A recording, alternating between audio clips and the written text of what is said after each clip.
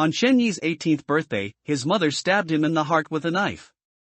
He thought he would die, but when he came to his senses, Chen-Yi found that he was still alive. Not only was he unharmed, he even returned to the past. At first, Chen-Yi thought that all this was his illusion, until his mother picked up the knife on the table again. Chen-Yi finally realized that the people sitting in front of him were not his parents at all, but monsters disguised as humans. These monsters raise humans as livestock and then eat them. Chen-Yi was killed again and again, but after each death, he would always return to the past. As time went back again and again, Chen-Yi gradually discovered the truth of this world, the indigenous people on the earth. The humans who invaded the earth, the new humans who guarded the future. As Chen-Yi investigated, a terrible conspiracy was gradually revealed. June 10, the day after the college entrance exam. This day was Chen-Yi's birthday. The family sat around the dining table, and after a birthday song, Chen-Yi made his 18th birthday wish. "I wish Mom and Dad good health, and I wish our family peace, safety, and happiness forever." Chen-Yi opened his eyes and blew out the candles on the cake. How time flies, in the blink of an eye. Whom we raised, is already 18 years old.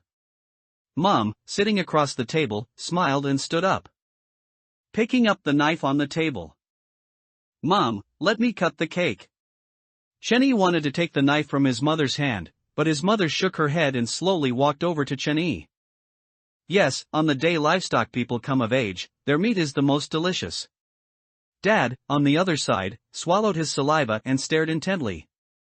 "Dad, what are you talking about?" Chen-Yi was completely confused.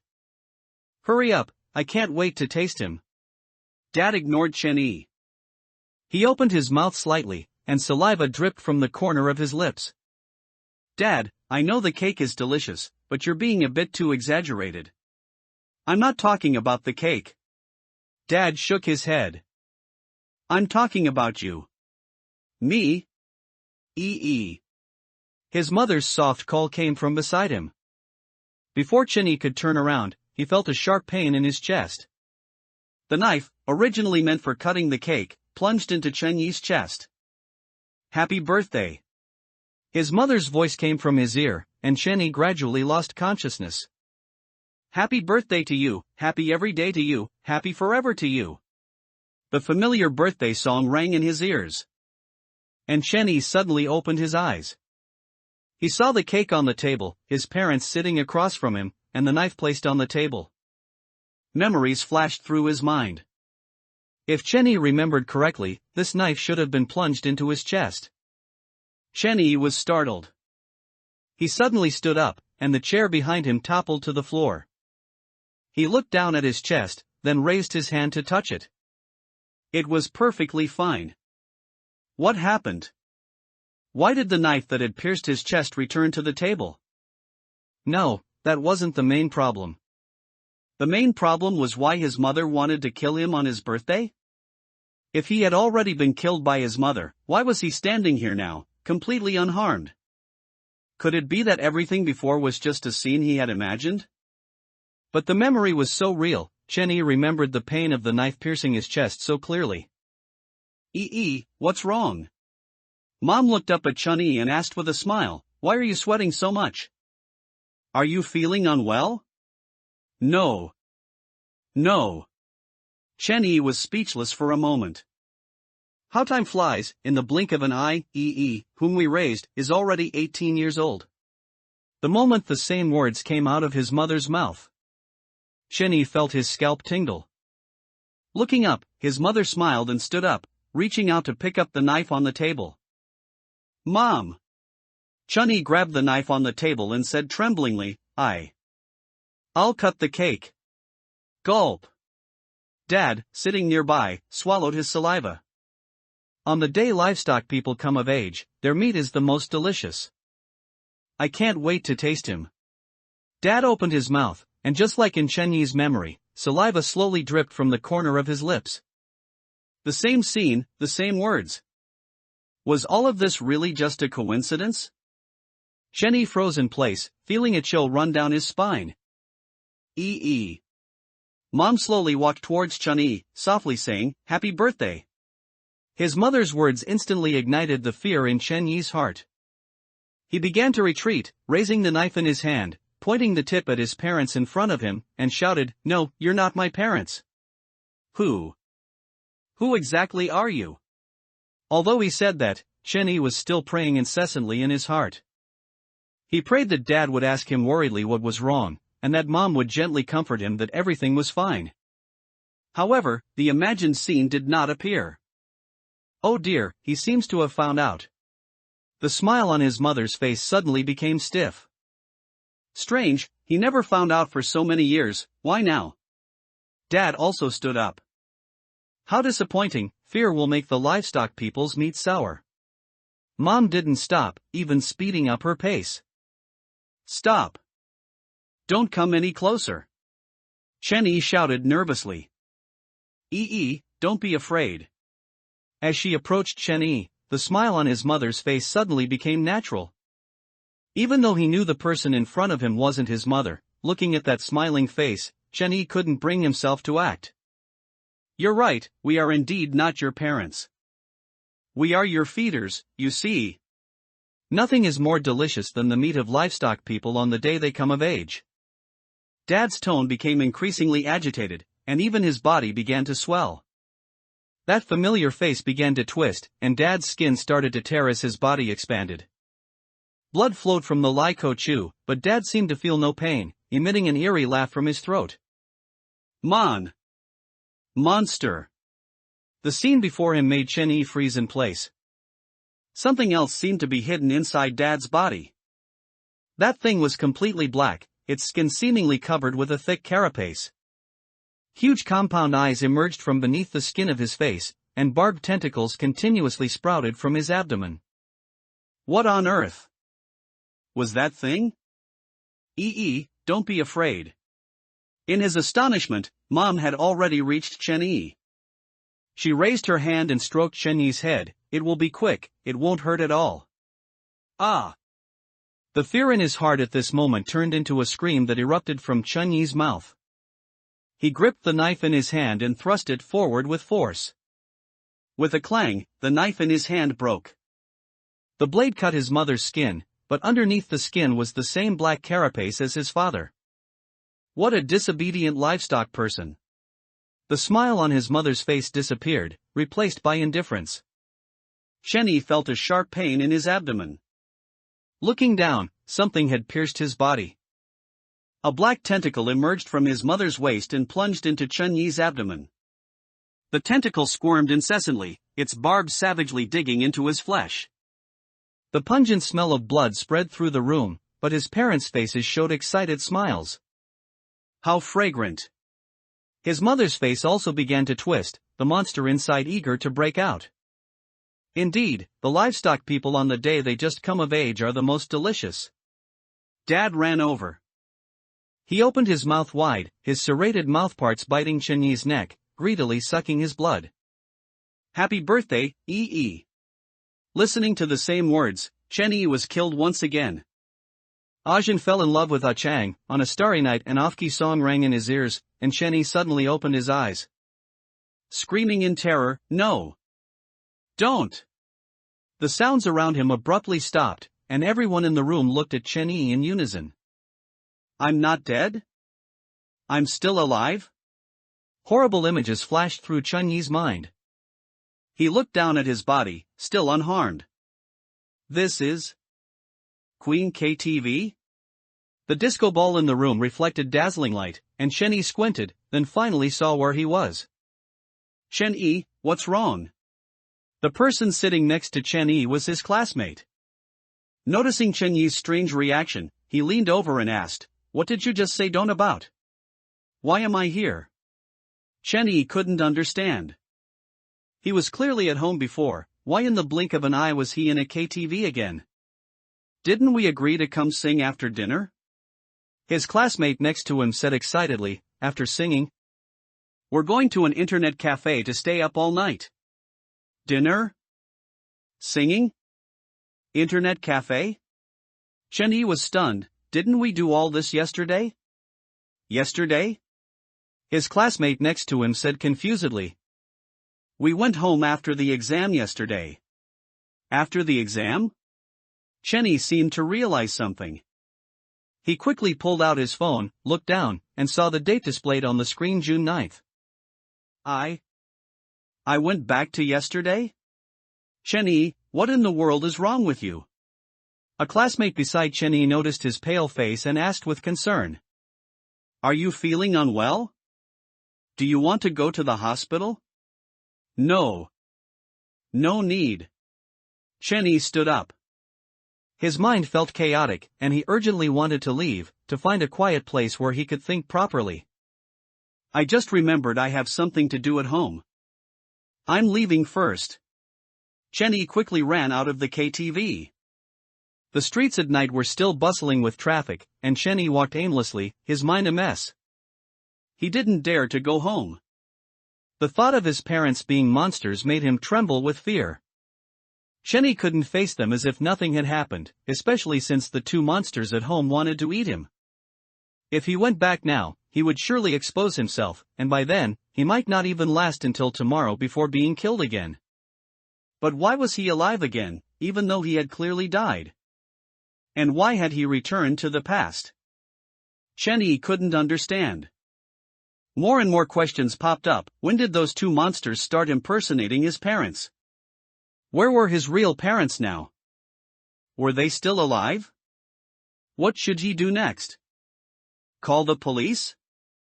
No one would believe such a story, not even the police. Chenny felt like he was going crazy. He trembled uncontrollably, his chest feeling as if a knife was plunged into it, constantly twisting his heart. An inexplicable sadness and panic spread through his heart. Chenny didn't know what to do next. Unconsciously, Chenny arrived at the school. Chenyi? The person walking towards him was Chenyi's homeroom teacher. Teacher Yao. Seeing a familiar person approach him, Chenyi's anxious emotions were relieved. Why are you here? I heard from the students that you all went to sing karaoke? Did you not perform well on the exam? It's alright, there's still a long way to go in the future. The exam is over, so relax and unwind. In Chenyi's heart, Teacher Yao had always been a gentle and kind person. He was very good to his students, always doing his best to help whenever they encountered trouble. So, Chenyi decided to tell him about it. Teacher Yao, I've encountered something very terrifying. Don't rush, tell me slowly. Teacher Yao seemed to sense Chenyi's unease and walked over to comfort him. Teacher Yao, you might not believe what I'm about to say. The thought of everything he had experienced made Chenyi tremble uncontrollably. But I really don't know what to do. I believe you, Teacher Yao said with a firm tone, tell me, I will definitely help you. Teacher, my parents. Chenyi took a deep breath, then continued, no, they're not my parents. Teacher Yao, they're monsters. They killed my parents and disguised themselves as them. Monsters? Teacher Yao was stunned for a moment. I'm not lying, everything I said is true. Are you really sure they're monsters? Teacher Yao's expression became serious. Chenyi, you can't joke about such things. I'm not joking, they really are monsters. I saw them with my own eyes. Teacher Yao looked up, first glancing around, then pulled Chenyi to a secluded corner. Chenyi, I believe you. Teacher Yao's answer moved Chenyi deeply. It was as if he had found a pillar of support, and the stone weighing on his heart finally fell. Do you remember what the monsters you saw looked like? Chenyi nodded, I remember. They looked terrifying. Their skin was like an insect's carapace, very hard, even a knife couldn't pierce it. They also had disgusting tentacles on their abdomen, covered in barbs. Oh. And they also had. Chenyi hadn't finished speaking when he suddenly noticed that Teacher Yao in front of him seemed to have become somewhat strange. Teacher Yao was not tall and had a slender build.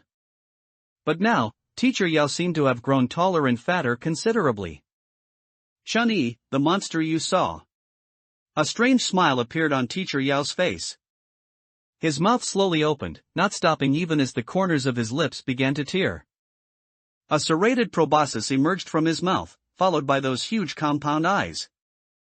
His stomach began to writhe, and those barbed tentacles instantly burst out. Is this what it looked like? Chen Yi's mind went blank. He never expected that the teacher in front of him was also a terrifying monster. By the time he came to his senses and wanted to escape, those disgusting tentacles had already wrapped tightly around him. The tentacles tightened continuously, and the barbs pierced through his clothes and into his flesh. Help! Help me! Help! Intense pain spread through Chen Yi's body. Teacher Yao leaned closer and closer, opened his mouth, and bit off Chen Yi's neck. Ding ding ding ding ding ding, the phone alarm woke Chen Yi. He sat up abruptly, finding himself sitting on his bed. He nervously looked around. This was his room. I'm not dead? He quickly picked up his phone. It was still June 9th. But what was different was that it was now the morning of June 9th. The time has been pushed back again? Why? Chen Yi couldn't understand. Does this mean that every time I'm killed, I go back to the past? Are you up? His mother's voice came from outside the door. I heard your phone ring. It's the alarm. I'm already up. Chen Yi was startled. Mommy's coming in, okay? The sound of footsteps grew closer, and Chen Yi's heart leaped into his throat. He didn't know how to face the monster outside, and he was even more worried that his fear would be noticed. Don't come in, I'm changing. You child, I've raised you since you were little, what part of you haven't I seen? His mother outside the door chuckled. All right. I won't come in. I'm going out for a bit, your pocket money is on the table. His mother's gentle tone left Chen Yi feeling lost.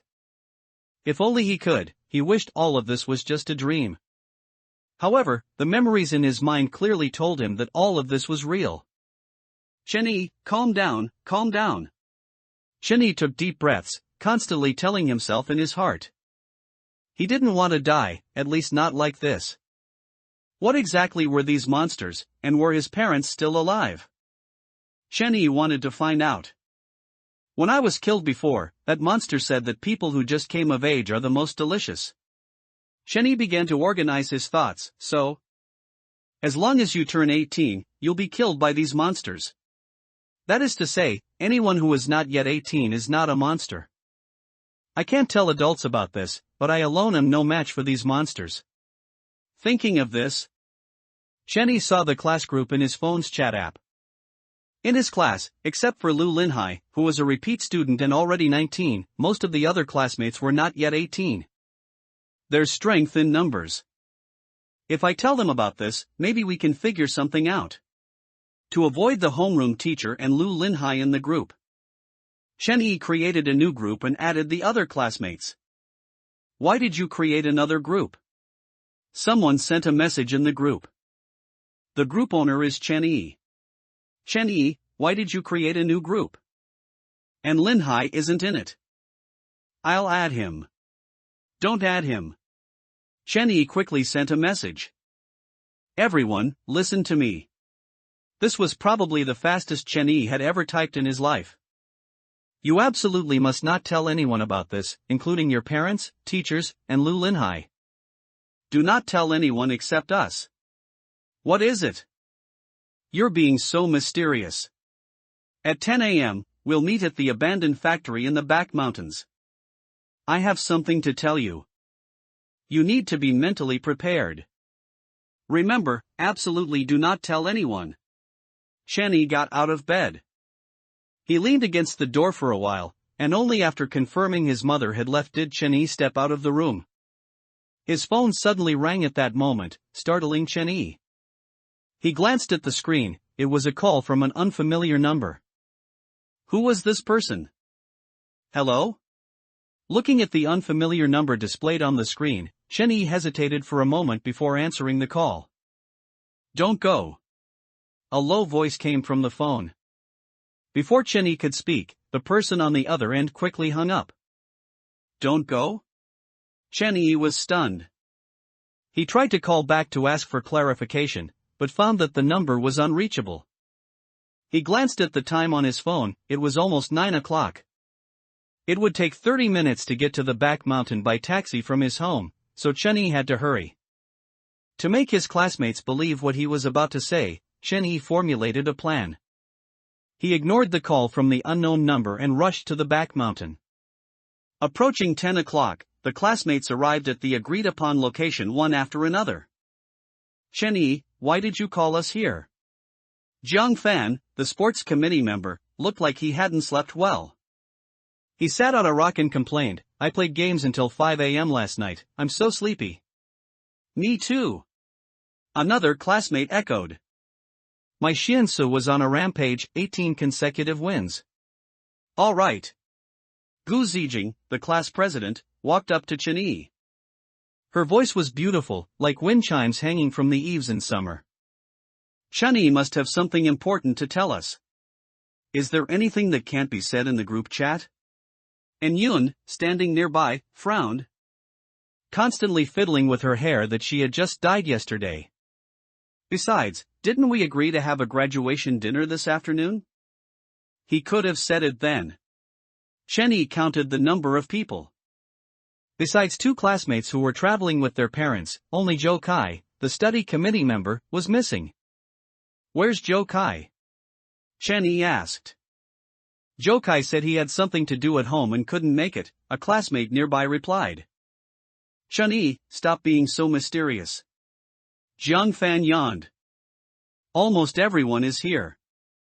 Whatever it is, say it quickly so I can go back to sleep." "Wait a little longer, there's still one person missing." Chenyi looked outside. "Still one person?" Gu Zijing looked at the people present. "All our classmates are here, and those who couldn't make it have already said so in the group chat." "Who else are we waiting for?" "Lu Linhai," Chenyi said, frowning. "Linhai?" Jiang Fan was stunned. "Didn't you say in the group chat that you weren't inviting him? Why are you waiting for him now?" "He's here." Not far away, Lu Linhai was walking towards the abandoned factory building. "You'll soon know what I have to say." Chenyi's expression became unusually solemn, and his body trembled uncontrollably. "What's about to happen might exceed your imagination, you need to be mentally prepared." Chenyi hid behind the factory gate, where there was a rope he had set up in advance. He had arrived early to set a trap. Chenyi knew very well that merely talking about it would make it difficult for them to believe in the existence of monsters. Therefore, placing a monster in front of them would be more effective than any words. Chenyi didn't let the classmates in the group chat tell Lu Linhai. Instead, he contacted Lu Linhai himself and asked him to arrive after 10 o'clock. The sound of footsteps grew closer, and Chenyi started to sweat nervously. "Oh? You're all here." Lu Linhai's voice came from outside the door. He walked in and saw his classmates in the abandoned factory building. Chenyi suddenly pulled the rope, and a rock fell from above, hitting Lu Linhai on the head.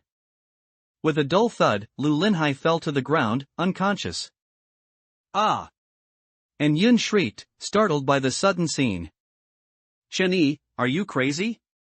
Jiang Fan jumped up from the ground, as if his drowsiness had vanished in that moment. "Chenyi, why would you do this?"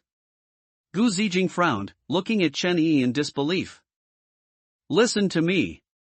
Chenyi explained loudly, "He's not human, he's a monster." "He's crazy, Chenyi, you're really crazy." And Yun started to back away, seemingly worried that Chenyi would attack her too. "Ambulance, call an ambulance quickly." Jiang Fan picked up his phone, ready to dial emergency services. "I can prove it to you," Chenyi shouted, picking up a sharper stone from the ground. He went to Lu Linhai and used the sharp edge of the stone to cut Lu Linhai's skin. "Ah!" The pain woke Lu Linhai up. Chenyi didn't hesitate, he grabbed the stone from the ground and smashed it down. "He really is a monster. Although he looks like us, he's actually a monster in human skin. I'll prove it to you now. If you just tear open his skin, you'll see his armor." "Armor? Why is it like this?" "More murder."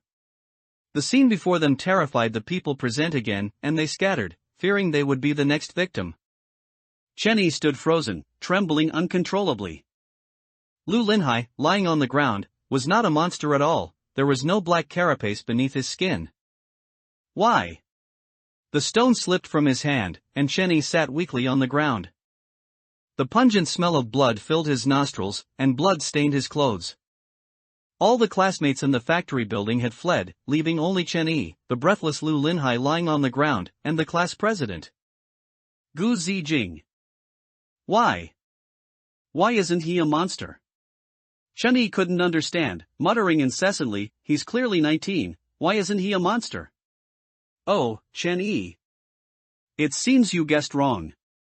Gu Zijing's voice came from beside him. Looking up, he realized she had walked over at some point. Gu Zijing didn't seem to be scared by the scene before her. She squatted down, smiling as she looked at Chen Yi. Chen Yi, how did you find out? Find out? Find out what? Gu Zijing's words sent a chill down Chen Yi's spine. He looked up, his eyes filled with fear. You are the one. Chen Yi, you've made a very serious mistake. What a beautiful voice, but at this moment, it sounded like the whisper of a demon to Chen Yi. The consumption time of livestock people depends on the consumer's preference. Just like some people prefer a medium rare steak, while others prefer rare. So, some livestock people are eaten after birth, and some are eaten after adulthood. By the way, do you want to guess how many livestock people like you are left in our class? Familiar tentacles emerged from Gu Zijing's abdomen, tightly coiling around Chen Yi. Gu Zijing slowly leaned in. She licked Chen Yi's face with her tongue, calling out in ecstasy, so fragrant. As expected, the flesh of livestock people is the most delicious. She opened her mouth and bit into Chen Yi's throat. Chen Yi struggled, but he couldn't break free from the tentacles wrapped around him. Gradually, his consciousness began to blur. He knew he was going to die again. End of exam. Candidates, please stop writing immediately. The shout in his ears startled Chen Yi awake. Opening his eyes, he saw the test paper in front of him. It was the paper for the last exam. He was back, once again in the past. June 8th, the last day of the college entrance exam. Student, the exam is over. Please stop writing immediately. Seeing Chen Yi still holding his pen, the proctor walked over. Student, did you hear me? Shut up. Chen Yi's hand, holding the pen, was trembling. What did you say? The proctor was stunned. I told you to shut up. Chen Yi suddenly stood up. He threw the pen to the ground and screamed hysterically. Looking at his trembling hands, the scene of killing Lu Linhai flashed in his mind. Yes, it wasn't a monster he had killed, but a living person. Everyone in the exam room looked at Chen Yi in unison, but he no longer cared. You're monsters, aren't you? Chen Yi shouted with a bitter smile. I know, don't pretend anymore. You're monsters, all of you are monsters. Student, what's wrong? The proctor asked with concern, are you feeling unwell? Get lost. Don't come near me. Chen Yi quickly backed away. But when he realized that everyone in the classroom was looking at him, he felt his scalp tingle, and it felt as if something was stuck in his throat, making him extremely uncomfortable. Why? Why are you doing this to me? What did I do wrong? What is real? What is real? Chen Yi had a terrible headache. He felt like he was going crazy. Tears streamed from his eyes, and Chen Yi cried out in despair, give it back to me, give me back my old life, give me back my mom and dad. In a daze, Chen Yi felt someone walk over. Teacher, I'm sorry. He's my classmate. He might not have performed well in this exam, and the pressure was too much, which is why he's like this. Chen Yi recognized that voice. It was the voice from the phone when the unfamiliar number called. Looking up, even though he only saw his back, Chen Yi still recognized who this person was. Zhou Kai? Chen Yi was startled. The voice on the phone call from the unknown number on June 9th was Zhou Kai's. He deliberately lowered his voice, but Chen Yi still recognized him. Is he really okay? The proctor looked past Joe Kai at Chen-yi. He looks a bit off. The proctor's gaze became somewhat strange. It wasn't a look of concern, but more like a greedy look at food. How about I take him to the office to rest? Teacher, no need. Joe Kai moved aside, blocking Chen-yi behind him. You know how important the college entrance exam is to us. He didn't perform well on the exam and feels bad, that's why he's like this. Saying that, Joe Kai turned his head and glared at Chen-yi. Chen-yi quickly apologized to the teacher. Chen-yi stood blankly in place, unable to distinguish who was human and who was a monster. What are you dazed for? Joe Kai was calm and composed. He pulled Chen-yi to his side, pressed Chen-yi's head, and made him bow to the proctor. Quickly tell the teacher you're sorry. Joe Kai secretly pinched Chen-yi's waist.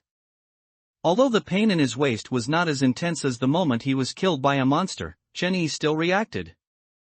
Joe Kai had helped him repeatedly, so, could he not be a monster? Joe Kai's appearance brought a slight relief to Chen-yi's uneasy emotions. Teacher, I'm sorry. Chen-yi lowered his head, he didn't dare to look directly into the proctor's eyes. He was afraid his fear would be seen, so he could only bend over and softly say, I shouldn't have lost my temper with you, I was wrong. The proctor didn't speak. He stared at Chen-yi for a while, then glanced at Joe Kai. Are you really sure you don't need to rest? The proctor's face was cold, seemingly not intending to give up. Thank you, teacher, but really, no need. Joe Kai replied politely. His parents should be waiting for him outside the school. Oh, I see. The smile returned to the proctor's face. He reached out and patted Chen-yi's shoulder. The exam is over. Go back and get some good rest. Chen-yi instinctively wanted to dodge the proctor's outstretched hand, but if Joe Kai hadn't kept holding him, steadying him in place, his panic might have truly exposed him. Chen-yi, it's okay. Joe Kai comforted him. No matter how you did on the exam, I believe no one will blame you. Why don't you quickly thank the teacher for his concern? Thank you. Teacher. Chen-yi said blankly. Seeing the proctor turn and leave, Chen-yi breathed a sigh of relief. But when he looked up, he realized that the other examinees in the classroom were still staring at him. Chen-yi was a little scared. Had he been exposed? Were these people looking at him all monsters? His parents were monsters, the teacher was a monster, his classmates were monsters. In this city, how many monsters were there left? Chen-yi, let's go. Joe Kai turned and walked out of the classroom. Chen-yi hurried to follow, but just as Chen-yi was about to leave the classroom, the proctor's voice came from behind. Student, wait a moment. Chen-yi shivered. What should he do now? Ignore the proctor's call and flee immediately? But, wouldn't that be too obvious? Stay? If he stayed, he would be killed by these monsters.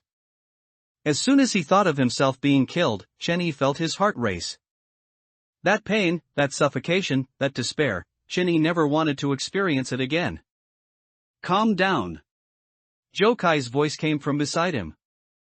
If you don't want to die. Chen-yi took a deep breath. He slowly turned around and softly asked, Teacher, is there anything else? You forgot your things. The proctor smiled and pointed to the stationery on the exam desk. Thank you, teacher. Chen-yi walked to the exam desk and quickly grabbed his stationery. You're welcome. The proctor watched Chen-yi's retreating back and then said, Remember to get some good rest when you go back. It's just an exam, it actually doesn't mean anything to you. Chen-yi heard the proctor's last words and broke out in a cold sweat. He remembered that his parents had said the same thing to him. All along, Chen-yi had thought his parents were more open-minded, so even if his exam results were not ideal, his parents never scolded him.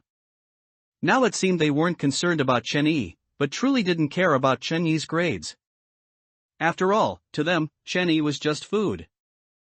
No one would care about the exam results of food. Hurry up. Joe Kai urged from ahead. They didn't leave the school immediately. Joe Kai pulled him to the rooftop. When did you find out?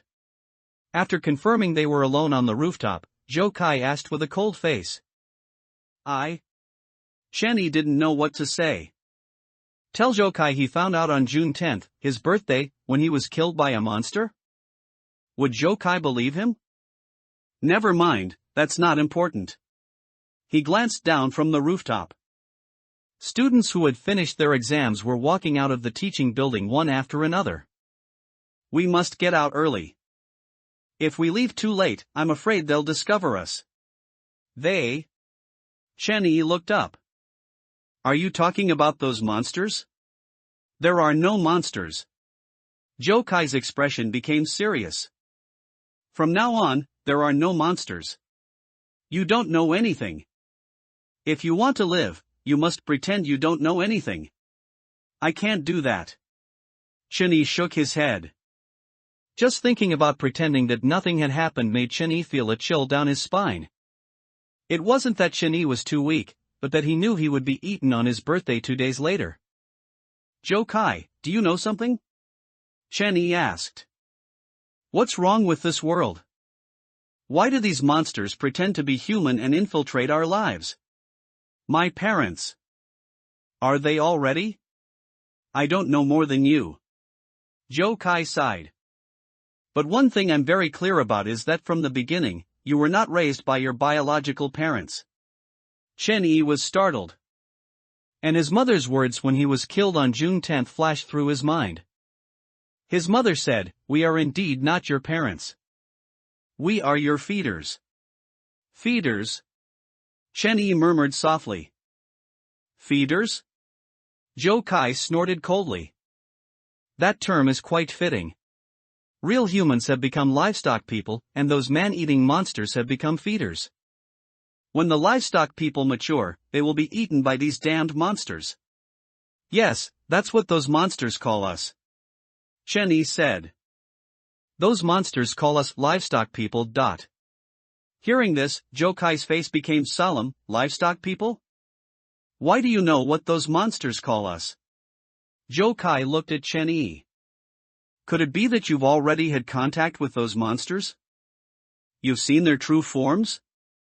Chenny nodded and said, I've seen their forms, seen them with my own eyes. My parents, Teacher Yao. And even the class monitor Gu Zijing, they are all monsters. Hearing this, Joe Kai's expression suddenly changed. He rushed forward, grabbed Chenyi's collar, and said through gritted teeth, Why didn't you say something like this sooner? Are you trying to get me killed? Joe Kai's excited reaction startled Chenyi. You? What's wrong with you? Chenny asked. These monsters have their own rules. Unless the person who raised them discovers their true nature, other monsters cannot act freely. Joe Kai looked very anxious. He glanced at the time on his phone and turned to walk towards the stairwell. You've already had contact with those monsters and seen their true appearance. This means you were exposed long ago, and any monster can attack you. I helped you in the classroom, they will definitely target me. I can't die. I can't leave my sister alone. I must live, I want to protect her. Sister? You have a sister? Chenny suddenly realized he didn't know Joe Kai at all.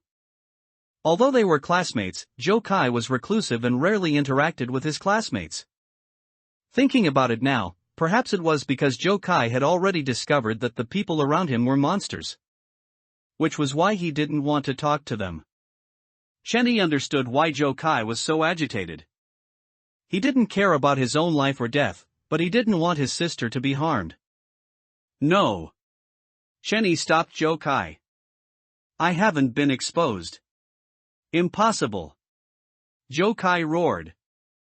These monsters don't reveal their true forms easily, they only drop their disguise when they've been discovered. I really haven't been exposed. Or maybe not entirely, but they don't know. Chenny didn't know how to explain. So, he recounted his experiences. I've already died 3 times. What? Joe Kai was stunned. I said I've already died 3 times.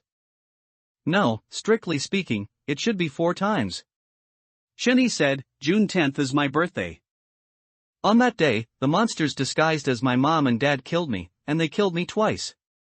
As he spoke, Shenny couldn't help but feel a pang of sadness. The thought that the parents he had lived with for so many years were actually monsters who wanted to eat him made him feel inevitably depressed. After that, on the evening of June 9th, I saw Teacher Yao at school. After I told him about it, Teacher Yao killed me again. Following that, on the morning of June 9th, I wanted to tell my classmates about the monsters, so I invited them to the back mountain. But I never expected that my classmates were also monsters. That morning, I also received a call from you. You told me not to go, but I didn't pay attention at the time. What are you talking about? Joe Kai was completely confused. Today is clearly only June 8th. I know you won't believe me when I say it. Shenny felt wronged. I don't know why, but I was clearly killed by monsters, yet when I opened my eyes, I found myself unharmed. And, I went back in time. I'm really not lying, I still remember the number you called me from. Shenyi's memory was excellent. He recited the unfamiliar number he had received at the time. Joe Kai frowned when he heard the number. Why do you know this number? Didn't I say? On June 9th, you called me from this number, Jenny said. This unfamiliar number indeed belonged to Joe Kai. Joe Kai had always been a cautious person. Worried that his phone might be tapped, he specifically prepared a checked-out basic phone and found an unregistered SIM card for emergencies. Therefore, no one should know this number except for him. Joe Kai, believe me, I really didn't lie to you. I believe you. Joe Kai did not continue walking towards the stairwell. Why don't you believe me? What do I have to do for you to? Shenny, who had come to his senses, looked at Joe Kai in confusion. What? You believe me? You believe me so easily? This should be your ability, Joe Kai said. Ability? Shenny was puzzled. What do you mean? I'm not sure, Joe Kai replied. People raised by these monsters have a chance to evolve some special abilities. Perhaps God pities humanity and bestows upon us weapons to fight monsters. However, your ability sounds a bit useless. Shenny actually agreed with Joe Kai's statement. If it was truly as Joe Kai said, that Shenny could return to the past every time he was killed, on the surface, Shenny seemed to be in an immortal state.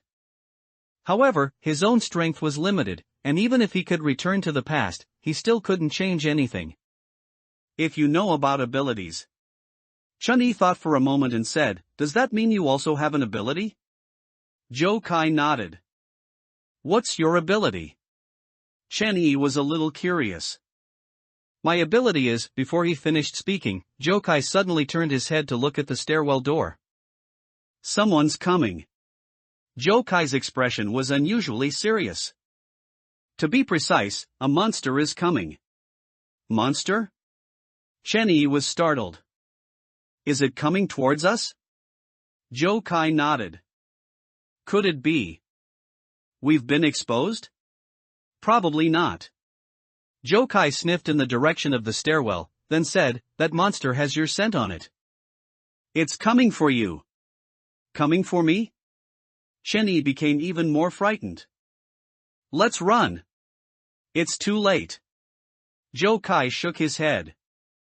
Shenny, remember, if you don't want to die, you must pretend you don't know anything. But I'll be killed on June 10th. Thinking about what happened on his birthday, Shenny no longer wanted to celebrate his birthday. That's still 2 days away. Joe Kai quickened his pace. First, ensure you can survive. We'll discuss the rest later. As his words fell, the stairwell door was pushed open. A familiar figure walked from outside the door onto the rooftop. It was Chun-Yi's mom. What are you doing up on the rooftop? Mom still had a gentle smile on her face.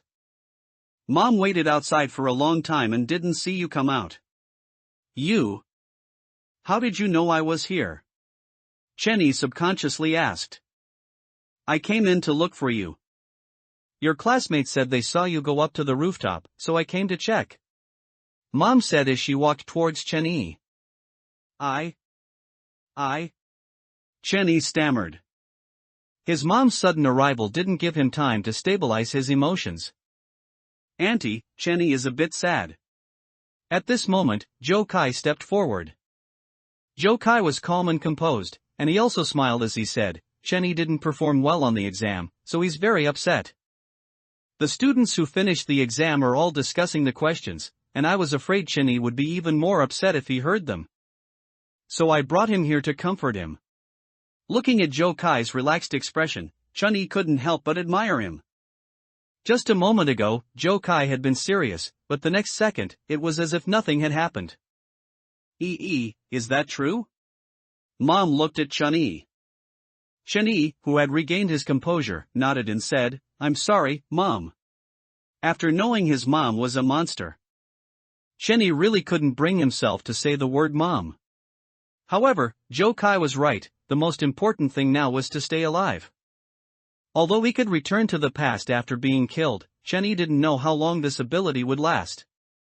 I might have done very poorly this time. Chen-yi gradually got into character. He lowered his head, indeed looking like a child who was sad and blaming himself for not doing well on an exam. It's okay, Mom said softly, it's just one exam, it will never change your worth.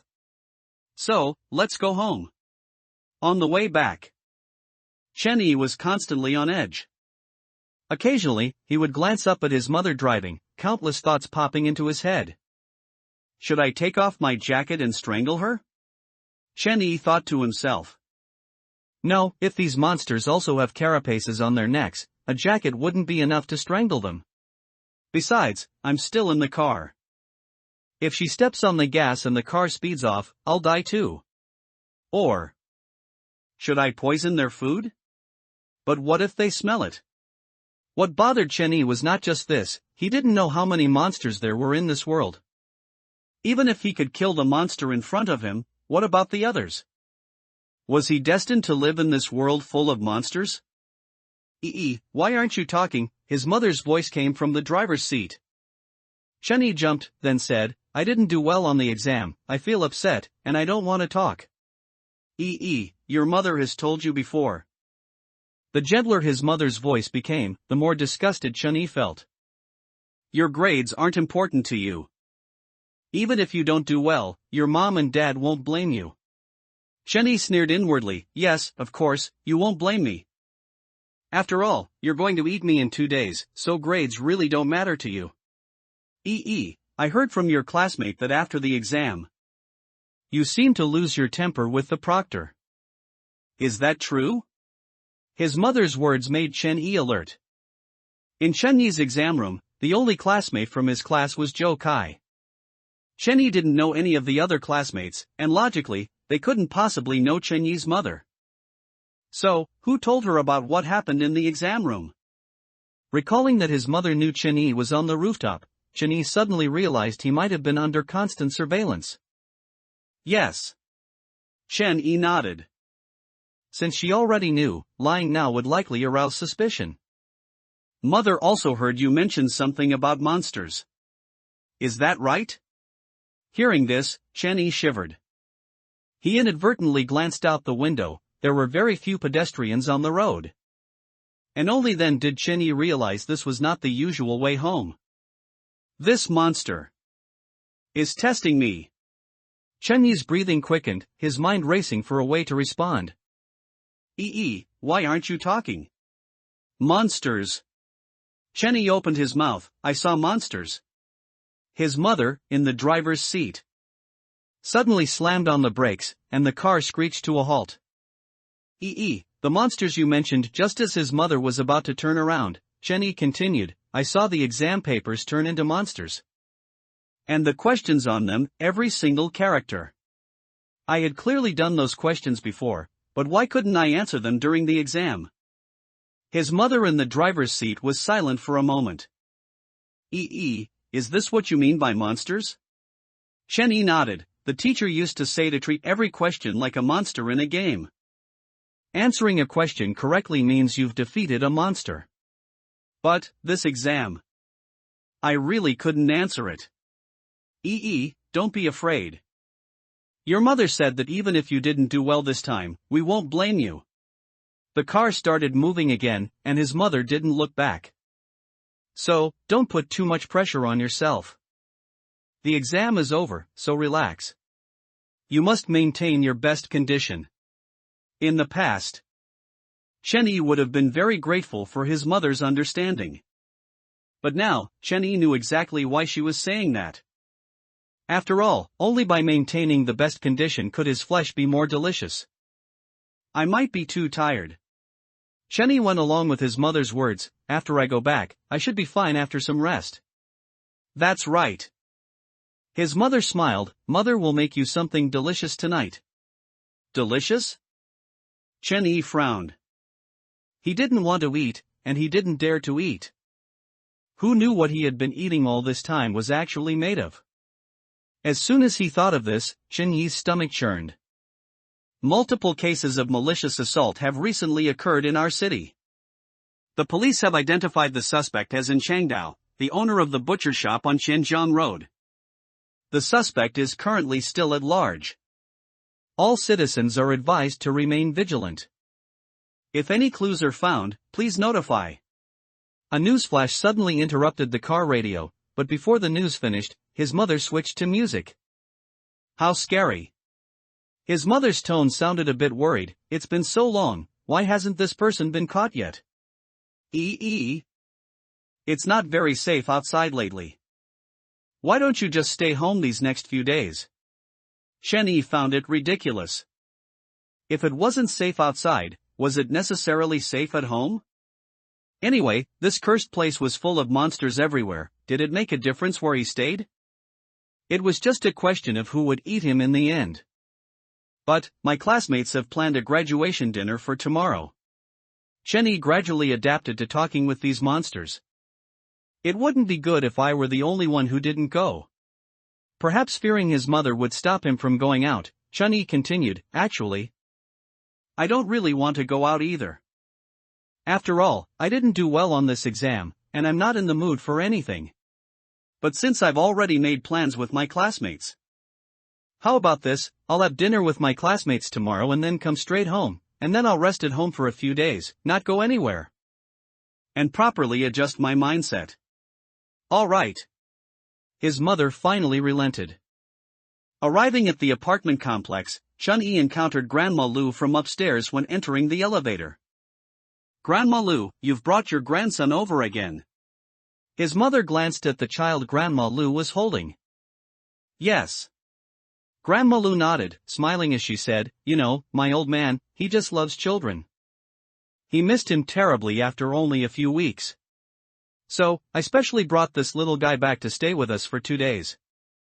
Chen-Yi had his back to them, he didn't know how to face the child in Grandma Lu's arms. He remembered very clearly that last year, Grandma Lu was holding a little girl of about 5 years old. But now, Grandma Lu was holding a little boy. This child was not Grandma Lu's grandson at all, but their food. I'm sorry. Chen-Yi kept repeating in his heart. At this moment, Chen-Yi couldn't even guarantee his own safety, let alone save this poor child. Oh, by the way, I remember your Chen-Yi will be 18 the day after tomorrow, right? Grandma Lu's words made Chen-Yi's scalp tingle. Yes. His mother nodded with a smile. You've waited so long, Chen-Yi has finally grown up. Grandma Lu also laughed, you must be really looking forward to that day. Chen-Yi gritted his teeth, the scene from June 10th constantly flashing through his mind. I won't be killed by you again. Chen-Yi secretly vowed, this time, I must survive. After returning home, Chen-Yi told his mother he was tired and wanted to sleep. He hid in his room, thinking about what to do next. During this time, his mother came in a few times.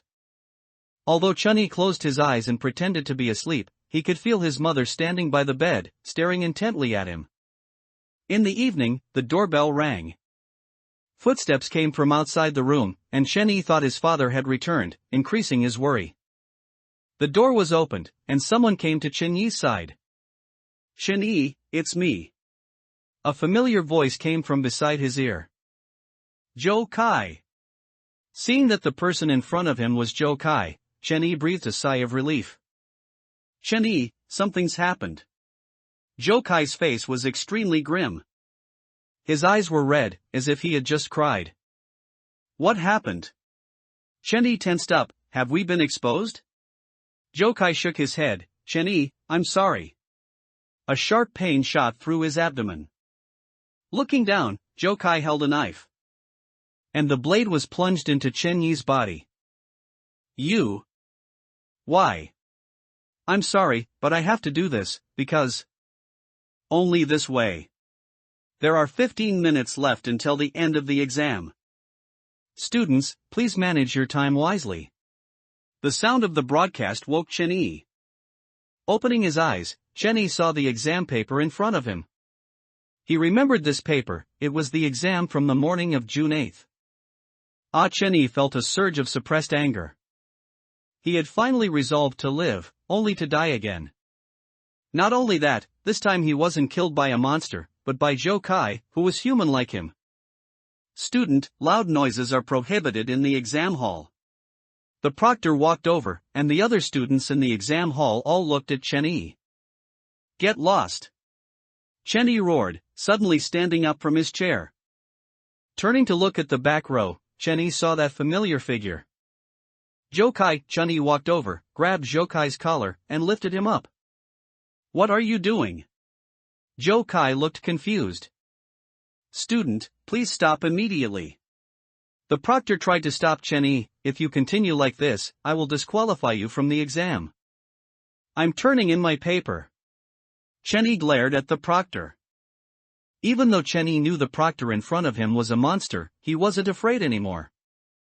As long as he didn't expose the fact that he had discovered their true identities, the monsters wouldn't attack rashly. At least not before June 10th. He's turning in his paper too. Chen-Yi dragged Joe Kai by his collar towards the classroom door. Let go of me. Joe Kai broke free from Chen-Yi's hand. Are you sick? Chen-Yi gritted his teeth and leaned in, whispering into Joe Kai's ear, if you want to save your sister, then follow me obediently. Hearing this, Joe Kai's expression darkened. Chen-Yi didn't hesitate, turning decisively and walking out of the classroom. Student, are you having some trouble? The proctor asked. Do you need help? Joe Kai shook his head and said, no, thank you, teacher. I'm also turning in my paper. With that, Joe Kai quickly chased after him. On the rooftop of the teaching building, Chen-Yi stared intently at the stairwell. Seeing Joe Kai walk in, Chen-Yi rushed over without hesitation, raising his hand and throwing a punch. Unfortunately, the punch didn't hit Joe Kai. Joe Kai's agility was much greater than Chen-Yi had imagined. He simply shifted his body slightly and easily dodged it. Don't dodge. Chen-Yi steadied himself and said, stand there and let me punch you. You owe me this. What exactly do you want to tell me by calling me here? Joe Kai's expression was somewhat solemn. What happened to my sister? Let me punch you first, then we'll talk about that. Chen-Yi ignored Joe Kai and rushed over again. The thrown fist was caught by Joe Kai, who then swept Chen-Yi's leg, instantly pinning him to the ground. Joe Kai! You motherfucker! Chen-Yi cursed loudly. He tried to get up but found he couldn't break free. Is your sister's life a life, but my life isn't? To save your sister, you could kill me without hesitation? Why? I finally mustered the courage to try and survive against the monsters, but I never expected to die by your hand.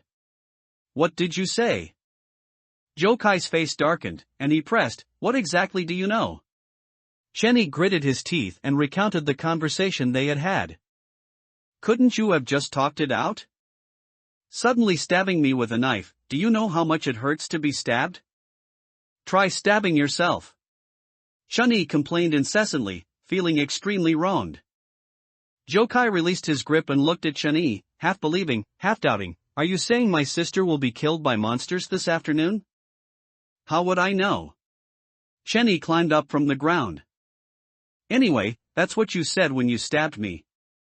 You said that after the exam this afternoon, when you went back, you found your sister had already turned into a monster.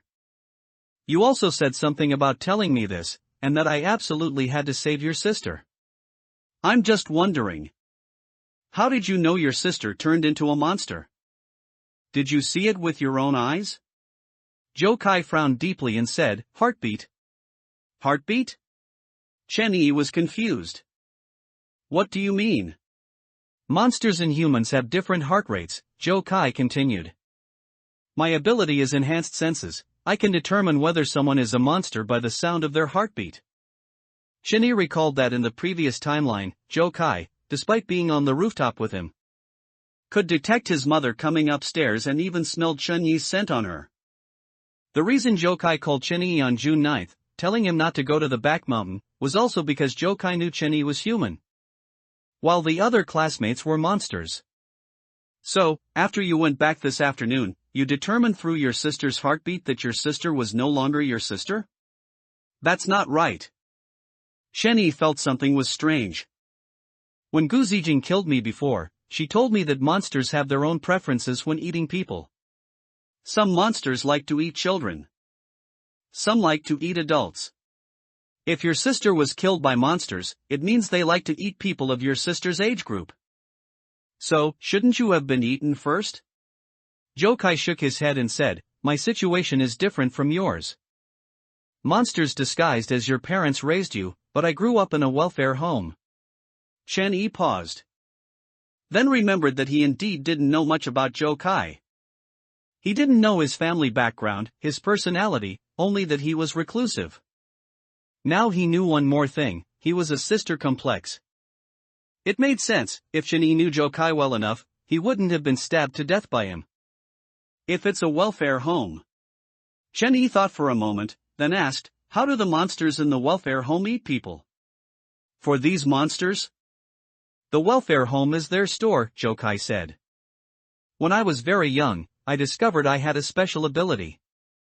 Through this ability, I discovered the existence of monsters.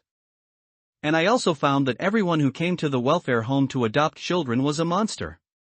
Their purpose wasn't to adopt children, but to choose food. Hearing this, Chen Yi thought of the child Grandma Lu was holding earlier. Perhaps the child was also brought back by Grandma Lu in the same way. Then how did you survive until now? Looking at Jokai, Chen Yi couldn't help but feel a bit of admiration. Chen Yi at least only had to face his two monster parents, but Jokai, who grew up in the welfare home, was different. He had to face wave after wave of monsters. Every time monsters came to the welfare home to choose children, I would secretly steal my and my sister's files, and then take my sister and hide temporarily. Jokai explained, with my ability, this wasn't difficult. After the monsters picking children left, I would quietly put the files back to avoid being discovered by those monsters. Since you knew about the existence of monsters so early, why didn't you act sooner? Chen Yi asked, confused. Act? Jokai asked with a bitter smile, how do I act? Do you know how many monsters there are in this world? Let's not talk about other places for now, just our class. Besides you and me, everyone else is a monster. If one class is like this, what about other places?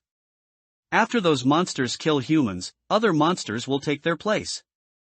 Of course, not everyone is replaced. Some people just die and stay dead. No one remembers them. After being eaten by monsters, they disappear from this world forever. It's as if they were never here. Wait a minute. Chen Yi frowned. That's not right. He thought for a moment, then said, besides you and me, there should be one more person in our class who isn't a monster. Impossible. Jokai shook his head. How is it impossible? Lu Linhai is, Chen Yi said. Lu Linhai? No, he's a monster too. There's no way I could have misheard, Jokai said with certainty. His heartbeat frequency is exactly the same as those monsters. He's definitely not human. Could your ability be fake? Chen Yi said with utmost confidence. I can guarantee that Lu Linhai is human. After all. At this point, Chen Yi didn't continue. Chen Yi remembered very clearly that he had personally killed Lu Linhai some time ago. Under Lu Linhai's skin was blood and flesh, not a pitch-black carapace. That's not important, Zhou Kai brought the conversation back. The most pressing matter is how to rescue my sister. Did I, in the future, tell you when my sister was killed by a monster? Zhou Kai asked. And where did it happen? Chen Yi shook his head. You didn't say. Then why didn't you ask? How could I ask? Chen Yi complained. You came at me with a knife right away. I wasn't prepared at all. Even if I wanted to ask, I didn't have time. Zhou Kai froze for a moment, then lowered his head and said, I'm sorry. He thought for a moment. Then continued, how about you beat me up? This time, I promise not to fight back. Sister complex, Chen Yi cursed inwardly. Chen Yi was actually very angry about Zhou Kai's behavior. But seeing Zhou Kai's panicked expression now, Chen Yi couldn't bring himself to do it. I'll owe you one, Chen Yi said. After this is over, I'll find a time to beat you back. I originally thought that as long as I stole my and my sister's information, I could survive from those monsters. Zhou Kai clenched his fists tightly, showing how anxious he was at the moment. I thought that as long as I grew up, I could take my sister out of the welfare home. Because we don't have a mom or dad. I felt that as long as I continued to pretend not to know about the existence of these monsters, my sister and I could survive in this world. But. Alright, stop talking about that, Chen Yi interrupted Zhou Kai. As an older brother, you should know where your sister usually goes, right? Zhou Kai thought for a moment and said. Because of the college entrance exam, all schools are on holiday. My sister is in her first year of high school this year, so she should be staying at the welfare home all day today. So? Could the place where your sister had an accident be your welfare home? Zhou Kai shook his head, probably not. Those monsters have never made a move inside the welfare home. They usually only act after the children have been adopted. Could it be that your sister was adopted today? No, Zhou Kai shook his head again. If a monster were to come for adoption, the monster in charge of the welfare home would notify us in advance, so that the children there could tidy themselves up. Because of this step, I was able to steal my and my sister's information in advance. However, I didn't receive any notification that a monster was coming to adopt a child. Then what exactly is going on? Chen Yi really couldn't figure it out. If we can't guess.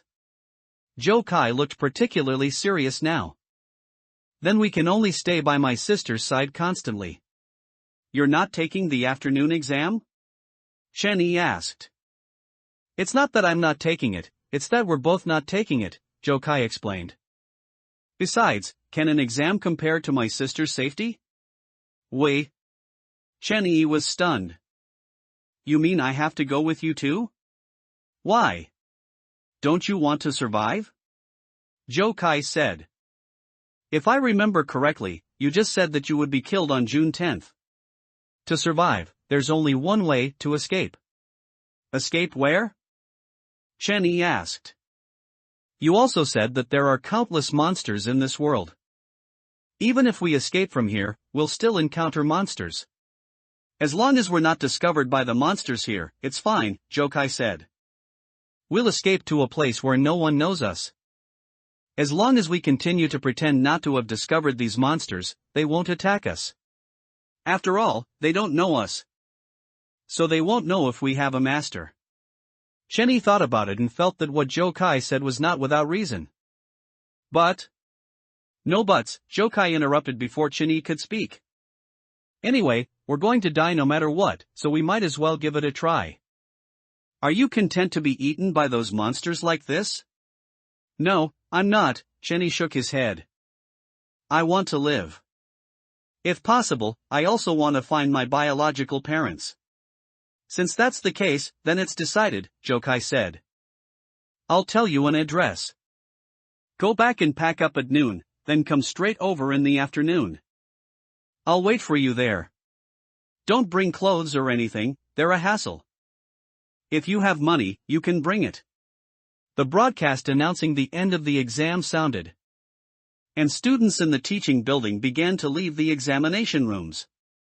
Joe Kai quickened his pace and continued to instruct, remember, you absolutely must not let the monsters detect anything.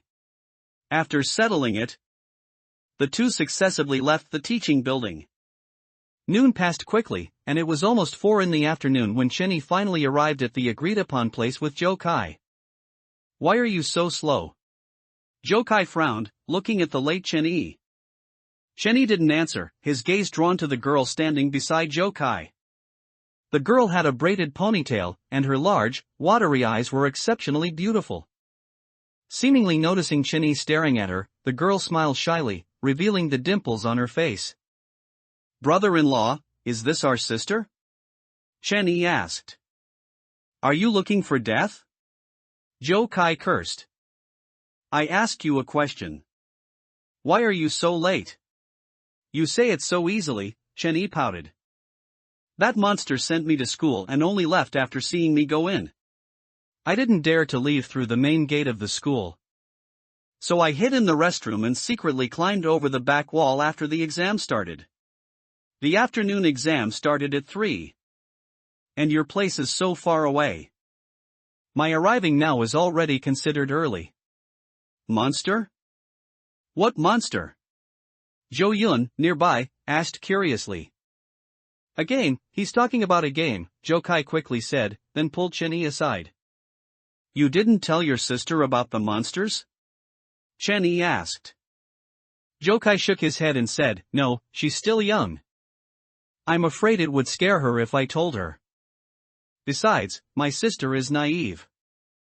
If she knew, she probably wouldn't be able to pretend she didn't know anything, and it would be easy for her to be found out. She's in her first year of high school, she's not little. Chenny looked back at Jo Yun. Where are you looking? Joe Kai said angrily.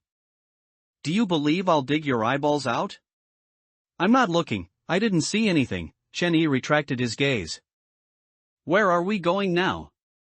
By train? We can't take a car, Joe Kai replied.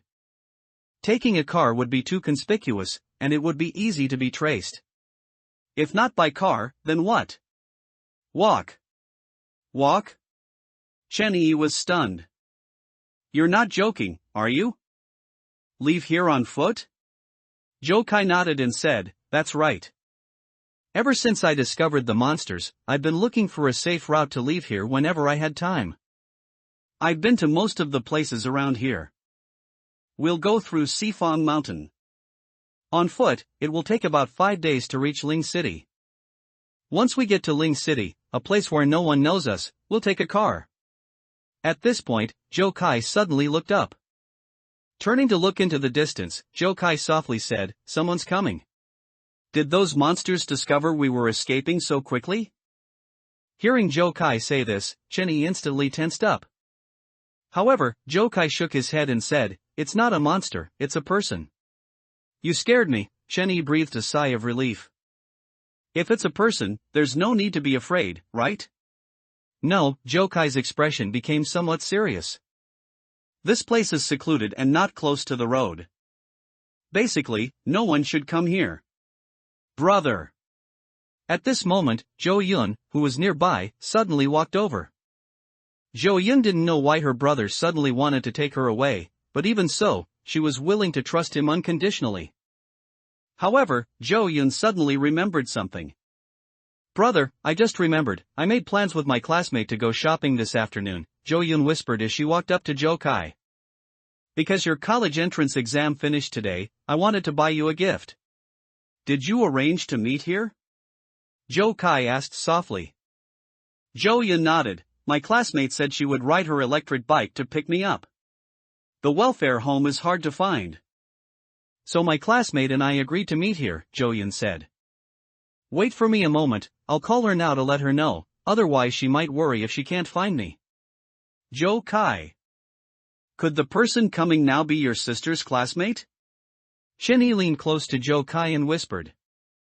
Maybe. Before Joe Kai could finish, his expression suddenly turned grim. You?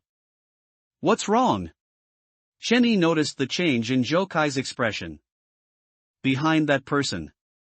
There's a monster. What? Chenny was stunned for a moment. Why didn't you notice it earlier? My perception range is limited. Jokai's tone became urgent. I can only sense targets within 800 meters. 800 meters? Chenny realized something was wrong, so... That monster is very close to us now? No, it can't be. Chenny shook his head, comforting him. They might not necessarily be coming towards us. Strange, why isn't anyone answering the phone? Jo Yun, standing nearby, muttered while looking at her phone. Could she be riding her bike and didn't hear it? That monster is coming straight for us, Jokai frowned, the person rushing towards us. Her phone is ringing. It can't be such a coincidence, can it? Chenny glanced at Jo Yun. She called her classmate, and then the person rushing towards them had her phone ring. This meant the person coming was Jo Yun's classmate. Wait a minute. Chenny seemed to have thought of something, and his expression turned a bit grim. Jokai, in the timeline I experienced before, you said that after you went back, you found your sister had turned into those things. Which means, your sister was harmed while we were taking the exam. As he said this, Chenny looked down at the time displayed on his phone. Logically, at this time, we should be in the exam hall taking the college entrance exam, so, could the time your sister was harmed be right now? The classmate Jo Yun had arranged to go shopping with, the monster chasing that student. Everything aligned at this moment. When your sister's classmate came, she saw the monster's true form and was then chased by the monster. The monster chased her here. And she just happened to see your sister. Damn it, we just caught up to it. Chenny stomped his foot. Xiao Yun, let's go. Jokai grabbed Jo Yun and turned to run. Wait for me. Chenny followed closely behind, running with him. Brother, what's wrong? Jo Yun noticed Jokai's troubled expression and asked with concern. Let's get out of here first, I'll tell you later. Jokai had no time to explain. At this moment, he only wanted to leave quickly. Chenny felt the same. He didn't want to be killed by those terrifying monsters again. If they didn't leave immediately, once the monster caught up, it would surely attack them. But just then, Jo Yun's phone suddenly rang. Jo Yun pressed the answer button, and her classmate's terrified voice came through the phone. Jo Yun, where are you? Save me, there's a monster. There's a monster trying to kill me. Damn it, why am I so unlucky? Chenny complained under his breath. He couldn't understand why these monsters, usually so well hidden, would suddenly reveal their true forms. Could it be that Jo Yun's classmate just happened to see a monster eating someone? But she was riding her electric bike on the road. She shouldn't have encountered something like that. It's too late. Jokai stopped and quickly pulled a knife from his backpack. What do you mean? Chenny asked. No sooner had he spoken than the sound of an electric bike came from not far behind them. Immediately after, a girl riding an electric bike burst into their line of sight. Xiao Ku. Jo Yun recognized the girl. Jo Yun. Jo Yun, there's a monster. There's a monster chasing me. Chenny vaguely heard heavy breathing, and a completely black monster, covered in a carapace, appeared before them. This was the first time Chenny had seen the monster's complete form. The monster had 6 long insect legs, and its original 2 hands had become scythe-shaped forearms. Its abdomen had several barbed tentacles that swayed constantly as the monster ran. A pair of huge compound eyes and a serrated mouthpart, its grotesque appearance was particularly chilling. Brother! Jo Yun was terrified by the monster's appearance. Don't be afraid, your brother is here. Jokai's expression was solemn as he shielded Jo Yun. Jokai, this monster. Something's not right about its appearance. Although this was Chen Yi's first time seeing the monster's complete form. Having been killed by monsters several times, he understood them to some extent. Even when these monsters shed their disguise, they could still speak human language. However, the monster in front of them was shaking its head, and disgusting slime kept drooling from its mouth. Not only that, Chenny smelled a strong alcoholic scent from this monster. Could this monster have accidentally revealed its true form because it was drunk? Chenny found it a bit amusing. However, remembering that the monster disguised as his own father also drank alcohol, he no longer found it strange. Not entirely, Jokai gripped the knife tightly in his hand, staring intently at the monster. This monster's heartbeat is slower than other monsters' heartbeats. It might be an old and sick monster. Ha! Chenny was a bit surprised. Monsters. Can they get sick too? How would I know? That's just my guess, Jokai said. Besides, is this the time to be discussing such things? Jo Yun, I'm sorry. The girl looked terrified. As she passed Chenny, she didn't stop, riding her bike straight away. This is what you owe me. If you hadn't asked me to go shopping with you, I wouldn't have encountered such a terrifying thing. Watching the girl ride away. The last piece of the puzzle regarding Jokai's sister's demise fell into place. Jo Yun's classmate led the monster here, just as Jo Yun was waiting for her classmate. As a result, her classmate rode off, leaving Jo Yun alone to hold off the monster. She just ran off like that? Chenny found it hard to believe. She won't get away, Jokai sighed. Having seen the monster's true form, she'll eventually be killed by other monsters. Xiao Yun. Go find a place to hide. Jokai slightly crouched, ready to fight the monster. Jokai, you're not going to fight this monster, are you? Chenny glanced at the approaching monster. Not me, Jokai said. Us? Chenny fell silent. Chenyi's reason for not running away from the monster in front of him was simple. He wasn't as fast as the monster, so since he couldn't escape, Chenny prepared to fight. Although he was a little scared, the thought that even if he were killed, he would just go back in time and could start over, gave him courage. Thus, Chenny instantly felt confident. Thinking of this, Chenny felt that his ability wasn't as useless as he had imagined. But when he saw Jokai fighting the monster, he couldn't help but feel a little envious. He's really amazing, Chenny exclaimed. The monster moved swiftly, its 6 insect legs making its massive body exceptionally agile. Its side-like forearms constantly swung, and coupled with the tentacles on its abdomen, an ordinary person would be no match. However, compared to the monster, Jokai's skills were equally impressive. It was clear that ever since he became aware of the monster's existence, he had been training himself. Furthermore, with Jokai's ability of enhanced senses, the monster was surprisingly unable to deal with him for a time. Enhanced vision allowed him to quickly detect the movements of the monster's tentacles. Enhanced hearing allowed him to judge the monster's forearm attacks by the sound of the wind. Enhanced touch allowed him to wield the knife in his hand more effectively. However, when Jokai's knife struck the monster, it couldn't penetrate its carapace. Its entire body is covered in a hard shell, a knife can't hurt it. Chenny shouted. Don't just stand there shouting, come help.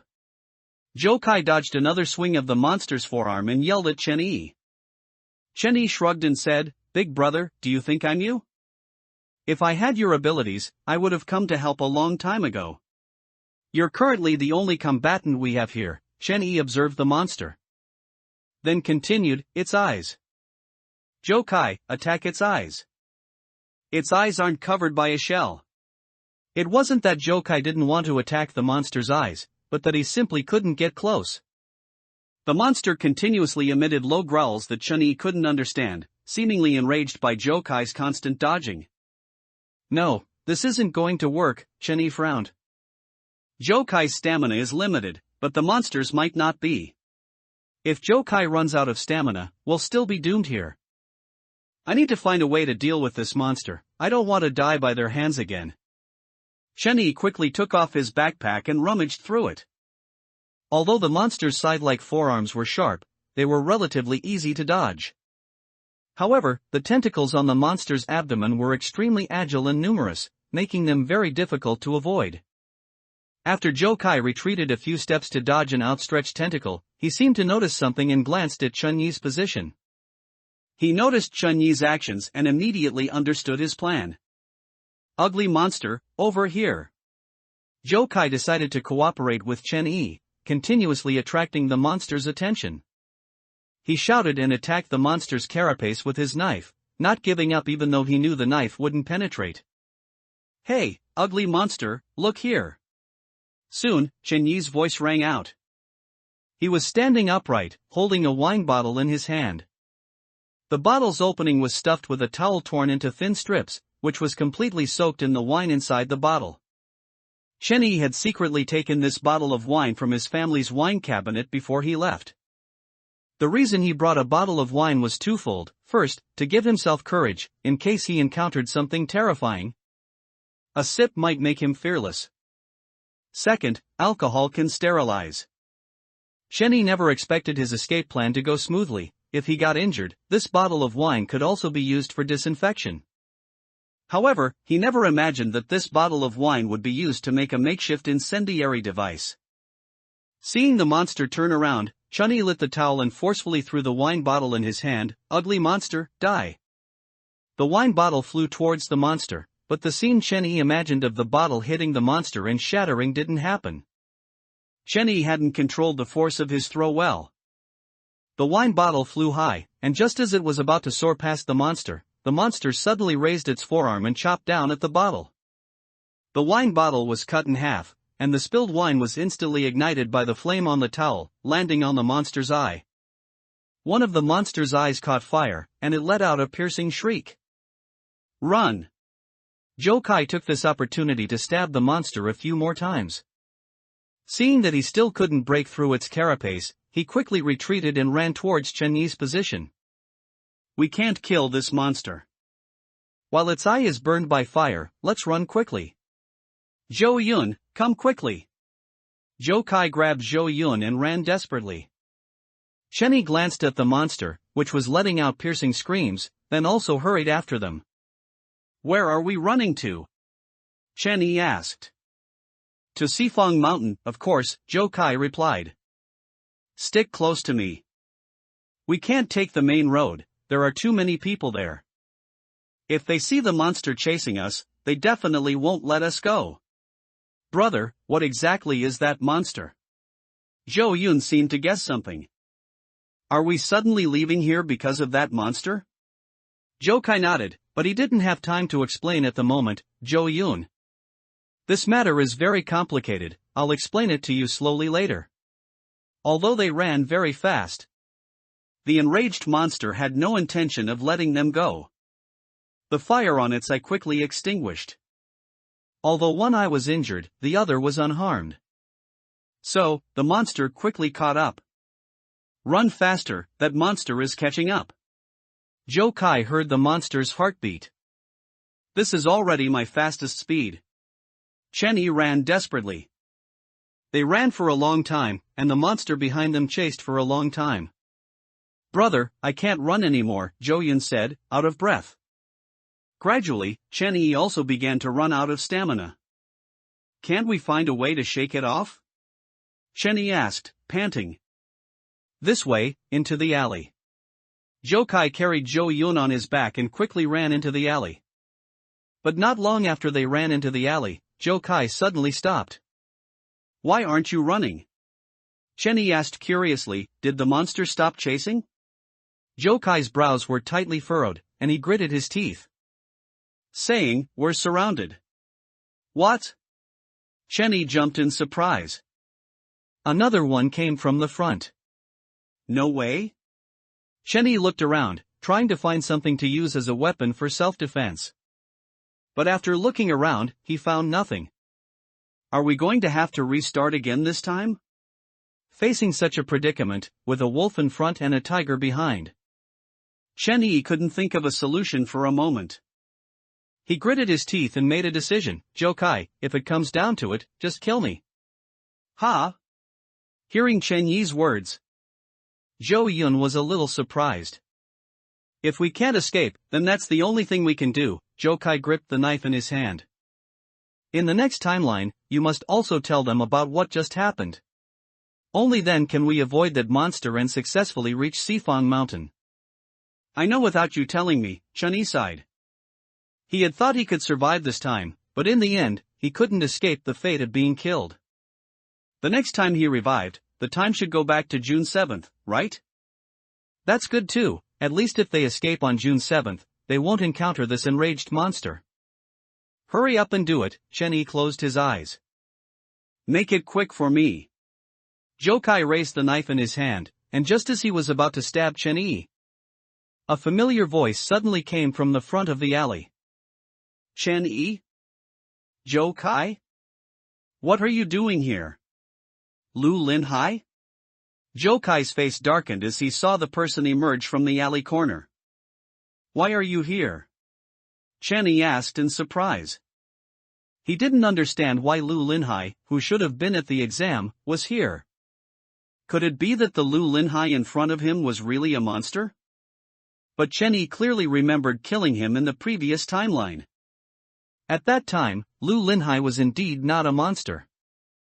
I'm going home, Lu Linhai said with a puzzled expression. Going home? Chen-Yi frowned. Shouldn't you be taking an exam right now? What time is it? The exam finished ages ago. Chen-Yi glanced at his phone. It was almost 6 o'clock, and the afternoon exam had indeed ended.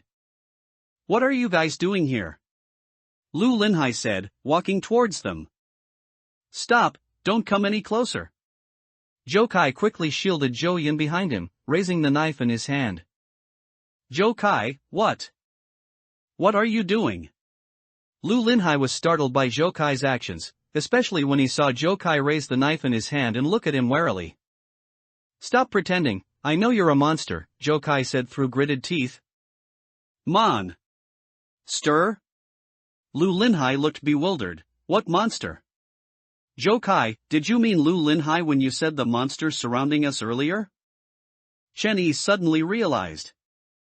Jokai didn't speak, he stared intently at Lu Linhai not far away and nodded in response. You scared me to death, Chen-Yi breathed a sigh of relief. He's not a monster. Are you guys playing a role-playing game? Seeing Lu Linhai raise his leg again, Jokai shouted, I told you not to come over. Although I don't know how you tricked Chen-Yi. You can't trick me. Jokai, what's wrong with you? Lu Linhai asked. As they spoke, the sounds from the alley entrance grew closer. Although Chen-Yi saw nothing, he knew that the monster was catching up. Jokai, trust me, Chen-Yi urged, Lu Linhai really isn't a monster. Let's run, or it'll be too late. I only trust my abilities. Jokai's expression was unusually serious. His heartbeat is exactly the same as the monster's. Are you stupid? If he really were a monster, would he still need to pretend to be human to approach us now? If he really were a monster, he'd reveal his true form and attack with the monster behind us, and we'd be dead for sure. Jokai frowned, although he didn't speak. He felt that what Chen-Yi said was not without reason. Just as Jokai wavered, Lu Linhai's expression suddenly changed. What the heck? Lu Linhai raised his hand, pointing and trembling as he exclaimed, what is that thing? Looking back, the monster had caught up. Chen-Yi had thought the narrow alley would restrict the monster's movements. But he never expected the monster to be able to climb quickly on the walls. The narrow alley not only didn't restrict the monster's movements but even made it more agile. Run! Chen-Yi urged loudly. Jokai gritted his teeth, pulling Zhou Yun and continuing to run forward. Chen-Yi, what is that? Lu Linhai stared intently at the approaching monster. This role-playing game you're playing. It's too advanced. Advanced my ass. Chen-Yi ran past Lu Linhai, shouting at him, that's a real monster. Run! A real monster? Lu Linhai came to his senses, glanced at the monster again, and, terrified, quickly chased after them. The alley twisted and turned. Jokai had thought it would slow the monster down, but he had inadvertently harmed himself. The monster climbed up the wall, leaped from the top, and blocked their path. Its side-like forearm swung down. Although Jokai reacted in time, Zhou Yun behind him had no chance to dodge. Jokai turned his back and embraced Zhou Yun. Just as the monster's forearm was about to pierce them, Lu Linhai suddenly rushed forward. Run! Lu Linhai forcefully pushed Zhou Kai and Zhou Yun away. The side stabbed down, piercing through Lu Linhai's body. Lu Linhai. As Chen Yi watched the blood flow from Lu Linhai's pierced wound. The scene of him killing Lu Linhai in the previous timeline flashed through his mind. Why? Zhou Kai didn't understand why Lu Linhai would save him. How would I know why? Lu Linhai's voice grew weaker and weaker. Maybe it was an unconscious reaction. He looked at Chen Yi and Zhou Kai, and his body began to convulse.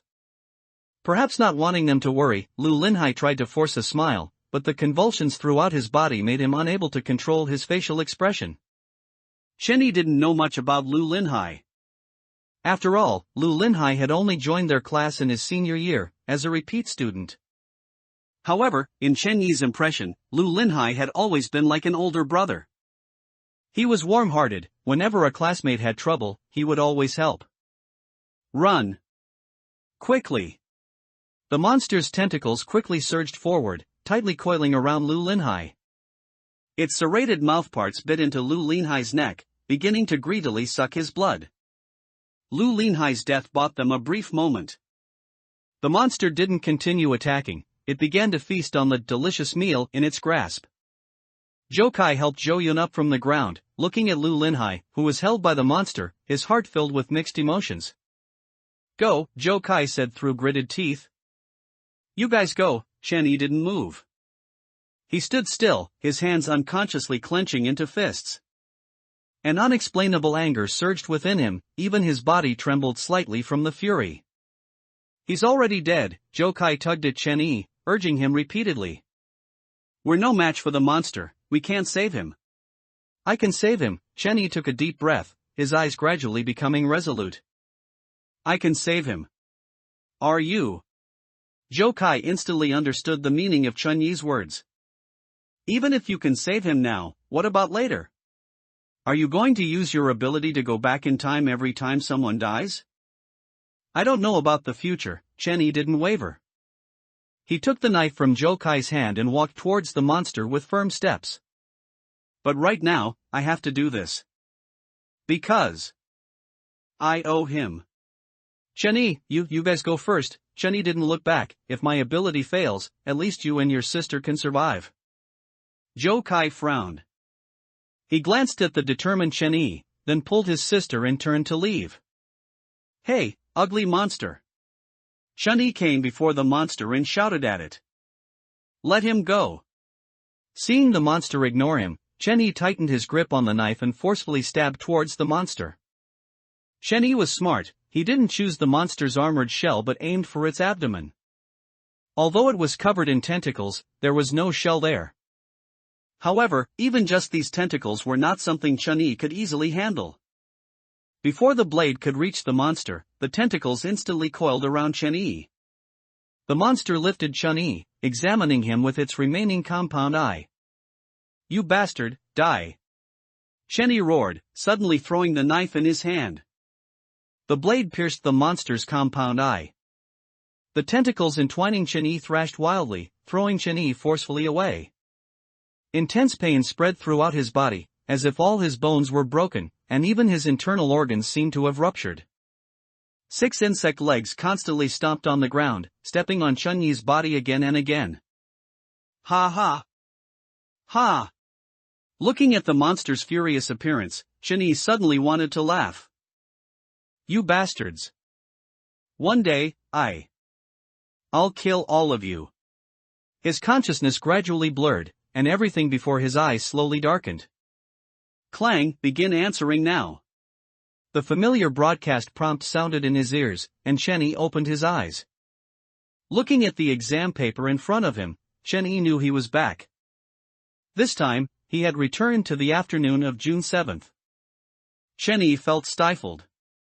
This feeling was like having played a game for 3 days and 3 nights, fully expecting to clear it. Only to find out he hadn't even left the Xin novice village, in the end. He glanced up at the proctor sitting by the podium, wishing he could rush up and kill them right now. Chen Yi was angry, and his hand pressed harder, the pen tip tearing the exam paper.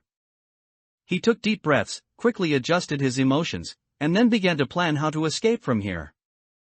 Jo Kai's sister, Jo Yun, would encounter a monster on June 8th. Although he knew this in advance, Chen-yi wasn't sure if he could avoid it. He didn't know the monster's identity before it revealed its true form, and if he chose to escape tomorrow, he might still run into it. Therefore, the best time to escape was today. After the exam, his mother would pick him up to go home. If he escaped at that time and his mother didn't see Chen-yi walk out of the school gate, she would immediately notice. And his escape would be instantly exposed. So, should he find an excuse to go out after dinner? That wouldn't work either. After all, tomorrow was the last day of the college entrance exam. If he wasn't back by night, his parents would find out just the same. Therefore, the most suitable time was tonight, after they had fallen asleep. That way, even when the two monsters at home discovered it, they would already be far away. As he thought of this, Chen-yi suddenly sensed someone standing beside him. He looked up and was startled, shivering. Without him knowing when, the proctor was standing beside him, frowning as he stared at Chen-yi's exam paper. The exam paper was blank. Chen-yi hadn't written a single word. "What are you looking at? Is it wrong if I don't know any of it?" Chen-yi said irritably. The proctor was taken aback, seemingly not expecting a student who hadn't answered a single question to be so arrogant. After the proctor walked away, Chen-yi quickly filled in the answer sheet. Handing in a blank paper would seem a bit suspicious. Since he had already written the answers once, Chen-yi finished quickly. Finally, he endured until 15 minutes before the exam ended. Chen-yi handed in his paper early. Before leaving, he walked over to Jo Kai and whispered a few words. "That student, what are you doing?" the proctor said. "Hand in your paper and get out quickly." No whispering. As his words fell, Jo Kai stood up. "Teacher, I'm also handing in my paper." Jo Kai handed in his paper and followed Chen-yi out of the examination room. It was the familiar rooftop again. Chen-yi recounted the events to Jo Kai. He described it very clearly, especially about Jo Kai and his sister, Jo Yun, so Jo Kai had no doubts. However, when he heard that Lu Linhai had saved him and Jo Yun, he was still a bit surprised. "I didn't expect Lu Linhai would actually save me." "He's always been warm-hearted," Chen-yi said casually. "Besides, there's a lot more you wouldn't expect. If Lu Linhai hadn't saved you, I'm afraid you wouldn't have believed he wasn't a monster until you died. But his heartbeat is indeed exactly like those monsters." Jo Kai still couldn't understand this point. Maybe everyone's physique is different, Chen-yi thought for a moment and said. "Some people even have their hearts on the right side." "Alright, stop talking about these things." Chen-yi glanced at his phone. The exam was about to end. "Don't forget tonight. I'll call Lu Linhai to come with us." "Don't call him a monster again then." After all the previous experiences, Chen-yi, even when facing monsters, could now act as naturally as Jo Kai. Soon, night fell. After Chen-yi confirmed that the two monsters at home were asleep, he secretly snuck out.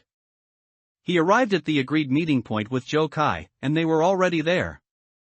"Chen-yi, Jo Kai just told me that everyone around us is a monster. Is this true?" Seeing Chen-yi, Lu Linhai hurried over. Jo Kai explained about the monsters. Jo Yun always believed her brother, so upon hearing this, she only felt scared. Lu Linhai, however, was filled with disbelief. "Are we really going to leave here?" Lu Linhai hesitated a bit. "Jo Kai also said that you died once to save me. Is that true too?" Lu Linhai had a belly full of questions, wishing he could pour them all out now. "Chen-yi, after you die, do you really go back to the past?" "All of this is true," Chen-yi nodded. "And we have no reason to lie to you." Chen-yi knew Lu Linhai wouldn't believe it immediately. If he hadn't been killed by monsters several times in a row, perhaps he wouldn't have believed that monsters actually existed in this world. "Let's talk on the way," Jo Kai said, holding Jo Yun's hand as he walked over. "After you told me what would happen tomorrow, I specifically paid attention on the way back. There is indeed an extra monster near the welfare home. He's an elderly beggar, a bit disoriented, going around asking people for alcohol. The monster we'll encounter tomorrow might be him. After a few simple words, although Lu Linhai was still half skeptical, he still followed Chen Yi and Zhou Kai to Sifang Mountain. Of course, a large part of the reason he followed them was because he was worried about them. Because they had planned the route in advance and departed at night, this time, they quickly arrived at Sifang Mountain. Climbing up Sifang Mountain, and continuing after crossing this mountain, the entire journey to reach the neighboring city was approximately 600 kilometers. This was a difficult journey, but to survive from these monsters, they had no choice but to face it. Let's go. Chen Yi took a deep breath and took the first step. The mountain road at night was not easy to walk, and being summer, there were many mosquitoes and insects in the mountains. Fortunately, Chen Yi was prepared, bringing not only a flashlight but also insect repellent. But as Chen Yi sprayed insect repellent on himself, he suddenly saw Zhou Kai frowning beside him. "What's wrong?" Chen Yi asked. "It's a bit pungent," Zhou Kai said, covering his nose. "Pungent?" Chen Yi looked at the insect repellent in his hand. "I think it smells quite nice." After speaking, Chen Yi remembered Zhou Kai's ability. "Oh, I'm sorry. I forgot your ability is enhanced senses." Chen Yi said with a smile, "Your nose now is like a dog's nose."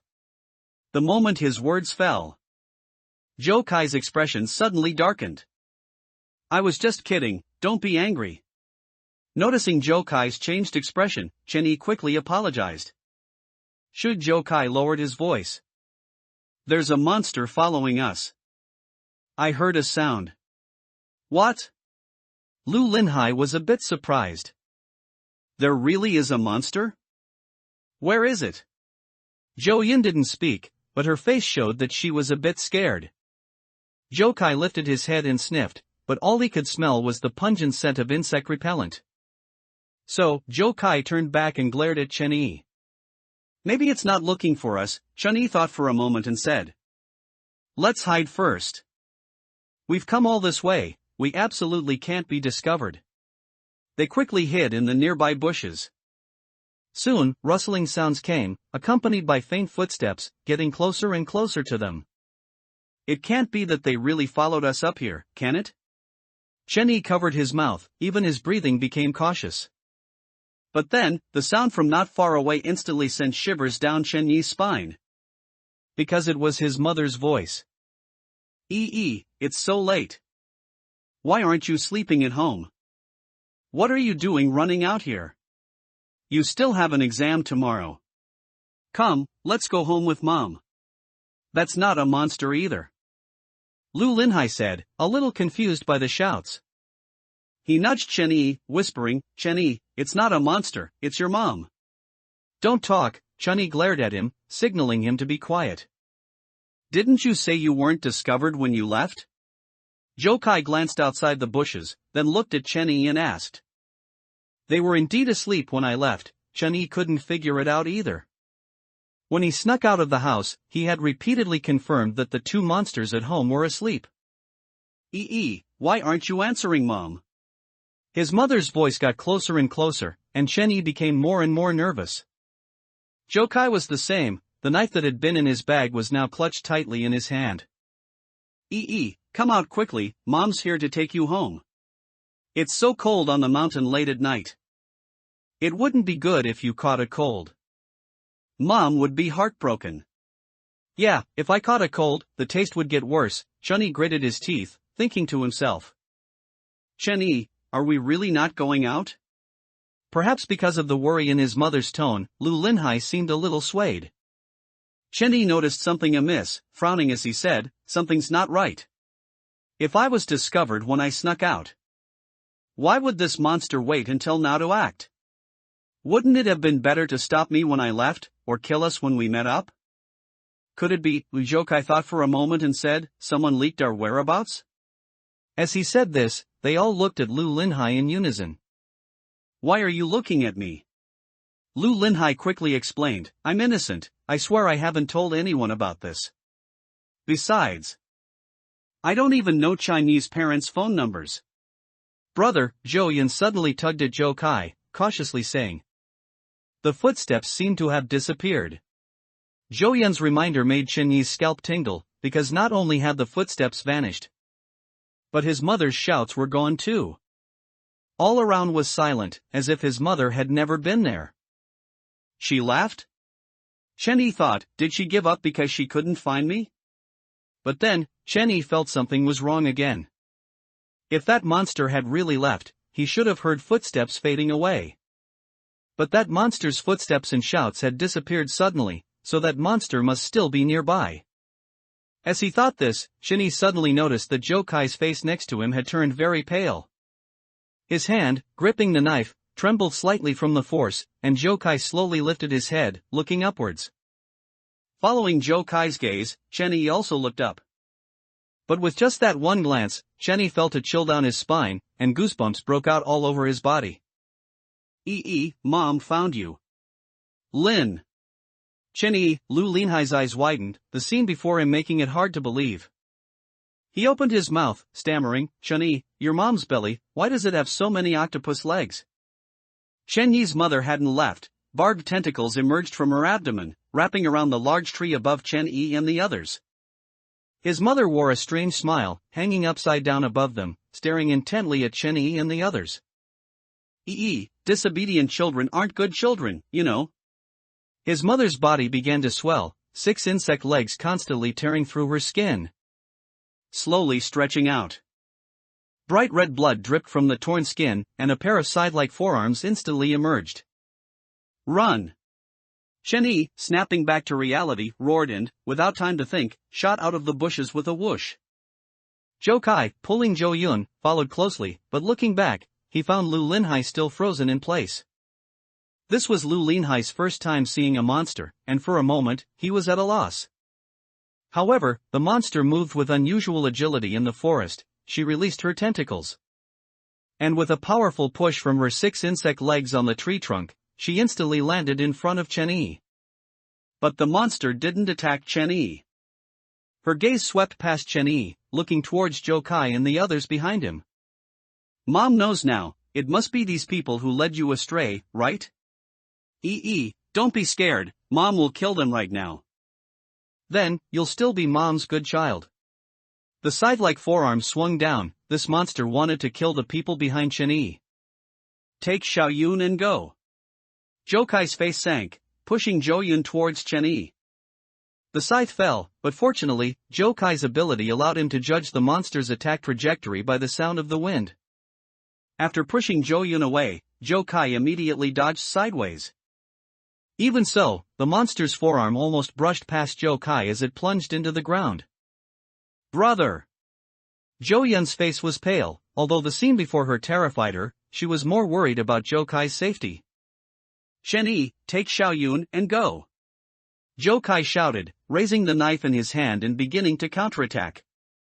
Zhou Kai's goal was clear: if the knife in his hand couldn't break the monster's carapace, then he would attack the areas without a carapace. He aimed for the monster's abdomen and thrust with all his might. However, the monster's abdominal tentacles constantly swayed, and even with Zhou Kai's convenient ability, his physical condition couldn't guarantee he could dodge all of them. Just as several barbed tentacles were about to coil around Zhou Kai, a roar came from the side. Ah! Lu Linhai roared, seemingly to intimidate the monster, and also to embolden himself. He rushed forward, leaped onto the monster's back, and wrapped his arm around its neck. Lu Linhai yelled at the top of his lungs, "You guys run!" Zhou Kai wanted to seize the opportunity to attack the monster's abdomen. But the tentacles swayed constantly, making it impossible for Zhou Kai to get close. One of the tentacles reached back and quickly wrapped around Lu Linhai on its back. The monster's strength was terrifying. Lu Linhai was utterly defenseless and was instantly pulled down by the monster. The tentacles tightened more and more. Lu Linhai's face turned red, and he let out a painful hiss. Let him go. Chen Yi took off his backpack and pulled out something he had prepared beforehand.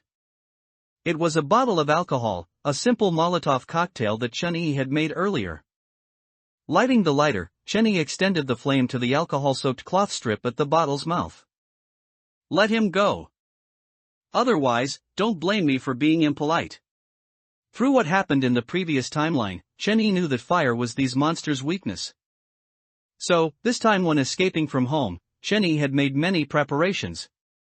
His backpack was packed full of alcohol, all made into simple Molotov cocktails. Children who play with fire aren't good children, you know.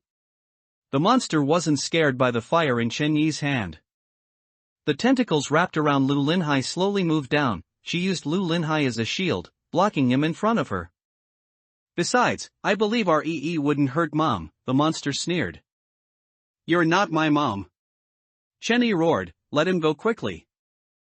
Otherwise, I'll set the mountain on fire, and we'll all die together. Hearing you say that truly breaks Mom's heart. The tentacles wrapped around Lu Linhai tightened relentlessly. Lu Linhai opened his mouth, but at this point, he no longer had the strength to cry out, only fresh blood flowing from the corners of his mouth. Chen Yi gritted his teeth, lit the cloth strip at the bottle's mouth. I'll fight you to the death.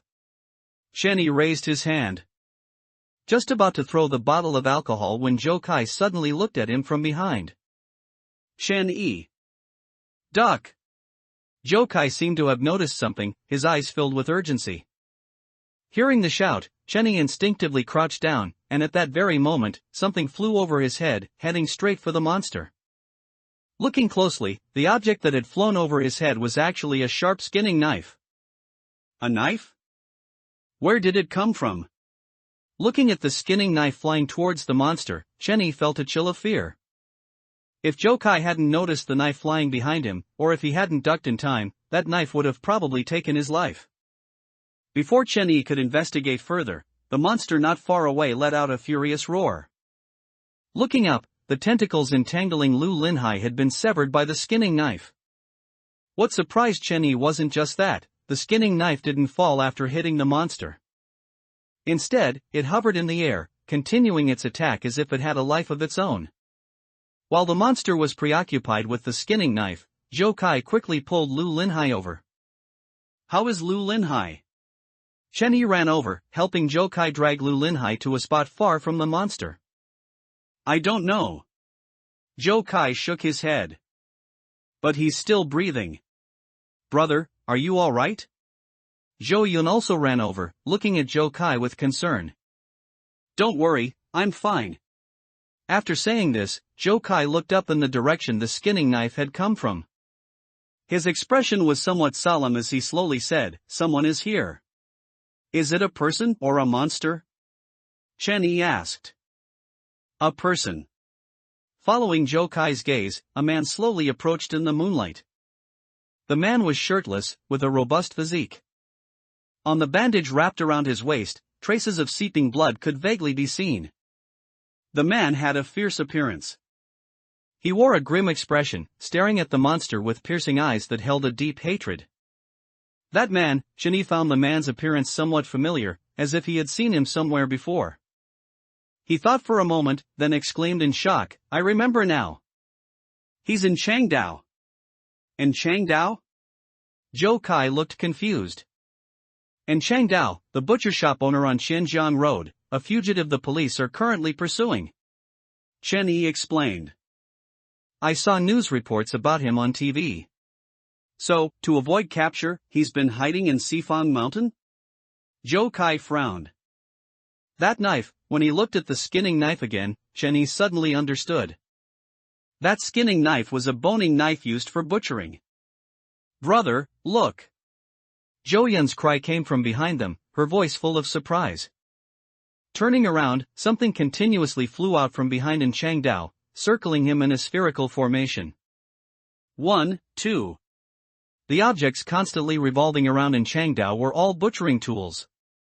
3 bloodletting blades, 3 boning knives, 2 bone-splitting knives, 1 meat-slicing knife, and a dark blue bone-chopping knife. And Chengdao's brows were tightly furrowed, his eyes filled with killing intent. Even without getting close, Chen Yi could feel a terrifying aura emanating from him, making him feel a chill. When the dark blue bone-chopping knife flew in front of him, and Chengdao quickly grabbed it and fiercely charged towards the monster. Beast, die! And Chengdao let out a low growl, his muffled roar sending shivers down their spines. He raised the bone-chopping knife in his hand and swung it at the monster. As Changdao made his move, Chenny saw a look of fear on the monster's face for the first time. Its side-like forearms were raised high, ready to strike Changdao. But as two flashes of cold light streaked by, two boning knives actually pierced into the monster's forearms. How are his knives so sharp? Chenny was somewhat surprised. He never imagined that the monster's tough carapace could be pierced so easily. No, it's not that his knives are sharp. Zhou Kai's enhanced vision allowed him to see more. His knives struck precisely at the monster's joints. Joints? Chenny was startled at first, then immediately understood. That's right, why didn't we think of that before? While the monster's carapace is indeed tough, no matter how tough it is, to allow for movement of its limbs, the joint areas cannot be covered by carapace. Even if we had thought of it, we might not have been able to do it. Zhou Kai shook his head. The monster is stronger than us and exceptionally agile. Coupled with the tentacles on its abdomen, even attacking its eyes and abdomen is extremely difficult, let alone its joints. To cleanly attack the joint areas and precisely stab through the gaps in the carapace is almost impossible for us. And Qingdao's attack wasn't over. As the boning knives restricted the monster's forearms, the other knives also quickly sprang into action. These knives seemed to possess their own consciousness, beginning to attack different parts of the monster's body. 3 bloodletting blades targeted 3 of the monster's insect legs, piercing into them at the joints. 2 bone-splitting knives cut in alongside the bloodletting blades, instantly severing 2 of the insect legs. By this time, Changdao had reached the monster's front. He raised the bone-chopping knife in his hand, and with a swift swing, chopped off another insect leg that had been pierced by a bloodletting blade. Ah! The monster let out a piercing shriek, and the tentacles on its abdomen rapidly surged towards Changdao. The skinning knife and meat-slicing knife moved in unison, along with the other knives, successively severing the flailing tentacles. I'll kill you, I'll kill you. Repeatedly thwarted, the monster was completely enraged by Changdao. Damn it, get out of the way. Zhou Kai, with his keen senses, seemed to anticipate the monster's next move and hurriedly shouted at Changdao. The monster charged at Changdao like a mad beast, seemingly intending to ram him to death with its body. Changdao heard Zhou Kai's warning, but he did not dodge. He merely tightened his grip on the bone-chopping knife with his right hand and slightly angled his body to the left. As the monster drew closer and closer, Changdao used his waist to generate force, swinging the bone-chopping knife in his hand in a wide arc towards the monster. With a clang, the bone-chopping knife struck the monster's carapace, sending a shower of sparks flying.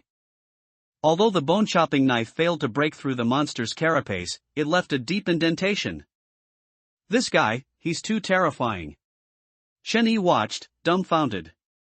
He knew how strong these monsters were and how formidable they were. Facing such a terrifying monster, Changdao was not only unafraid but even used the bone-chopping knife in his hand to forcefully stop the monster. He's more like a monster than the monster itself. Chenny murmured softly. Those flying knives, are they his ability? Looking at the knives constantly attacking the monster in the air, Chenny felt a hint of envy. This ability was not only powerful in attack but also looked incredibly cool. Probably. Zhou Kai replied casually. But soon, Zhou Kai frowned. He noticed that the bandage on Changdao's waist was already completely soaked with blood. The collision with the monster had caused the wound on Changdao's waist to tear open again, and as he continuously exerted force, blood kept seeping from his waist. Ha ha ha ha. The monster seemed to smell the blood in the air and became even more excited. She also noticed the wound on Changdao's waist, and the few remaining tentacles on her abdomen quickly stabbed towards the wound. Changdao and the monster were now almost pressed against each other. If those knives flew in, although they could injure the monster, they would also injure Changdao himself. So, Changdao wanted to retreat, but the monster seemed to sense his intention, and it was too late to retreat now. Butcher uncle. Above. Seeing the unfavorable situation, Chenny had a flash of inspiration and suddenly charged forward. He threw the wine bottle in his hand towards the area above the monster. With his shout, and Changdao saw the makeshift Molotov cocktail ignited above the monster's head. A bone-splitting knife flew upwards. With a bang, the wine bottle shattered, and the wine inside was instantly ignited by the flames, falling onto the monster's head. One bottle of wine was not enough to burn the monster to death, so Chun-Yi threw bottle after bottle of wine from his bag at the monster. "Butcher shop uncle, there's more here!" Chen-Yi shouted. Perhaps feeling that Chen-Yi was too slow, Jokai also came over to help. 3 boning knives and 1 meat cleaver constantly circled above the monster's head, shattering the wine bottles thrown by Chen-Yi and Jokai one by one. All the wine in Chen-Yi's bag was high-proof liquor, and the spilled alcohol intensified the fire, instantly spreading over the monster's body. The monster felt the pain from the flames, and its remaining tentacles rose, trying to extinguish the fire on its body. However, Changdao would not give her this chance. The boning knife stabbed the monster's last few tentacles, and the skinning knife followed, quickly severing all of the monster's tentacles. The monster wriggled its remaining 3 worm legs, trying to escape. And Changdao, holding the bone cleaver in his hand, leaped up and aimed at the joints, severing 2 of them consecutively. The last remaining worm leg was also stabbed at the joint by the bloodletting blade, rendering it unable to move. The monster had lost all its means of attack. She lay on the ground, constantly rolling, not knowing if she was trying to extinguish the fire on her body or struggling in pain. Ee. In the flames, the monster slowly raised her head and looked at Chen-Yi. Save mommy, save mommy. You are not my mom. Chen-Yi roared. I am mommy, I am mommy. The monster writhed, seemingly wanting to get closer to Chen-Yi. I raised you for 18 years, I am your mommy. Quick! Quick, save mommy, mommy's in so much pain, quick, save mommy. 18 years. The monster's words enraged Chen-Yi. He gritted his teeth, a strange sense of oppression in his heart. That's right, you did raise me for 18 years. But that also means I've been separated from my birth parents for 18 years. It's you monsters. Who separated me from my birth parents for a full 18 years. I don't know who my birth parents are, I don't even know what they look like. Jokai patted Chen-Yi's shoulder. He looked at the monster on the ground and said for Chen-Yi, don't play the victim here. I think you know very well why you raised Chen-Yi. You know who my birth parents are, don't you? Chen-Yi shouted hysterically. Tell me, who are my birth parents? Where are they? Are they still alive? Chen-Yi, don't go over there. Jokai pulled back Chen-Yi, who wanted to approach the monster. The monster's voice grew weaker and weaker, and soon she fell to the ground, no longer moving. Is she dead? Zhou Yun turned her head away, not daring to look at the monster's charred corpse. Dead. Jokai nodded, the monster's heartbeat had stopped. Ah! Chen-Yi let out a loud roar, as if wanting to vent all the accumulated grievances and unwillingness deep within his heart. We survived. Chen-Yi took a deep breath. After venting, a hint of excitement filled his heart. This time, we finally survived against the monster. Yes, for Chen-Yi, after experiencing death again and again. This time he finally defeated the monster. Although it was only one, it was a good start. However, just as Chen-Yi was immersed in joy, Jokai's expression suddenly changed. An extremely faint sound suddenly appeared and entered Jokai's ears. This sound was the monster's heartbeat. No! It's not dead! Jokai immediately shouted, but the moment he cried out, the monster had already moved. Mommy's face, burned by the flames, turned to ashes and scattered across the ground. Her serrated mouthparts pushed hard against the ground. The monster used all its strength to leap up, its serrated mouthparts lunging towards Chen-Yi. The sudden scene caught Chen-Yi off guard. By the time he reacted, the monster was already in front of him. At this moment, Chen-Yi was at a loss, with only one thought in his mind: he couldn't die. He had just managed to defeat one monster. Would everything return to square one after this brief excitement? No, he was unwilling. Chenny felt his body heating up, and at that very moment, he suddenly noticed that the monster, about to bite him, had stopped in midair. What happened? Chenny was stunned for a moment, then looked up. It wasn't just the monster that had stopped moving. The knives flying in the air, Zhou Kai with his mouth open ready to shout, and Shangdao holding up his bone cleaver, the panicking Zhou Yun. And even the half-fallen leaves in the distance, everything seemed to have stopped. At this moment, the entire world became incredibly quiet, everything was still, except for Chen Yi.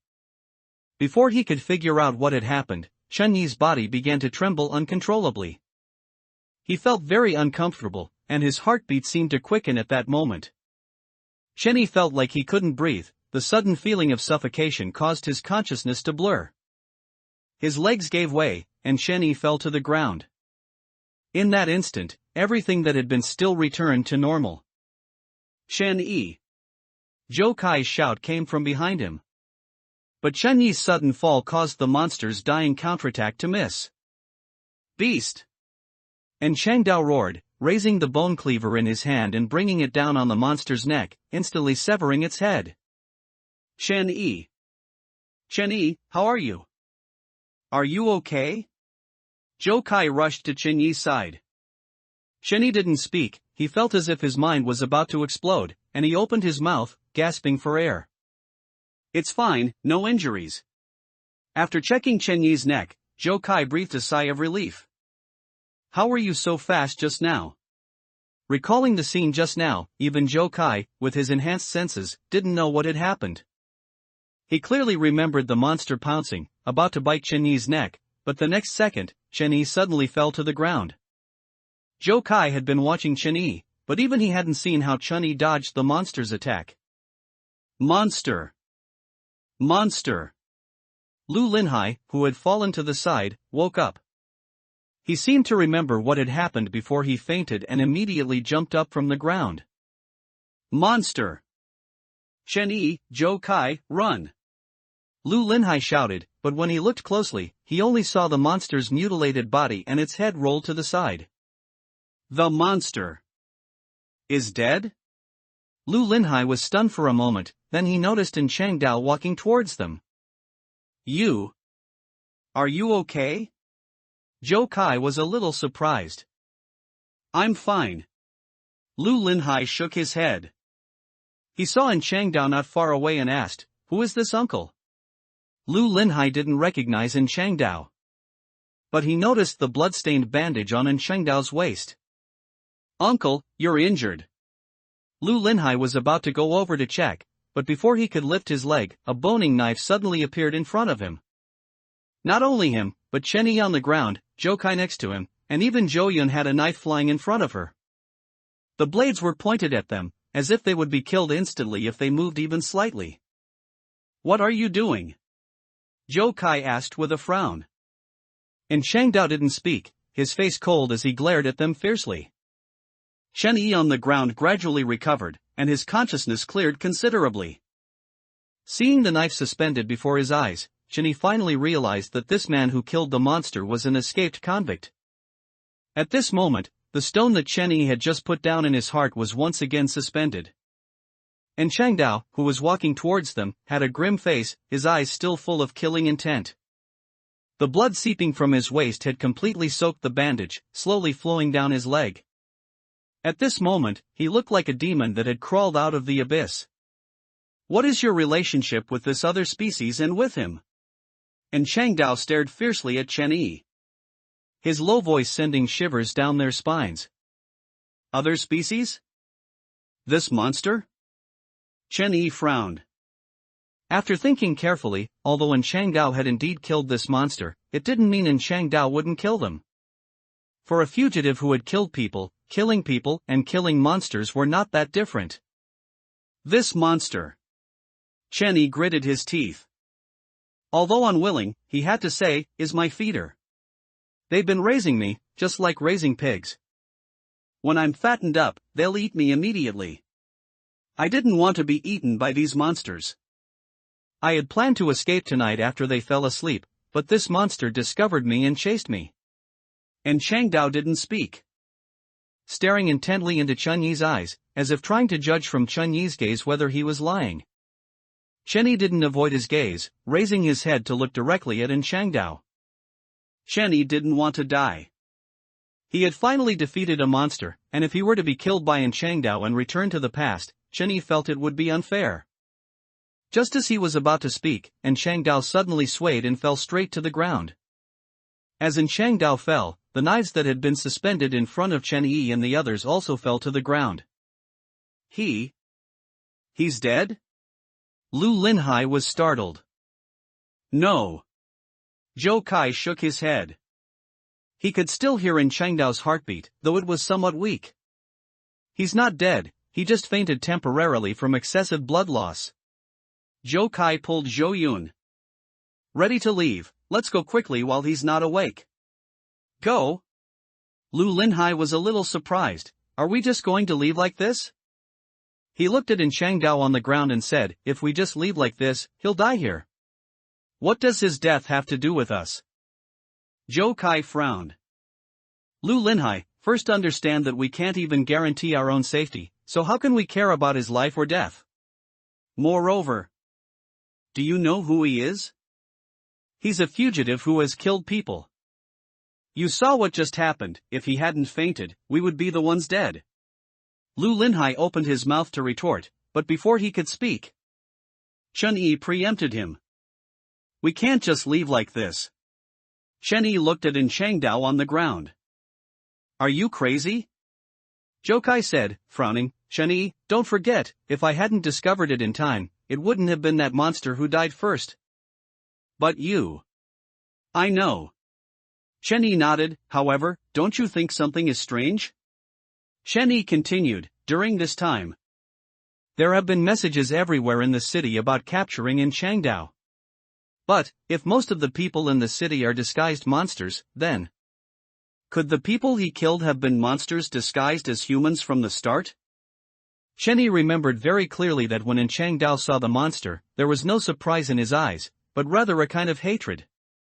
Coupled with Changdao's control over his abilities, this indicated that he had known about the existence of these monsters for a long time. I always feel that he knows more about these monsters than we do, so perhaps from him, we can get more information about the monsters. So what? Zhou Kai was nonchalant. Why do we need to know about these monsters? Even if you understand these monsters, what can you do? Kill them? Do you know how many monsters there are in this world? Can you kill them all? All we need to do is escape from here, then move to a city where no one knows us and survive. Zhou Kai. Chen Yi shook his head, we can't hide forever. That's right, when facing these monsters, you can indeed pretend to be unfazed. But what about your sister? Zhou Kai froze, then realized that Zhou Yun behind him was trembling. Zhou Yun was frightened by the monster, not just its terrifying appearance, but also its almost insane actions and cannibalistic behavior. Brother, I'm fine. Zhou Yun didn't want Zhou Kai to worry. Seeing Zhou Kai turn around, she tried her best to pretend to be fine. However, her trembling voice still betrayed her.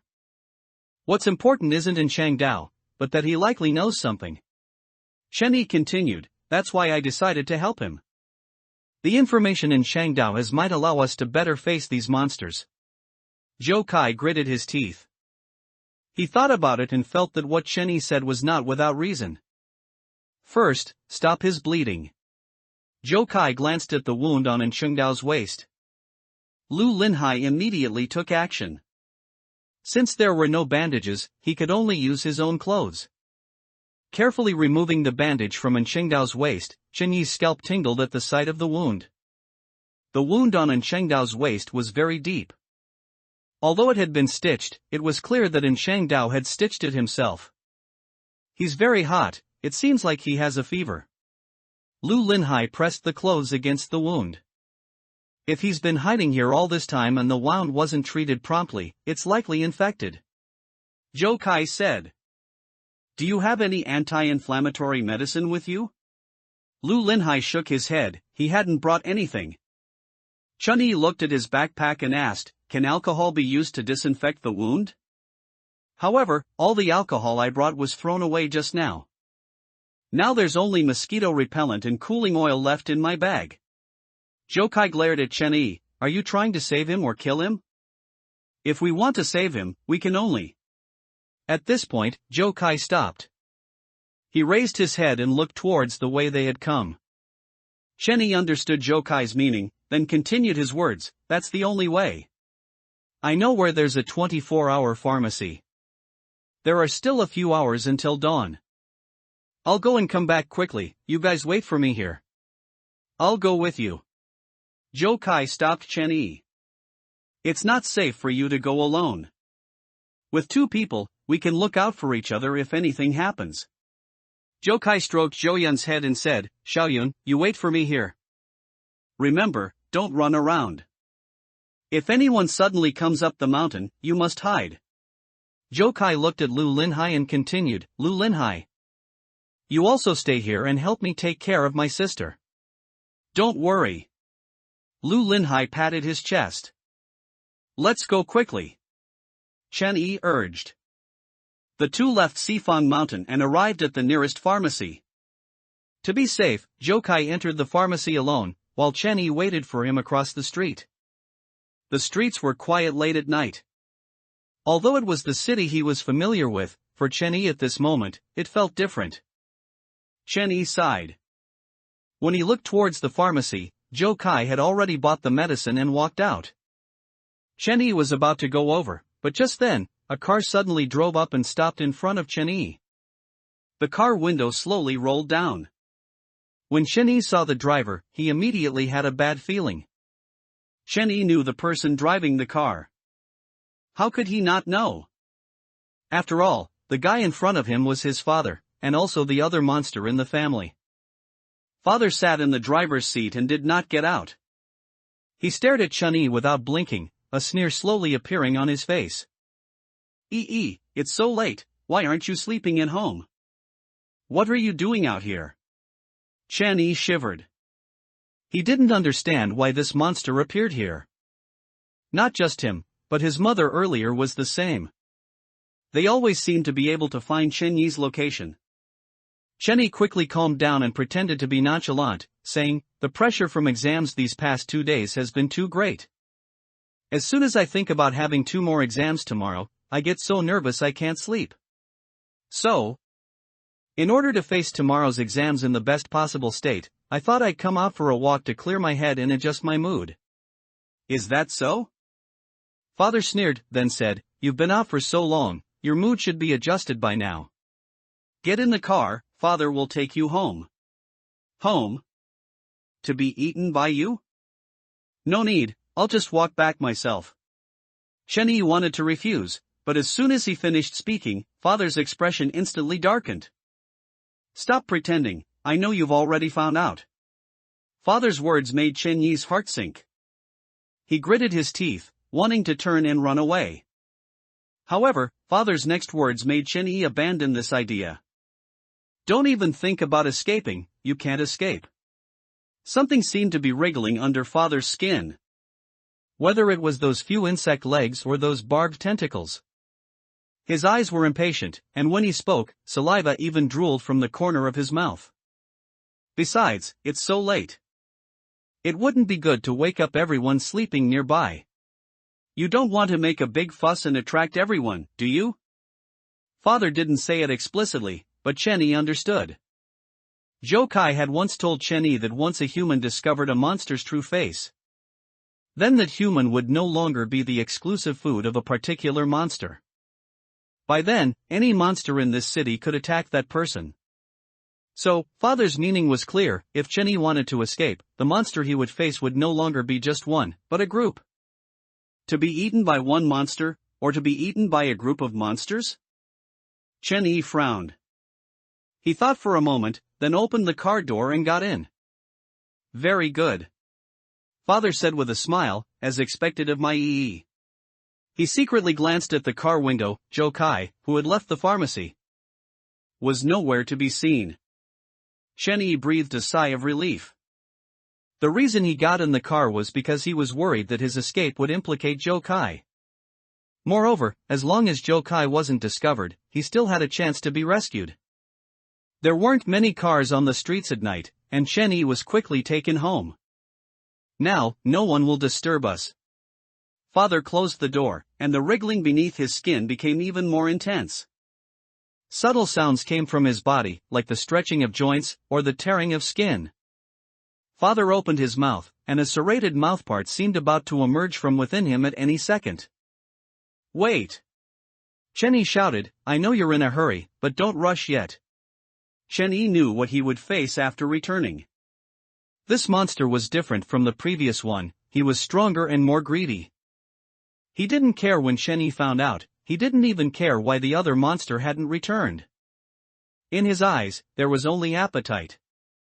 I'll be 18 the day after tomorrow. Chenny said quickly. What he needed to do now was to stall for time. Only by not being eaten by this monster immediately could he wait for Jokai to save him. How about? You eat me after my 18th birthday? Chenny knew this monster would agree. After all, he vividly remembered what happened on his birthday. Father didn't answer immediately, but the wriggling beneath his skin gradually stopped. I've always looked forward to my 18th birthday, wanting to eat a big cake and have a happy birthday. Chenny pretended to be very sad. The monster frowned, muttering softly, indeed, you're about to come of age. The meat of livestock people on the day they come of age is the most delicious. Even one day's difference will make a big difference in taste. And, I heard that emotions also affect the taste. Chenny heard the monster's words and quickly followed up with his own. He remembered what happened in the previous timeline. On June 10th, the monster had said before killing him that fear would make the meat sour. So, Chenny continued, if I can't have my 18th birthday, I'll be very sad. If I'm too sad, the taste will also get much worse, right? Anyway, you've waited all these years, so a day or two won't make a difference. You've waited all these years, wouldn't it be a shame if you couldn't eat the most delicious meat? Don't worry. This time I definitely won't run away. At worst, you can lock me in my room. Even if you wanted to escape, I could find you. The monster sneered. And the wriggling beneath his skin completely stopped at that moment. The monster in front of him reverted to his usual appearance as father, only his eyes were no longer as they once were. Get some rest early. Father licked his lips. Chenny's heart was filled with disgust, but he couldn't show it. He couldn't provoke the monster at this time, otherwise everything he had done before would be ruined. After returning to his room, Chenny quickly walked to the window. He looked downstairs but didn't see Jokai's figure. Jokai wouldn't have failed to notice I was taken, would he? Chenny was a little worried. But on second thought, Jokai's ability made his sense of smell better than a dog's. He must have noticed Chenny leaving with the monster. Moreover, when Chenny got in the car, he secretly glanced out the window. Jokai, who had originally walked out of the pharmacy, was gone, indicating that he had already hidden. Don't worry. Chenny comforted himself in his heart. It's still early. Even if Jokai wants to save me, he needs to come up with a foolproof plan. If he acts rashly, not only will he not be able to save me, but he himself will also fall into the hands of this monster. Jokai has always been very cautious, so he must be hiding somewhere now, planning how to save me. Despite saying this, his worries did not diminish in the slightest. Besides these, there was one more thing Chenny still couldn't understand. He didn't know why, but these two monsters at home always seemed to be able to accurately find Chenny's location. Mother going to Sifang Mountain, father driving to the pharmacy. If Lu Linhai hadn't risked his life to save him, Chenny would really suspect that he had secretly leaked his whereabouts. Chenny patted himself down. Could it be that these monsters had installed a tracker on him? Thinking of this, Chenny thought of his phone. If there really was a tracker on him, it was highly likely hidden in his phone. With this thought, Chenny didn't dare to use his phone to contact Jokai anymore. If there really was a tracker in the phone, perhaps there were other things too. Like eavesdropping. No wonder Jokai prepared an old-fashioned phone and specifically found a non-real name SIM card. It had to be said, Jokai's caution was indeed useful. That night, Chenny lay in bed, tossing and turning, unable to sleep at all. The next day, father did not go out and stayed outside. His behavior was already very clear, he would absolutely not leave until he ate Chenny. Chenny had expected Joe Kai to take action that day, but even after night fell again, Chenny still hadn't seen Joe Kai appear. Time passed minute by minute, and soon, it was the evening of June 9th. At 11:54 p.m., the door to Chenyi's room was pushed open. Father walked in, rubbing his hands. It's almost midnight.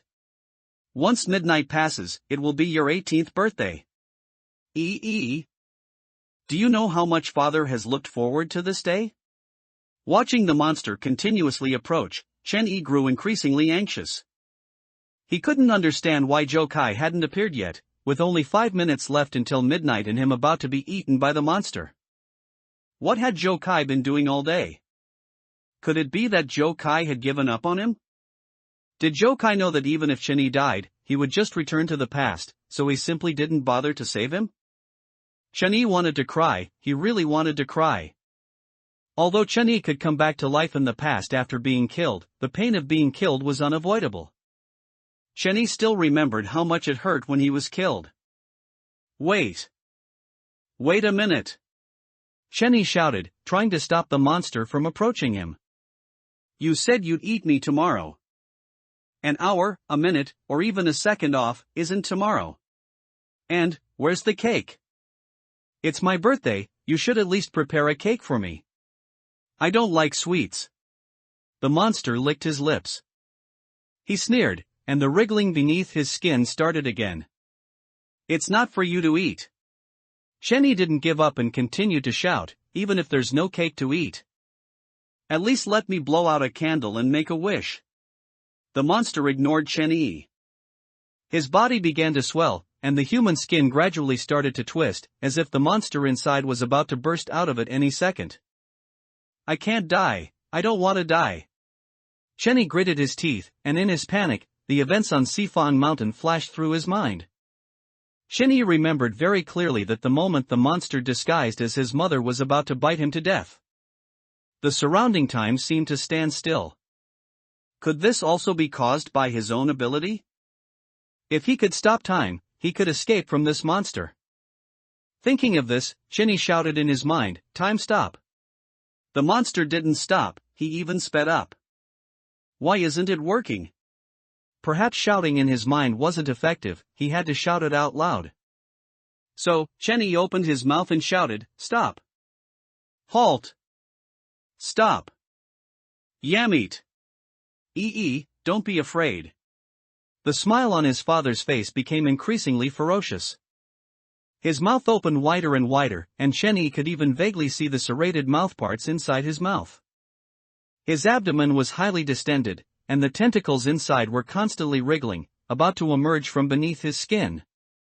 As livestock people, it's a great honor to be eaten by your master.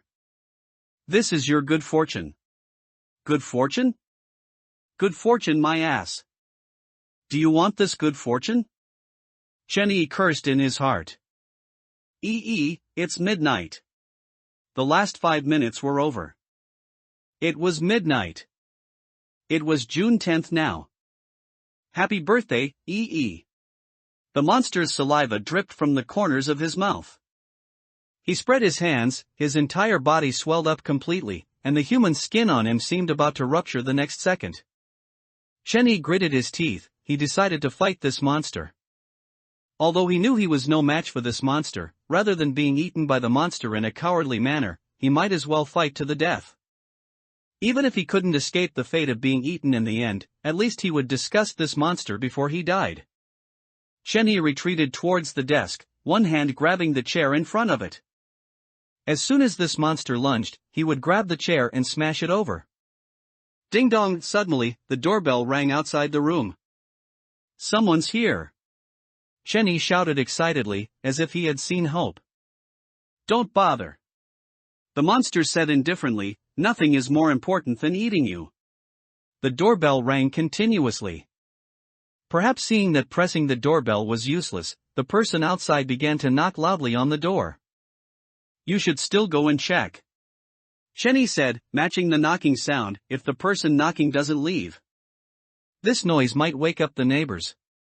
If you attract the other monsters in this building, you won't be able to eat alone. Ugh.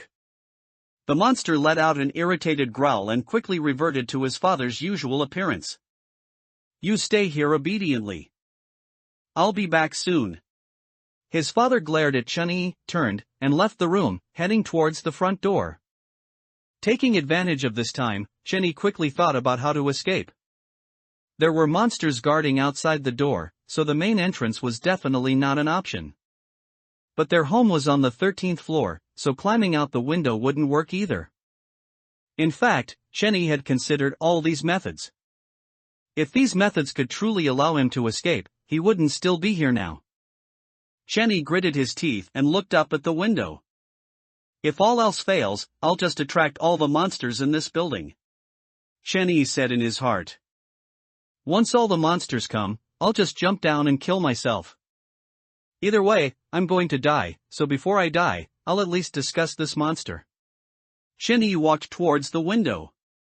And as he reached out to open it, a familiar voice came from outside the room. Hello, Uncle, I'm Chenny's classmate, my name is Joe Kai. Joe Kai? Hearing Joe Kai's voice, Chenny breathed a sigh of relief. Next time you save me, can you not cut it so close? If you were any later, you might not have seen me. It's so late, what are you doing here? His father's voice came from outside the room. His tone was very unfriendly, but thinking about it, it made sense. Being suddenly interrupted just as he was about to enjoy a meal would make anyone unhappy. However, Joe Kai wouldn't care about that. His tone was steady, and he slowly said, Uncle, it's like this. Chenny didn't go to the exam the day before yesterday. And he didn't come to the graduation dinner yesterday either. His classmates are all very worried about him, thinking he might be sick, so they sent me as a representative to check on him. Uncle! Is Chenny okay? Is he really sick? Did he go to the hospital? Chenny's grades have always been among the best in our class. The college entrance exam is so important, but he gave up, it's such a shame. Joe Kai outside the door chattered on. While Chenny in the room was a bit confused. Wasn't Joe Kai here to save him? Why did he suddenly start chatting with this monster? What exactly are you here for? His father was a little impatient, and from his tone, one could hear him suppressing his anger. Uncle, is there something wrong with your ears? Joe Kai still spoke slowly, even slowing down his speech. It must be from taking care of Chenny. Alright, Uncle, I'll say it again. Because Chenny didn't go to the exam the day before yesterday. Joe Kai repeated what he had said before. What exactly is Joe Kai trying to do? Chenny in the room frowned. He couldn't understand. Given Joe Kai's cautious personality, he would never appear rashly in front of a monster without absolute certainty. However, Joe Kai kept repeating some irrelevant things, and Chenny couldn't guess what Joe Kai's plan was. As he thought of this, a muffled thud suddenly came from the room, followed by slow footsteps approaching Chenny's room. Chenny froze for a moment, and a chill immediately ran down his spine. Joe Kai was dead? Did that monster kill Joe Kai out of annoyance? No, Joe Kai's ability was enhanced senses. Even if Joe Kai couldn't kill the monster, he wouldn't be killed by the monster so easily. But why did Joe Kai's voice disappear? If Joe Kai was still alive, why did he suddenly stop talking? Chenny gritted his teeth, his heart filled with self-reproach. Joe Kai died to save him, he had to do something for Joe Kai. Ugly monster, I'll fight you to the death. Chenny grabbed the chair and charged out, but just as he reached the doorway, a familiar figure appeared outside the door. What are you doing? Joe Kai outside the door was stunned for a moment, looking at Chenny holding the chair with confusion. Going to fight the monster to the death? Why didn't you do that earlier? Joe Kai pouted. You're not dead? Looking at Joe Kai in front of him, Chenny couldn't help but feel surprised. Joe Kai wasn't dead? The monster was dead? Joe Kai had counter-killed the monster? Do you really want me to die?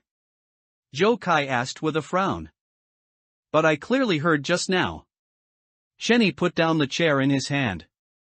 Stepping out of the room, Cheney saw the monster lying in the entryway. The muffled thud he heard earlier was the sound of this monster falling. Joe Kai had really killed this monster, but how did he do it? As he was surprised, Cheney suddenly noticed something familiar stuck in the monster's neck. Cheney instantly recognized the object stuck in the monster's neck. That was in Qingdao's knife. You used these two knives to kill the monster just now? Cheney asked, somewhat surprised. You think too highly of me. Joe Kai shook his head and said, most of the residents here are monsters. To avoid waking up other monsters, you have to be quick, accurate, and ruthless. It's best to kill them in one blow. I can't kill this monster in an instant. Looking down at the ground. The monster was killed before it even had a chance to reveal its true form. If anyone could truly achieve that, Cheney could only think of one person. And Changdao? A faint sound of footsteps came from the corridor. Immediately after, and Changdao walked in from outside the door, his face cold. He was wearing an ill-fitting hoodie, which looked like Joe Kai's clothes. He had a specialized knife bag on his back.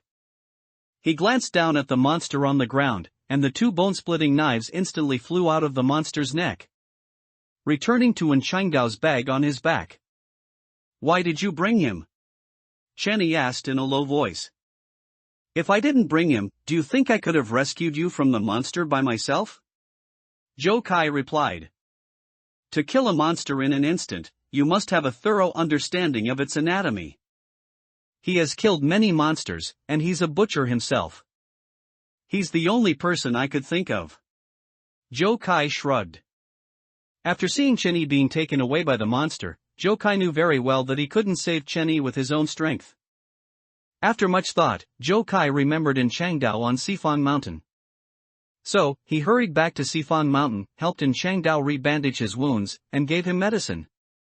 You were right about something earlier. Joe Kai leaned close to Cheney and said, he really is more like a monster than a monster. With such severe injuries, he shouldn't have been able to move for 3 to 5 days. At first, I was just trying anything. But he woke up the next day, as if nothing had happened. Joe Kai originally thought he would have to spend a lot of effort to convince Changdao to save someone, but to his surprise, Changdao agreed immediately after hearing him out. I remember you told me that you would be eaten by a monster on June 10th, which is why I rushed over. Joe Kai's plan was simple, he would knock on the door and distract the monster by talking to it. And Changdao would hide in the stairwell. After confirming the monster's location, he would use his ability to control the bone-splitting knives and kill the monster. One more thing, do you know why those monsters can find us? Joe Kai asked. Cheney shook his head. He had never understood this. Pheromones, Joe Kai explained. These monsters leave pheromones on the humans they keep. Through these pheromones, they can accurately find your location, no matter where you go. Fortunately, only the keepers can smell these pheromones. Now that all your keepers are dead, you don't have to worry about them anymore. Hearing this, Cheney breathed a sigh of relief. Since you knew this, why didn't you tell me sooner? Cheney asked. Joe Kai pointed his chin at Changdao and said, he told me this on the way here. You're right, he understands these monsters better than we do. He was very glad about his decision back then. If he had abandoned Changdao and left directly, even if he hadn't returned to the city, he would have eventually been found by the monsters because of the pheromones on him. Cheney looked back at Changdao. Perhaps due to excessive blood loss, his face was pale, but even so, Changdao, with his furrowed brows and serious expression, still looked fierce. Cheney felt he should express his gratitude, but before he could speak, Changdao casually grabbed the car keys from the shoe cabinet and said, the person has been rescued. Now, follow me to the butcher shop. To the butcher shop? Cheney was startled, what for? Are we going to escape with half a pig? Cheney glanced at Joe Kai, who also looked puzzled. This isn't what we agreed upon, Jokai said. We agreed that after rescuing the person, we would immediately return to Sifan Mountain and then escape from this city. Without the key, you can't go anywhere, and Changdao said with a cold face. Key? Chenny asked, puzzled, what key? The key to leave this city, and Changdao continued. This city is far more complex than you imagine. Do you think you can escape from here by simply following Sifan Mountain? Ridiculous. This city is like a breeding ground. Without the key, even if you cross Sifan Mountain, the end result will only be a dead end. Breeding ground? Chen Yi was shocked. What do you mean? If you know this, do you know what these monsters are all about? Why are there monsters where we live? What exactly happened in this city? And Changdao didn't answer. He looked outside the corridor and walked straight out. We'll talk on the way. Chen Yi and Jokai hurried to follow. They arrived at the parking lot and found Chen Yi's father's car. After getting in the car, and Changdao drove to the butcher shop. Uncle, can you tell us now? Chen Yi was eager to know what was going on. A few years ago, I opened a pig farm in the suburbs. And Changdao began to recount his experience of discovering the monsters. The pigs raised at the pig farm would be slaughtered and then transported directly to the butcher shop for sale. Everything was fine until 3 months ago, when the pigsty gate wasn't properly closed, and all the pigs ran away. The pig farm was small. If I couldn't find those pigs, that year's work would be for nothing. So, I started looking for the escaped pigs. I searched for a long time until I saw the bodies of these pigs. These pigs were eaten by monsters? Chen Yi asked. And Changdao shook his head and continued, not monsters, but a special device at the edge of this city. If you don't have the key, once you try to leave this city, you will die immediately. That's impossible. Chen Yi felt it was absurd. If people in this city can't leave, what about those who get into universities? You only saw them get into universities. But have you seen them come back? And Changdao retorted. Chen Yi was stunned. He suddenly thought of Grandma Lu's son upstairs. Grandma Lu said her son worked in another city, but Chen Yi had never seen him return, not even during the New Year. Moreover, as I said, this city is like a breeding ground. Humans are the livestock being raised, and monsters are the keepers who raise humans. To maintain a continuous supply of livestock in the breeding ground, this city has special routes for entry and exit, allowing monsters to trade livestock. But these places are completely inaccessible to humans. Chen Yi understood. The special device at the edge of the city was like an electrified fence around a breeding ground. Once livestock got close, they would be electrocuted. To leave, one had to go through the front gate. Monsters could distinguish who was human. So humans without monster escorts could not leave through the front gate. How do you know all this? Chen Yi asked. Because, while I was looking for the pigs, I found a skeleton.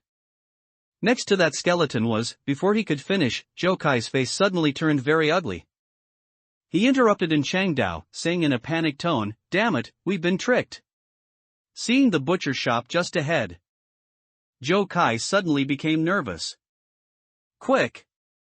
Turn around! Jokai shouted excitedly, urging in Changdao to leave quickly. What's wrong? And Changdao asked with a frown. Although Chen Yi didn't know why Jokai was suddenly so nervous, he knew Jokai's abilities. He must have sensed something to be so agitated. Monsters, Jokai said, gritting his teeth, there are many monsters heading our way. Monsters? And Changdao glanced out the car window. The street outside was quiet, not looking like there were any monsters. Uncle, please believe us, Chen Yi said urgently, if we don't leave now, it'll be too late. Chen Yi remembered that Jokai's ability only allowed him to sense objects within 800 units. Which meant the monsters Jokai spoke of were already very close to them. It's too late, Jokai frowned deeply and quickly grabbed the armrest inside the car. Hold on tight. Jokai shouted. Immediately after, the roar of a car engine came from behind, and a car sped up, crashing into them at an extremely high speed. With a bang, Chen Yi felt a violent jolt. The impact didn't stop, the car behind continued to ram them, seemingly trying to flip their vehicle. And Shangdao cursed under his breath, quickly opened the car window, and a boning knife flew out. Successive sounds came from the rear of the car as the boning knife pierced the tires of the car behind them. "There's more!" Zhou Kai loudly warned, left, right, and in front too. A few more cars appeared, surrounding Chen Yi and the others. Why did these monsters discover us? Chen Yi couldn't understand. The two monsters that had been raising him were dead, and only those two monsters could smell the pheromones on him. So why had so many monsters suddenly appeared? "They're coming for me," and Shangdao said with a grim face. "These cars include police cars, they're people who came to arrest me. They probably guessed I would return to the butcher shop, so they've been ambushing in the vicinity all these days.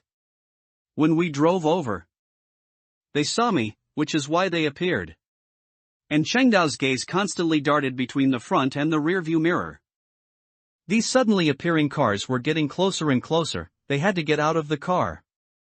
Otherwise, if these cars kept crashing into them, their situation would be extremely dangerous. "Hold on tight," and Shangdao shouted, stomping on the accelerator. With a loud bang and a violent jolt, and Shangdao rammed open the car in front of them. He drove the car towards the butcher shop, smashed through its door, and brought the car to a stop. "Get out!" And Shangdao quickly opened the car door. The moment he got out, all the knives in his bag flew out. And Shangdao gripped the dark blue bone-chopping knife, while the other knives continuously rotated around him. "The key is hidden under the tile in the left corner of the second-floor bathroom, just smash it, and everything you need to know is inside." And Shangdao said, his brows furrowed in anger, his eyes filled with killing intent. At this moment, he was ready to fight to the death. "Once you get the things, get out of here, don't get in the way." The butcher shop was surrounded by cars. And the people inside quickly got out, although they still looked human now. Chen Yi knew very well that these guys were all monsters. "And Shangdao, you are surrounded, give up resistance." The monsters outside didn't come in immediately, they knew how formidable Shangdao was and were wary. "If you want to fight, then fight."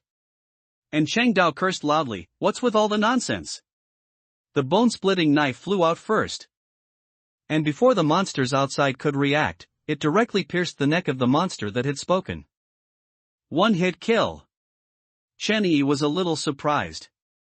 Although Shangdao had killed the monster in his house this way, seeing it with his own eyes was still astonishing. "Why aren't you two leaving yet?" And Shangdao asked in a low voice. "We can't leave." Zhou Kai's face was very grim. He looked around, picked up a knife from the butcher shop floor, and gripped it tightly in his hand. "This place is completely surrounded, upstairs and downstairs, we can't escape." "What?" Chen Yi was startled. "Are there monsters upstairs too?" "There are several monsters guarding outside the windows. If we go up now, they will immediately break the windows and rush in to kill us." Damn it, Chen Yi gritted his teeth, to actually be surrounded by these monsters. "Can't escape my ass." And Shangdao cursed in a low voice, "Stay close to me, I'll lead you out." The knives rotating around Shangdao stopped at this moment, and the next second, these knives instantly flew out towards the butcher shop. "Go!" And Shangdao shouted, rushing out with the bone-chopping knife in his hand. "Kill him!"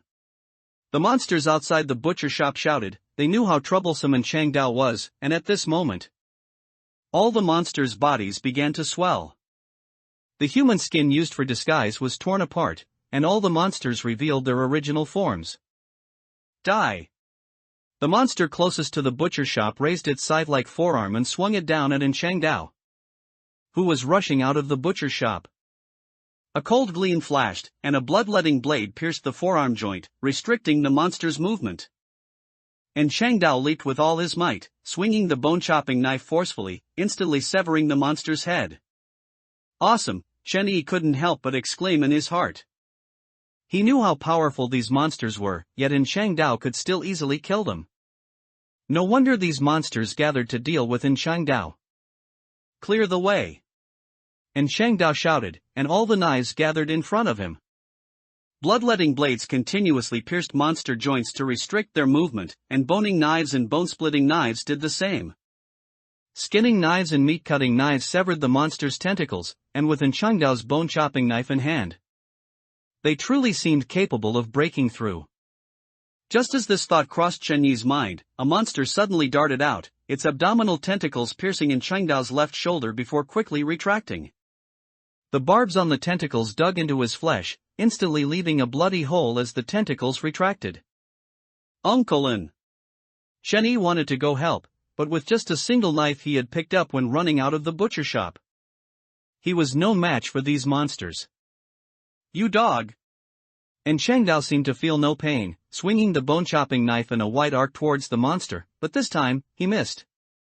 And Shangdao's old wounds had not yet healed, and coupled with the previous excessive blood loss, he was already at his limit. With his violent movements, the wound on his waist tore open again. His movements became slower and slower, but he still gritted his teeth and persevered. Above! Zhou Kai seemed to sense something, shouting loudly at Shangdao. The monsters that had been lurking outside the second-floor windows made their move. They revealed their original forms and leaped down from upstairs. 3 boning knives flew upwards, piercing the monster's insect legs. However, the number of these monsters was simply too great. No matter how powerful Shangdao was, he couldn't possibly kill all of them. Shangdao dodged the second monster that jumped down, but he couldn't evade the attack of the third monster. A scythe-like forearm, as the monster landed, pierced Shangdao's chest from behind. Uncle! Chen Yi gripped the knife in his hand and rushed towards that monster. I'll fight you all to the death. Don't come over! And Shangdao roared, seemingly sensing Chen Yi running towards him. Get lost! This old man doesn't need a little brat like you to save him. And Shangdao gritted his teeth, raised his hand, and a boning knife flew over, severing the tentacles reaching for him. A boning knife pierced into the joint of the monster's forearm, and a bloodletting blade followed the blade, instantly severing the monster's forearm. Hurry up and get out! Don't get in the way here! 2 boning knives flew behind Chen Yi and Zhou Kai, piercing into the back collars of their clothes and dragging them forward. The other knives protected the 2 of them, continuously attacking approaching monsters to clear a path. You dog! Come if you dare! And Shangdao's shout came from behind him, and at this moment, he laughed wantonly. Haven't you always wanted to kill me? Come on, all of you! I'm telling you, if you don't kill me today, I will kill every single one of you. As long as I and Shangdao live for one day. You won't have an easy time. Sooner or later, I will kill all you damned beasts. And Shangdao's words completely enraged the monsters. And they no longer paid attention to Chen Yi and Zhou Kai, pouncing on Shangdao one after another. At about 500 meters, the dragging force disappeared, and the knives protecting Chen Yi and Zhou Kai also fell one after another. Uncle and he. Chen Yi seemed to understand something, looking at the knives on the ground. Not yet. Zhou Kai shook his head. Uncle An is still alive, but his heartbeat is getting weaker and weaker. His ability should be like mine, with a certain range limit, or he no longer has the strength to control these knives. We have to go back and save him. Chen Yi wanted to go back and help, but Zhou Kai grabbed him. Wake up! Zhou Kai cursed. What can we do if we go back? Die? And Shangdao can't deal with these monsters, what can we do? He told us the hiding place of the key, hoping that we can come back alive next time to get the key. Hurry up! Zhou Kai urged. Those monsters have seen us, and the surrounding monsters have heard the commotion. If we don't leave now, we really won't be able to. Let's go back to Sifang Mountain to hide first, and after this matter calms down, we'll come back for the key. Chen Yi was pulled by Zhou Kai, and at this moment, he suddenly realized how useless he was. When the monsters caught up, he couldn't fight back. When the monsters took him away, he couldn't escape. When surrounded by monsters, he could only watch Changdao sacrifice himself. Chen Yi felt a suppression, as if something was stuck in his throat, making him extremely uncomfortable. If only we had discovered these monsters earlier, Chen Yi thought to himself. If we had known there were monsters ambushing nearby earlier, we wouldn't have come, and Uncle An wouldn't have died. If only my ability could help. As he thought of this, Chen Yi suddenly felt a dizzy spell. The scenery in front of him seemed to be twisting, the sky was flickering, and the whole world seemed to be spinning. Chen Yi, what's wrong? Zhou Kai's voice came from his ear, but Chen Yi could no longer hear clearly. Chen Yi. Chen Yi. Chen Yi. Chen Yi, what's wrong? The dizziness gradually dissipated, and Chen Yi, who had come back to his senses, saw Zhou Kai standing in front of him. Did you hear what I just told you? Zhou Kai looked at Chen Yi with a puzzled expression. Pheromones, because you have pheromones left by monsters on you, so this is my house? Seeing where he was, Chen Yi was stunned. The familiar place, the familiar furnishings, and the dead monster's corpse on the floor. What are you going crazy about? Zhou Kai scrutinized Chen Yi. Your brain hasn't been eaten by this monster, has it? Where else could this be but your house? I came to save you. I'm back? Chen Yi couldn't understand. This time he clearly hadn't died, so why had he returned to the past? Moreover, this time he didn't return to June 6th according to the previous pattern, but 2 hours earlier. Nonsense, don't tell me you forgot that you were caught back by that monster? Zhou Kai said. As he said this, footsteps came from outside the door. Chen Yi looked back, and sure enough, Changdao walked in. He glanced at the monster on the ground, and the boning knife on the monster's neck flew back. Then he saw the car keys on the shoe cabinet and grabbed them. The person has been rescued, now follow me to the butcher shop. We can't go to the butcher shop. Chen Yi shouted anxiously. Keep your voice down. Zhou Kai, startled, wished he could rush over and cover Chen Yi's mouth. Do you want to wake up all the monsters in the building? Zhou Kai glared at Chen Yi. Then looked back at Changdao. This isn't what we agreed upon, before he could finish. Chen Yi interrupted him. I know the key is hidden in the butcher shop, but you can't go. Key? Zhou Kai looked at Chen Yi in confusion. Before he could ask further, Changdao's face darkened, and the bloodletting blade in his bag instantly flew out, stopping in front of Chen Yi. Why do you know the key is hidden in the butcher shop? Changdao asked with a cold face. Who exactly are you? Zhou Kai was very smart, and Changdao's reaction meant that Chen Yi was right. So, he quickly guessed why Chen Yi said that. Chen Yi, could it be? You died again? Died? Now it was Changdao's turn to be puzzled. Isn't he perfectly alive? I didn't die this time, but I don't know what's going on either. Chen Yi didn't know how to explain. He really didn't know why he had returned to the past without dying. However, if we go to the butcher shop now, Uncle An will be the one who dies. What do you mean? Changdao asked with a frown. Chen Yi, what happened in the time after this? Zhou Kai then asked. The time after this?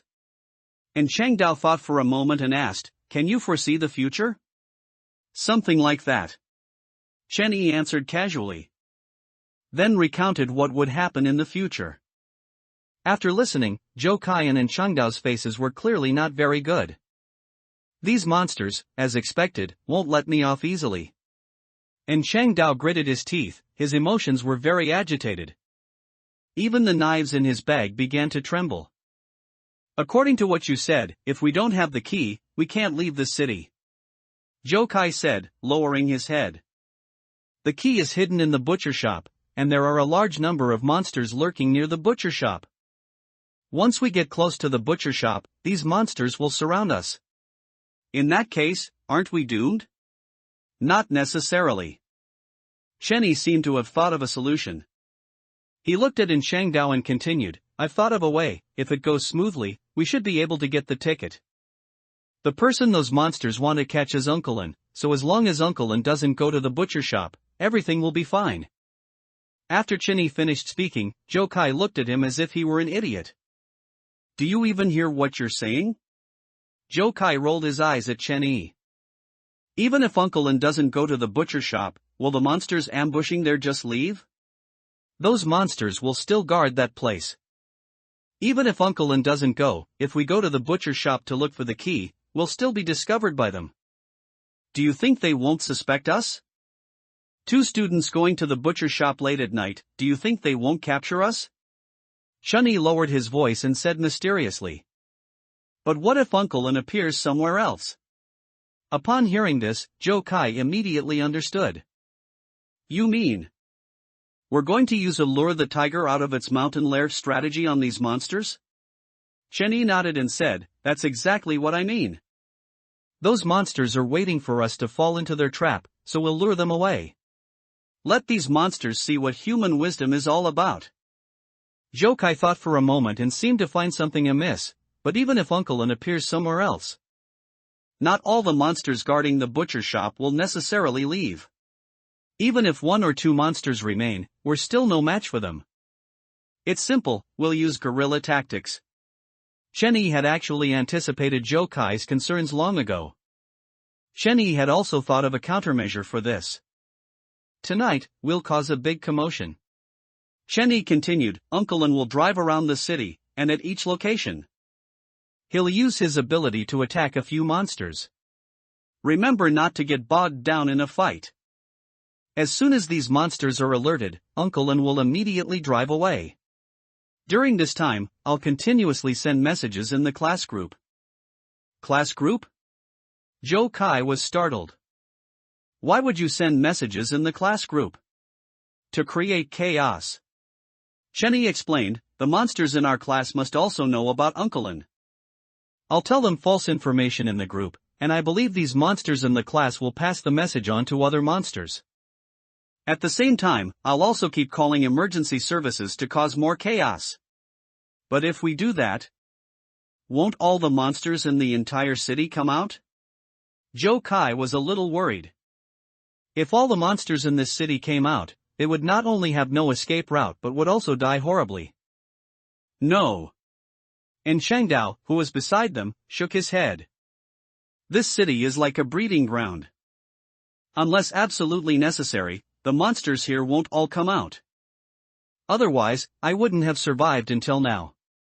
Speaking of which, if I may interject with an unrelated question.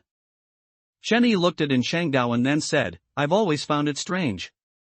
Since most of the people living here are disguised monsters, why don't they show their true forms and insist on appearing as humans? Joe Kai was also curious and looked at Shangdao. I don't know. And Shangdao shook his head. However, if we can escape the city, perhaps we can find the answer elsewhere. Let's talk about that later. Joe Kai pulled the conversation back. The most urgent task is to solve the immediate problem. Without the key, everything is just empty talk. Chen Yi nodded and continued. Uncle Lin and I will be responsible for attracting the monsters' attention. To catch Uncle Lin, I believe the monsters near the butcher shop will definitely rush over immediately. While that's happening, classmate Joe Kai, it's your turn to make a grand entrance. Me? Joe Kai was startled at first, then immediately understood Chun Yi's meaning. That's right, my ability allows me to sense the location of monsters. Joe Kai said, entering the butcher shop without being discovered by monsters. I suppose only I can do it. In that case, what are we waiting for? Chenny seemed to see hope, and a hint of excitement entered his voice. Let's get moving. Uncle Lin, protect yourself well. After all, you're still injured, so whatever you do, don't engage these monsters head-on. If too many monsters are drawn in, just run. We'll each complete our assigned tasks and then meet at Sifang Mountain. Depart. After finalizing the plan, the three quickly went downstairs. And Shangdao drove away, heading in the opposite direction of the butcher shop. Joe Kai immediately rushed to the butcher shop, waiting for an opportunity to act. Chen Yi's task was relatively more flexible, mainly to distract the monsters, create false information. and prevent the monsters from immediately finding In Shangdao. Seeing In Shangdao and Zhou Kai leave one after another, Chenny quickly sent a message in the class group, and at everyone, shocking. Latest major news. Men silent, women in tears, regret it for a lifetime if you don't listen. As soon as Chun Yi's message was sent, someone quickly responded. Chenny wasn't surprised by this. In the timeline he had experienced, the monsters in his class had said that they went to bed very late after the college entrance exam. Thinking about it now, it was quite pathetic that even monsters had to take the college entrance exam. A murderer has appeared and boasted that he will slaughter the city tonight. Chenny continued to send messages. More and more messages appeared in the group, and the monsters in the class started chatting animatedly. Chenny didn't immediately send out the wrong location, he had to wait until In Shangdao made his move. As for the two previous messages, they were also meant to pique the monsters' curiosity. Chenny temporarily exited the chat interface and began dialing an emergency number. Hello? Help! Murderer! I saw a murderer. Yes, it's the one reported in the news these past few days. I just saw him riding a motorcycle towards the city center.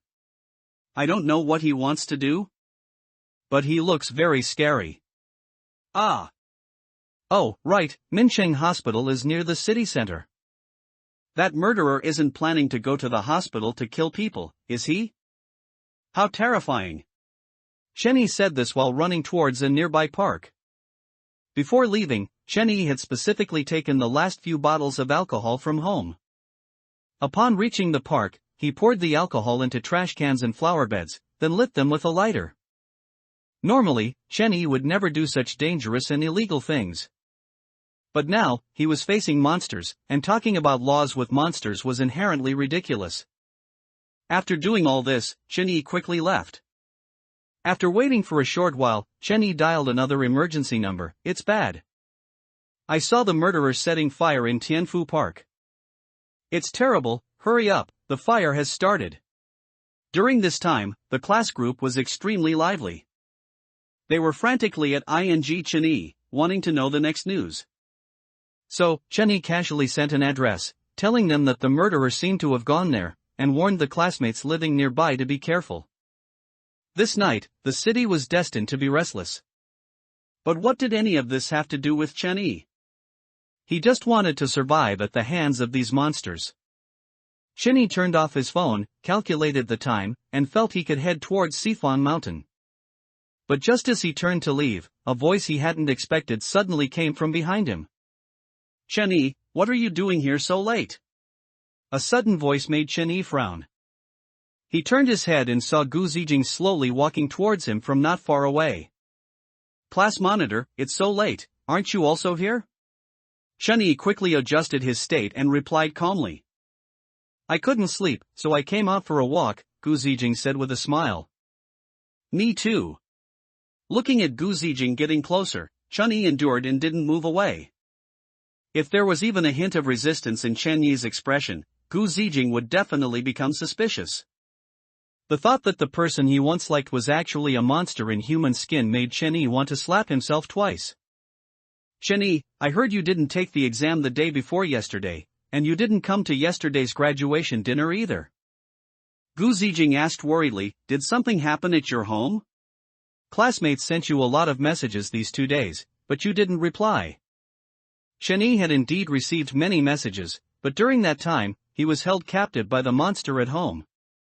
And all he could think about was how to escape, so he had no time to deal with them. Chen Yi, if something happened at your home, you can tell me, and I will definitely find a way to help you. Something happened? Chen Yi cursed in his heart, even if something happened, it's none of your business. What could happen to me? I just wasn't confident about this year's exam, so I simply gave up and planned to repeat a year. Fortunately, Chen Yi's mind worked quickly. And he fabricated an excuse to try and get by. Really? Gu Zijing didn't seem to believe him. Really? Chen Yi nodded, class monitor, it's late now, I need to go back. You should go back early too. I heard that the murderer the police have been looking for has appeared, so be careful. Shen Yi was ready to leave. He didn't want to waste time here with a monster. However, just as he turned around, Gu Zijing called out to him again, "Shen Yi, let me walk you back." "Ha?" Shen Yi was stunned. The monster's corpse at home was still lying behind the door. If Gu Zijing followed Shen Yi back, she would definitely see it. So, Shen Yi hastily refused. "No need, class monitor, I can go back by myself. It's so late, the road isn't safe. You should go home quickly too. If it's not safe, then why don't you walk me back?" Gu Zijing still had a smile on her face. "You can't possibly let me, a girl, go home alone late at night, can you?" "A girl?" Shen Yi scoffed in his heart. "Do you even hear what you're saying? What girl? At best, you're a female monster. Let's not." Shen Yi shook his head. He didn't want to stroll in the night with a monster. "A single man and woman, if others see us, they might misunderstand. If you feel it's dangerous, just call a taxi yourself." Shen Yi waved his hand. "I really have to go back, or my parents will scold me. Class monitor, I'm leaving first, bye-bye." With that, Shen Yi turned and ran. He ran very fast, occasionally glancing back until he was sure Gu Zijing hadn't caught up. Then Shen Yi breathed a sigh of relief. Occasionally, a police car drove by, and Shen Yi quickly hid in a nearby alley. It seems the plan was successful. Shen Yi glanced outside. These monsters have all been attracted to Uncle An. By this time, Zhou Kai must have gotten the key. "I don't know why I ran into that monster Gu Zijing so late at night, how unlucky. I need to hurry back, it'll be troublesome if I run into other monsters." "You've already found out, after all." Just as Shen Yi was about to leave, Gu Zijing's low voice came from above his head. Shen Yi froze in place, his eyes wide, and slowly he looked up. On the wall above, Gu Zijing's lower body was gone, replaced by 6 slender insect legs. She was clinging to the wall, staring intently at Shen Yi. Shen Yi had been very vigilant, but he forgot that these monsters could climb walls.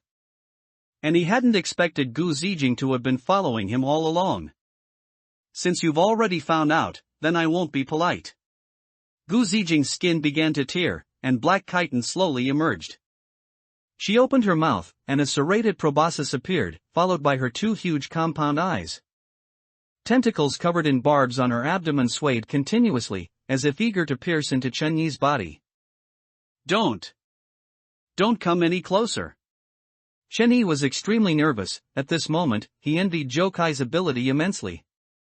If he had Zhou Kai's ability, he would have definitely discovered this monster tracking him.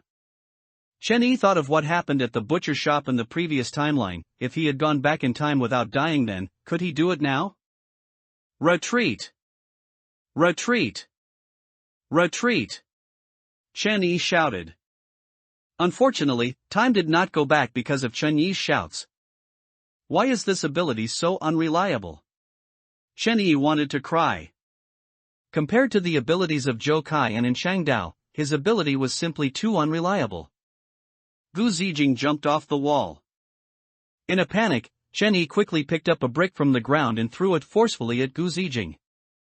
With a dull thud, a hint of anger appeared on Gu Zijing's face. Looking closely, Shen Yi was stunned.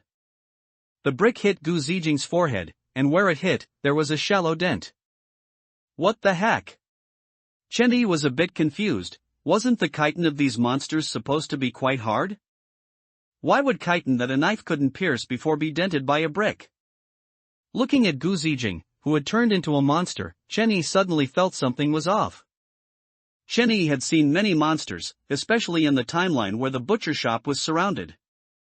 However, compared to those monsters, Gu Zijing's physique in front of him was clearly much smaller.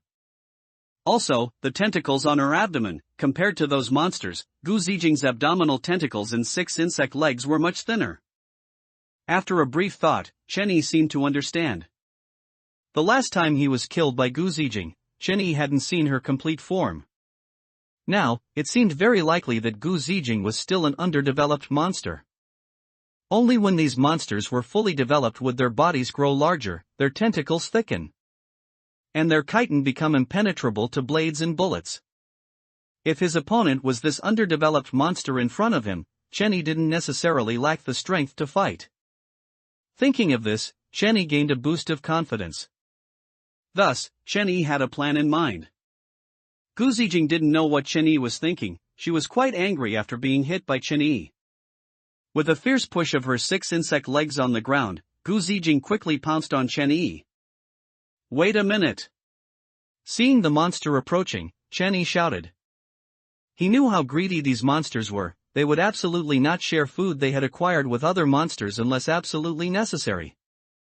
Are you planning to eat me here? Chenny asked. Although it's night now, because of the murderer, other monsters might pass by. If they see you eating someone, they'll probably come over to get a share.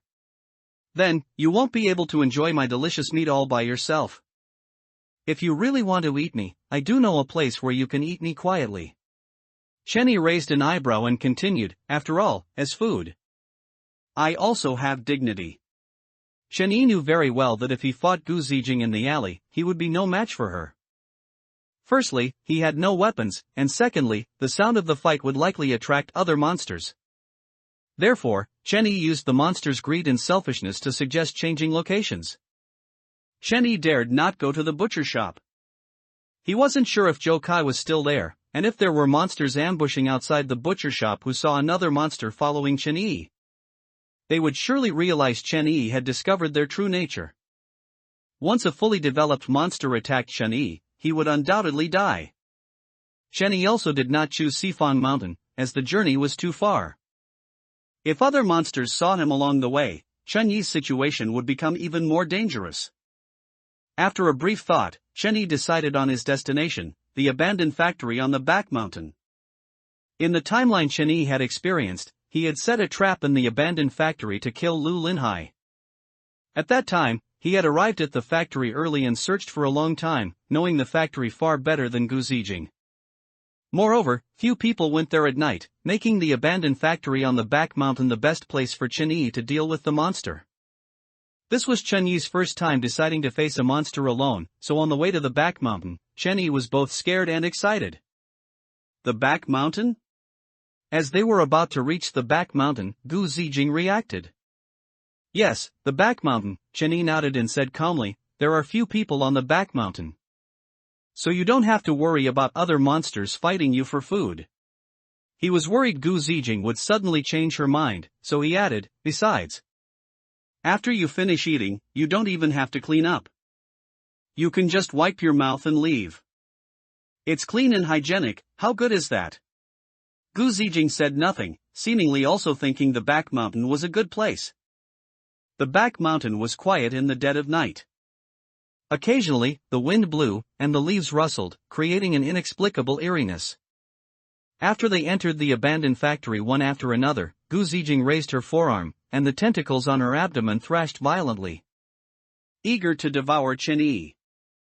But she never expected that just as she was about to act, Chenny would move first. Chenny bent down, picked up a stone from the ground, turned, and hurled it forcefully at Gu Zijing. Compared to the alley, the abandoned factory was full of stones. These things were all weapons for Chenny. He could resist with all his might and didn't have to worry about the sounds attracting other monsters. You bastard! Chenny cursed. You want to eat me? You'll have to see if you have the ability. While cursing, Chenny kept picking up stones from the ground and throwing them at Gu Zijing. Although these stones couldn't shatter the carapace on Gu Zijing's body, they successfully enraged her. A piercing growl emanated from her serrated mouthparts, and her 6 insect legs stomped hard on the ground. Gu Zijing instantly lunged at Chenny. Chenny had seen too many monsters. Facing this monster, which was not much larger than himself and not yet fully developed, Chenny, on the contrary, did not panic. Seeing Gu Zijing pounce on him, Chenny quickly fumbled on the ground. In the previous timeline, Chenny had searched here for a long time to set a trap. And he remembered there was something at this location that could be used as a weapon. Soon, a cold sensation came from his palm. Chenny had found it. It was a rebar connected to a broken concrete slab, perfect for use as a hammer. Chenny raised the rebar, imitating in Changdao's posture for dealing with monsters from his memory, gripping the rebar with both hands, and swung it at the pouncing Gu Zijing. He had thought the process would be smooth, but when the concrete slab at the other end of the rebar struck Gu Zijing, Chenny realized how powerful An Chang Dao was. The concrete slab hit Gu Zijing's waist, leaving a shallow dent in the carapace there, but it did not repel her. Instead, Chen Yi's hands went numb, and he himself fell to the ground due to the reciprocal force. The monster's abdominal tentacles wrapped around the rebar. Chen Yi immediately let go, preventing himself from being pulled over by the monster. "Is this why you brought me here?" The tentacles threw the rebar aside, and Gu Zijing said disdainfully, "What a pity. Such a low-level method won't protect you." Chen Yi ignored his trembling hands. He quickly scrambled to his feet and turned to run upstairs. "You can't escape." The enraged Gu Zijing changed her mind. She decided to torment Chen Yi thoroughly before devouring him. "But since you want to play, I'll play with you properly." Chen Yi ran very fast, picking up stones from the ground and throwing them at Gu Zijing behind him as he ran. Gu Zijing behind him was not in a hurry. Perhaps she thought the rooftop was a dead end, so in her eyes, Chen Yi's actions were merely the struggles of a dying creature. But the moment she chased him to the rooftop, Chen Yi suddenly turned around and rushed towards her.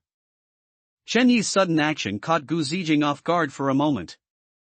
By the time she reacted, Chen Yi had already embraced her. "You bastard, die."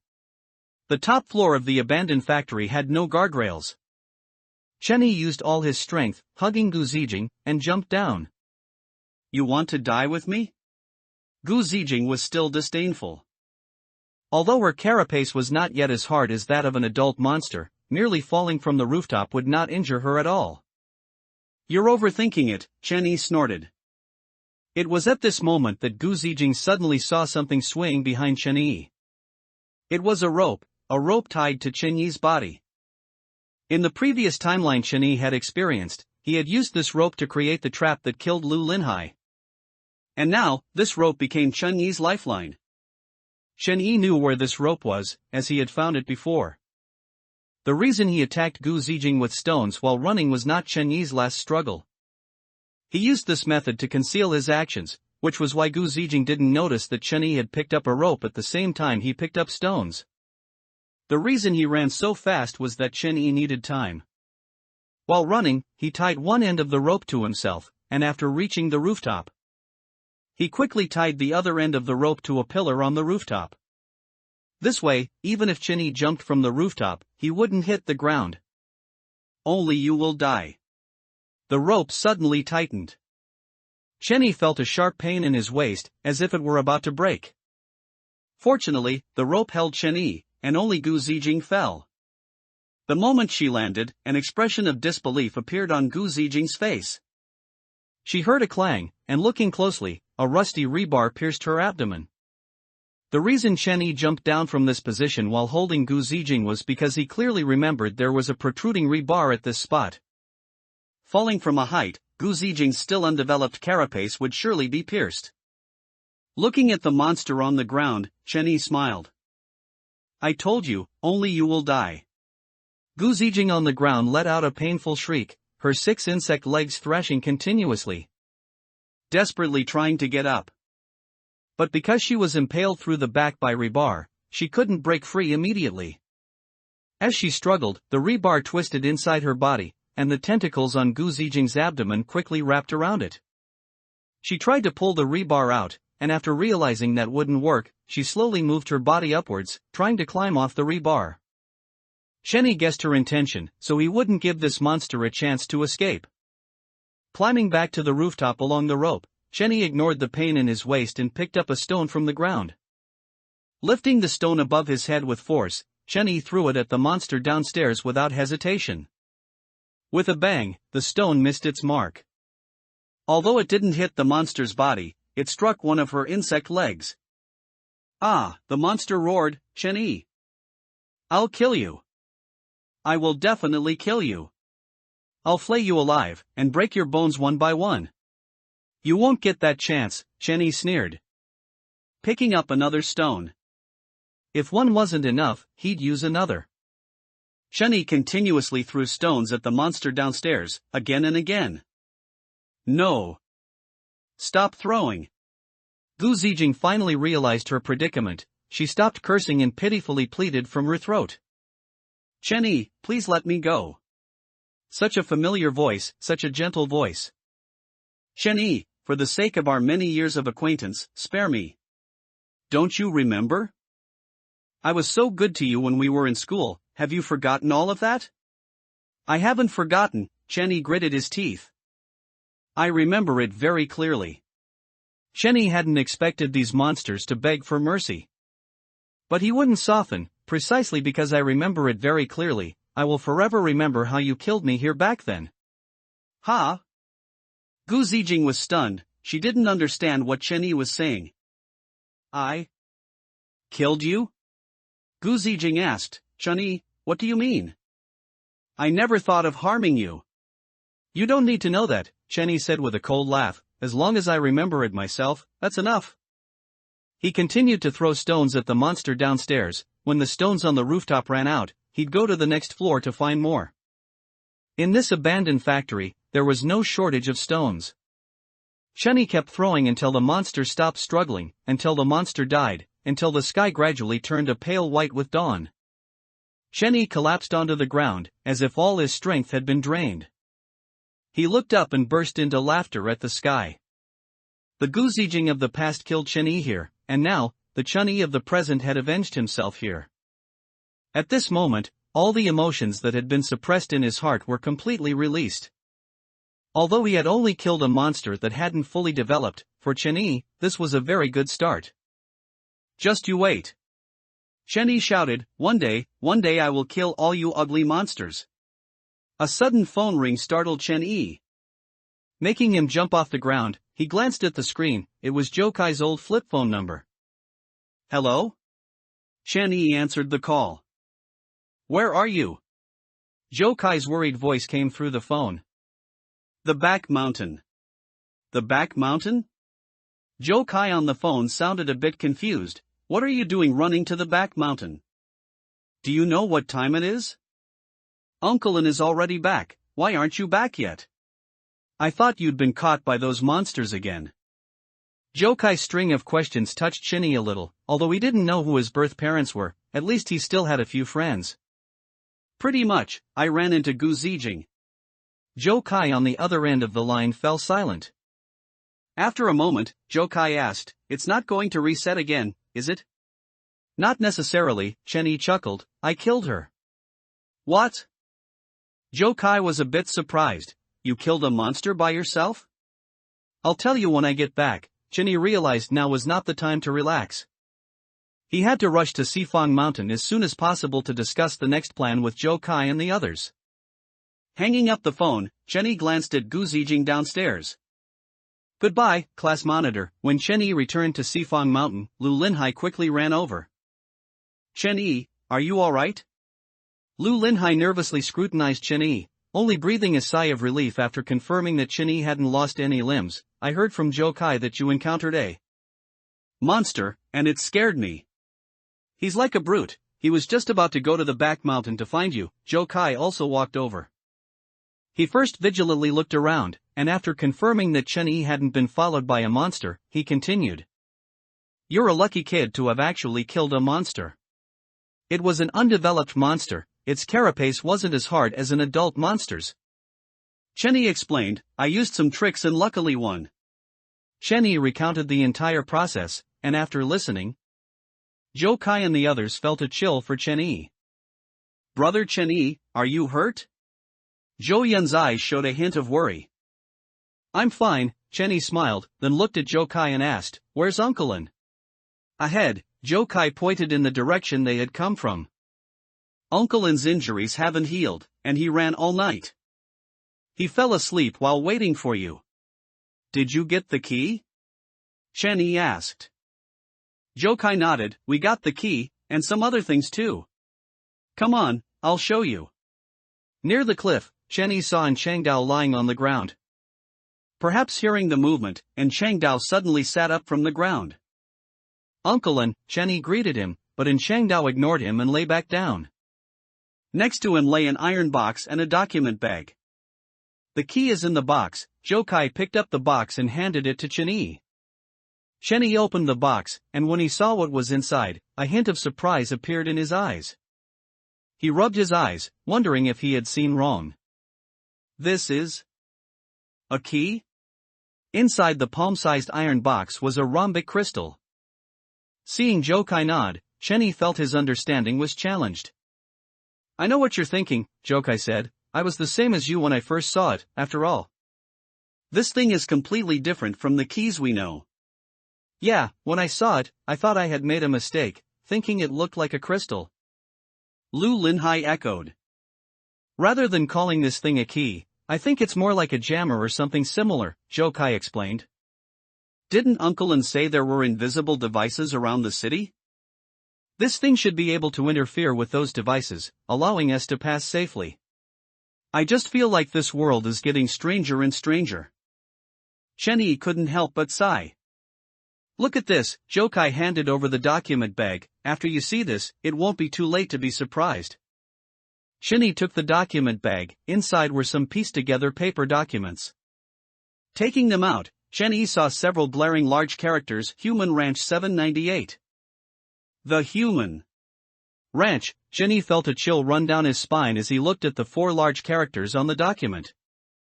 Just as Uncle Lin said before, the city we live in has always been a breeding ground, Jokai explained softly from the side. The humans living here are food for the other species, and the other species living here are equivalent to caretakers, or rather, owners. When humans grow up, the other species will eat us without hesitation. And some high-quality humans might be sent to other places in different ways, provided to other species. Other ways, does that mean going to work in other places, or getting into university? Chenyi asked. Jokai nodded and said, that's the only possibility I can think of for now. As for the 798th that follows, Jokai pointed to the numbers on the document. I think it might be a serial number. So, there are at least 798 ranches similar to the city? Chenyi was astonished. At least 798, but I think there will be more. Chenyi gritted his teeth. In just a few sentences, his long-held worldview began to crumble. He didn't know what had happened to this world. If humans were livestock raised by other species from the beginning, then what did all the knowledge they had learned over the years represent? Could it be that human was also fabricated by these other species? These things were found by Uncle and next to that skeleton, Jokai continued.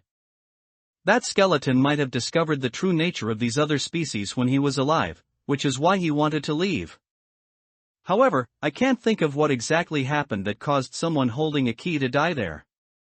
Uncle Lin said that the skeleton's location was already very close to the outskirts of the city. Could it be that he was discovered by those other species, chased down, and killed? Lu Linhai asked. Jokai shook his head. If that person really died there because of the other species, we wouldn't have seen these things. It's a pity that when Uncle Lin found these documents, they were already torn to shreds.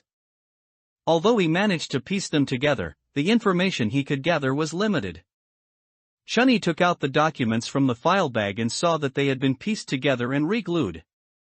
Many fragments were missing from the documents, but fortunately, he could still understand some things from them. It describes how to use the key, Jokai said, pointing to one page. When approaching the edge of the city, the center of the key will light up with a red glow. As the red light slowly spreads until the key turns completely red, you can leave. Besides these, this page also has a sketch of the other species. Chenyi flipped to the back and saw the sketch. The sketch depicted the very other species Chenyi had encountered. He would forever remember the appearance of these other species, side-like mantis forearms, octopus-like tentacles but without suckers. Instead covered with barbs. There were also those few disgusting insect legs, 2 huge compound eyes, and a serrated mouthpart. Their motley appearance made Chenyi feel annoyed. Other species name, touch mantis, Apterygota, medium intelligence species. Below the sketch, information about this other species was recorded. Carnivorous other species, forearms are scythe-shaped. Compound eyes are prominent, large, and bright. Abdomen has tentacles, used to entangle prey. Neck can rotate freely, serrated mouthparts, touch mantis? Chen-yi was startled. Is that the name of those other species? Jokai shrugged and said, that's what the document says. Looking at the documents in his hand, Chen-yi found it increasingly strange. If there are documents recording the appearance and characteristics of these other species, it means someone has studied them. So, if we find the people who studied these other species, can we find a way to get rid of them? If they could really be gotten rid of, do you think this city would still be reduced to a ranch for raising humans? Jokai sighed. Chen-yi was speechless for a moment. I know what you're thinking, Jokai continued. Chen-yi, what we need to do is not to kill these other species. Do you know how many of these other species there are? Moreover, according to the content of the documents, there are definitely more types of these other species than just the one we've seen. We are no match for these other species. What we need to do has never been to kill them. All we need to do is survive. At this point, Jokai looked at Zhou-Yun beside him. I just hope Xiaoyun can grow up safely and live a peaceful life. Jokai stroked Zhou-Yun's head. I've never thought about anything else. Jokai's thoughts had always been this way. If he could, he simply didn't want to conflict with these other species. Even if he knew that everyone around him was an other species, he only wanted to survive with his sister. That's why he pretended not to know and continued to grow up until now. However, Chen-Yi's thoughts were different from Jokai's. Chen-Yi hated these other species. Because of them, he was separated from his biological parents. If possible, Chen-Yi wanted to know what had happened to this world and wanted to get rid of these other species. Even if we want to survive, do you think those other species will let us go? Chen-Yi said. In the eyes of those other species, humans are nothing more than food. They won't care about the food's opinion. Much less whether the food about to be eaten has dreams. All they need to do is open their mouths and eat the food. Jokai, we can't escape. We can escape. A rare glimmer of hope appeared in Jokai's eyes. He took the document from Chen-Yi's hand, pulled out the last page, and placed it on top. Then, Jokai pointed to the handwriting written in pen on it and said, as long as we go here, we can live safely. Looking in the direction Jokai pointed, the penmanship was very faded, but he could still make out what was written. It was a line of neat handwriting, which read, the northernmost land. Peach Blossom Garden? Humanity's last hope? What does this mean? Unlike the other content in the document, only this line was written in pen. If Chen-Yi was not mistaken, this line was probably written by the skeleton when he was alive. North, Jokai said, after we leave here, we head north. There might be a place that belongs only to humans, a place without other species, which is why it's called Peach Blossom Garden. As long as we go there, we can live a peaceful life. Are you crazy? Chen-Yi was a little surprised. This line was clearly written later. And besides, there's a question mark at the end. How will we know if we don't go and see? Jokai's tone was firm. Just as the two were arguing, and Shangdao, who had been lying on the ground, suddenly sat up. The 3 bloodletting blades in his bag flew out and floated in front of him. And Shangdao looked up at Chen-Yi and the others, and said in a deep voice, word by word, you can't go anywhere. Look at you all. I told you to keep your voices down and not disturb Uncle An's rest. Seeing in Shangdao's expression sour, Lu Linhai immediately stepped in to mediate. He first feigned anger, scolding Chen-Yi and Jokai for speaking so loudly, then turned to Shangdao and apologized, Uncle An, I'm so sorry. We disturbed your rest. You go back to sleep. We'll talk somewhere else. But before Chen-Yi and the others could turn around, the 3 bloodletting blades that had been floating in front of Shangdao whizzed over. Chen-Yi was startled. He hadn't expected Shangdao to suddenly attack them. By the time he wanted to dodge, it was already too late. One of the bloodletting blades hovered between Chen-Yi's eyebrows, as if it would stab him the next second. Lu Linhai was in a similar predicament, another bloodletting blade pressed against his neck, threatening to pierce his skin with the slightest movement. Uncle An, let's talk this out. No need for blades. Among them, only Joe Kai, relying on his enhanced senses, barely managed to dodge the flying bloodletting blade. He even slipped and fell while dodging. However, the bloodletting blade that Joe Kai dodged stopped in front of Jo Yun. Don't hurt her. Seeing the bloodletting blade hovering in front of Jo Yun, Joe Kai scrambled up from the ground. And Chang Dao glanced at them, then snorted coldly and said disdainfully, "I told you, you can't go anywhere." "Why not?" Chen Yi retorted, unconvinced. "Don't talk." Joe Kai, worried about his sister's safety, yelled at Chen Yi. Then, Joe Kai looked at Chang Dao and asked, "What exactly do you want? Look at yourselves now." And Chang Dao slowly stood up from the ground, speaking as he walked over to Chen Yi and picked up the box containing the keys. "If you can't even dodge my blades, how far do you think you can go even if you leave this city? Instead of letting you go out and die at the hands of monsters, I might as well kill you now. At least, you'll die at the hands of a human, a more dignified death." Despite his words, the blades hovering in front of Chen Yi and the others flew back.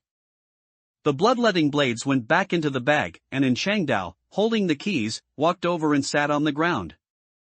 "You don't think you're so great just because you killed one monster?" And Chang Dao slightly raised his head and glared at Chen Yi. "Anyone can talk big. Still want to eliminate them? What can a young brat like you, who hasn't even fully matured, eliminate? Do you think everyone in this world is less capable or less intelligent than you?" And Chang Dao spoke without holding back. Chen Yi frowned. Although he felt unconvinced, Chang Dao was right. Chen Yi wanted to eliminate these monsters, but was he the only one with such a thought? If these monsters were really that easy to eliminate, the city wouldn't have become a ranch for humans. "You." And Chang Dao looked at Lu Linhai. "Undeveloped limbs, simple mind. It would be better if you didn't know about these monsters, you might live a few more years. But now that you know, you won't survive 3 days outside this place." Lu Linhai pouted, then stood by and nodded. "And you?" And Chang Dao glanced at Joe Kai, who was protecting Jo Yun. "Your ability is indeed very convenient. It allows you to distinguish monsters and dodge most attacks. But what about your sister? Can you always stay by your sister's side? Moreover, if your own strength is insufficient, even if you can always be with your sister, the final outcome will only be watching her get killed by those monsters. With your limited abilities, what's this talk about leaving here? What good would leaving do? It's just dying in a different place. If you want to die, you can tell me, no need for those monsters to do it." And Chang Dao's words were harsh. But every sentence he spoke left Chen Yi and the others unable to refute. "Uncle Lin, we were wrong." After a while, Lu Linhai said softly.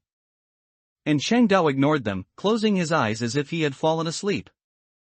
Chen Yi looked at Chang Dao sitting on the ground, feeling his mind in a jumble. He sat down under a nearby large tree. That night, Chen Yi thought a lot. The next day, as soon as it was light, Chen Yi got up from the ground. He approached Chang Dao, seemingly with something to say. Before Chen Yi could speak, Chang Dao opened his eyes. "What do you want?" And Chang Dao didn't look up. "Uncle Lin, I want to ask you for a favor." Chen Yi squatted down, looking at Chang Dao as he spoke. "Uncle Lin, you're so powerful, even those monsters are no match for you. So, I want to ask you to teach me." And Chang Dao looked up and asked, "What, not leaving anymore?" "I'll still leave," Chen Yi said firmly. "But not now."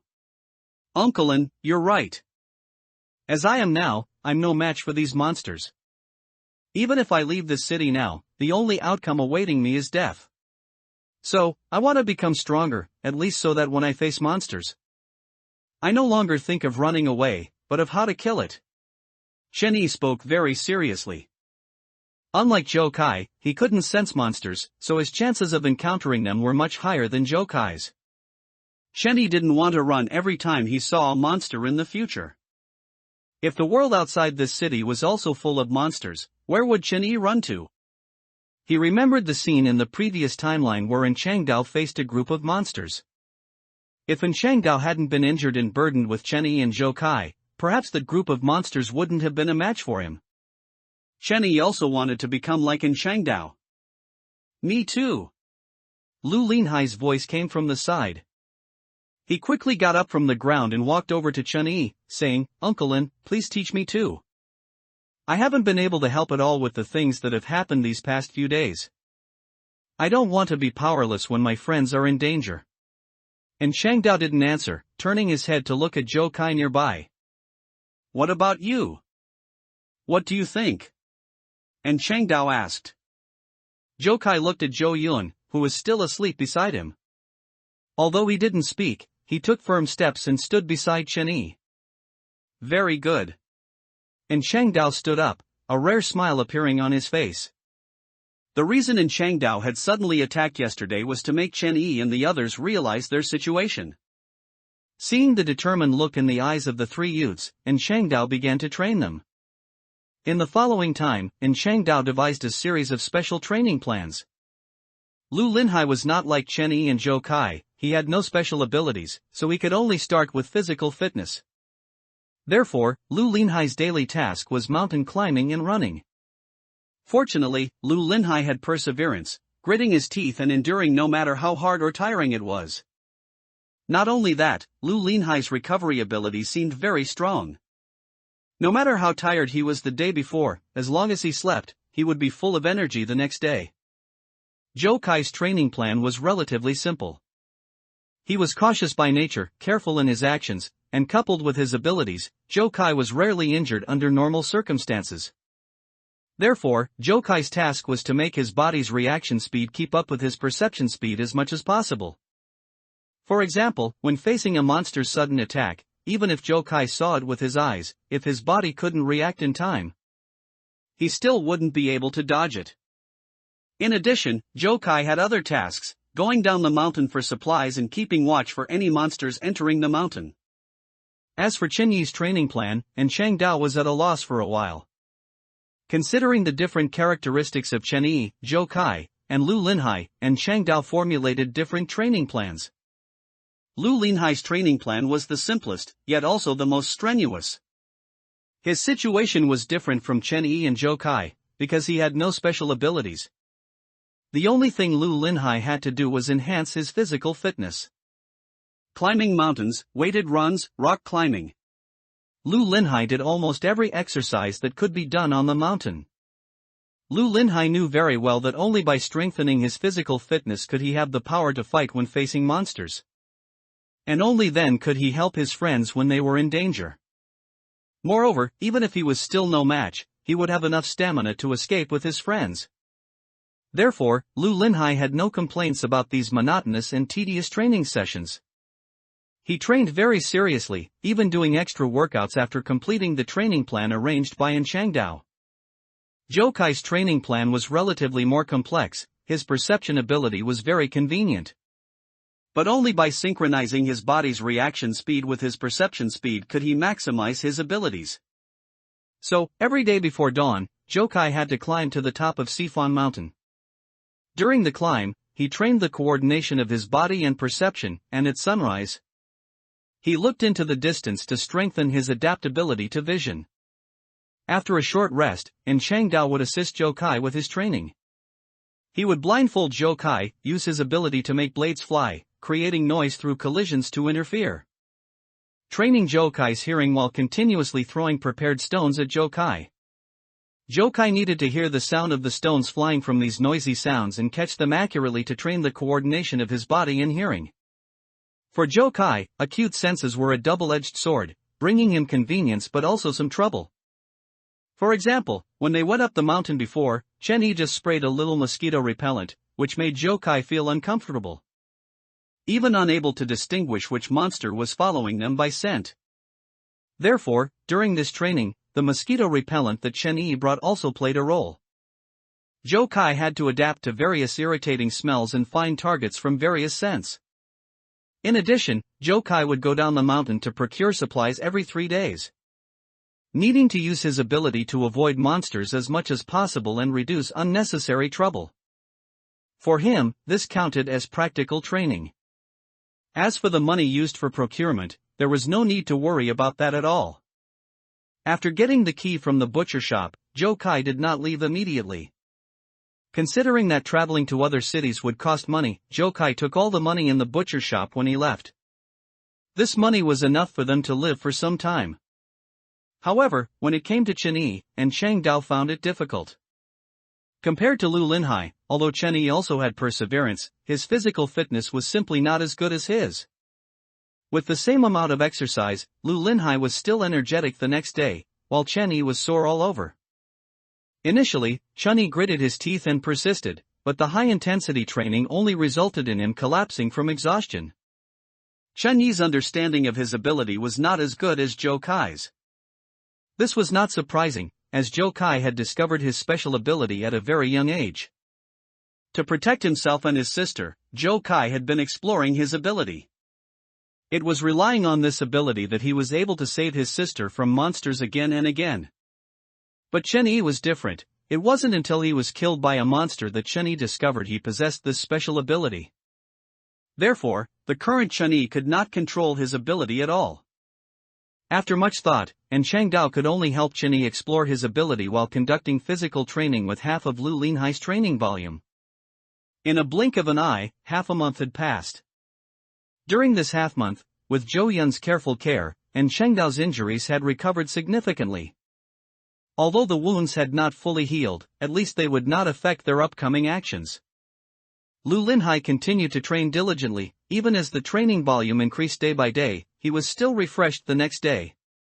Joe Kai's mastery of his ability grew stronger, his perception range increasing from the initial 800 meters to 1000 meters.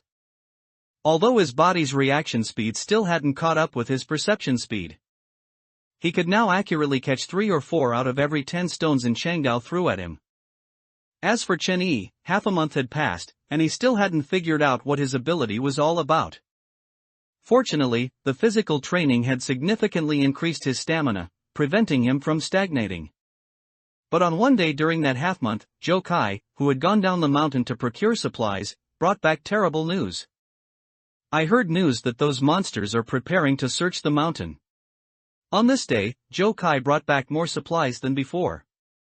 He frowned and immediately relayed the news upon his return. Search the mountain? Lu Linhai was startled. Why are they suddenly going to search the mountain? They've been looking for Uncle An for so long and haven't found him. So deciding to search the mountain isn't strange, and Chang Dao said, not surprised by the news. I don't think their purpose for searching the mountain is entirely to find Uncle An, Chen Yi thought for a moment and said. Do you remember those first few days? Class group members kept asking about the three of us. In those first few days, Chen Yi, Joe Kai, and Lu Linhai's phones constantly received messages from classmates.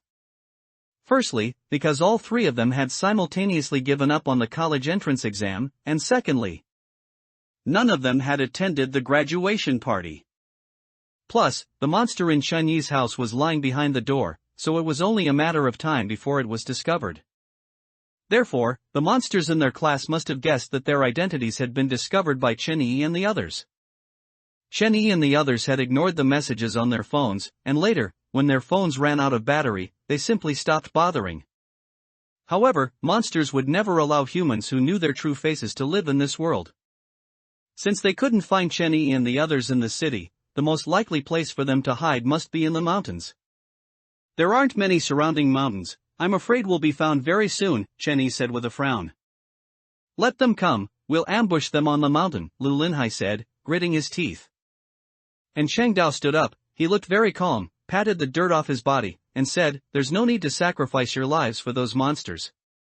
You have indeed become much stronger these days, but it's still too early to face a group of monsters. Pack your things, we'll leave tonight.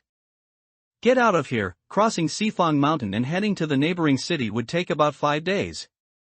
During these days, Chen Yi and the others continued to train while traveling. They set off before the monsters searched Sifang Mountain and had a smooth journey, but when they finally reached the edge of the city, they discovered something unexpected. Is this the edge of the city? Looking at the forest before him, Chenny felt both nervous and excited. After 5 days, they finally arrived at the city's edge. All they had to do now was pass through this forest to reach the mountain in the neighboring city. Chenny knew nothing about the world outside the city. However, due to the existence of the other species, the outside world was very likely different from what was seen on television. The world outside might be filled with various monsters, even more terrifying and brutal. Are you ready? Lu Linhai suddenly roared, seemingly to embolden himself or to cheer everyone on. Zhou Yun clutched Zhou Kai's sleeve tightly. She looked a bit nervous, but there was no hesitation in her eyes. Zhou Kai's eyes also showed determination. He patted Zhou Yun's head, telling her not to worry. Chenny looked back at the path they had taken. Although the city's buildings were no longer visible from their current location, to Chenny, what had happened before felt like just yesterday. Goodbye, Chenny murmured in his heart. He was bidding farewell to the city where he had lived for 18 years, and also to his past self. Let's go, and Changdao said, taking out the key.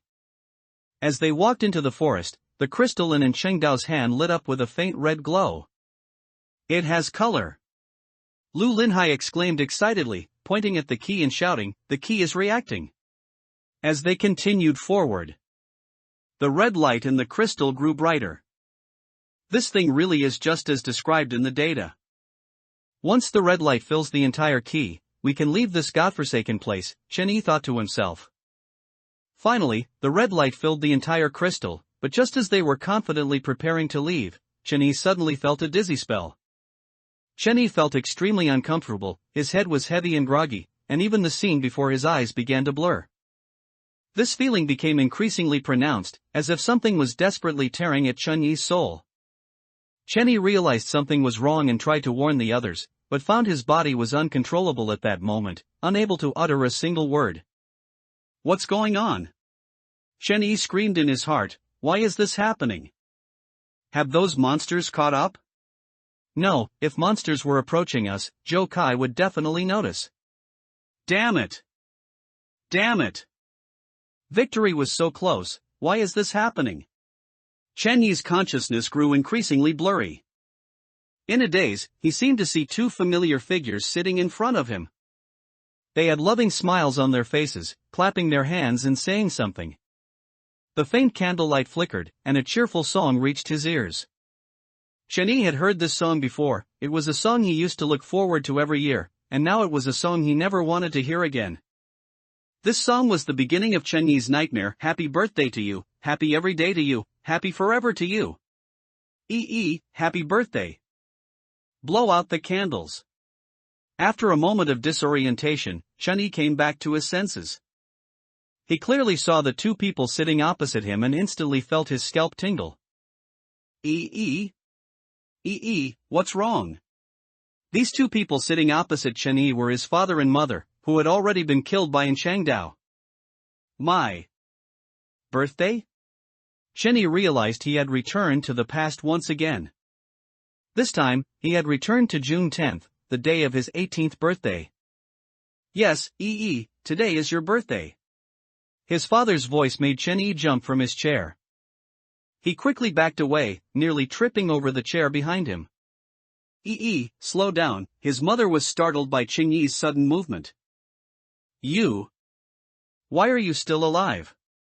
Chenny found it hard to believe. Why has time returned to my birthday? Memories flooded back.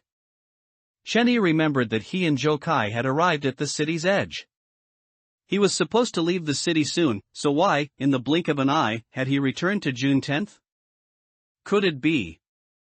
I died again? Chenny shook his head, he felt something was wrong. He didn't remember any monsters appearing at that time, nor did he remember how he had died.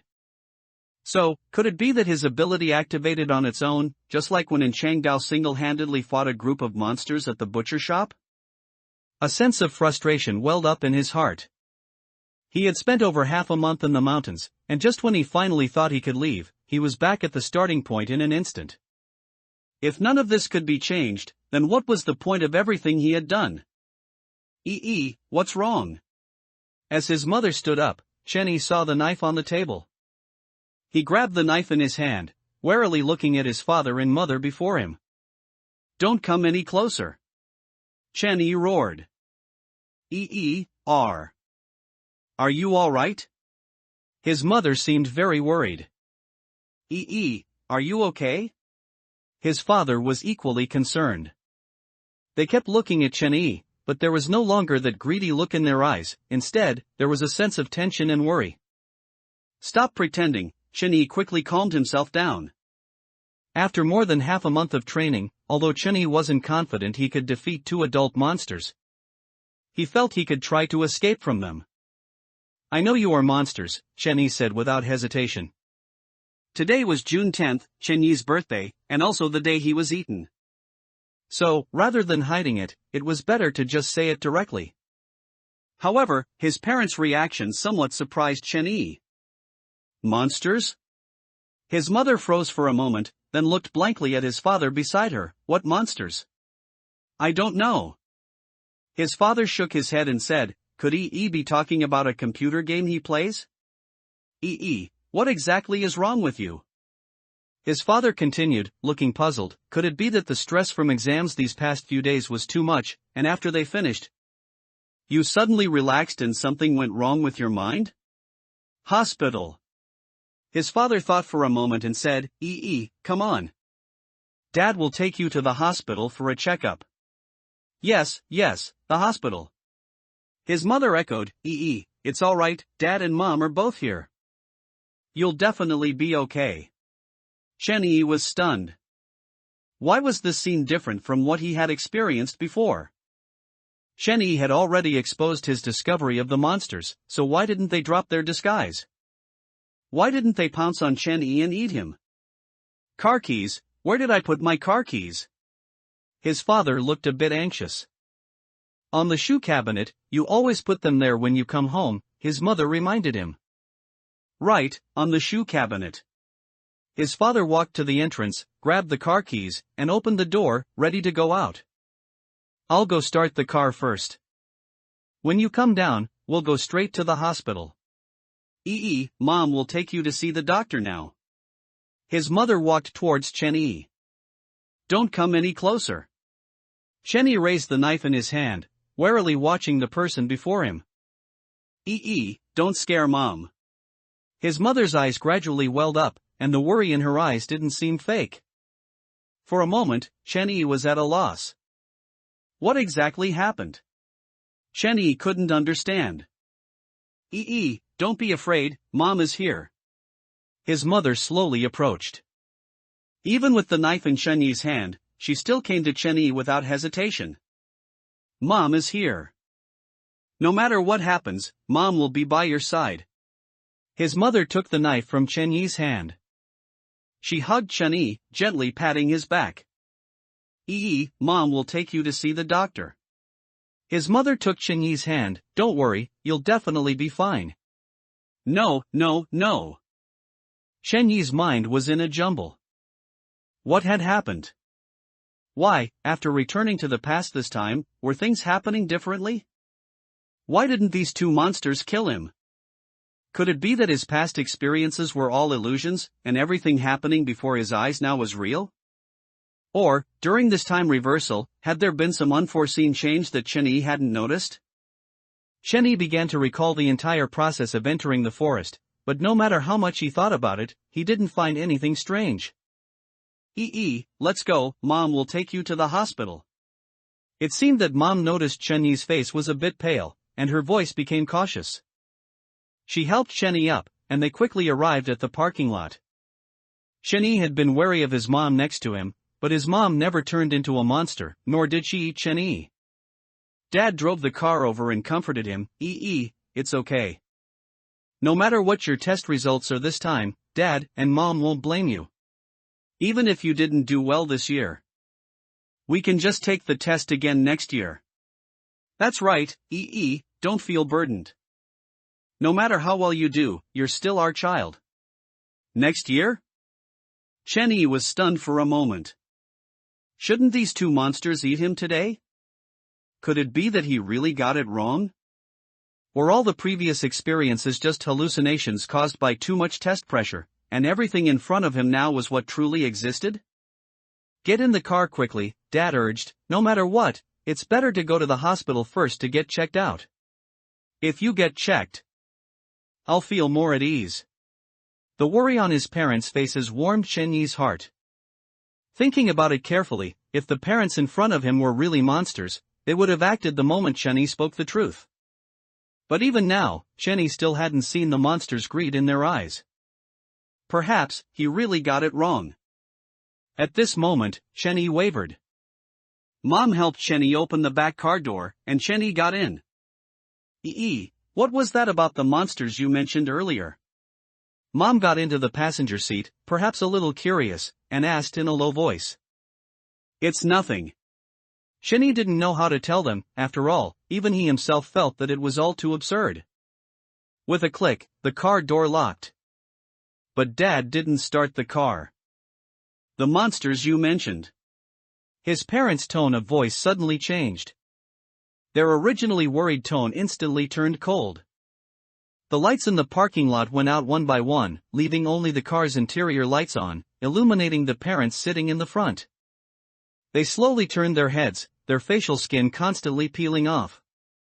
Immediately after, that familiar face appeared before Chenyi's eyes. It was clearly a monster's face.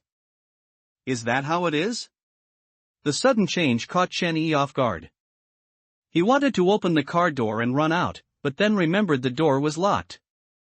The parents, who had turned into monsters, didn't pounce. They suddenly started laughing, and ear-piercing screams came from their throats, constantly stimulating Chenyi's nerves. These laughs made Chenyi's head ache terribly, and then it felt as if something was tearing at his body. Intense pain spread throughout his body, and Chenyi fainted. Are you ready? Lu Linhai's roar came from beside his ear, and Chenyi suddenly snapped back to his senses. Finding himself outside the forest at the edge of the city. Let's go. And Changdao took out the key and was about to enter the forest when Chenyi hurriedly stopped them. Wait a minute. Chenyi's expression was panicked. He grabbed Zhou Kai and asked, Zhou Kai, quickly check if there are any monsters around? Have those monsters caught up? Or are those monsters hiding in the forest, waiting for us to walk into their trap? Chenyi, what's wrong? Lu Linhai saw the panic in Chenyi's eyes and couldn't help but feel a little worried. Brother Chenyi, are you okay? Zhou Yun also seemed to sense Chenyi's anxious emotions. Hurry up. Chenyi didn't respond to them, continuing to urge Zhou Kai. Zhou Kai frowned. He glanced at Chenyi and seemed to understand something. Zhou Kai nodded and began to use his ability to sense his surroundings. No. After a moment, Zhou Kai shook his head. There are no monsters nearby. Impossible. Chenyi didn't believe it. If there were no monsters nearby, why would he go back to the past? His ability would only activate after he was killed. If there were no monsters nearby, why would he die? Chenyi, calm down first. Zhou Kai grabbed Chenyi and continued, First, tell me, what happens after we enter the forest? Your ability activated again? And Changdao also understood. After we go in, we'll die. Chenyi replied with a frown. He recounted his previous experience, but after listening, Zhou Kai found it a bit strange. Something's not right. Zhou Kai thought for a moment and said, although we don't know exactly what your ability is yet. Based on what happened before, the time you go back to after you die is always different. If we are killed by monsters after entering the forest, then you shouldn't return to June 10th. Chenyi was startled at first, then thought about it for a moment and felt that Zhou Kai's analysis made sense. Before, I always thought that the past you return to after death would gradually be later, like June 10th at first, then June 9th, then June 8th. Zhou Kai continued to analyze. But, that time at the butcher shop, you only went back a few hours. So, even if we are killed by monsters after entering the forest, the past you return to should either be June 7th, or like now, only a few hours ago. But I did return to June 10th. Chenyi remembered very clearly. The cake and knife on the table, the parents sitting opposite him, the same birthday song, and... Thinking of this, a hint of doubt appeared on Chen Yi's face. That's right, what happened on June 10th this time is different from the previous June 10th. Chen Yi didn't know what this meant. But one thing he was very clear about was that he had indeed died. To be safe, I'll go in and take a look first. And Chang Dao glanced at the forest in front of him. His knife flew out of the bag on his back, continuously spinning around him. And Chang Dao held the bone-chopping knife in his hand and said with a serious expression, "Our understanding of these other species is limited. Perhaps there are monsters hidden here that we don't know about. No matter what, it's always right to be careful." Zhou Kai nodded and said, "I'll keep an eye on our surroundings." After speaking, and Chang Dao walked into the forest. Chen Yi and the others nervously surveyed their surroundings. He, Zhou Kai, and Lu Linhai stood in a triangular formation, protecting Zhou Yun in the middle. Time passed by minute, but no monsters appeared, and Zhou Kai didn't sense anything amiss. After a while longer, footsteps came from the forest. "Uncle and his back," Zhou Kai reminded him. And Chang Dao walked out of the forest, and the knife that had been circling him returned to his bag. "It's safe inside." The news in Changdao brought left Chen Yi perplexed. The forest was safe, and no monsters had appeared nearby, so how exactly did he die? "Let's go." And Changdao took out the key again. "Don't worry." Zhou Kai patted Chen Yi's shoulder, "If anything is wrong, I'll tell you immediately." This time, they were even more cautious as they walked into the forest. However, when the red light once again filled the entire key, that inexplicable dizziness and the feeling of his soul tearing apart attacked him again. A cacophony of sounds suddenly erupted in Chen Yi's ears, accompanied by a violent headache, and the scenery before his eyes gradually twisted. Chen Yi's consciousness grew increasingly blurry. He shook his head vigorously, and when he came to, he found himself sitting in a KTV private room. He was back, once again returning to the evening of June 9th. What exactly is going on? Chen Yi gritted his teeth. He didn't understand why this was happening. They had been so careful, so why did they still die after entering the forest on the outskirts of the city? Moreover, last time he only went back a few hours, but this time, why had he returned to June 9th again? The singing echoing in the private room irritated Chen Yi, but then, he suddenly realized something was wrong. He had returned to June 9th before. That time, when he opened his eyes, a classmate was passionately singing into the microphone. But this time, what he heard was the original singer's voice, not a classmate's at all. Looking up, Chen Yi saw that everyone in the private room was sitting neatly on the sofas. They watched the screen with serious expressions, not saying a word, as if possessed. Chen Yi didn't see Zhou Kai or Lu Linhai. He remembered that Zhou Kai had claimed to have something to do that day, so he hadn't come. But where was Lu Linhai, who should have been there? The singing on the screen suddenly stopped. At that very moment, everyone slowly turned their heads and looked at Chen Yi. What are you all looking at me for?" There was an indescribable strangeness about the scene before him. "Sing." "There aren't any lyrics on my face." Chen Yi was a little scared. Had he been exposed? No, this was too strange. He had just returned to June 9th, and he hadn't done anything. It was impossible for these monsters to have discovered him. The classmates in the private room remained silent, staring intently at Chen Yi, not even blinking. Chen Yi felt a chill. He stood up, wanting to leave, but before he could even take a step, he heard a series of sounds as the skin on their faces began to peel off. Chen Yi realized things were bad. If these monsters attacked at the same time, he would surely die. "I suddenly remembered I have something to do at home, I'm leaving now." Chen Yi was startled and quickly ran towards the private room door. The moment he opened the door, a familiar figure appeared outside. "Chen Yi, what are you doing?" Looking up, Lu Linhai was standing outside the door, holding a pile of snacks. "Quick! Come with me." Chen Yi grabbed Lu Linhai and fled the KTV as if escaping. "Chen Yi, what's wrong with you?" After running to a deserted corner, Lu Linhai asked curiously. At this time, Lu Linhai didn't know about the existence of monsters, so Chunyi had no choice but to explain everything. But when Chunyi was halfway through his explanation, Lu Linhai's expression suddenly turned somewhat grim. Monsters? Lu Linhai stared motionlessly at Chunyi. I know what I'm saying sounds absurd, but you have to believe me.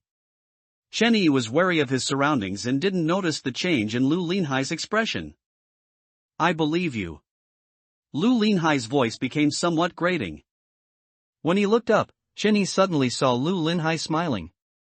You? What are you laughing at? Chunyi frowned. Chunyi, the monster you mentioned. The skin on Lu Linhai's face began to peel off, like damp wall paint, falling off his face in pieces. Chunyi froze. He saw the familiar serrated mouthparts and the pair of huge compound eyes on Lu Linhai's face. Lu Linhai was a monster? Is it like this? A grating laugh escaped Lu Linhai's throat. In an instant, Chunyi felt an intense headache. Although there was nothing around him, it was as if countless invisible hands were pulling at Chunyi, tearing his body apart. Ah! Chunyi screamed in terror. He suddenly sat up from the ground, waking the person beside him. Chunyi, what's wrong? Lu Linhai's voice came from beside him. Chunyi was startled, fumbling on the ground with his hands, grabbing a stone, and throwing it forcefully at Lu Linhai. Monster! Chunyi shouted, so you're a monster too. Lu Linhai hadn't expected Chunyi to suddenly attack him. But after more than half a month of training, Lu Linhai reacted immediately. He rolled on the ground, dodging the stone Chunyi threw. Chunyi picked up another stone, and just as he was about to continue attacking Lu Linhai, a strong pair of hands grabbed him. What are you doing? A familiar voice rang in his ear. It was in Chengdao's voice. Uncle Lin, quick! Kill him! Chunyi urgently shouted, he's a monster. He's been deceiving us, he's a monster too. Chunyi, what are you talking about? Zhou Kai shielded Zhou Yan behind him and asked in confusion. I understand now, I finally know why we died after entering the forest. Chunyi stared at Lu Linhai and said through gritted teeth, it was you. You killed us. Because you, this monster, have been lurking beside us, Zhou Kai didn't notice any monsters around. After we entered the forest, you took advantage of our inattention and killed us. Chunyi, what exactly is wrong with you? Lu Linhai looked bewildered, his eyes full of worry. What you're saying, I don't understand a single word. Zhou Kai frowned and thought for a moment, seemingly understanding something. Chunyi, have you gone back to the past again? Zhou Kai asked. The past? Chunyi was startled at first, then looked around, and only then did he react. This time, Chunyi had returned to the night before they arrived at the forest. Why is this happening? Chunyi felt his mind was a mess. He had clearly returned to June 9th before, so why was he now on the day before arriving at the forest? Don't worry yet. Zhou Kai walked over. Calm down, and then tell us what happened. Chunyi took deep breaths, and a moment later, he began to recount his experience. After listening, everyone's faces showed grave expressions. I'm really not a monster. Lu Linhai, beside him, was on the verge of tears. If Lu Linhai were a monster, there would have been no need for him to save us before. Zhou Kai thought for a moment, then continued, moreover. We've lived together for over half a month, and he's had many opportunities to kill us. But if Lu Linhai isn't a monster, then what you saw? What was that about? Fake. Lu Linhai shouted, it must have been those monsters impersonating me. No, Chunyi wasn't exposed on June 9th. It's impossible for monsters to impersonate you to deceive Chunyi without reason. Zhou Kai shook his head. Chunyi didn't speak. These frequent returns to the past had left his mind in a jumble. He tried hard to recall what had happened in these several returns to the past, and as he thought, Chunyi seemed to realize something. Chunyi's current presence on the night before arriving at the forest indicated that he had been killed the last time he returned to June 9th. However, the transformed monster Lu Linhai had only revealed his monstrous appearance and didn't seem to have attacked Chen Yi. If the monster Lu Linhai hadn't killed Chen Yi, then why would his ability suddenly activate? Could there be other kinds of monsters hiding in the forest? Lu Linhai was a little anxious, after all. His suspicion was the greatest at this moment. Jokai shook his head and said, "Even if it's another kind of monster, I can sense it. It can't be that this monster not only has no smell, doesn't need to breathe, but also has no heartbeat. Maybe it is that kind of monster," Lu Linhai continued. "We don't know much about these monsters. It's possible there's really a monster hiding in the forest that has no smell, doesn't need to breathe, and even has no heartbeat. This isn't impossible. Jellyfish don't have heartbeats, so why must a monster have one? Alright, even if there really is such a monster, it would have to move when it kills us. Once a monster moves, I can sense it," Jokai said with a frown. "Could it be that this monster is so powerful that it can kill us instantly before we even detect it? If such a monster truly exists, then let's not even bother escaping, we're no match for them at all."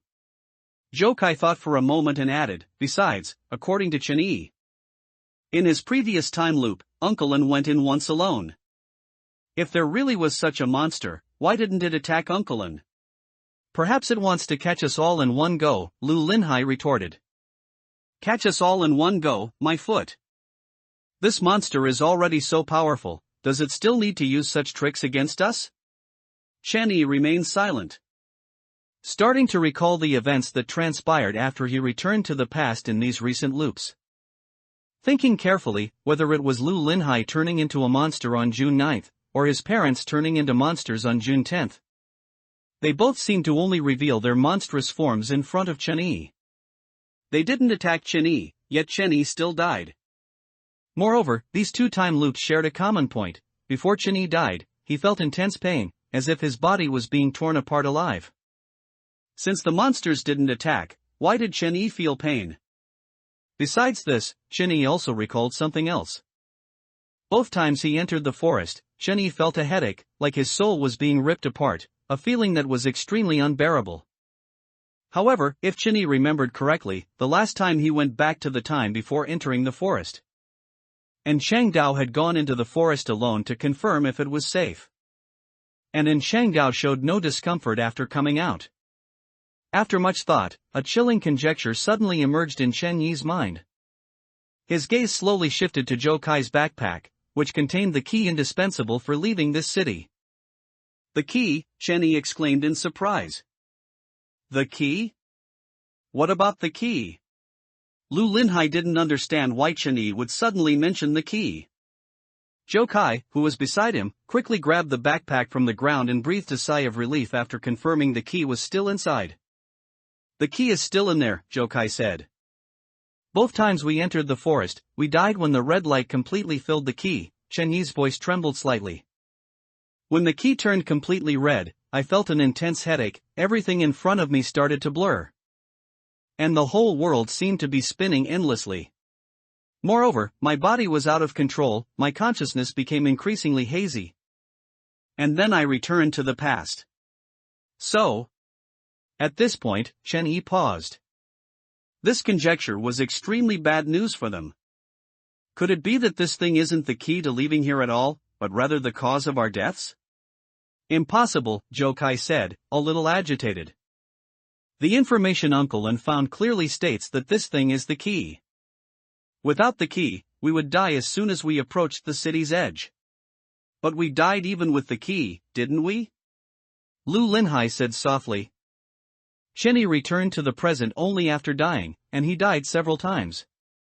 "That doesn't prove there's a problem with the key," Jokai argued.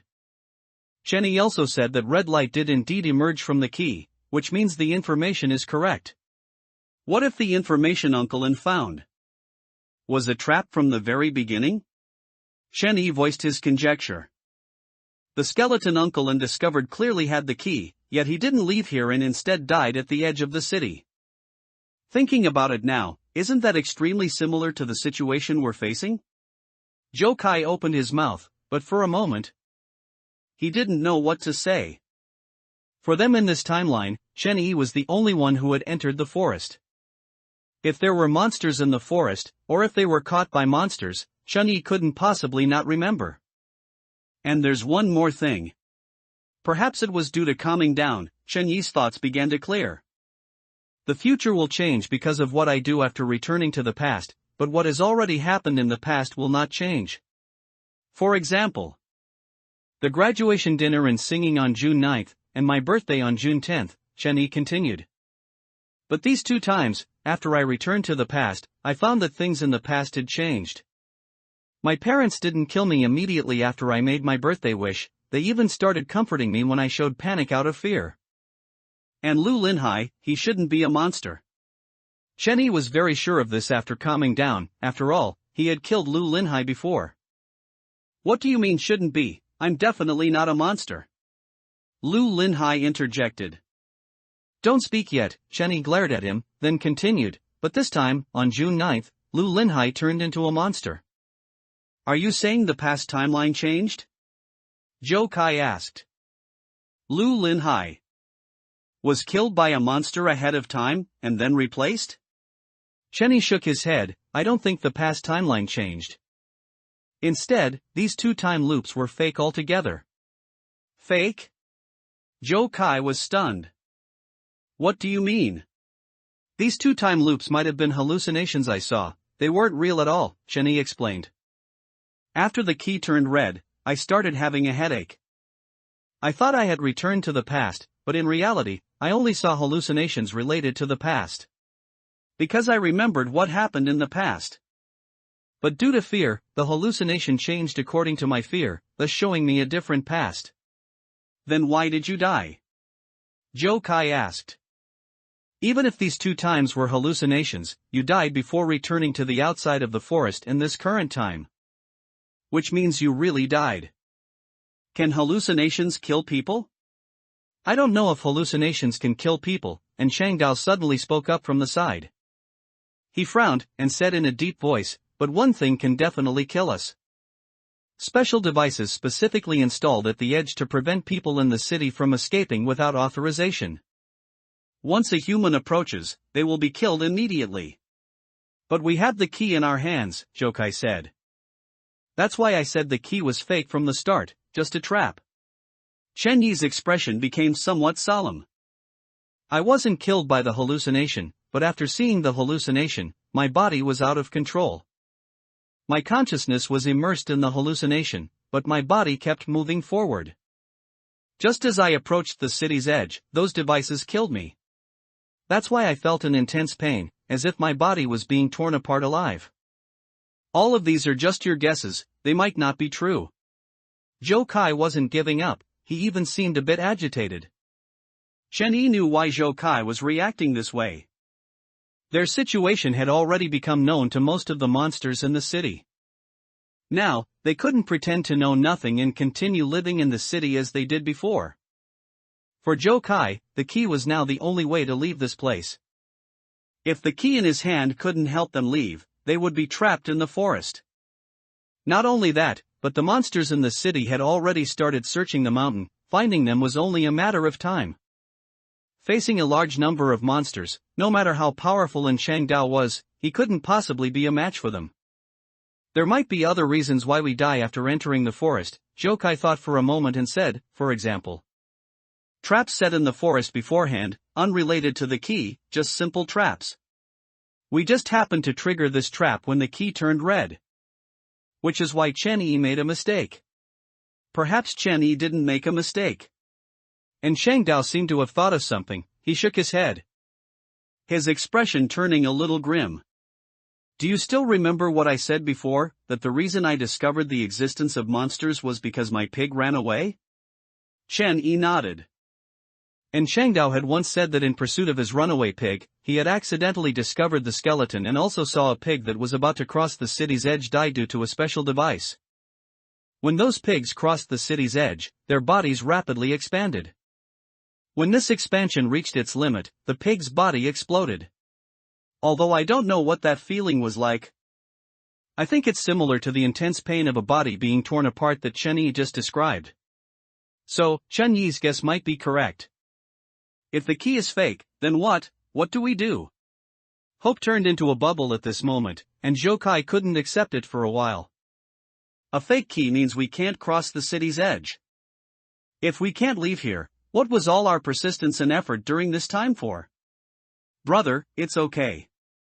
Joyun seemed to sense Jokai's anxiety. She walked over and comforted him. As long as we're still together, we'll definitely find a solution. Whether this key is a trap or not, I think we can try it. In fact, Chenny also didn't want to believe the key was fake. So, Chenny thought for a moment, and a bold idea popped into his head. What's the plan? Jokai asked impatiently. Tomorrow, we'll go to the forest at the city's edge again, but this time, I'll go in alone with the key. No, as soon as he finished speaking. And Changdao shook his head. That's too risky, I can't let you do that. If anyone is going, it should be me. Uncle An, please let me finish speaking first. Chenny continued.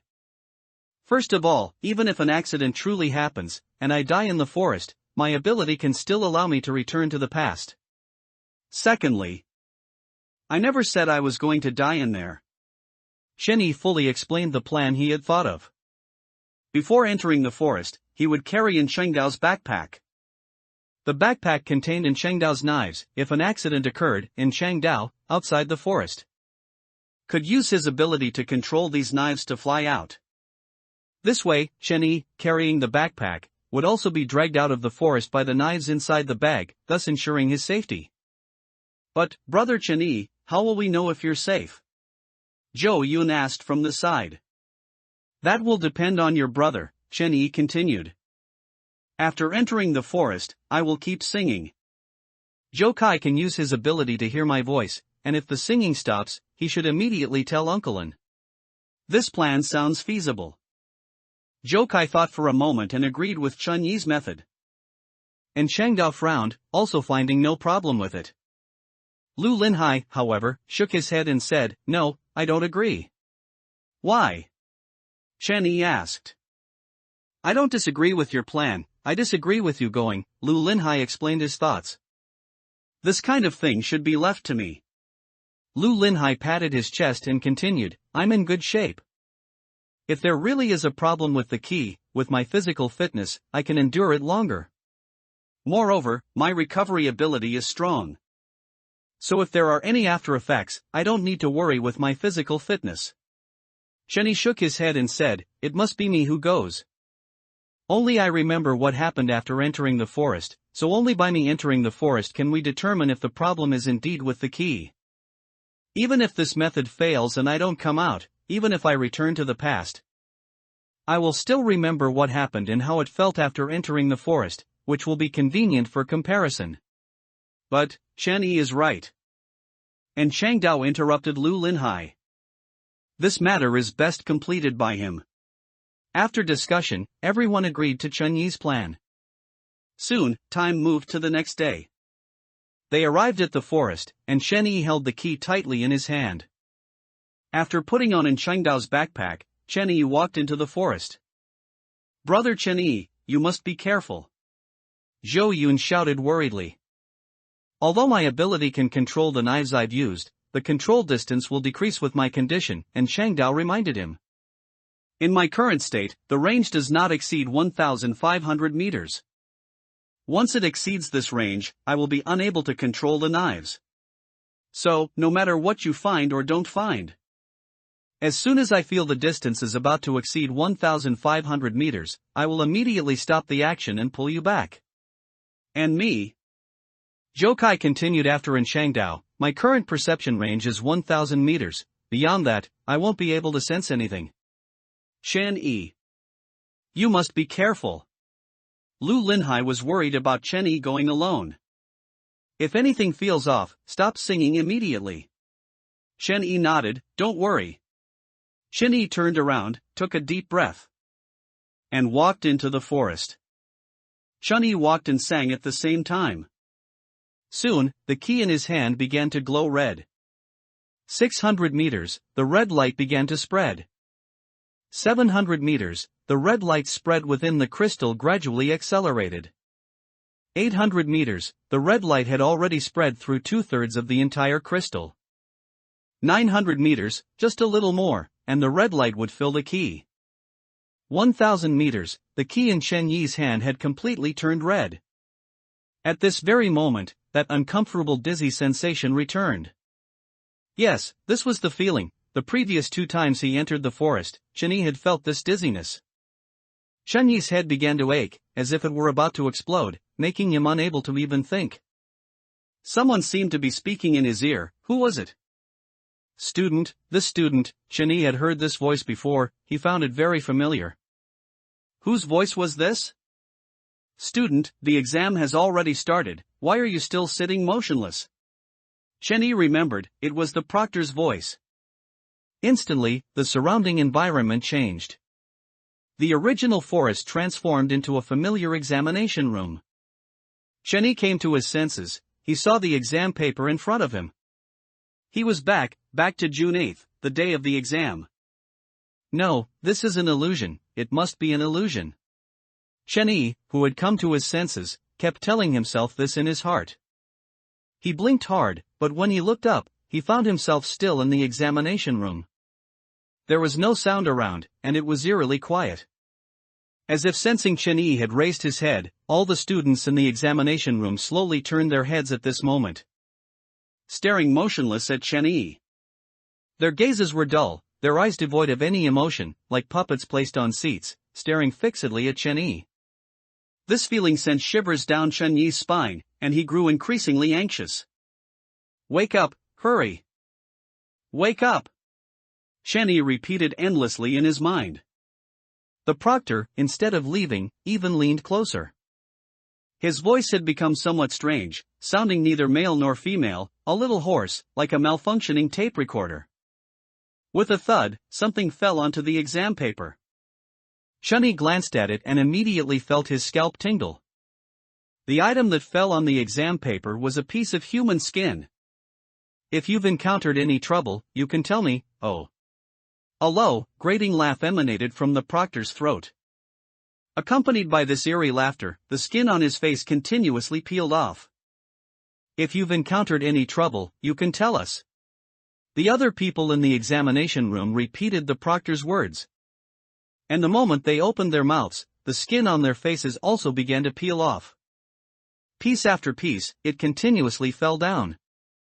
This scene before Chen Yi was completely different from what he had experienced on June 8th. He was certain this wasn't real, but even knowing it was an illusion, he was still chilled to the bone by this eerie sight.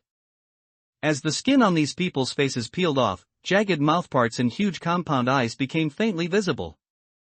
As if sensing Chen Yi's inner panic, stiff laughter emanated from their throats. This isn't real. Chen Yi gritted his teeth, forcing himself to look at these people. He had to do this, only by overcoming the fear in his heart could these illusions disappear. You are not monsters. Chen Yi stood up, trying his best to calm himself down. I've seen the process of those monsters revealing their true forms. Chen Yi shouted loudly. When they reveal their true forms, their bodies swell because their original size is much larger than humans. So, when they reveal their true forms, their skin tears, it doesn't peel off piece by piece like yours. You are not monsters at all, you are merely illusions evolved from my inner fear.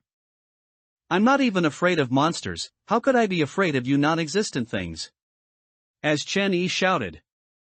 The laughter in the classroom abruptly stopped. The people in the classroom became dull again, and although they were still staring at Chen Yi, they became like before, like lifeless puppets. I won. A relieved smile appeared on Chen Yi's face. He felt he had succeeded, that he had overcome these illusions. As long as he overcame his inner fear, these illusions were simply no match. But why hadn't these illusions disappeared? As he thought of this, a familiar voice appeared behind Chen Yi. So what? Looking back, Zhou Kai, who was in the same examination room as Chen Yi, walked over with stiff steps. Whether we are monsters or not, it doesn't matter at all. Zhou Kai said, walking towards Chen Yi. Even if we aren't monsters, you can't escape from here. Since you can't escape, why not stay with us forever? At this moment, everyone in the classroom stood up. The laughter that had disappeared once again seeped out from their throats. The laughter spread through the classroom, even more grating than before, making Chenyi irritable. Immediately after, that sensation of his body tearing appeared again, and intense pain instantly spread throughout Chenyi's body. You can't escape, stay here, and be with us forever. Zhou Kai drew closer and closer. Chenyi gritted his teeth, his peripheral vision catching sight of the pen on the table. He was unwilling to lose. Losing to monsters was one thing, but now he had to lose to these damned illusions. Chenyi. Chenyi, Zhou Kai's voice came again, different from before. This time, the shout was full of worry. However, the distraught Chenyi didn't notice this. Looking at Zhou Kai walking towards him, seeing the mocking smile on his face, Chenyi was furious. Chenyi cursed, grabbing the pen on the table.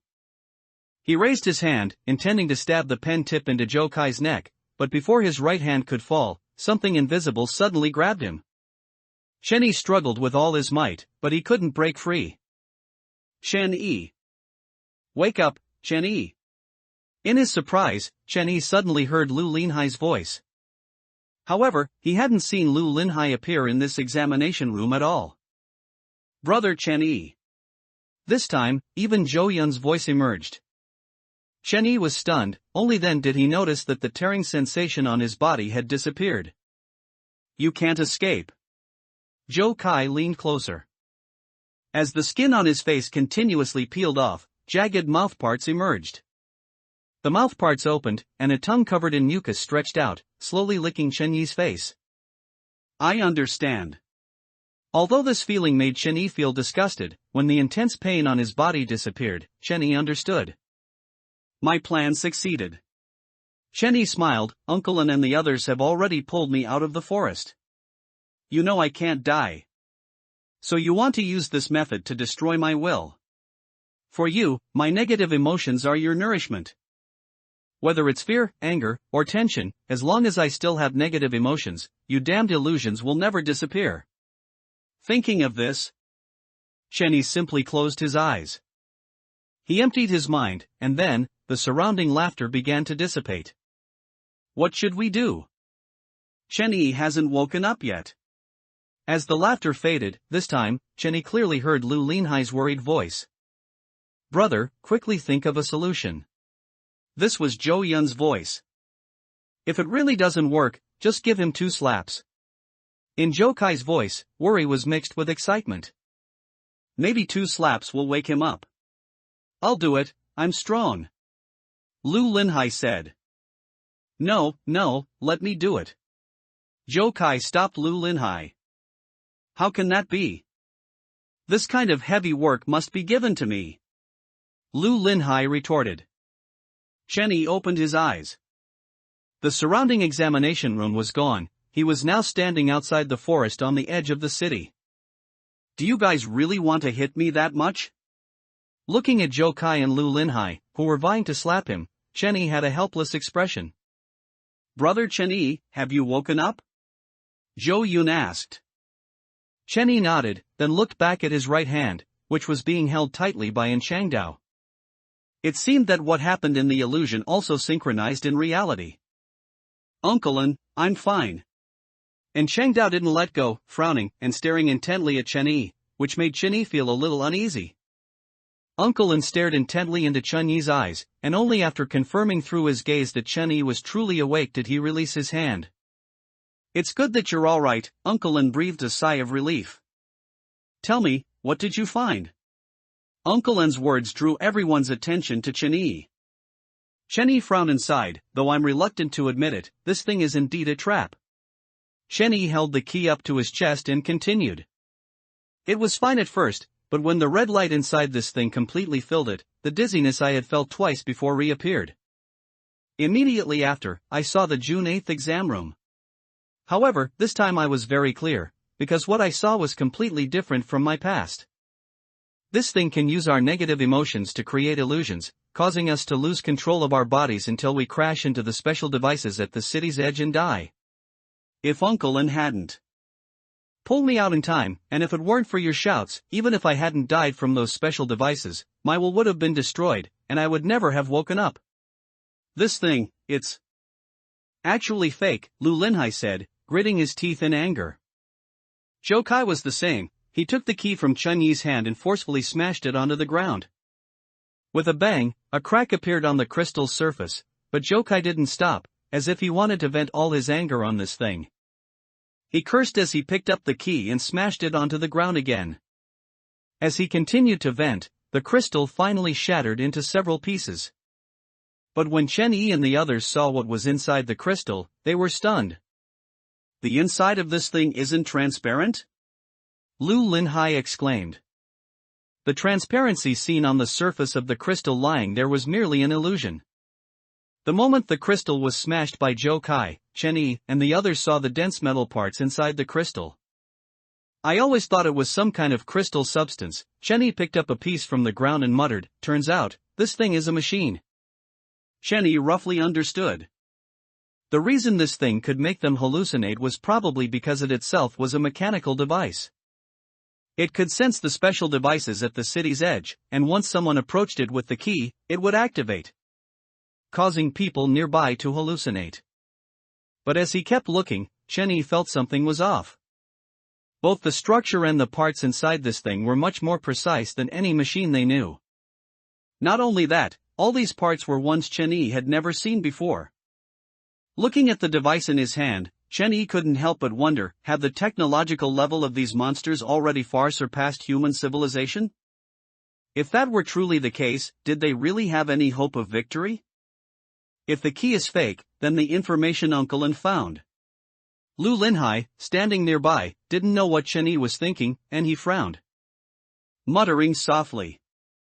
That information is half true, half false. Chen Yi picked up all the broken devices from the ground and put them into his bag. He felt these things still needed to be studied. For example, the page describing the monsters. Because we've seen monsters, we believe the content in the Ziliao, Chen Yi continued. But we never would have thought that these true contents would be mixed with traps. Then the peach blossom garden in the northernmost land mentioned in the Ziliao. At this point, Lu Linhai glanced at Zhou Kai. Could that also be fake? Zhou Kai didn't speak, but from his eyes, it was clear he was also somewhat suspicious. Let's not discuss this matter for now, Chen Yi shook his head and said, whether it's true or false is no longer important to our current situation. The most urgent matter is what we should do next. The monsters in the city already know about us, so we definitely can't stay in this city. Chen Yi looked back at the forest behind him and continued, the special devices at the city's edge will kill us, so this path is also unworkable. What if we dig out these special devices? Lu Linhai asked. These devices should be buried underground, as they'd be too obvious on the surface. If we dig them out and destroy them, won't we be able to pass? We can't dig them out, Uncle Lin said with a cold face. After I learned about the existence of these special devices, I tried to find them. But, because I wasn't sure of their exact location, nor how deep they were buried, I couldn't find them in a short amount of time. We can't stay on Sifang Mountain either, Zhou Kai added. The monsters in the city have already started searching the mountain, finding us is only a matter of time. If we continue to hide here, they will find us sooner or later. At that time, we won't be facing just one or two monsters, but a whole group of them. This won't work, that won't work, is there only a dead end awaiting us? Lu Linhai thought for a moment, then gritted his teeth and said, if push comes to shove, we'll fight those monsters.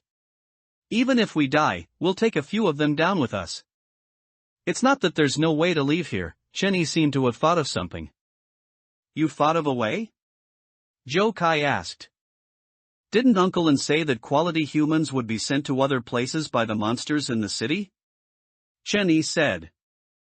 That means these routes don't have special devices, and we can leave through them. No, Uncle Lin shook his head. These routes aren't without special devices, rather, these devices open a gap at specific times for those monsters to enter and exit. I once investigated these routes. One is the bus route from the long-distance bus station, and the other is the high-speed rail. Uncle Lin picked up a branch from the ground and simply drew two lines on the ground. Another point to note is that even if we want to leave by these two routes, we must take the bus and high-speed rail. Only by taking public transportation can we avoid being killed by the special devices. I experimented with a pig. After the bus left that time, I herded the pig onto the route the bus had taken. When the pig approached the city's edge, it also died. Therefore, only by taking the transportation designated by these monsters and following these two routes can we leave here. But these two conditions are harder for us than ascending to heaven, aren't they? Joe Kai sighed. Exactly. Without a monster escort, humans can't buy tickets. Not only can they not buy them, but it will also attract the monster's attention. Especially since our situation has already been discovered by the monsters. Uncle Lin threw away the branch in his hand. Chenny frowned and thought, a bold idea forming in his mind. We're not considering the high-speed rail route for now, as the attendants on the high-speed rail are likely monsters in disguise, Chenny said. However, I think we should try the bus route. Try? Joe Kai looked up and asked, how do we try? Hijack the bus. Chenny said, enunciating each word. Are you crazy? Joe Kai looked shocked when he heard the two words Chenny uttered. Don't worry, just let me finish. Chenny knew why Joe Kai reacted that way. After all, carjacking was a very dangerous thing given their current situation. However, Chenny had his own considerations. The reason I ruled out the high-speed rail route is because there are many attendants and railway police on the high-speed rail. They are all monsters in disguise, and once we start fighting, they outnumber us, and we might not win, Chenny continued. Secondly, we can't stop the high-speed rail while it's in operation, which means if we want to take the high-speed rail to leave, we must go through a high-speed rail station. If we appear at the high-speed rail station, the monsters will immediately catch us. But a bus is different. Chenny paused here. Joe Kai was first stunned, then seemed to understand Chenyi's idea. A bus can indeed be stopped, but there are also monsters on it, Joe Kai said. There are indeed monsters on the bus, but how many monsters can there be on a bus heading out of the city? The passenger buses in this city, including the driver's seat and the co-driver's seat, can accommodate a maximum of 51 people. Even if half of these 51 people are monsters, that's at most 25 or 26, far fewer than on the high-speed rail. Secondly, the purpose of these vehicles is to transport high-quality humans, so do you think there are more monsters or more humans on the bus? More humans? Lu Linhai replied from the side. Exactly. Chenny nodded, then looked at Joe Kai and continued, your ability can distinguish who is a monster and who is a human. As long as we stop the bus and lure the monsters away, we can hijack the bus and escape from here. After listening to Chun Yi's explanation, Joe Kai thought about it and felt it made sense. Moreover, this was their only option. However, and Chang Dao had a different opinion. No, your idea sounds fine, but it's a bit troublesome to implement. And Chang Dao shook his head. The most crucial problem is, how do you guarantee the bus will stop? We stand in the middle of the road and block it, Lu Linhai replied. If you try to stop the bus that way, I can guarantee the driver will just run you over, and Chang Dao said bluntly. You have to know, the driver isn't human, he's a monster. They won't be scared or soft-hearted just because someone appears in front of them. Besides, even if the driver stops the bus, they might immediately notify other monsters once they see us. If it's just one or two monsters, I'm confident I can kill them instantly. But if we have to face more than 10 monsters, it will be quite troublesome. The longer we drag it out, the more disadvantageous it will be for us. What if the bus stops without us appearing? Chen Yi had also considered in Cheng Dao's concerns, and he had a way to deal with them. If we don't appear, and the bus is forced to stop due to other circumstances, the monsters on it won't be as vigilant. Wouldn't our chances of hijacking the bus be greater? What kind of circumstances? Lu Linhai asked. Will Uncle Lin use his ability to puncture the tires? But if so, we won't be able to use the bus either. No, there are other ways. For example.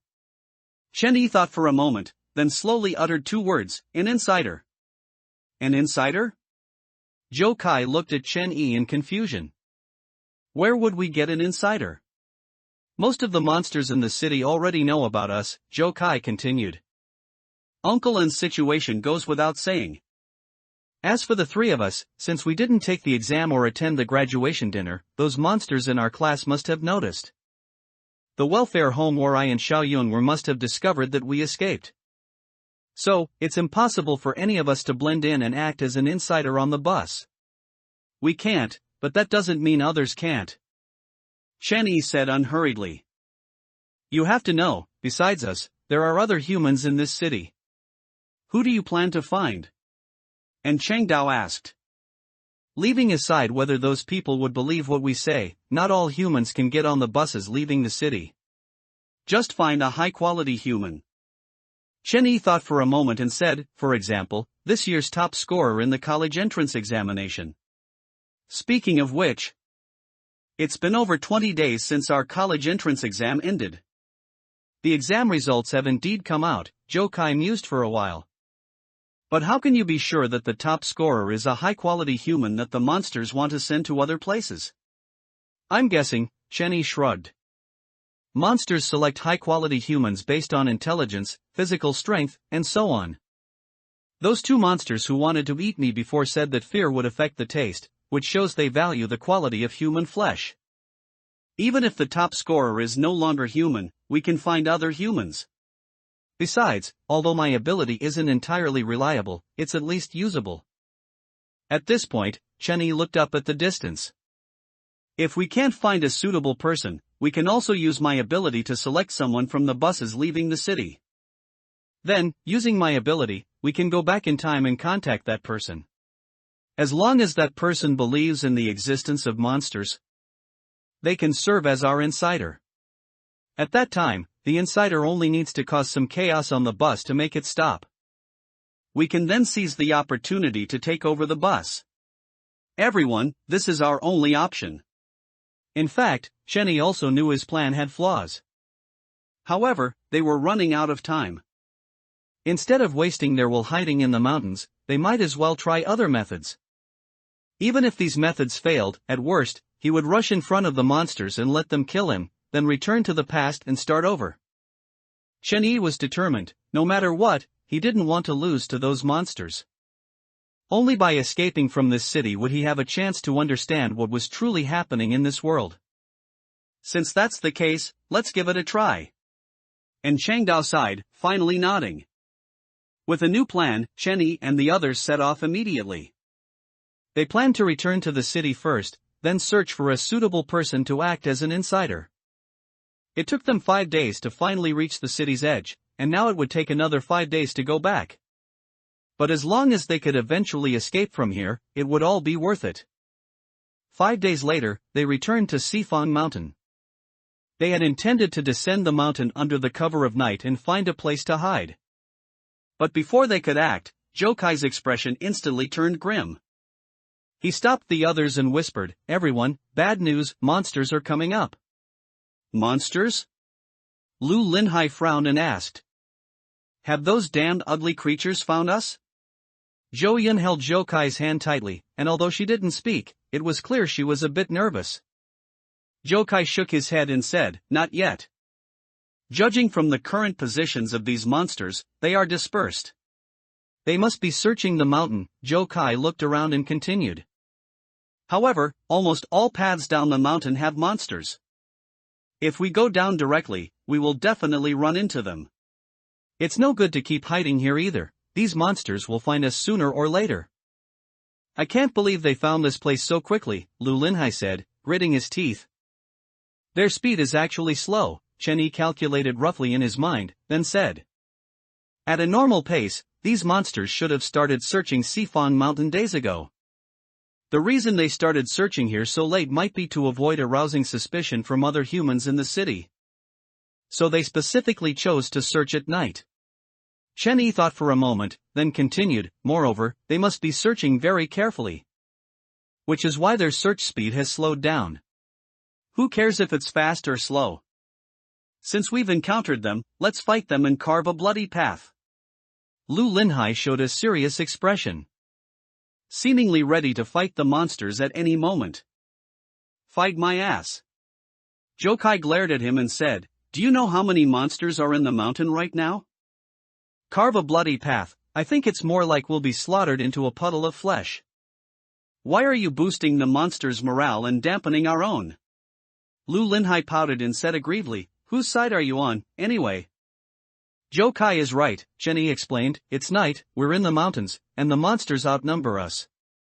The time, the terrain, and the human factor, the monsters have all the advantages. Confronting them head-on, even with Uncle An, the outcome wouldn't be ideal. I'll go distract them." A boning knife flew out of Chengdao's bag and landed in his hand. "When they come after me, you take the opportunity to go down the mountain. What about you, Uncle An?" Zhou Yun asked worriedly.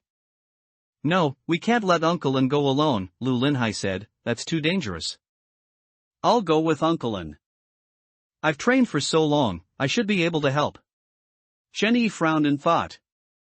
If Chengdao distracted the monsters, they could indeed go down the mountain smoothly. But what about Chengdao, facing a large number of monsters after distracting them? Should they abandon Chengdao? Chen Yi couldn't do that. So, he quickly thought of a way that could both distract the monsters and allow everyone to go down the mountain safely. "No need for so much trouble," Chen Yi looked up and said, "I've thought of a good plan." "What plan?" Zhou Kai asked. "We'll use a feint on these monsters." "Is there any difference between this and what Uncle An said?" Zhou Kai was momentarily stunned. "Of course there's a difference," Chen Yi continued to explain. "We don't need to personally attract the monsters in the mountain, instead, we'll set the mountain on fire." "Set the mountain on fire?" Lu Linhai was a little surprised. And Chengdao frowned, thought for a moment, and nodded, "That is indeed a good idea." The monsters Zhou Kai sensed were almost scattered on every path down the mountain. Even if Chengdao went to attract the monsters' attention, he might not be able to draw all the monsters from every location. Although Zhou Kai's ability could sense the monsters' positions, it couldn't guarantee that Chen Yi and the others could successfully avoid all monsters and safely leave Sifang Mountain. For example, they might choose a path down the mountain, only to find halfway through that monsters were about to enter the mountain. If they wanted to turn back and choose another path down, they might find monsters on the path behind them as well. In such a situation, they would be in a dilemma. However, setting the mountain on fire was different. Once the flames started burning, it would be much more conspicuous than Chengdao acting alone. Once the fire grew, all the monsters on the mountain would see it. But how can you guarantee that these monsters will definitely rush towards where the fire is spreading? Lu Linhai questioned. Because these monsters need to maintain human habits, Chen Yi replied. Although the vast majority of this city are monsters, there are still humans present. To prevent these humans from discovering the monster's true nature, these monsters will definitely maintain human living habits. Therefore, they will absolutely not let the fire spread unchecked, and besides, it's not good for them either. Then, if Uncle An uses his ability to create some chaos, these monsters will surely fall for it. Alright, let's do as Chen Yi says. Lu Linhai nodded, eager to act. Jokai's Ganji range is 1,000 meters, which means those monsters are already very close to us. We need to hurry and catch them off guard. Take these. 3 boning knives and a bloodletting blade flew out of Chengdao's bag, landing in the hands of Chen Yi and the other 3 respectively. Although we're setting a fire, we can't act together, and Chengdao glanced into the distance, then continued. I know where the bushes are easiest to burn. I'll go alone. Uncle An, Chen Yi was worried about Chengdao acting alone. You following me won't help, and Chengdao interrupted Chen Yi. Don't worry, I'll follow your plan and won't confront those monsters head-on. You find a place to hide first, and once the fire starts, find an opportunity to go down the mountain. I'll catch up with you.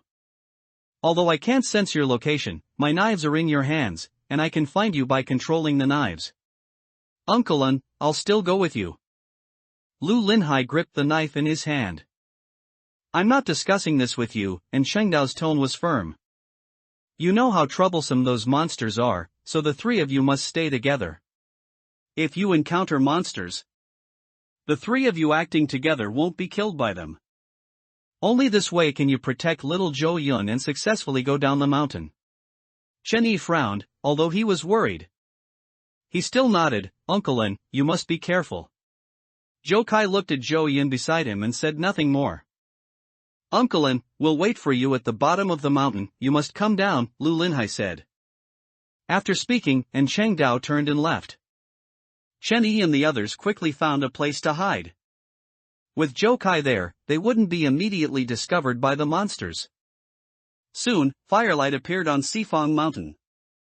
The fire spread rapidly, and just as Chen Yi had planned, the monsters on the mountain quickly rushed towards the source of the fire. The monsters on this path have all left, Zhou Kai whispered when he saw the monsters depart. Let's go, down the mountain. Chen Yi and the others quickly descended.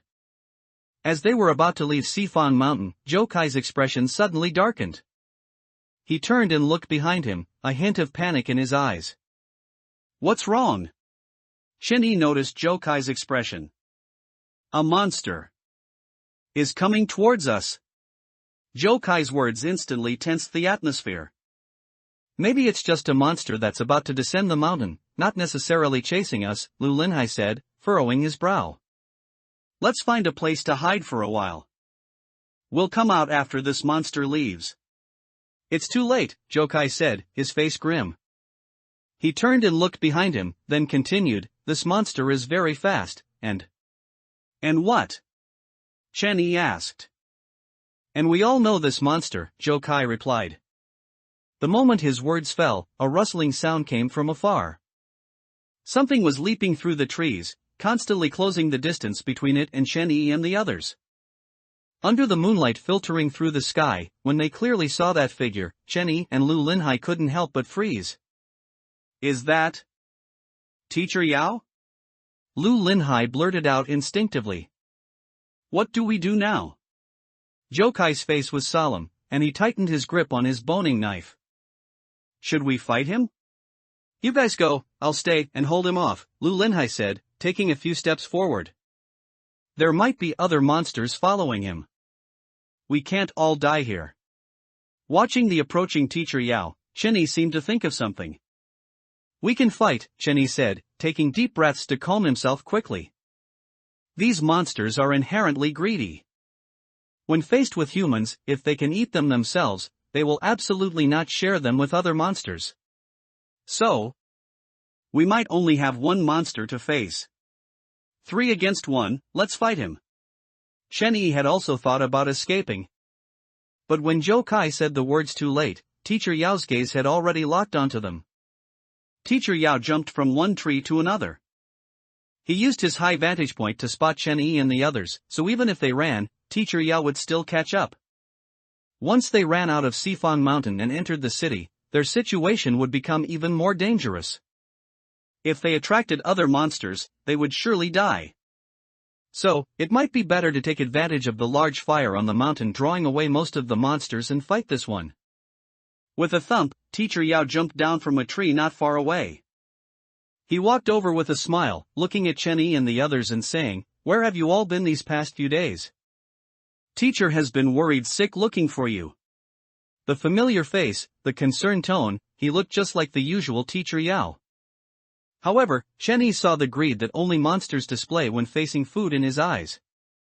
"Teacher Yao, why are you here?" Chen Yi took a few steps forward, putting his hands behind his back, and gestured to Zhou Kai and Lu Linhai.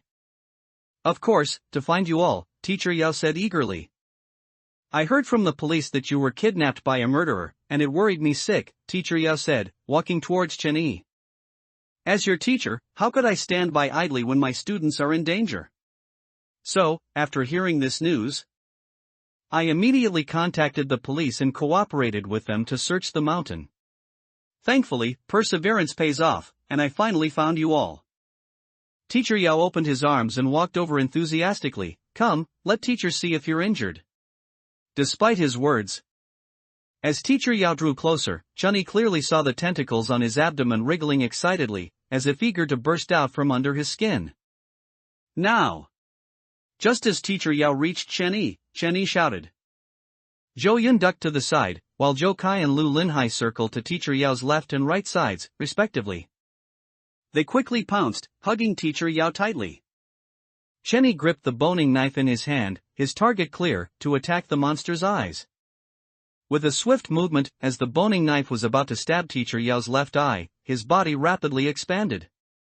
The skin on his body began to tear, and his scythe-like forearms pushed Zhou Kai and Lu Linhai away. Tentacles covered in barbs rapidly burst from his abdomen, trying to entangle Chen Yi's knife-wielding hand. Fortunately, after half a month of training, Chen Yi's reaction time had improved. With a powerful push of his foot, Chen Yi quickly retreated, putting distance between himself and Teacher Yao. What disobedient bad students you are, a serrated mouthpart tore through his skin, emerging along with his compound eyes. Disrespecting your elders is wrong. Elders?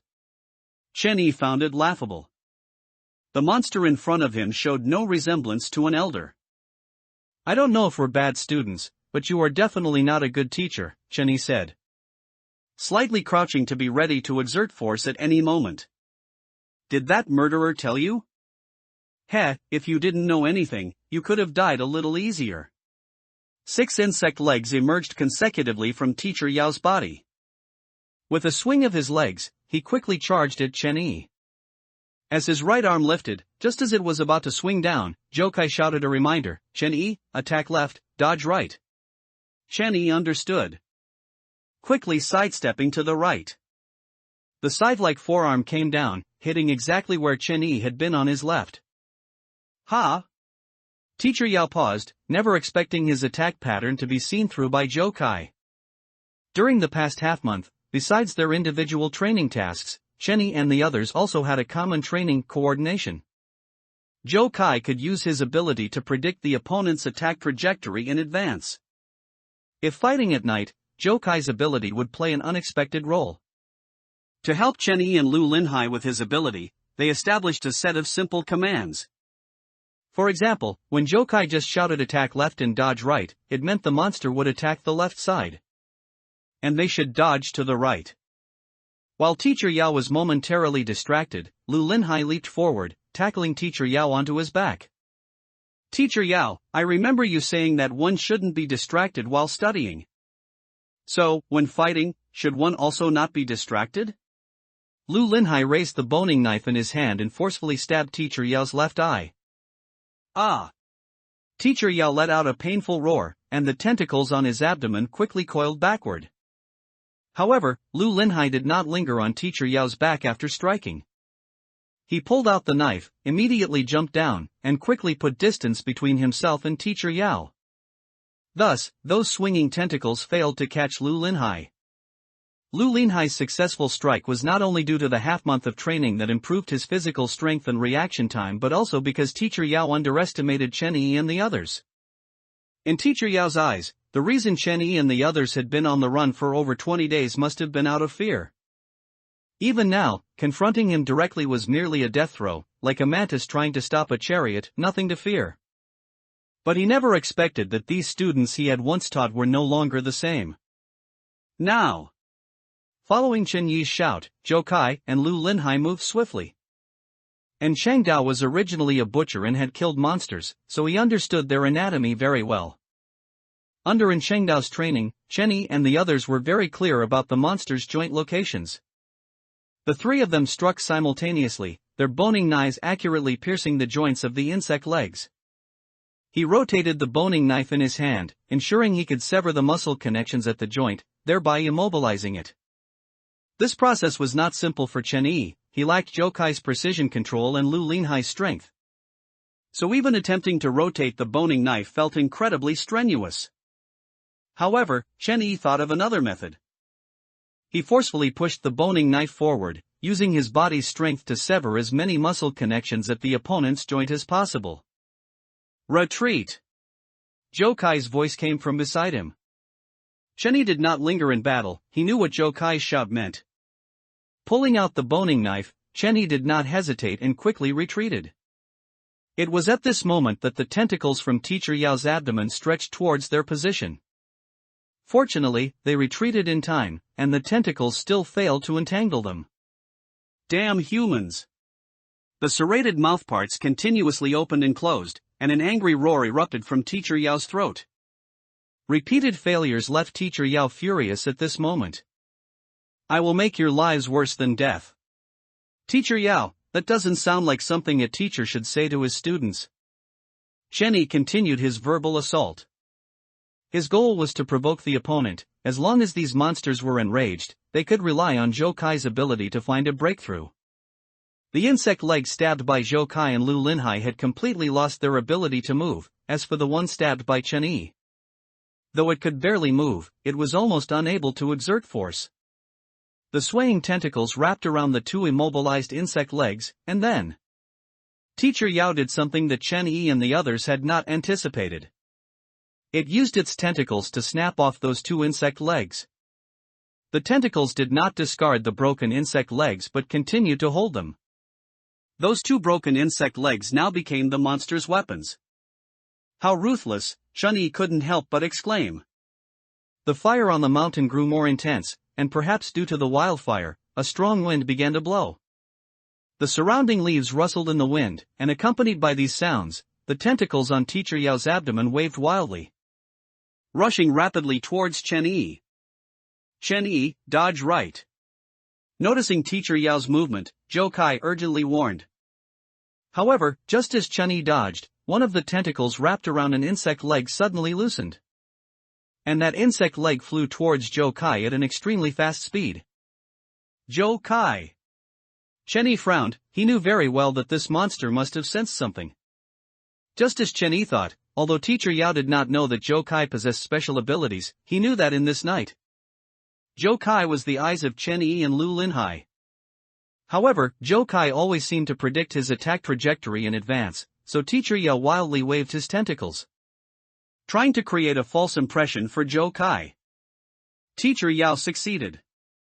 The wildly waving tentacles disrupted the wind's trajectory. Zhou Kai's ability to predict the opponent's attack trajectory, in addition to his eyesight, relied on his hearing.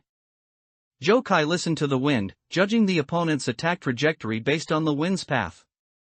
Therefore, until the insect leg flew towards him, Zhou Kai had not anticipated Teacher Yao's intention. Facing the sudden attack, Zhou Kai closed his eyes, held his breath, and focused his attention intensely. He recalled the training scenes within Changdao. The insect leg flying towards him now was like the stone in Changdao threw at him. Whoosh whoosh amidst the chaotic wind, Zhou Kai heard that one unique trajectory.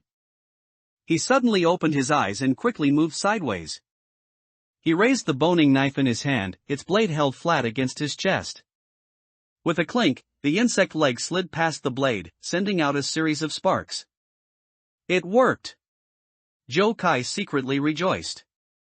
But Lu Linhai's shout from not far away made Zhou Kai realize that something was wrong. Because he was concentrating on facing the monster's attack, Zhou Kai had overlooked other matters. When he came to his senses, he finally perceived that the monster had changed its target of attack. This monster neither continued to attack Chenyi nor Lu Linhai. Its target was Zhou Yun, who was off to the side. Xiao Yun! Run! Lu Linhai shouted, and Chenyi also ran in Zhou Yun's direction. However, Teacher Yao's action was too sudden. By the time they reacted, it was already too late.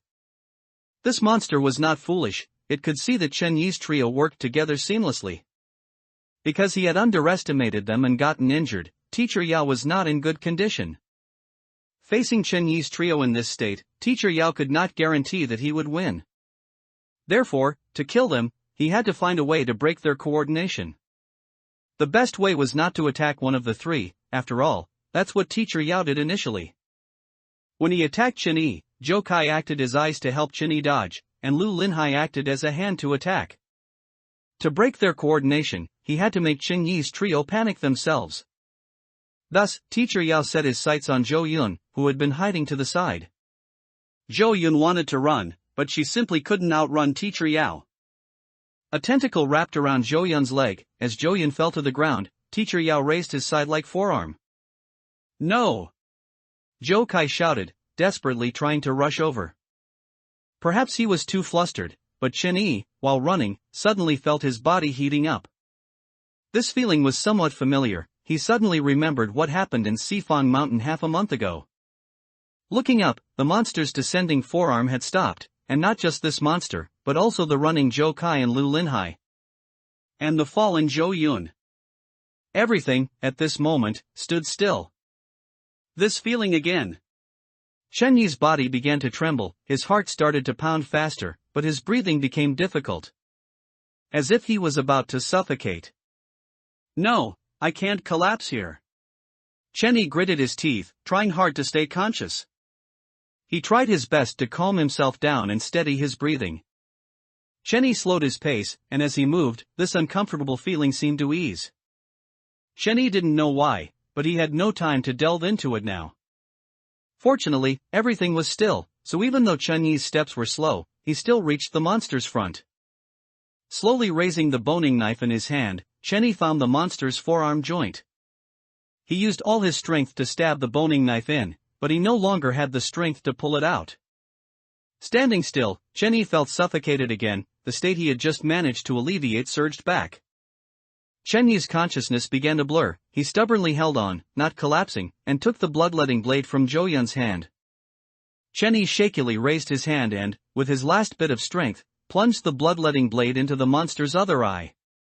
Having done all this, he could no longer hold on. He felt completely drained, his legs gave out, and he fell to the ground. It was at the very moment Chen Yi fell that everything, which had been still, returned to normal. In a daze, Chen Yi heard Teacher Yao's painful roar. He wanted to get up from the ground, but his mind was muddled, his body was incredibly heavy as if filled with lead. And everything in front of him was still blurry, he couldn't see anything clearly. What did you do to me? Teacher Yao roared incessantly, as if gone mad, emitting a chilling growl from her throat. I'll kill you all. I'll kill you all. You lowly livestock people, you damned livestock people. Wouldn't it be better to just be eaten by me? Isn't that the meaning of your existence? Why resist? You damned livestock people. I'll kill you all. Along with Teacher Yao's roar, Chen Yi's blurry vision vaguely saw her wildly flailing her last scythe-like forearm. The monster's abdominal tentacles thrashed wildly, attacking everything around it indiscriminately. However, none of the monster's attacks hit Chen Yi, who was lying on the ground. Brother Chen Yi, how are you? Chen Yi heard Zhou Yun's concerned voice. He knew he had succeeded. Although he didn't know why time had suddenly stopped, at least the outcome was good. Not only did he save Zhou Yun from the monster, but he also made the monster lose its vision. Brother Chen Yi, I'll take you. Chen Yi felt Zhou Yun helping him up from the ground. He could feel Zhou Yun's body trembling, unsure if it was from fear or because he was too heavy. Although the monster had lost its vision, it still had its hearing. Zhou Yun, supporting Chen Yi, was about to move away from the monster, but the sounds of their movement attracted the monster's attention. The monster's wild attacks stopped. It was listening, carefully discerning Chen Yi and Zhou Yun's positions. Found you. Another side-like forearm was raised high, then slammed down. Just as it was about to hit them, Lu Linhai finally arrived. Quick, get out of the way. Lu Linhai pushed Chen Yi and Zhou Yun away, but he didn't have time to dodge. The forearm hit Lu Linhai's back shoulder, and Lu Linhai stumbled and fell to the ground. Eh? The monster suddenly let out a confused cry. Before it could react, Zhou Kai leaped up and plunged his boning knife into the monster's forearm joint. You bastard! Zhou Kai's eyes were full of rage. How dare you bully little Yun, I'll kill you. Zhou Kai, who had leaped high, used the force of his descent to successfully sever the monster's last forearm. How are you? Zhou Kai quickly retreated and came to Lu Linhai's side. I'm fine. Lu Linhai touched his back shoulder, a hint of confusion appearing in his eyes first, which then turned to surprise. Fine my ass, I clearly saw that monster hit you. Really, I'm fine. Lu Linhai got up from the ground, seemingly trying to appear calmer.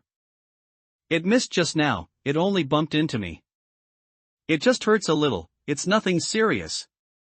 Lu Linhai seemed to be hiding something. Let's not talk about that, let's go check on Chen Yi and little Yun first. Chen Yi, are you alright? Although his vision was still blurry. Chen Yi heard Lu Linhai's voice, they had finally arrived. Little Yun, are you hurt? Zhou Kai examined Zhou Yun, only breathing a sigh of relief after confirming she was unharmed. Damn Siscon, shouldn't you be concerned about me, who fought so desperately, first? Chen Yi wanted to complain. But because he truly had no strength to speak, he could only curse in his heart. Little Yun, I'll take him. Lu Linhai took Chen Yi, and the four quickly distanced themselves from the monster. Lu Linhai is still the best. Chen Yi sighed in his heart. Little Yun, what happened just now? Zhou Kai glanced at the enraged monster, then turned to Zhou Yun. Why is the knife uncle and gave you stuck in the monster's eye? And Chen Yi's knife. Lu Linhai noticed the boning knife stuck in the monster's forearm joint. I remember Chen Yi was still running behind me, how did he get in front of the monster in the blink of an eye? They didn't know what had happened, they only remembered that 1 second the monster was about to kill Zhou Yun, but the next second, the monster was suddenly injured. And Chen Yi, who had originally been running last, suddenly appeared and fell in front of the monster. Did Uncle N come? Lu Linhai looked around, did Uncle N use his ability to attack this monster? After looking around, Lu Linhai still didn't see N Chengdao's figure. Let's not talk about that, let's quickly leave while this monster can't see. Zhou Kai pulled Zhou Yun, wanting to leave. We can't go. Chen Yi blinked hard, his vision was gradually recovering. Although this monster can't see, it can hear. If we run out now, it will definitely follow the sound and catch up. If we attract the attention of the monsters outside, it might be even more troublesome. What do you want to do? Zhou Kai asked with a frown. Strike while the iron is hot. Chen Yi gritted his teeth. He let go of Lu Linhai's hand and stood motionless. I agree. Lu Linhai tightened his grip on the boning knife in his hand and stood firmly beside Chen Yi. Zhou Kai sighed, and said softly, there's no convincing you two. He patted Zhou Yun's head and whispered, Little Yun, hide far away. Let your brother deal with this monster first, then we'll leave. Zhou Yun nodded. This time, she hid very far away. Can you do it? Zhou Kai stood on Chen Yi's other side and asked teasingly. Yeah, Chen Yi, your knife is still stuck in the monster. You can't even stand steadily. If you really can't, don't force it. Zhou Kai and I can handle it. Lu Linhai echoed. Less talk, let's move. Chen Yi smiled, then his expression turned serious. With Chen Yi's shout, the three quickly dispersed. The monster, having lost its vision, could only rely on hearing to discern Chen Yi's position. But Zhou Kai and Lu Linhai's constant running was highly distracting. Teacher Yao, I'm here. Chen Yi stood still, shouting at Teacher Yao. He cursed incessantly, all sorts of foul words coming out of his mouth. Chen Yi knew very well that because it couldn't find Zhou Kai and Lu Linhai, coupled with his curses, the monster would definitely be enraged and attack him. And at that moment, it would be the best time for Zhou Kai and Lu Linhai to act. Ah! You damned livestock people! Die! The monster charged over just as Chen Yi had planned. Lu Linhai leaped with all his might, once again jumping onto the monster's back. Chen Yi! Catch! Lu Linhai pulled the boning knife from the monster's forearm and threw it towards Chen Yi. Then, as the monster's abdominal tentacles reached out, he quickly jumped away, dodging the entanglement of the tentacles. Zhou Kai quickly moved forward, using his ability to avoid the flailing tentacles, and plunged the knife in his hand into the monster's insect leg joint. When the tentacles reached towards Zhou Kai's position, Lu Linhai seized the opportunity and attacked the monster in the same way. My turn, Chen Yi said in his heart. He took a deep breath, his physical strength had recovered quite a bit at this moment. Chen Yi pushed off with his feet and ran towards the monster. Dodging the monster's tentacles sideways, Chenny plunged the boning knife in his hand into the joint of the monster's last insect leg. Although Chenny had recovered a lot of his strength, completely severing the muscles connecting the joints was still somewhat strenuous. To avoid the tentacles reaching out from the other species' abdomen, Chenny simply left the boning knife in the joint. The three quickly retreated, putting distance between themselves and the other species. "I'll kill you! I'll kill you! You damned livestock people!" The other species cursed incessantly, four of its insect legs completely severed by Zhou Kai and Lu Linhai, rendering it unable to move. As for the two insect legs attacked by Chenny, though they could barely move, they couldn't support its body. The other species lay on the ground like a dying lobster, only its abdominal tentacles struggling continuously, giving Chenny and the other two a sense of accomplishment. This was their first time defeating another species with their own strength, although it required the cooperation of all three. It also showed that their half-month of training hadn't been in vain. "I'll kill you! I'll kill you!" The other species' curses carried over, but Chenny didn't feel angry. In fact, he found the curses quite pleasant to hear. This was an affirmation of their efforts, a good beginning. Uncle An said that to kill these other species, you either destroy their heart or sever their nerves from the neck, Chenny said, looking at the other species on the ground. The matter wasn't over yet. After all, the other species had only lost its mobility, it wasn't completely dead. "Destroying the heart would be a bit troublesome for us," Zhou Kai said after thinking for a moment. "Uncle An can use his ability to make a knife pierce through the other species' abdomen, directly hitting the heart. But the other species' abdomen still has these disgusting tentacles. If we approach rashly, we'll get entangled. So, we can only find a way to sever the nerves in its neck. I'll go." Lu Linhai handed the boning knife to Chenyi, then picked up a stone from the ground.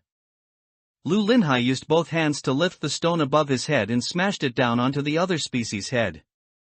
With a bang, the other species' head was unharmed, and the stone bounced off to the side from the impact. Zhou Kai slapped his forehead and said helplessly, "Were you even listening to me? I said to sever the nerves in its neck, not to smash its head with a stone. Its head is also covered by a carapace, a single stone won't kill it." "Hee," Lu Linhai said with a silly grin. "I know, I just wanted to smash it a few times to vent. After being chased by these monsters for so long, we finally defeated one. I deserve to let off some steam, right?" Saying that, Lu Linhai prepared to lift the stone again. But just then, the other species on the ground locked onto Lu Linhai's position. Its abdominal tentacles quickly gathered, pushed hard against the ground, and lunged towards Lu Linhai. "Watch out!" Chenyi shouted. The other species' serrated mouthparts opened, and as it approached, suddenly, the knives on the other species flew out. A boning knife pierced into the other species' abdomen, and a bloodletting blade went deep into the monster's compound eye. In an instant, the jumping monster fell to the ground, almost crushing Lu Linhai. "This is..." Chenyi was startled at first, then understood, turning his head to look back the way they came. "Uncle An is here."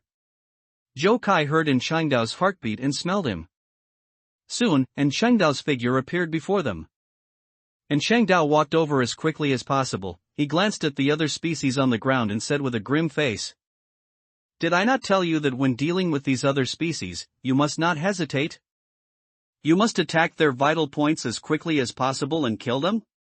Is this how you've been learning for the past half-month?" Lu Linhai pouted and whispered, "Uncle An, I'm sorry, I was wrong." And Changdao sighed, then continued, "Being able to kill another species shows that you have indeed grown. This time, I'll barely consider you passing. Uncle An, how is the mountain?" Chenyi looked up at the mountain. The fire was still spreading.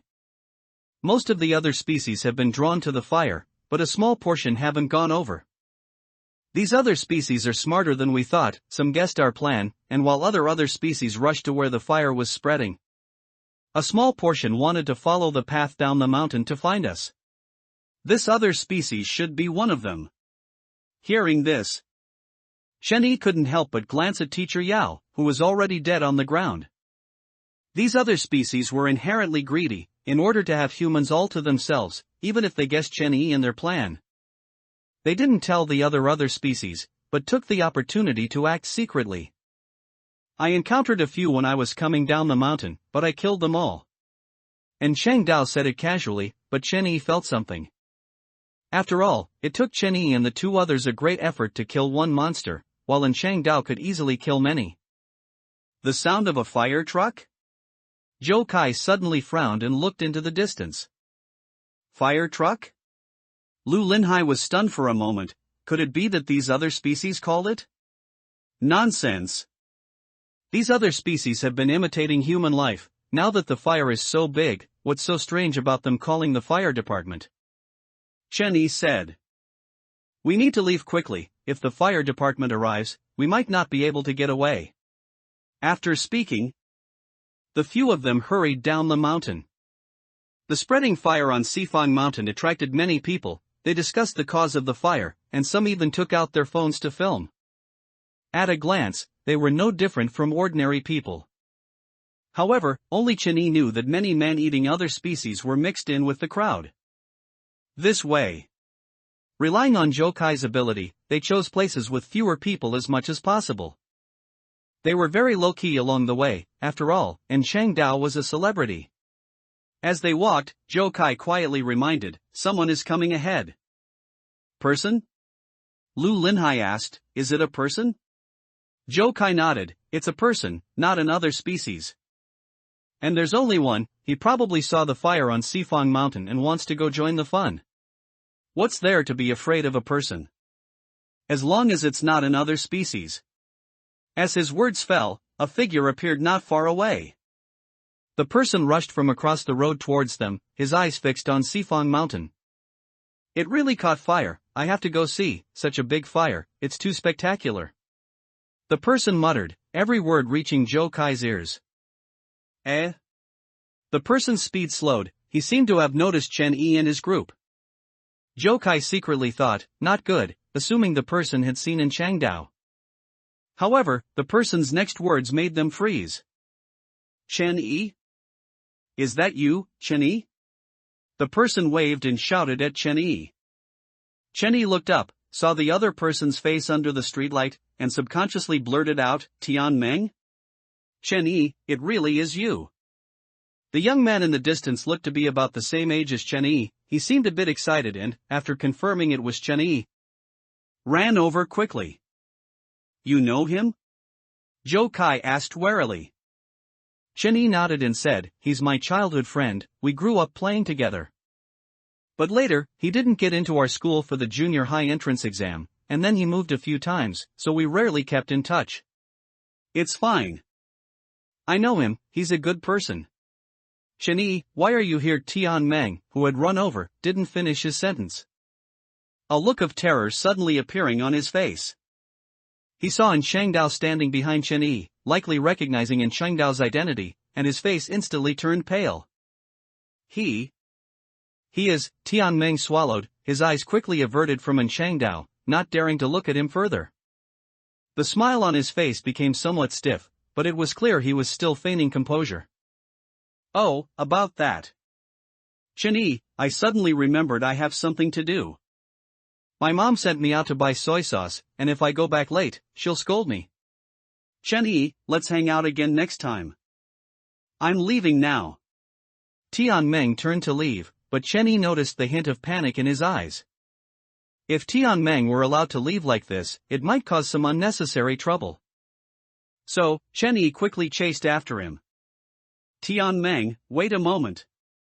Chen Yi grabbed Tian Meng's arm and felt his body trembling slightly. Why did you chase me? Tian Meng was startled. He quickly glanced at Chang Dao's location. Seeing that the other person hadn't chased him, he breathed a sigh of relief and quickly said, if you come over like this, won't that murderer know that I've discovered him? I saw him on the news. The news said this person is extremely brutal, a serial killer. The news also said that several students were captured by the murderer. And your photo was among them. When I saw you just now, I thought you had escaped. Chen Yi, don't worry. I'll pretend to leave, then I'll immediately call the police to save you. Don't worry, I will definitely get you out. Calm down first, don't be so nervous. Chen Yi's guess was correct. Tian Meng had indeed recognized in Changdao. It made sense. These days, both TV and radio had been broadcasting about in Changdao, making it hard not to know. However, Chen Yi hadn't expected their photos to appear on TV.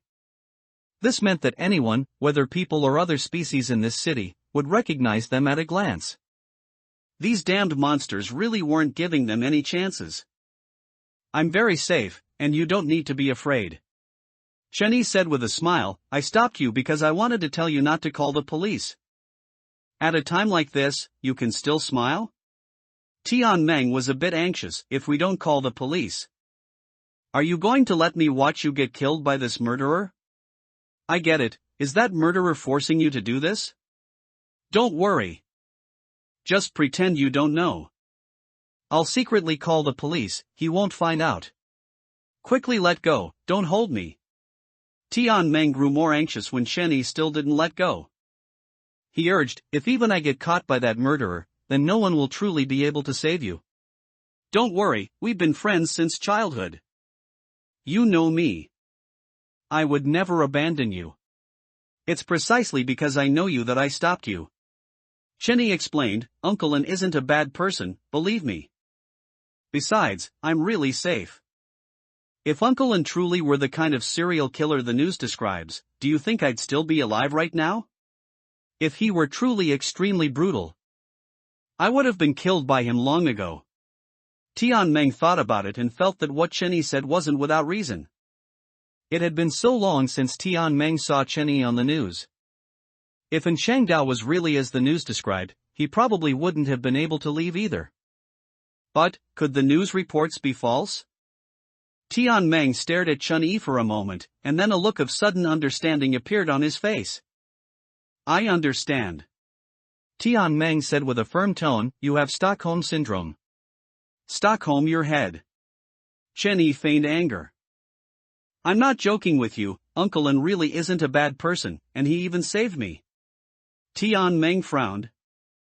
Then secretly glanced at in Changdao in the distance a few more times. Upon closer inspection, the people standing next to in Changdao all seemed to be individuals who had appeared in the news. Really? Tian Meng's tone sounded half believing, half doubting. Chen Yi, are you really okay? Do you really not need me to call the police? Really no need. Chen Yi nodded. We've known each other for so many years, when have I ever lied to you? Remember, don't call the police, and don't tell anyone you've seen us. Chen Yi reminded him. Did you remember? The distant siren grew closer, and Chen Yi realized he had to leave. Remember what I told you, this isn't reverse psychology. With that, Chen Yi turned and ran back. Everyone, we need to leave here quickly. Returning to Zhou Kai and the others, Chen Yi quickly said. The fire siren is getting closer and closer, and with the fire on the mountain, it will definitely attract people from nearby. Our faces have appeared on the news. If too many people gather, we'll be recognized, and by then, we might not be able to leave. Chen Yi. Just as he finished speaking, Zhou Kai slightly raised his chin, signaling Chen Yi to look behind him. Chen Yi looked back. Tian Meng, who was not far away, had not left but had turned back. Why are you back? Chen Yi was a bit surprised. Tian Meng, I'm really fine, you don't need to worry about me. That, Tian Meng raised his hand and rubbed his nose. Perhaps still a bit afraid of in Changdao, his eyes darted around, not daring to look directly at Chen Yi. Watching Tian Meng's actions, Chen Yi was first stunned, then frowned. I wanted to say. Do you guys need a place to hide? If you do, you can go to my family's warehouse. Tian Meng's parents run a clothing business and have a dedicated warehouse for storing goods. Tian Meng, we've known each other for so many years, you should know me, and you know I know you. Chen Yi didn't directly respond to Tian Meng.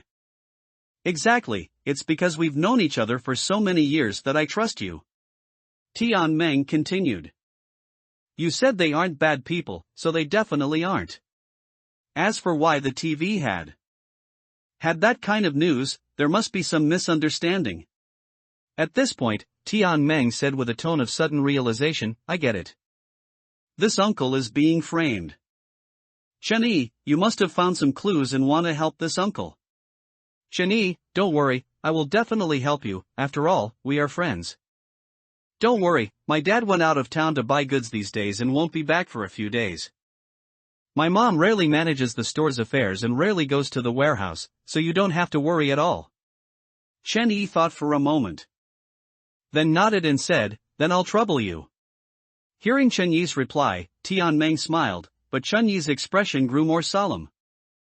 Let's go, I'll take you there. Tian Meng's family store was very close to Sifang Mountain, so they quickly arrived at the warehouse. You must all be hungry, right? I'll go get you some food. Tian Meng opened the warehouse door, gesturing for Chen Yi and the others to enter. Wait for me here, I'll be right back. Tian Meng closed the door. As his footsteps gradually faded, Chen Yi quickly turned around and said to Zhou Kai and the others, everyone, find some clean clothes to change into. Then we leave here immediately. Leave? Lu Linhai was stunned, aren't we hiding here anymore? Chen Yi shook his head. Looking back at the closed warehouse door. It's no longer safe here. Click, the warehouse door opened from the outside. The door was gently pushed open, and looking at the pitch-black warehouse, Tian Meng's face showed a hint of doubt. Chen Yi, why didn't you turn on the lights? Tian Meng stood outside the door and asked the inside. Don't worry, if we turn on the lights inside, no one outside will see it. Tian Meng didn't come in, he just stood outside the door. He reached out and felt for the switch on the right side of the inner door, then turned on the warehouse lights. The warehouse was silent, as if there was no one inside at all. Chen Yi? Tian Meng was startled, then called out again. No one in the quiet warehouse responded to Tian Meng. At this moment, he seemed a little anxious. Chen Yi, it's me, I'm Tian Meng. I brought you guys something to eat. Tian Meng walked through the door, but his hands were empty, he wasn't carrying anything. Where are you all? Tian Meng raised his voice. Come out quickly, stop joking around. Chen Yi. Chen Yi? Tian Meng seemed to realize something, anxiety showing between his brows. He began to search the warehouse for Chen Yi and the others, but after looking around, he didn't see a single person. Footsteps came from outside the door, and then a man in a police uniform walked in. Student, where are the people you mentioned? The person who walked in was a police officer. He surveyed the warehouse, but besides Tian Meng, there was no one else there. They were just here, Tian Meng said hurriedly. I know. Tian Meng thought for a moment, as if he understood something, then continued, they must have escaped. Yes, that must be it. They knew I called the police, so they escaped beforehand. The police officer didn't speak, lowering his head to inspect the warehouse door. This warehouse has no windows, the only entrance and exit is this door. The police officer looked up and glanced at Tian Meng. But you said earlier that you deliberately locked the door when you left. This door shows no signs of damage. If that's the case, where did they escape from? Tian Meng was speechless for a moment. He had indeed locked the door before he left. If Chen Yi and the others wanted to leave, the only way was to damage the door. However, the door wasn't damaged, and when he opened it just now, it was indeed locked. So, where did Chen Yi and the others escape from? Tian Meng couldn't figure it out. His eyes inadvertently caught sight of a few larger boxes in the corner of the warehouse. If they didn't escape, Tian Meng muttered softly, slowly approaching the corner. Then they must be hiding here, he shouted, quickly opening a box. The box contained perfectly packaged clothes. Tian Meng reached in and felt around, it was all clothes, and no one was hiding inside. This is impossible. Tian Meng found it hard to believe. Why would the people he had locked inside disappear without a trace? He pulled out the clothes from the box one by one, checking one box, then starting on another. Student, Are you sure you really saw the people we're looking for? Looking at Tian Meng's flustered appearance, the police officer standing outside the door seemed somewhat suspicious. I really saw them, Tian Meng said loudly. I still remember what he looks like. I really locked them in here. Officer, you have to believe me. The police officer looked at Tian Meng, thought for a moment, then turned and walked out of the warehouse. He took out his walkie-talkie and said in a low voice, "Search this area." A response came from the walkie-talkie, and soon a dozen police officers appeared from a nearby alley. Tian Meng had brought more than one police officer. These others hadn't appeared but were hiding nearby, awaiting orders. They quickly searched the vicinity but did not find the fugitive Tian Meng had mentioned. Student, making a false report to the police is illegal. We'll let it go this time, but don't let it happen again. After saying that, the police officer left. Officer, I'm not lying. I really brought them here. Watching the police officers retreating back, Tian Meng felt a bit annoyed. He cursed under his breath, kicking a box next to the door to vent his frustration and unwillingness. They were clearly locked inside. Why did they suddenly disappear? Tian Meng couldn't understand. He locked the warehouse door, and just as he was about to leave, footsteps came from not far away. Turning back, Tian Meng froze in place as he saw the person walking towards him. Lin. Chenyi, what, are you surprised to see me? Chenyi asked with a cold expression, staring intently at Tian Meng. Tian Meng glanced behind Chenyi. He didn't see in Changdao or the others, and couldn't help but breathe a sigh of relief. The police searched this area, and since they didn't find them, it means they weren't here just now, Tian Meng mused. If they weren't here just now, they wouldn't know the police came, and even less would they know that I secretly brought the police here behind their backs. Thinking of this, Tian Meng's panicked. Emotions stabilized. He looked at Chenyi, saying with a worried expression, "Chenyi, where did you run off to? I didn't see you when I came back, and I was so worried. I even thought that murderer had done something to you. It scared me to death." "What did you go to do?" Chenyi asked with a somber face. "I went to get you guys something to eat," Tian Meng replied. "Then where's the food?" "The food is at," Tian Meng paused. From the beginning, he hadn't intended to get Chenyi and the others any food, so his hands were naturally empty. "I forgot to ask what you guys wanted to eat, so I came back to ask you," Tian Meng casually made up a clumsy excuse. Chenyi sighed, then continued, "Tian Meng, we've known each other since we were very young." "Yes, what about it?" Tian Meng replied verbally. But in his mind, he was thinking about how to keep Chenyi there and then call the police again.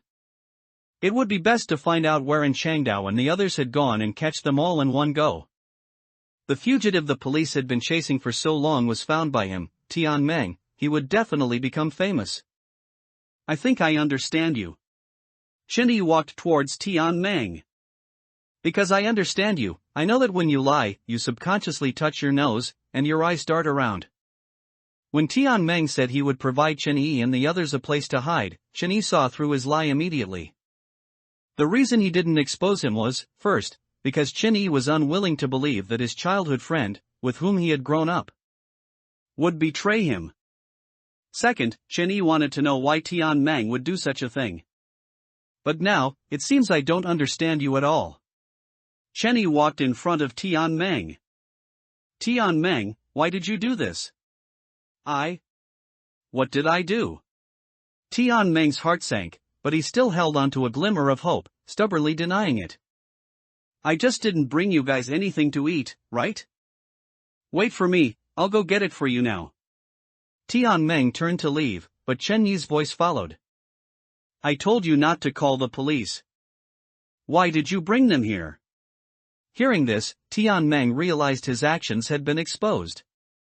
He frowned, his previous smile instantly vanishing. "That's right, I did bring the police here." Tian Meng's eyes darted around, and he explained earnestly, "But I did it for your own good." "What good can you learn by following that murderer? I just don't want to see you go astray. Uncle Lin isn't a bad person." Chenny frowned and said, I've told you that. What do you mean he's not a bad person? Tianmeng was unconvinced. He turned around, and a different look appeared in his eyes as he gazed at Chenny. If he's not a bad person, why are the police looking for him? Don't tell me there's some misunderstanding. Whether there's a misunderstanding isn't up to you to decide. Chenny turned back. Report him to the police with me, let the police arrest the murderer, and don't get deeper into this. Although he said that, he didn't really think so. As Tianmeng spoke, he slowly reached into his pocket. Chenny noticed his movement, quickly walked over, and pulled his hand out of his pocket. Tianmeng was holding his phone, its screen already lit up, displaying 3 digits, just one press away from dialing. Tianmeng. Chenny was a little angry. He didn't understand why, after so many years of friendship, Tianmeng still didn't believe him. Tianmeng wanted to press the dial button, but Chenny snatched the phone away from him. Give me back my phone. Tianmeng rushed forward, trying to grab his phone back. However, after half a month of training under in Changdao, how could Tianmeng be a match for Chenny? Chenny grabbed Tianmeng's wrist, pulled him forward with force, swept his leg at Tianmeng's, and smoothly tripped him to the ground. Tianmeng, we've known each other for so many years, don't you understand me? Chenny questioned loudly. If Uncle An really is a bad person, if he's really doing something illegal, do you think I would do it? We're friends, why don't you believe me? To hell with friends. Tianmeng gritted his teeth and got up from the ground. He turned back and glared at Chenny, seemingly unconvinced by how easily he had been knocked down. The hint of jealousy and disgust that had appeared in his eyes became even more apparent. Understand you? Yes, Chenny, of course I understand you. Tianmeng's expression turned somewhat grim. You're the good student in the teacher's eyes, the good child in the adults' mouths. I do understand you, and I know you wouldn't do such a thing. But what does that have to do with me? All I need to do is hand you over to the police, and then let others see that you, this good student, this good child, are actually colluding with a murderer. By then, I can become famous, I can surpass you. And I can prove that you are not as good as me at all. Friends? Chenny, don't make me sick. I've never thought of being friends with you. Tianmeng's words left Chenny stunned. He never expected a friend he had known for so many years to say such heartless things. Chenny, to be honest, I actually hate you quite a lot. Whether it's my parents or teachers, or even those old classmates. They always like to compare you and me, whether it's about life or studies. So, you really make me sick. Tianmeng, are you saying this out of anger? Chenyi's breathing became a little hurried. Tianmeng ignored Chenny and continued to speak to himself. Chenny, do you know why I always played with you since we were little? You don't really think I wanted to be friends with you, do you? I just wanted to prove that you're not as good as they say you are. I wanted you to make mistakes, to become like me, that's why I stayed by your side. But I was wrong. No matter what you did, even if you really made a mistake, they would still blame me, thinking I led you astray. Why? Why? I'm sick of you, I don't want to see you anymore, that's why I didn't go to the same school as you for the high school entrance exam. Do you know how happy I was when I saw in the news that you were with a murderer? I wished countless times that you would be killed by the murderer, but I never expected you to actually conspire with him. At this point, Tianmeng showed a sneer on his face. However, this is also good. When the police catch you all, you will become an accomplice to the murderer. By then, I can tell my parents and all those who thought you were so great that they were wrong all these years. And that you are nothing but a sanctimonious hypocrite. The moment his words fell, Tianmeng lunged at Chenny again. He wanted to snatch his phone back, he wanted to call the police, and he wanted to send Chenny to prison. However, compared to those man-eating other species, Tianmeng was simply too weak.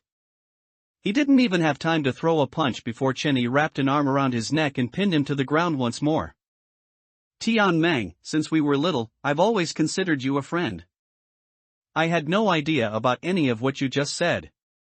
Chun-Yi looked at Tian Meng on the ground and suddenly felt a little pity for him. I didn't know my existence caused you so much trouble, but even without me, these things would still happen. By then, the me they talk about could be anyone. In these matters, you are indeed not wrong, the people around you are. However, you shouldn't vent your resentment on me. At this point, Chun-Yi raised Tian Meng's phone and slammed it to the ground. The screen shattered, flickered for a moment, and then went black. Don't worry, I won't appear around you again, ever.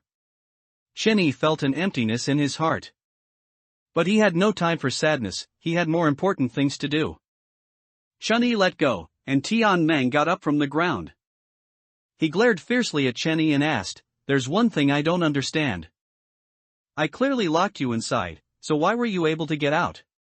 In fact, from the moment Chun-Yi realized Tian Meng was lying, he had already started to be wary of him. Ever since he discovered that his parents were actually other species, and that the teachers and classmates around him, and even most people in this city, were other species, Chun-Yi had become very cautious.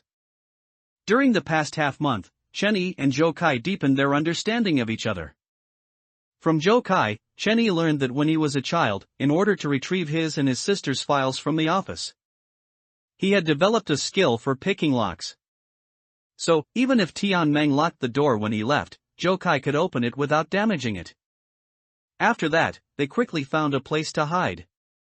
Zhou Kai sensed that the Zhou Kai who returned here was with a group of other species, but because of Zhou Kai's abilities, it was impossible for these other species to find them. Chun-Yi didn't tell Tian Meng any of this, after all, it was meaningless to say it now. However, Chun-Yi still decided to give Tian Meng a chance. Not a chance to reconcile, but a chance for him to survive. Thinking this, Chun-Yi didn't leave, he turned and walked towards Tian Meng. What do you want? Tian Meng watched Chun-Yi warily. After 2 encounters, he already knew he was no match for Chun-Yi. He thought of Chengdao, the murderer, and then looked at Chun-Yi in front of him, and fear began to creep into his heart. Don't come any closer. What exactly do you want to do? Tian Meng began to back away, afraid that Chun-Yi would kill him. Chun-Yi, you'd better not mess around. Even if the police are gone, there are still many people living nearby. Tian Meng glanced around. If you dare to touch me, I'll scream right away. Even if you kill me, you won't get away. Every word in Tian Meng's speech was like a sharp needle, piercing Chun-Yi's heart again and again. Looking at the wary gaze in the other person's eyes, Chun-Yi finally realized that his longtime friend had never trusted him. Chun-Yi felt a pang of sadness and helplessness. I've said it, Uncle An is not a murderer, and I won't kill you either. Chun-Yi walked in front of Tian Meng. He lowered his voice and said in a tone only the two of them could hear, Tian Meng, listen carefully, I'm giving you a chance now. A chance to survive. The city we live in is fake, and everything you see is also fake. Most of the people around us are monsters disguised as other species. And we are the food they raise. You. Hearing Chun-Yi's words, Tian Meng was stunned for a moment. Of course, he wouldn't believe what Chun-Yi said, and even thought Chun-Yi was mentally unstable. Are you crazy? Let me finish. Chun-Yi knew Tian Meng didn't believe him. But whether the other person believed him or not no longer mattered to him. He was just fulfilling his last duty as a friend. After saying this, Chun-Yi would also completely bid farewell to his past self. Tian Meng, remember, don't trust anyone around you. Everything I've told you, including the fact that you saw me tonight, you must never tell anyone else, not even the person you trust the most. Then, go discover the truth, go find a way to leave here alive. You're sick. Tian Meng pushed Chun-Yi away, saying, what kind of nonsense are you talking about? Is that how the murderer brainwashed you with such a clumsy method? Tian Meng, I've said all I need to say. After saying this, Chun-Yi planned to leave. Remember what I told you, every word I said is true. So, take care of yourself. With that, Chun-Yi turned and left. Tian Meng naturally scoffed at what Chun-Yi said. He was still plotting in his heart how to catch Chun-Yi and hand him over to the police. As long as he could successfully catch them, he would become different in the eyes of his parents, and even in the eyes of others. By then, he could also become the neighbor's kid that others talked about. So, after Chen-Yi walked away, he secretly followed him. Tian-Meng tiptoed behind Chen-Yi, being careful not to be discovered by Chen-Yi. But after following for a while, he suddenly realized he had lost him. Tian-Meng was enraged and kicked a trash can by the roadside, cursing under his breath. He clearly remembered Chen-Yi walking into this alley. How could he disappear in the blink of an eye? Tian-Meng searched the vicinity for a while, and because he never found Chen-Yi, he could only return disappointed. Back home, Tian-Meng found the living room light on. His mother sat on the living room sofa and asked when she saw Tian-Meng return, "What were you doing out so late instead of sleeping at home?" Tian-Meng thought for a moment. Since he couldn't catch Chen-Yi, he had to destroy Chen-Yi's image in the eyes of others. So, Tian-Meng decided to tell her about what happened tonight. As for Chen-Yi's warning, he had long forgotten it. "Mom, let me tell you, I just saw Chen-Yi." Tian-Meng excitedly walked into the living room. "Chen-Yi?" His mother's eyes became a little strange, but Tian-Meng, who was in high spirits, didn't notice at all. "Yes, it's that Chen-Yi who used to always pester me to play with him. Sifan Mountain caught fire last night, didn't it? I originally wanted to go and see, to take a video and post it online, but on the way, I saw Chen-Yi." "Mom, do you know who Chen-Yi was with?" "With whom?" His mother's tone became a little strange, but Tian-Meng, engrossed in his story, didn't notice at all. "It's that murderer the police are looking for," Tian-Meng said in an exaggerated tone. "I originally thought Chen-Yi was caught by this murderer, and even wanted to call the police to save him, but Chen-Yi told me not to call the police. I initially thought Chen-Yi must have been threatened by the murderer, and that's why he had to do it. But later I found out that Chen-Yi and this murderer are in cahoots. Mom, I told you before, this Chen-Yi is not a good person. He just looks honest on the surface, but he's rotten to the core underneath. You used to say that I led him astray, but now you know. He's the truly bad one." The more Tian-Meng spoke, the more excited he became. In his words, Chen-Yi was a wolf in sheep's clothing, a beast in human form, full of evil, framing others, even more terrifying than a villain. "It's a good thing your son is smart and ran fast, otherwise you might never have seen me again." At this point, Tian-Meng took a breath. He looked up and only then realized that his mother's face was a little off.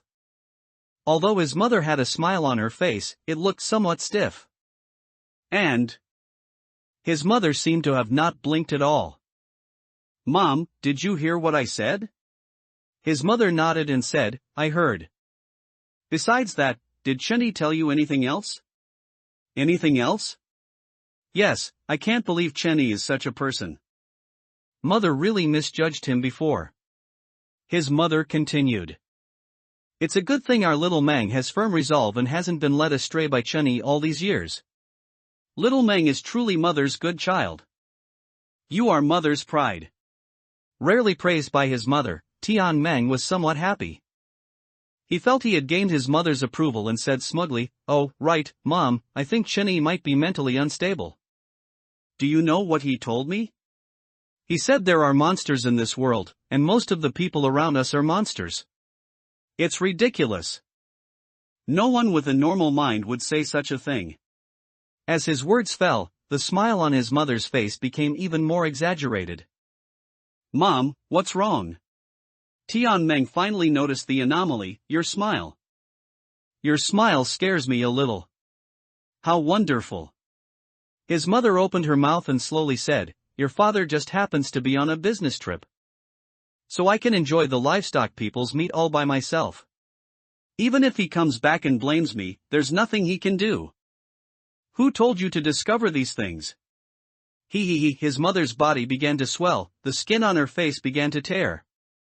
And something beneath her abdomen was violently wriggling, as if trying to break out. The scene before him made Tian-Meng's legs go weak. At this moment, he finally realized that everything Chen-Yi had said was true. "Help! Help! Chen-Yi! Chen-Yi, save me! Save me, on the other side, Chenyi at the street corner sneezed. He looked back, confirmed he had shaken off Tian Mang, and then quickened his pace.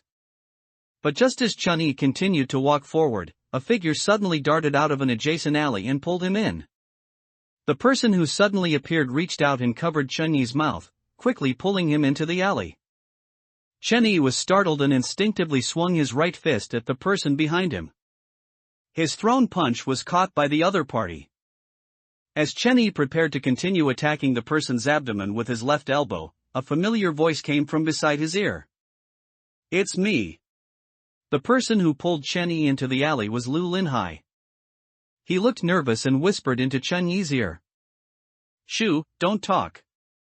Lu Linhai gestured for Chenyi to be quiet. Chenyi was stunned at first, but quickly understood. Returning to see Tian Mang was Chenyi's own decision, so he didn't go with the others but arranged a meeting place. However, the meeting place was not here. Lu Linhai appearing here either meant something unexpected happened on their side, or Chenyi was being followed. With Jokai present, they shouldn't have been discovered by other species, so the latter was more likely. Chenyi held his breath, and soon, footsteps sounded from a distance. As the footsteps grew closer, a conversation drifted over. "Those guys are really useless. They've been searching for so long, and they can't even catch a few livestock people." This was a woman's voice. "Exactly. If I went, I could catch them in minutes." This was followed by a sharper male voice. "It's because of those few livestock people that things are so chaotic. I don't want to go because I know we'll have to share them when it's time to eat. I'm telling you. The fire on Sifan Mountain must have been set by those few livestock people." The woman continued. "I don't understand. These livestock people are useless. Apart from their meat tasting good, they have no other value." The man complained. "Why can't we just eat them directly? It's bad enough we raise them, but we also have to pretend to be livestock people and live with them? No choice. These livestock people are timid. If they get a little scared, their meat will turn sour." The woman sighed. "If it's just a brief scare, it's fine. Slightly sour meat can enhance the taste. But if they're scared for too long..." At this point, the woman paused. She snorted disdainfully, then continued, "Last time, a livestock person was scared to death by me. The meat tasted absolutely terrible." "Have you said enough?" A deep male voice interrupted their conversation. "Boss said not to casually mention livestock people outside of mealtimes. If boss finds out, do you still want to live? We're just talking amongst ourselves, aren't we?" The woman seemed a little scared, her voice softer. "No more, no more." At the alley entrance, several shadows were stretched long by the streetlights. Immediately after, 3 people passed by the alley entrance, gradually moving further away, until their footsteps disappeared. Only then did Chenyi breathe a sigh of relief. Chenyi wanted to speak, but found Lu Linhai's hand still covering his mouth. He reached out and patted it. Lu Linhai reacted and finally let go. "Why are you here?" Chenyi asked. "Joe Kai sent me." Lu Linhai rubbed his head. "He sensed an other species behind you and suspected you were being followed. Uncle An originally wanted to come, thinking of just killing these few other species directly. But Jokai felt that if we killed the other species here, other species would notice that we've hidden in the city, which would be detrimental to our subsequent actions. So, I volunteered to come and pick you up. Luckily, you weren't being followed. These few other species were probably just going to watch the excitement too. TCH, these disgusting other species are really just like humans. Even their love for watching excitement is so similar." At this point, Lu Linhai poked his head out to look outside the alley. And after confirming no one was there, he continued, "What is this boss that those few other species just mentioned? It should be their leader." Chenyi replied. "It's like the head sheep in a flock of sheep. So if we kill the boss of these other species, will we be able to save all of humanity?" A hint of excitement appeared in Lu Linhai's eyes. "You're dreaming. Chen Yi gave Lu Linhai a look as if he were an idiot. First, we don't know where the boss is. An entity that can manage all the other species and make them all afraid, is that something we can deal with right now? By then, we probably won't even have seen the boss's shadow before being eaten by other species.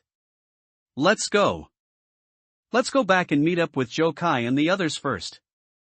Without Joe Kai by my side, I always feel uneasy. Soon, they arrived at the meeting place. Is everything handled?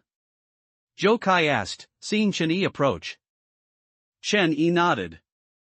Some people are destined to be just passers-by in your life, there's no need to care so much. Perhaps seeing the hint of dejection in Chen Yi's eyes, Joe Kai comforted him. Lu Linhai recounted what had just happened. And Chang Dao nodded after hearing it, expressing agreement with Chen Yi's thoughts. Since we know these other species are managed by a boss, then we must find a way to kill this boss. However, Chen Yi is right, with our current strength, we might not be a match for the boss. You are the hope for humanity's future. It's not too late to act against these other species once you have fully grown and after we have united more humans. Let's not talk about that for now. Joe Kai interrupted them. There's one thing I'm curious about. Joe Kai looked at Chen Yi and continued, it's about Chen Yi's ability. My ability? Chen Yi was startled. He hadn't expected Joe Kai to bring this up suddenly. Uncle An's ability allows him to control metal tools he has used, but the control distance shrinks based on the tool's weight and his own condition. My ability is enhanced senses. Both Uncle An and I have a certain understanding of our own abilities. But what exactly is Chen Yi's ability? Isn't it being able to return to the past after dying? Lu Linhai interjected. If Chen Yi's ability is simply returning to the past, then how do you explain what happened on Sifang Mountain? Joe Kai asked. If I remember correctly, this is already the second time, isn't it? Joe Kai remembered very clearly that similar things had happened twice, the first time, Chen Yi's feeder, the other species, disguised as Chen Yi's mother, chased after him. At the moment the dying monster was about to bite Chen Yi to death, Joe Kai was certain that Chen Yi couldn't possibly dodge it. But the next second, for some unknown reason, Chen Yi fell to the ground, and the monster missed. If Chen Yi had dodged it himself, then with Joe Kai's extremely sharp vision, he couldn't have failed to see Chen Yi's dodging trajectory. But that time, Joe Kai saw nothing. The second time was what had happened earlier. The monster caught up to Zhou Yun, and just as it was about to strike her, the same thing happened. Not only that, but this time was even more exaggerated. Chen Yi not only instantly appeared in front of the monster but even counterattacked. This time, Joe Kai also saw nothing. Chen Yi himself remembered very clearly what Joe Kai had said. Chen Yi wasn't sure what his own ability was. But until just now, Chen Yi had a bold guess in his heart. My ability, could it be controlling time? Everyone was stunned when they heard Chen Yi's conjecture. Lu Linhai, in particular, shouted excitedly, startling the others. Are you trying to get yourself killed? Joe Kai glared at Lu Linhai. Are you trying to attract all the other species nearby? Sorry. Lu Linhai chuckled awkwardly. I got too excited and couldn't hold it in. Joe Kai turned back to Chen Yi, asking seriously, Chen Yi, what's the basis for what you're saying? Chen Yi recounted the two incidents of time stopping that occurred on Sifang Mountain. After listening, Joe Kai frowned and thought. Unlike Joe Kai, Lu Linhai seemed very excited, even more so than Chen Yi. It was as if he, not Chen Yi, possessed this ability. Lu Linhai reached out and patted Chen Yi's shoulder, saying excitedly, Chen Yi, you're too awesome. Controlling time, you're practically invincible. Since you have such a powerful ability, why are we running? You can just stop time. And we'll take down one other species after another, slaughtering them like crazy. What other species, what boss? They're all trash under your abilities. Let's get them. Slaughter my foot. Joe Kai interrupted Lu Linhai. Didn't Chen Yi say that when his ability takes effect, his body experiences various discomforts? Zhou Kai's expression was exceptionally serious. He earnestly instructed, Chen Yi, you need to pay special attention to this. The use of abilities is not without limits. Once overused, it will cause irreversible damage to ourselves. Zhou Kai is absolutely right about that.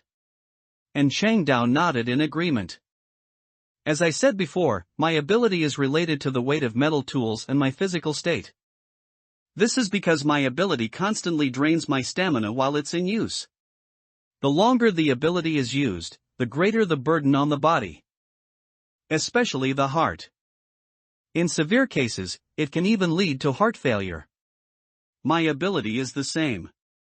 Zhou Kai continued in Cheng Dao's explanation. When I use my ability, I must concentrate.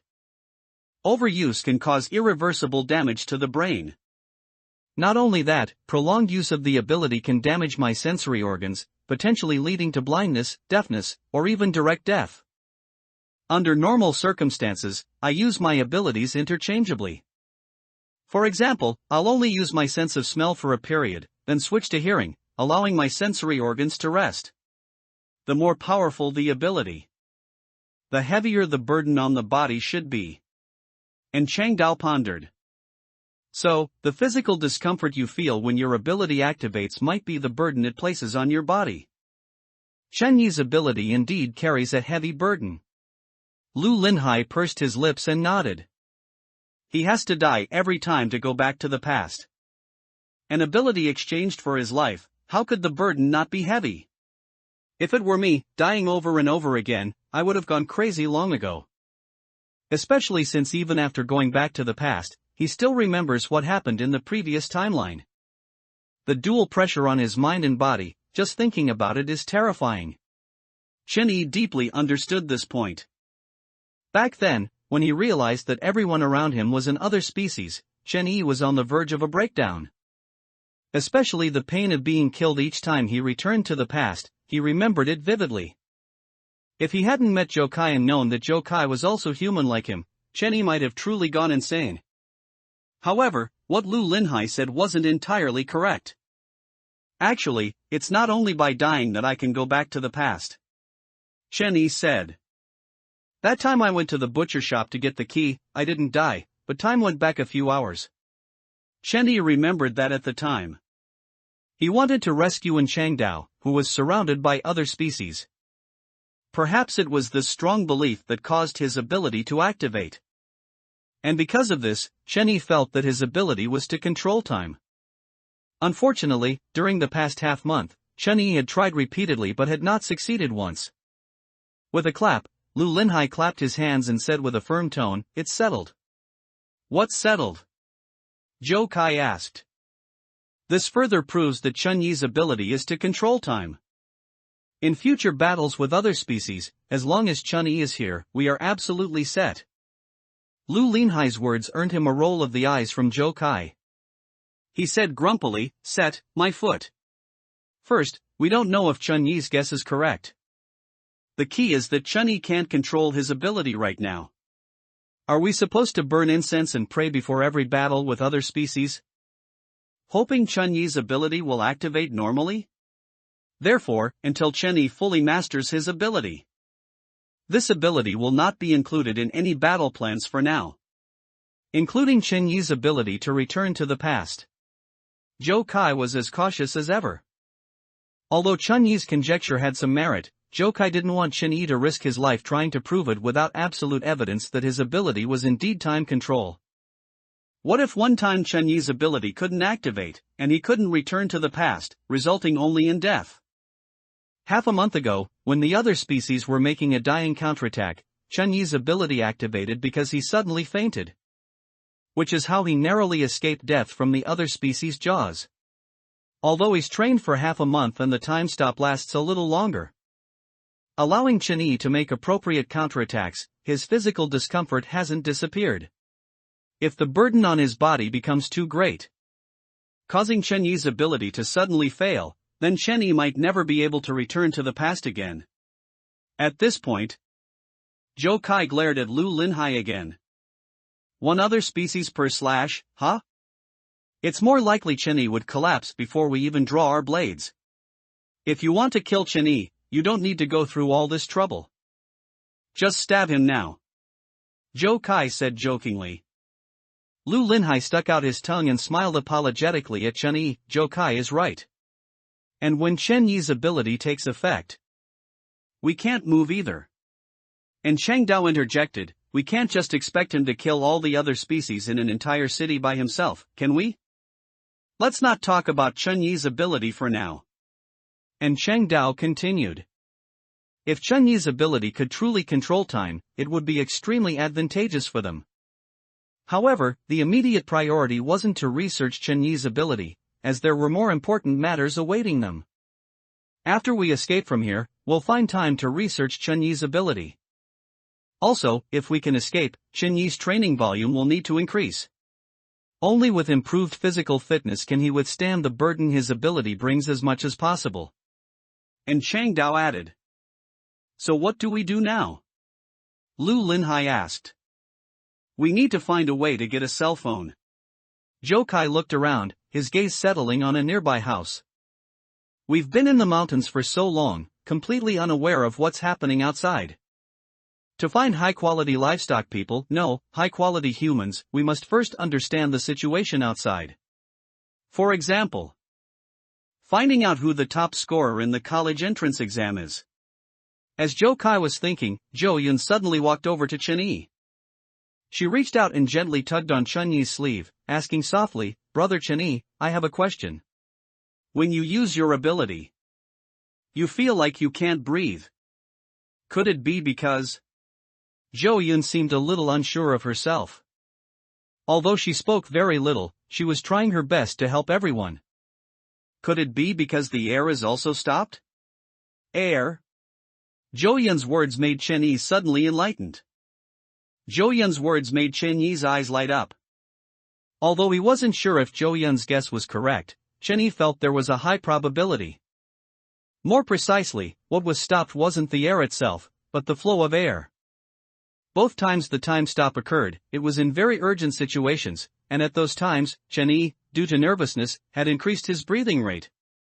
Rapid breathing led to accelerated air consumption, but when Chen Yi exhausted the air around him, no, to be precise. Only the air in the small area his face was pointing towards, because the airflow was stopped, air from other places wouldn't replenish it. That's why Chen Yi felt suffocated, as if he couldn't breathe, which caused a series of chain reactions. But when Chen Yi started to move, this situation began to alleviate, because his actions at that time allowed him to breathe air from other locations. Of course, this was just their guess. However, Chen Yi had already decided that if the time stop occurred again, he would definitely try it. As long as he could skillfully master his ability, he would be able to easily deal with other species in the future. While Chen Yi was pondering, Zhou Kai had already locked onto a household. Using his hearing and years of practical experience, Zhou Kai successfully opened the front door of that household. Then, using enhanced sight and touch, he tiptoed inside. When he returned, Zhou Kai not only successfully obtained a cell phone and unlocked it with the owner's fingerprint, but he even swiped a box of strawberries from someone's refrigerator and handed it to Zhou Yun. Zhou Kai's series of familiar actions made Chen Yi want to call the police to catch the thief.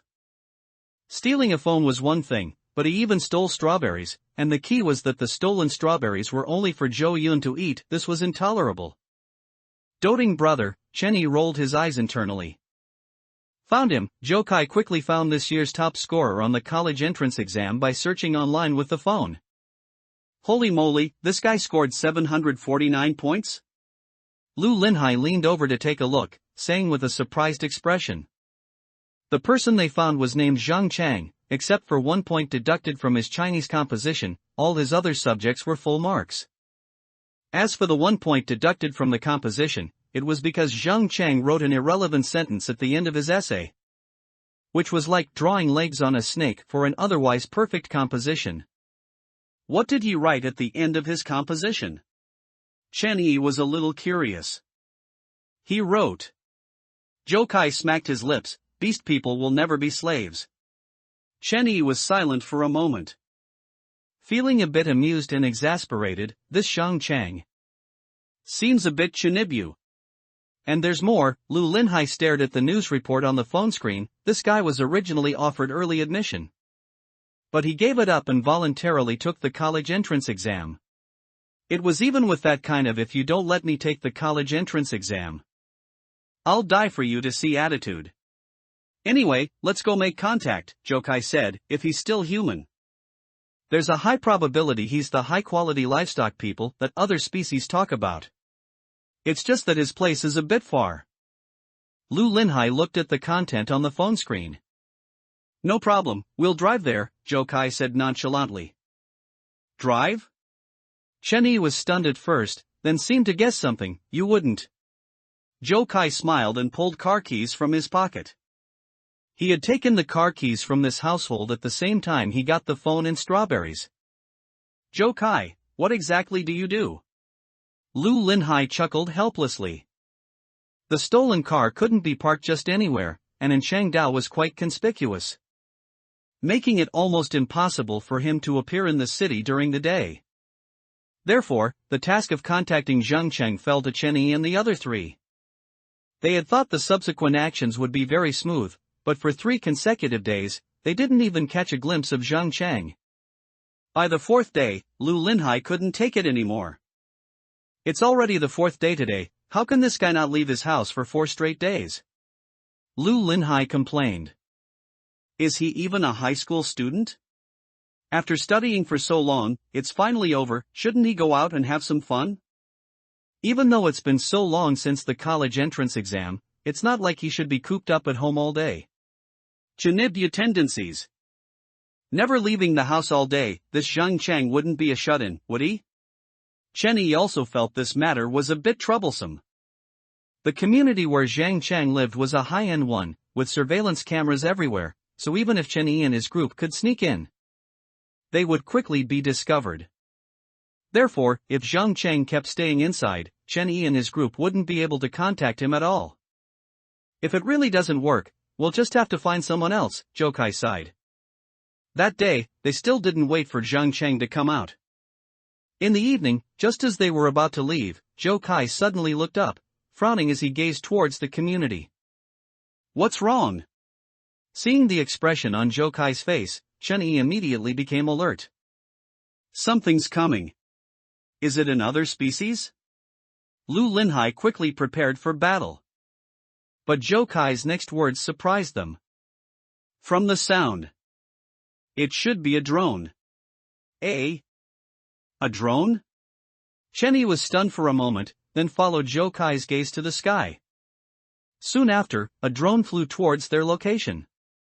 The drone looked a bit strange, it didn't seem store-bought, but rather assembled from different parts. After reaching Chenyi and the others' position, the drone began to descend and landed on the ground. "What is this thing going to do?" Lu Linhai picked up the drone from the ground. Just as he was about to examine it closely, a muffled voice suddenly came from inside the drone. "If you're going to hold it properly, don't keep flipping it around, bumpkin, haven't you ever seen a drone?" Lu Linhai was startled. And the drone in his hand almost fell. "This thing can talk?" Lu Linhai was a bit surprised. "There's a camera here," Chenyi frowned, noticing a small camera on the drone. "You've been squatting outside for 4 days, what exactly are you here for?" The voice from the drone continued. But these words made Chenyi and his group tense up.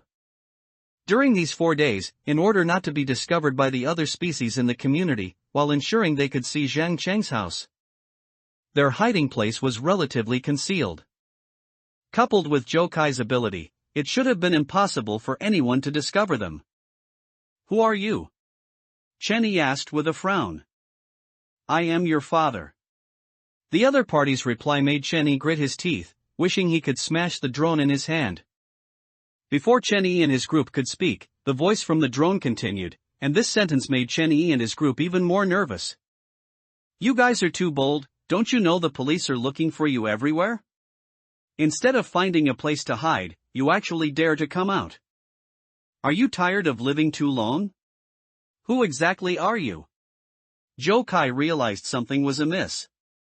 He had absolute confidence in his abilities, but the other party not only discovered them but also knew who they were. Yet Joe Kai had never detected who the other party was, or where they were hiding. However, the other party's words did make Chin-Yi breathe a sigh of relief. The other party knew who they were and their location, but didn't notify the other species to catch them, indicating that the other party had no ill intentions. Chin-Yi thought for a moment, and a guess formed in his mind if this person had no abilities. Then the other party most likely saw Chin-Yi and his group through other means. Since this person could see their location, it meant that the other party's location should also be within Chin-Yi and his group's line of sight. Thinking of this, Chin-Yi pulled Joe Kai aside and whispered a few words into his ear. After hearing Chin-Yi's words, Joe Kai nodded. He looked up, gazing at the residential area not far away. While they were talking, Lu Linhai and the drone he was holding started arguing. Lu Linhai was furious, but he couldn't win the argument, and his face turned bright red with anger. "Oh, why is Dixingxing's face red?" The voice from the drone sounded contemptuous, constantly teasing him. "I only knew that monkeys' butts are red. I never thought Dixingxing's face would be red too. Ha ha ha, if you have the guts, come out. Don't hide behind." Lu Linhai roared through gritted teeth. Zhou Yun, standing nearby, tugged at Lu Linhai, seemingly trying to signal him to keep his voice down. But at this moment, Lu Linhai was so red-faced with anger that he didn't notice Zhou Yun's gesture at all. "If you're a man, let's have a face-to-face showdown. Do you dare?" "Ha! You said it wrong, didn't you?" The other party continued to tease. "How can you say you're a man? You're clearly a male Dixingxing." Lu Linhai was momentarily speechless with anger. For every word he said, the other party would retort with 10. Chin-Yi glanced at Lu Linhai, then turned back to urge Joe Kai. "How is it? Did you find it?" "Not yet," Joe Kai said, but his eyes remained fixed on the residential area not far away. At this moment, he was exceptionally serious, his gaze sweeping over every part of the residential area. "Don't rush me. If your guess is correct, as long as the distance isn't beyond my ability, I'll definitely find it." As he continued to look, Joe Kai seemed to find something. He first froze for a moment, then squinted his eyes and looked carefully, as if discerning something. Then, Joe Kai chuckled softly. "Found it." Joe Kai turned to Chin-Yi, smiling as he said, "It really proves that saying, I sought him in the crowd 1,000 times, and then, by chance, I found him where the lamp was dim." "Are you saying that the person controlling this drone is..." Joe Kai's words surprised Chin-Yi. Seeing Joe Kai nod, Chin-Yi also smiled. Turning to Lu Linhai, Chin-Yi took the drone. "Yes, Chin-Yi, quickly help me scold him." Lu Linhai, thinking Chin-Yi was there to help him, said indignantly, "Scold him for me." "Scold him fiercely. It's a pleasure to meet you, this year's top scorer in the college entrance exam, student Zhang Chang." Chen-Yi's words made Lu Linhai anxious. "What are you doing?" "I told you to help me scold him, why are you greeting him? Could it be the legendary courtesy before weapons?"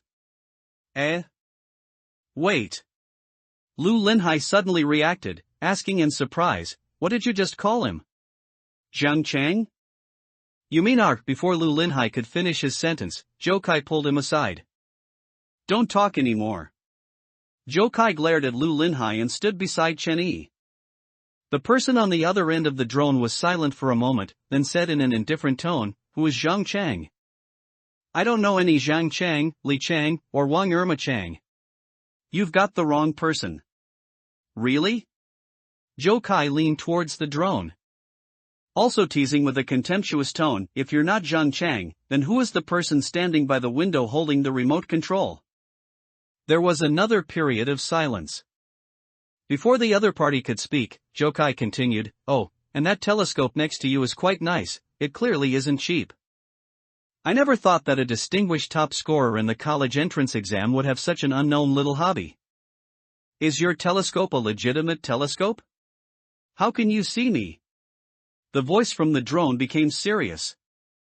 "Logically speaking, no matter how good your eyesight is, you shouldn't be able to see me from your current position. Although the other party didn't explicitly state his identity, these words already indicated that he was indeed the Zheng Cheng Chen Yi was looking for. He had seen Chen Yi and the others using a telescope, perhaps out of curiosity. Or perhaps thinking that Chen Yi and the others couldn't discover his location, which is why he controlled the drone to play a prank. But he never expected that not only was his location exposed, but even the telescope by the window and the remote control in his hand were seen clearly. "Is it convenient to meet and talk?" Chen Yi asked. "Not convenient." The other party answered very decisively. "If it's not convenient, then forget it."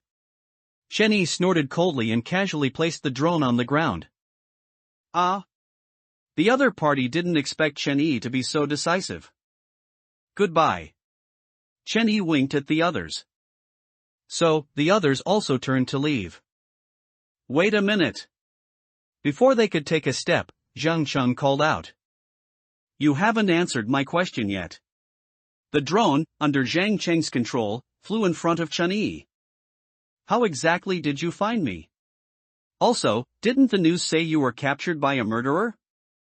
Where is that murderer? Why weren't you killed? Did you escape? How did you escape?"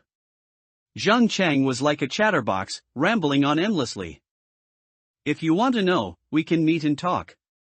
Chen Yi didn't answer Zhang Cheng, nor did he intend to. Chen Yi knew very well that it was extremely difficult to make the other party believe in the existence of other species in this world. Especially to make these people believe that their parents were also other species. Convincing the other party would take some time, and if the other party's attitude was very resistant, then Chen Yi and the others didn't need to continue talking. They might as well go find other people. Anyway, there was more than one high-quality human in this city. "Can't we just talk like this?" Zhang Cheng asked. No, Chen Yi shook his head and said, "Don't worry, I can swear on my life that we will absolutely not harm you." "Aren't you afraid that I'll call the police right now and have them arrest you?" "Please do," Chen Yi replied. After a brief silence, Zhang Cheng sighed. "It's not that I don't want to come out, it's that I can't." "Put." Lu Linhai, standing nearby, scoffed. "Do you not have legs or do you not know how to walk? Can't come out, I think you just don't want to come out. This is communication between humans, Dixingxing who hasn't fully developed shouldn't speak." Zhang Cheng retorted. And Lu Linhai gritted his teeth in anger. "Why can't you come out?" Chen Yi was a little curious. "Those two things at home won't let me." Although Zhang Cheng said it casually, his tone conveyed a sense of helplessness. However, his words made Chen Yi feel a bit strange. "What did you just say?" Chen Yi asked tentatively, "What do you call your parents?" "They are not my parents." A hint of anger entered Zhang Cheng's tone. And his words greatly surprised Chen Yi. "Are you saying," Chen Yi thought for a moment, then probed, "you're adopted?" "That's not wrong to say." Zhang Cheng replied, "But, forget it. Even if I tell you, you won't believe it." Chen Yi frowned. He turned to glance at Zhou Kai, and seeing Zhou Kai nod, Chen Yi knew they were thinking the same thing. So, Chen Yi continued, "When did you find out?" "Find out what?" Zhang Cheng asked, "When I was adopted?" No, Chen Yi shook his head.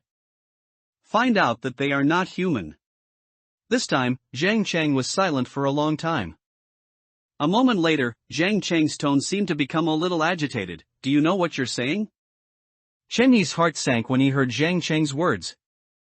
Could it be that he guessed wrong? Zhang Cheng didn't know about the existence of other species at all? Chen Yi thought for a moment, then frowned and said, "You know what I'm talking about." "I don't know," Zhang Cheng replied curtly. "I don't understand either. If you don't have anything else, I'll be leaving." The drone began to ascend, seemingly preparing to depart. However, its ascent speed was a bit slow. "You know, it's just that you're suspicious of us, so you're pretending not to know anything."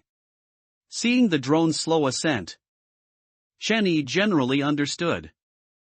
If you really didn't know, you wouldn't have written "Orcs will never be slaves" as the last sentence of your college entrance exam essay. Although this approach is a bit Chinibu, it's your way of expressing your stance. You don't dare to say it explicitly.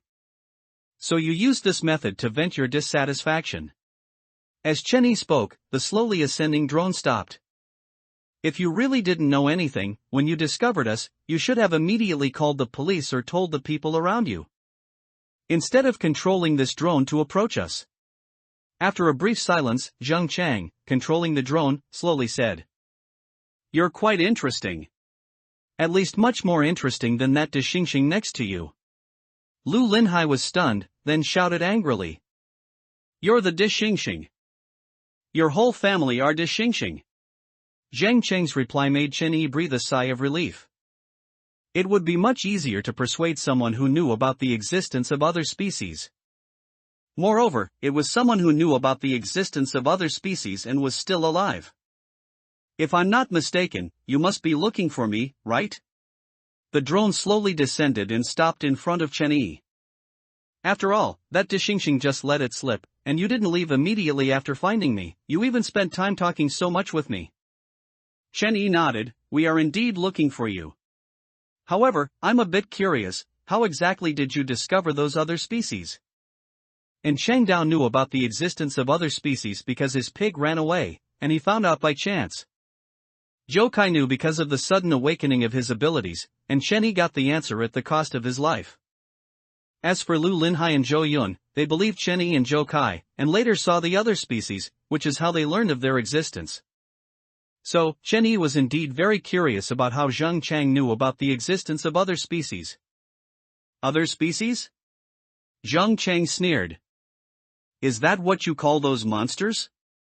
It certainly sounds fitting. To be honest, I haven't seen the true form of these other species. But I have seen what they've done. What they've done? Chen Yi was startled, subconsciously thinking of two words, man-eating. You probably don't know that Central Hospital has a huge basement, do you? Zhang Chang began to recount how he discovered the other species. It was when Zhang Chang had just started junior high. That year, Zhang Chang was hospitalized due to an accident and coincidentally met a beautiful young lady in the hospital. At the age of first love, Zhang Chang fell for this girl at first sight. At that time, he didn't understand what love was, he just wanted to see this girl every day.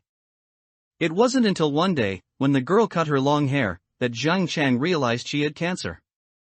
However, this didn't affect Zhang Chang's affection for the girl. He still went to see her every day, talked with her, made her happy, comforted her, and encouraged her, until the girl suddenly disappeared from the hospital.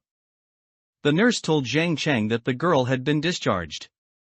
But Zhang Chang felt something was wrong. The girl had only just started chemotherapy, why would she suddenly be discharged? Even if she had to be discharged due to family circumstances, the girl wouldn't leave without a word. So, Zhang Chang snuck into the monitoring room, wanting to check the surveillance footage from the night the girl disappeared. However, that night's surveillance footage had been deleted. Since the surveillance was deleted, how did you find out? Lu Linhai interjected. Without a doubt, he was once again retorted by Zhang Chang, Dixingxing, don't talk casually. Or you'll be caught and put in a zoo for people to gawk at. Lu Linhai gritted his teeth. The hospital's surveillance was deleted, but the surveillance outside the hospital was still there, Zhang Chang continued. Directly opposite the hospital entrance was a convenience store, and its surveillance cameras could capture the hospital entrance. So, Zhang Chang lied, claiming he had lost his family's wallet and wanted to check the surveillance to find the person who picked it up. The convenience store's surveillance did not involve anything inside the hospital, so the footage from the night the girl disappeared was not deleted. Because he often spent time with the girl, Zhang Chang remembered her father's car. However, that night, the girl's father's car never came to the hospital. In other words, the girl hadn't been discharged at all. After realizing the nurse was lying, Zhang Chang felt increasingly that the hospital was strange.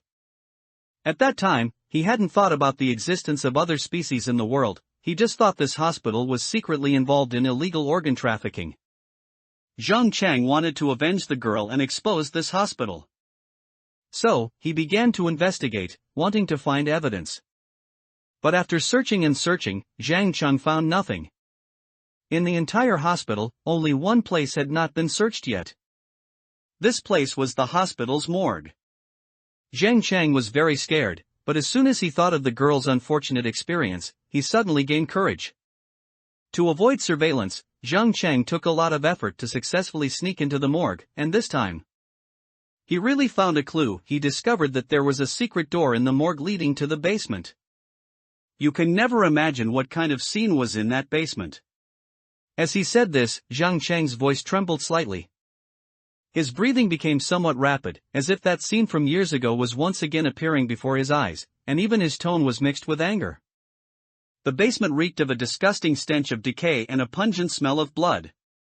Huge machines were constantly running, and in the very center of this basement, there was a deep pit.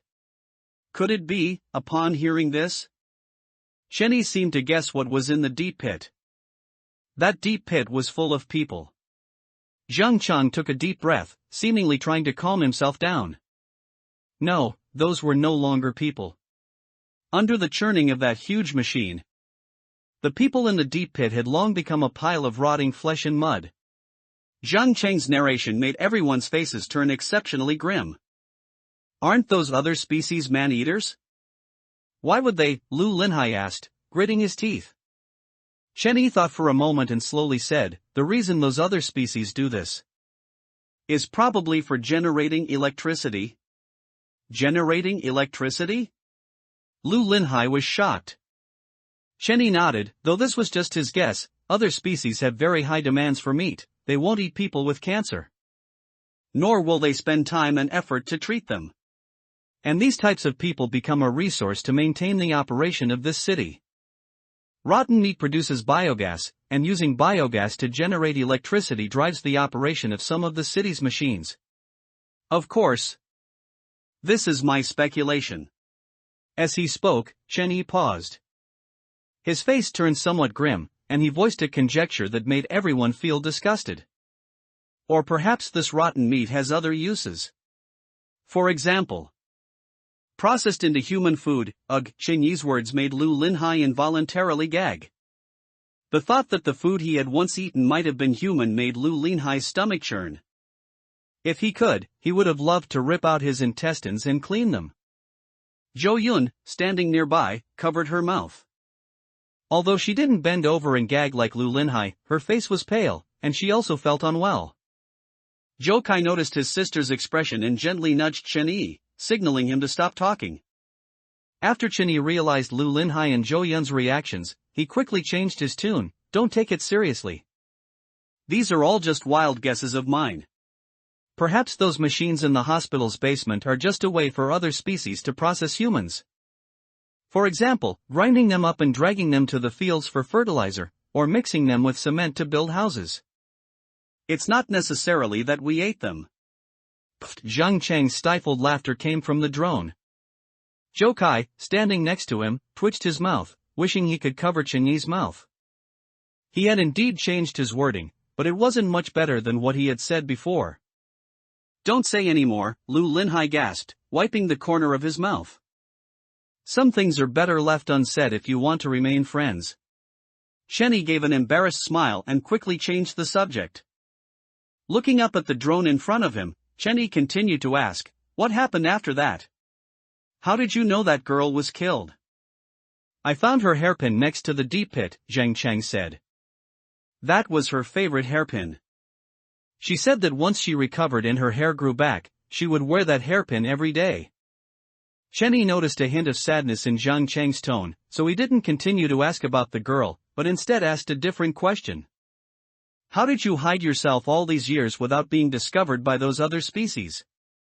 Zhang Chang's situation was different from Zhou Kai's.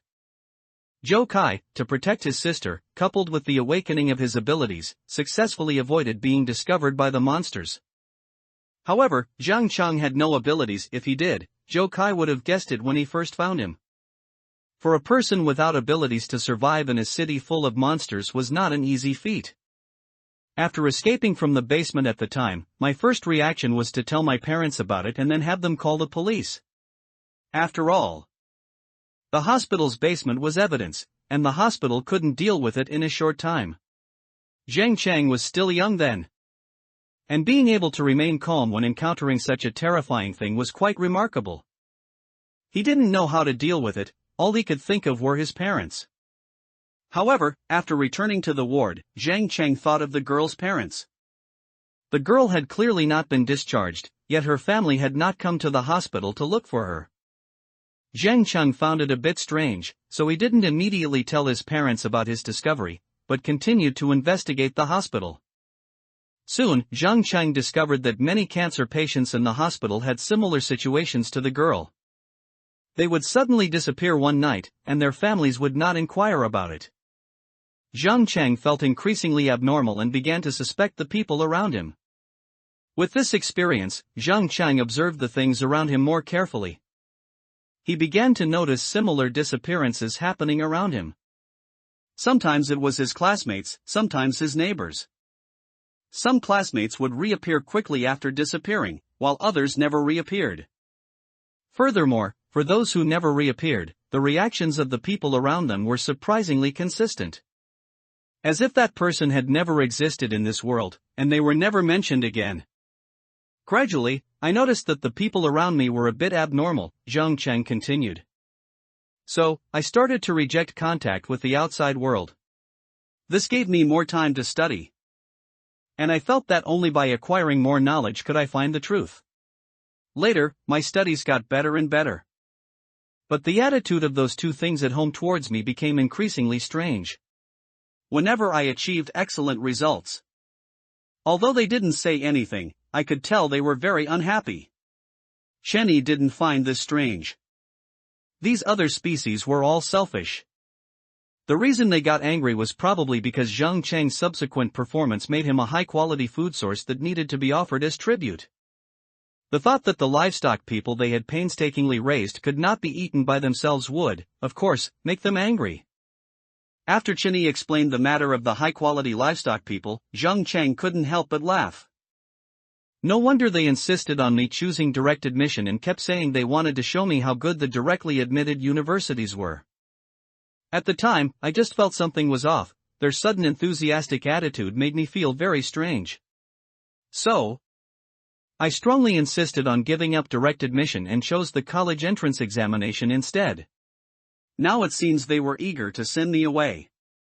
Chenny nodded. Only by sending you away could they raise new livestock people.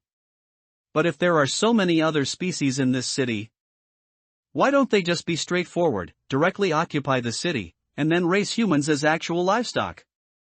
Zhang Cheng asked, somewhat confused. That way, they could eat whenever they wanted, without all this trouble, and without wasting more than 10 years to raise 1 or 2 humans.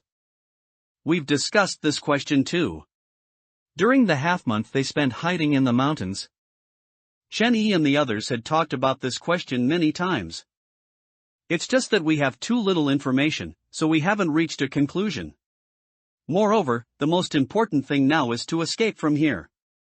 As for other matters, we can slowly research them later. Perhaps outside this city, Chenny and the others might discover more clues. For example, the information left by that skeleton before its death, the peach blossom garden in the northernmost land. This is why you came to find me, isn't it? Zhang Cheng's tone sounded a bit proud. You guys are pretty good, knowing to come to me, the genius, to help you escape. Lu Linhai, standing nearby, snorted disdainfully. He seized the opportunity to say, "You're so shameless, a genius, my foot. Besides, it doesn't necessarily have to be you, any high-quality human would do. At least this proves I'm a high-quality human, better than some dishingshing. Right?" Zhang Cheng teased. However, a dishingshing that can talk. I guess it counts as a high-quality ape. You fellow, Lu Linhai was so angry his teeth itched. You came to me because you need me to help you formulate a perfect escape plan? Zhang Cheng asked. You yourself are being held by the other species and can't get out, yet you're helping us make a plan. Lu Linhai was dismissive. If you're so capable, you should escape first.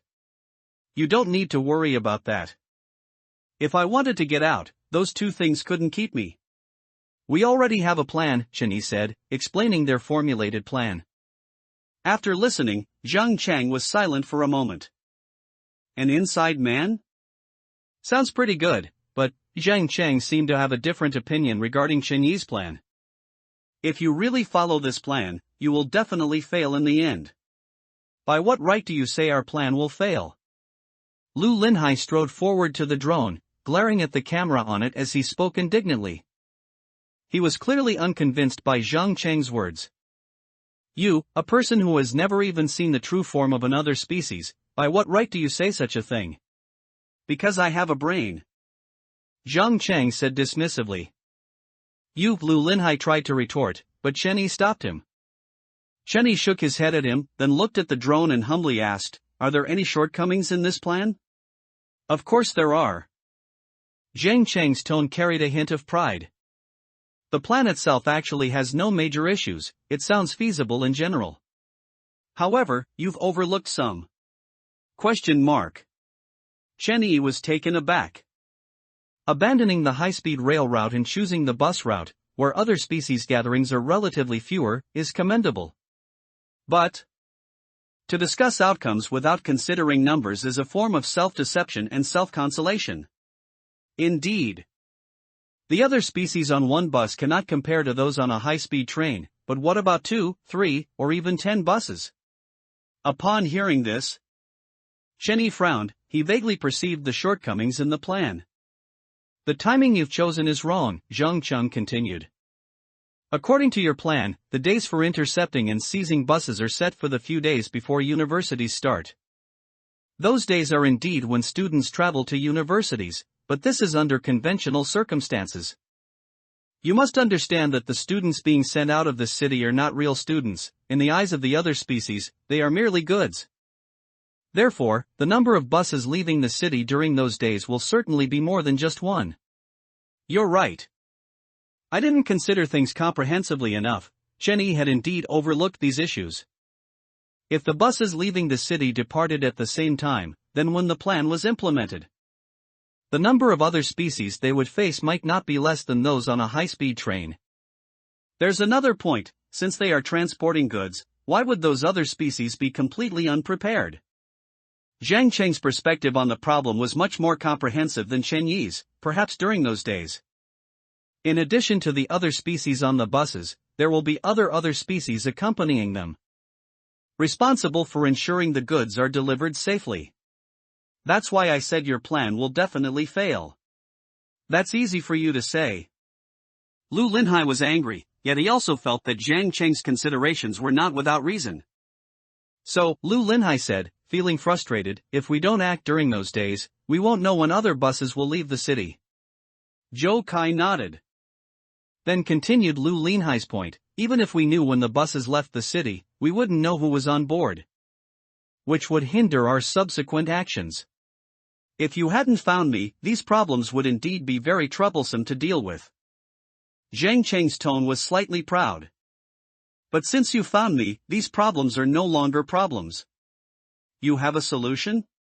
Chen Yi asked. Of course, Zhang Cheng replied. Don't forget, those 2 things at my house are very eager to send me away.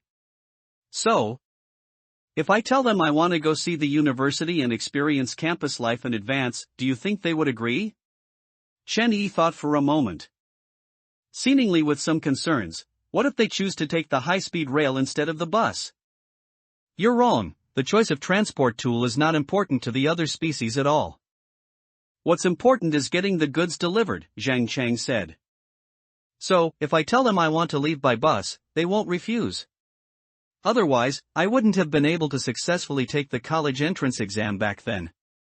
Furthermore, because the timing is earlier, before the start of the semester, it's impossible for the other species to send all the students out of the city. After all, such an action would be too abnormal and easily arouse suspicion among the humans in this city. The other species have extremely high requirements for meat quality, especially for high-quality livestock people. To ensure the deliciousness of high-quality livestock people's meat, they will definitely try their best to soothe the livestock people's emotions, thereby ensuring that the taste is not damaged before delivery. Zhang Cheng refined Chen Yi's plan, and 3 days later, the escape plan officially began. Near the highway toll station, a car was parked by the roadside. Inside the car, Lu Linhai nervously surveyed his surroundings. Isn't it a bit too arrogant for us to park the car directly here? Lu Linhai asked. Don't worry, Uncle Lin has his hazard lights on. It won't arouse the suspicion of the other species for a short time. Jokai closed his eyes, carefully listening to the nearby sounds. This is still some distance from the highway entrance. The other species there won't come over. Once we seize the bus, we'll just drive straight through. Once on the highway, even if those other species catch up, Uncle N's ability can kill them. Compared to that, can you move over a bit? Haven't you noticed you're squeezing Xiaoyun? Lu Linhai pouted and leaned closer to the car door. They're here. Jokai suddenly opened his eyes. He heard the sound. There are 18 units on the bus, 11 of whom are people, and the remaining 7 are all other species. Uncle Lin, can we do this? Shan Yi, sitting in the passenger seat, turned to look at In Changdao. Seeing him nod, Chen Yi quickly pulled out the drone from his bag. This was Zhang Chang's drone. Because there were other species on the bus, Chen Yi had to notify him of the action while ensuring Zhang Chang wasn't discovered. The drone flew up, and the footage captured by its camera appeared on the screen connected to the remote control. Got it. Soon, a bus appeared in the frame. Uncle Lin, we can start the operation. With Chen Yi's soft shout, and Chang Dao started the car, quickly turned it around, and began driving against traffic on the road. On the other side, some of the people on the bus were students, just like Zhang Chang. Zhang Cheng chatted with a few of the students and learned that they had all been called out by their parents. They were told it was for travel, and to visit their future universities. The others looked like office workers on business trips. As for how many of these people were other species, Zhang Chang didn't know. But even so, he was still very excited, as this was his first direct confrontation with the other species. Throughout the journey, Zhang Chang nervously watched out the window. When he saw the drone in the air begin to approach, he knew the plan was about to start. Zhang Chang clutched the bag in his arms, ready at any moment. The drone in the air began to descend, and with a bang, it hit the bus's front windshield. Ah! Zhang Cheng dramatically shouted. Zhang Cheng's acting was a bit exaggerated, but fortunately, it didn't affect his plan. He left his seat, grabbed his backpack, and walked to the driver, asking nervously, "Driver, what happened? Is the car broken?" The driver, with a cold face, glanced at the cracked front windshield and said casually, "Looks like we hit something. This is too dangerous. The windshield is broken." Zhang Cheng continued to shout in an exaggerated tone. "Zhang Cheng, come back and sit down," Zhang Cheng's father said from the back. Zhang Cheng ignored him. With his back to the seats behind him, he slowly unzipped his backpack. It was at this moment that a car drove against traffic towards the bus. "Quick! Stop the car. We're going to crash." Seeing the car approaching head-on, Zhang Chang shouted urgently. Seeing the oncoming car getting closer and closer, the bus driver showed no intention of stopping. Zhang Cheng frowned and shouted at the passengers in the bus. "Driver, stop the car. We're going to crash. Do you want to kill us?" Zhang Cheng shouted very loudly. After all, this was his task as an inside man. He had to make sure the bus stopped. The passengers in the front row heard Zhang Cheng's shouts and saw the car driving in the wrong direction, so they also started to urge him. "Driver, stop the car. Step on the brakes. Step on the brakes." The bus driver slammed on the brakes. Fortunately, Zhang Chang was holding onto the handrail tightly, so he didn't fall. As the bus stopped, the car driving in the wrong direction also stopped. The car door opened, and Chen Yi and his group got out. The driver recognized In Changdao, and a hint of ruthlessness flashed in his eyes. He gripped the steering wheel, ready to drive directly into them. However, Zhang Chang would not give him this chance. This was Zhang Chang's second task, to ensure that the stopped bus would not start again. The driver was not human. After seeing In Changdao, he would definitely not be soft-hearted and would step on the accelerator to crash into them. If the bus crashed into the car, Chen Yi and his group would have no chance of winning. Driver. Zhang Chang leaned towards the driver's seat. With his back to the other passengers in the bus, he opened his backpack. If there's a next life, try to be human. Zhang Chang muttered softly, and then, two cold glints shot out from the backpack, flying directly towards the driver at an extremely fast speed. Those were in Chengdao's knives. In the days leading up to the plan, Zhang Chang learned about abilities from Chen Yi. At the same time, he also used a drone to retrieve the two knives Chen Yi had given him. He had been carrying these two knives for this very moment. The driver was completely unprepared for Zhang Chang, and because the distance was too short, the driver had no time to react.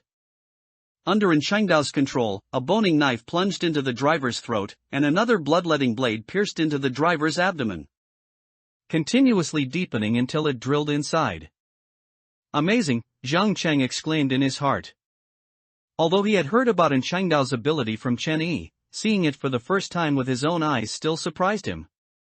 In the blink of an eye, another species died under Chengdao's knife. The driver leaned weakly against the backrest, unseen by the passengers sitting behind him. However, the co-driver next to him seemed to sense something and stood up, intending to walk over.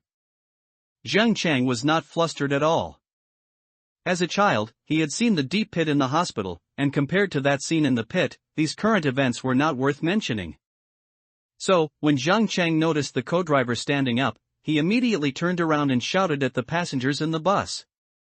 The murderer is here. It's in Chengdao, the murderer the police are looking for. This was the third task Zhang Chang needed to complete to cause panic. Although Zhang Chang's acting was still exaggerated, the person walking towards them was indeed in Chengdao. So, when the passengers saw him, they didn't care whether Zhang Chang's shouts were true or not, all they could feel was fear at facing a murderer. Oh my goodness! It really is the murderer, a passenger by the window said in horror. I saw his picture on TV. It's him! Oh no, why are we encountering this murderer here?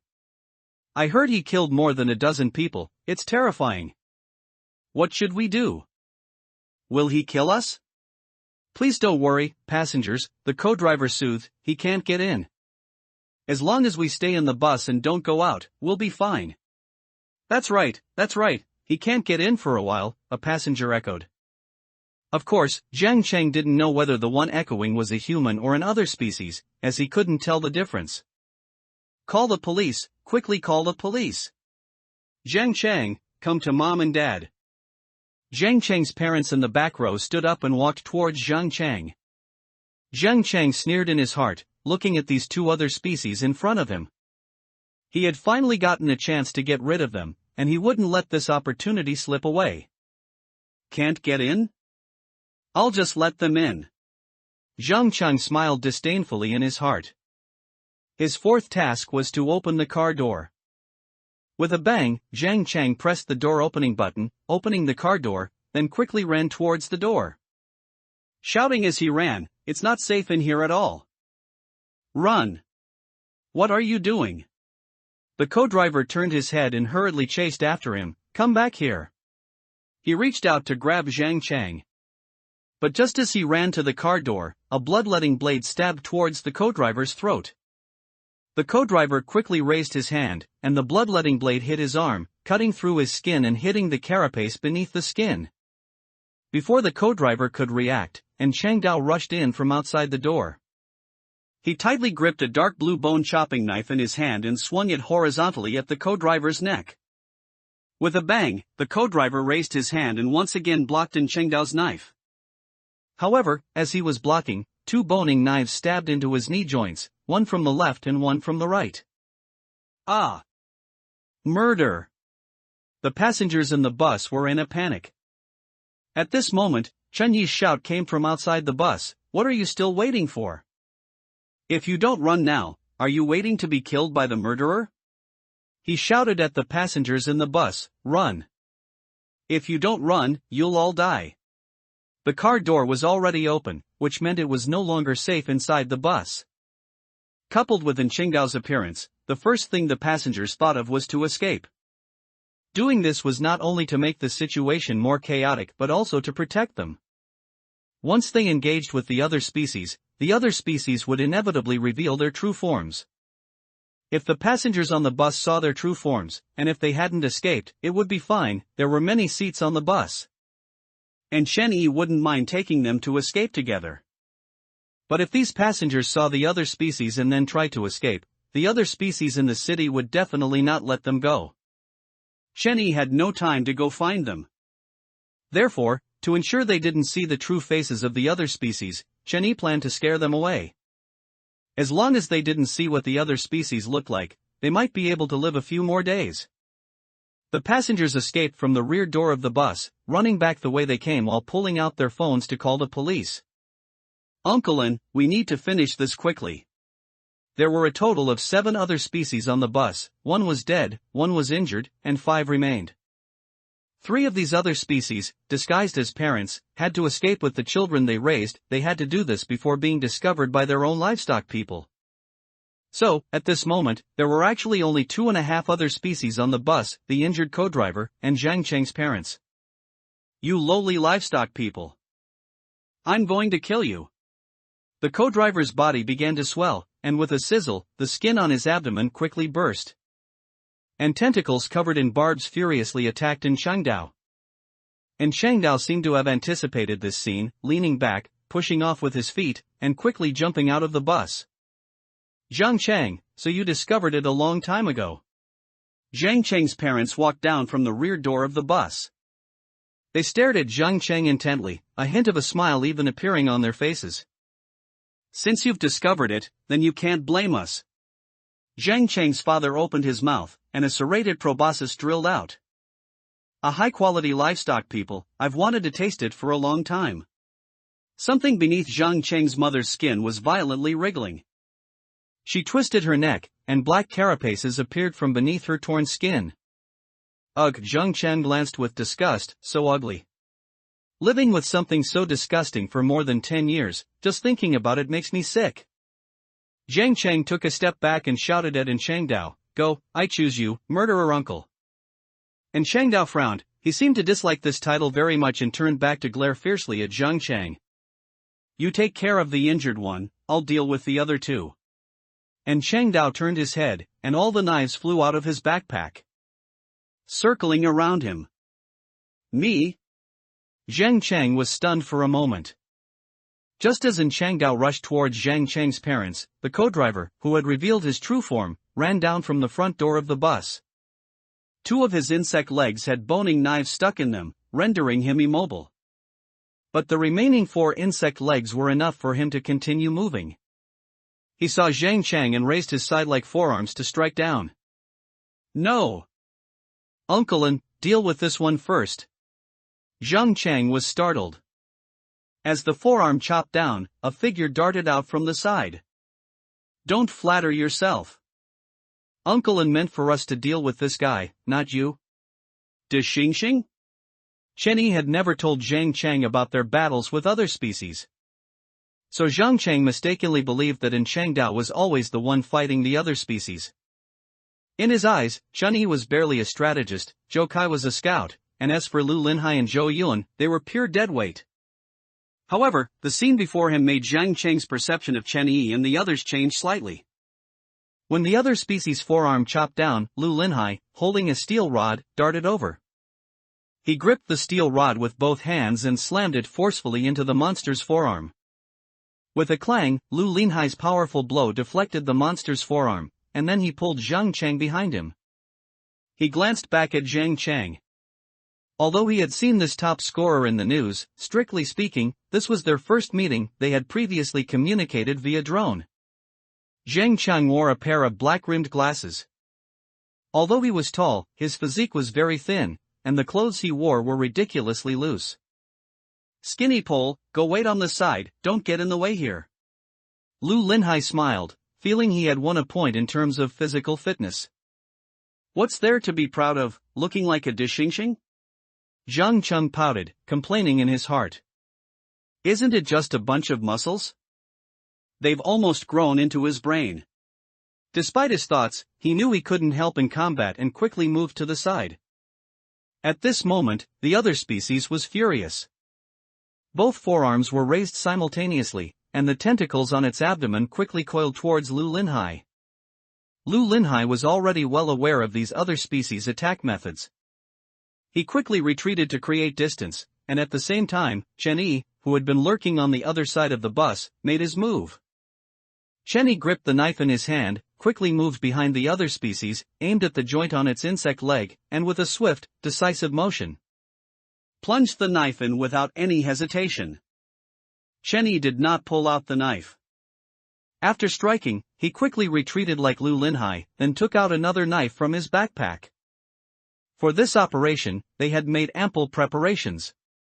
They spent the day constantly refining the plan with Zhang Chang, and at night, they used Zhou Kai's lockpicking skills to collect weapons. Coupled with Changdao's sharpening, these knives, although not sharp enough to cut a hair, were extremely keen. "You dog, come on." Chen Yi stared intently at the other species, constantly provoking it. "Don't you look down on humans?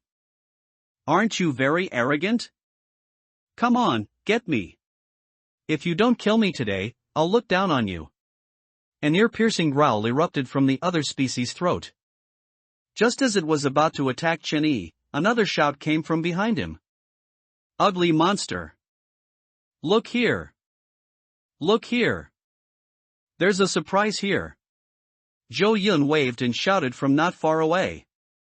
The other species instinctively turned its head, and with a whoosh, a crossbow bolt struck its compound eye. Zhou Kai brandished the crossbow in his hand, turned to look at Zhou Yun beside him, and asked, "How about it, isn't your brother handsome?" "Ah, you lowly livestock people."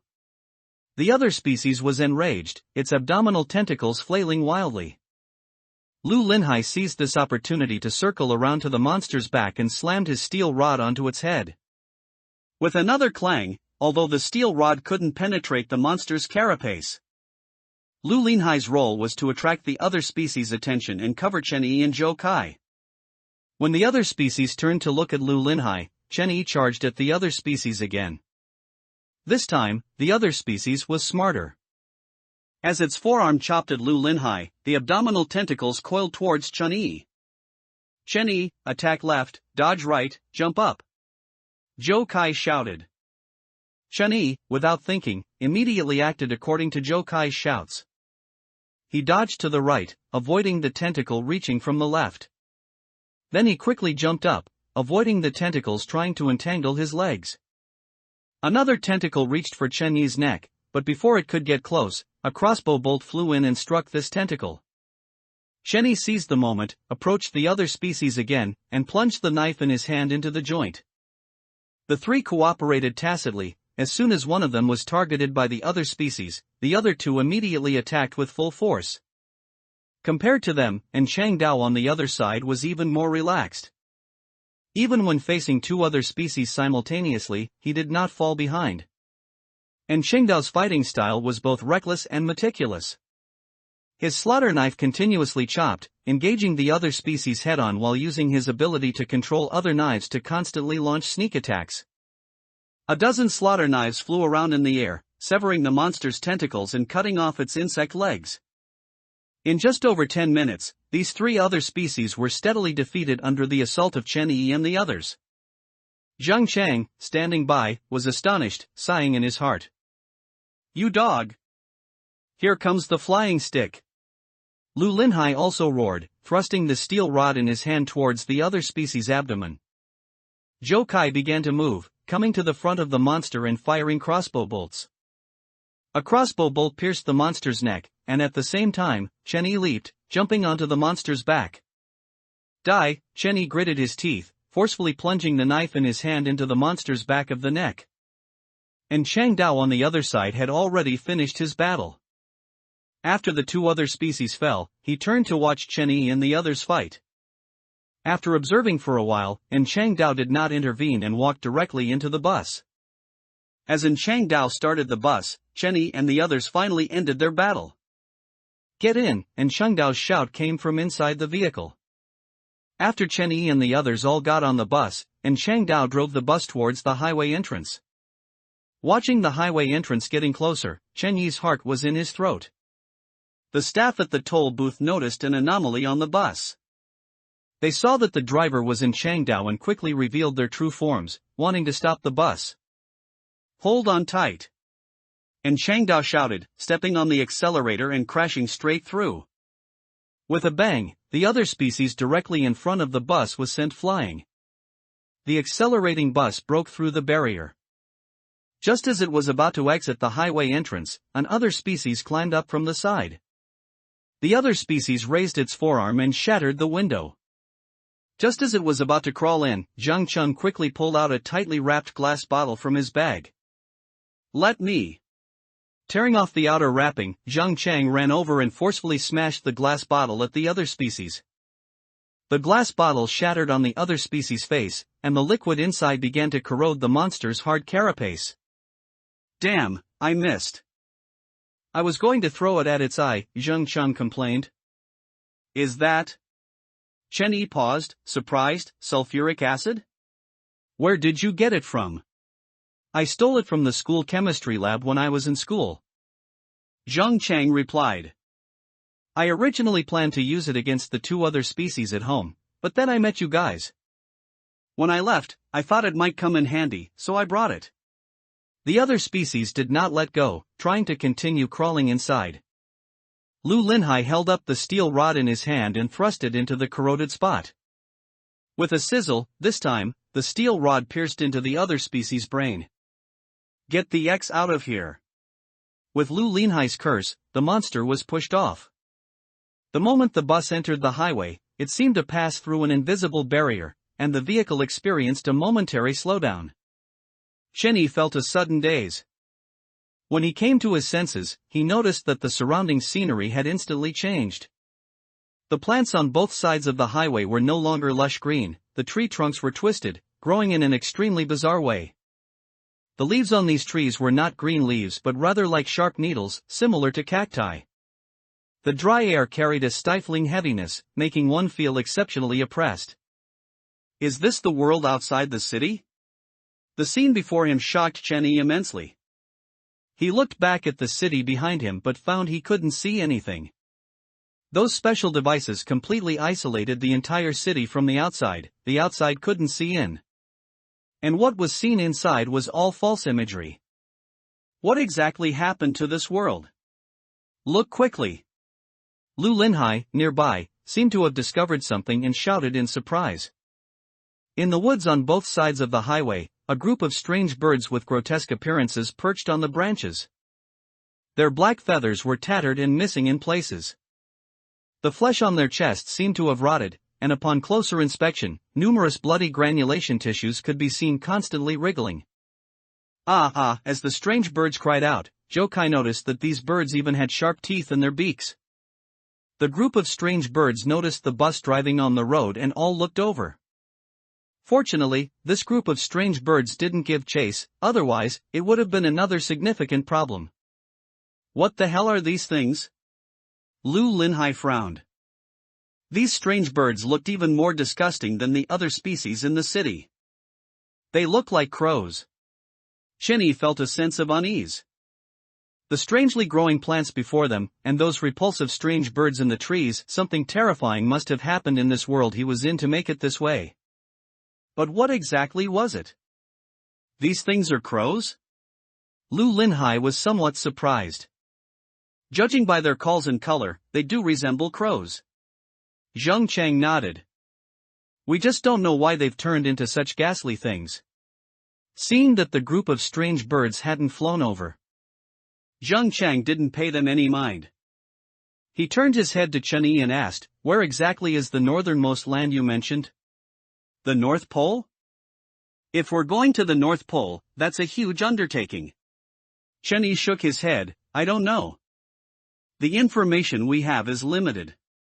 If we want to go to the northernmost land, I'm afraid we can only keep driving north.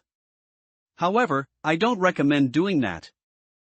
Chen Yi glanced at Zhou Kai and his sister sitting in the back row, then continued, let's go to the next city first and see.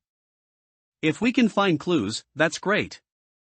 If we can't find anything, we'll talk about it then. Chen Yi sighed. The bus drove on the highway, and the atmosphere inside the vehicle was somewhat heavy. Perhaps unable to accept the current reality, everyone in the bus was silent. The highway was deserted. Apart from the bus they were in, not a single other vehicle could be seen. Approximately 4 hours later, Joe Kai, sitting in the back row, jumped up from his seat. "There are people ahead." Joe Kai called out with a frown, and Chen Yi and the others instantly became alert. "Did those other species get ahead of us? When did they get ahead? I didn't see them." Lu Linhai gritted his teeth, ready to act at any moment. "Not other species, they're people," Joe Kai continued. "They're in the woods on both sides of the highway, about 30 or more people." "People?" Chen Yi was startled. Accustomed to seeing monsters gathered, Chen Yi was suddenly unaccustomed to knowing that so many people were gathered nearby. Because there were no cars on the highway, and Chang Dao drove very fast. So, by the time Joe Kai sensed them, they had already entered the area where these people were located. Chen Yi hurriedly looked out the window, and just as he was about to see those people, a gunshot rang out in the woods. With a bang, the shot hit the bus's tire. The front of the bus veered sharply to the left.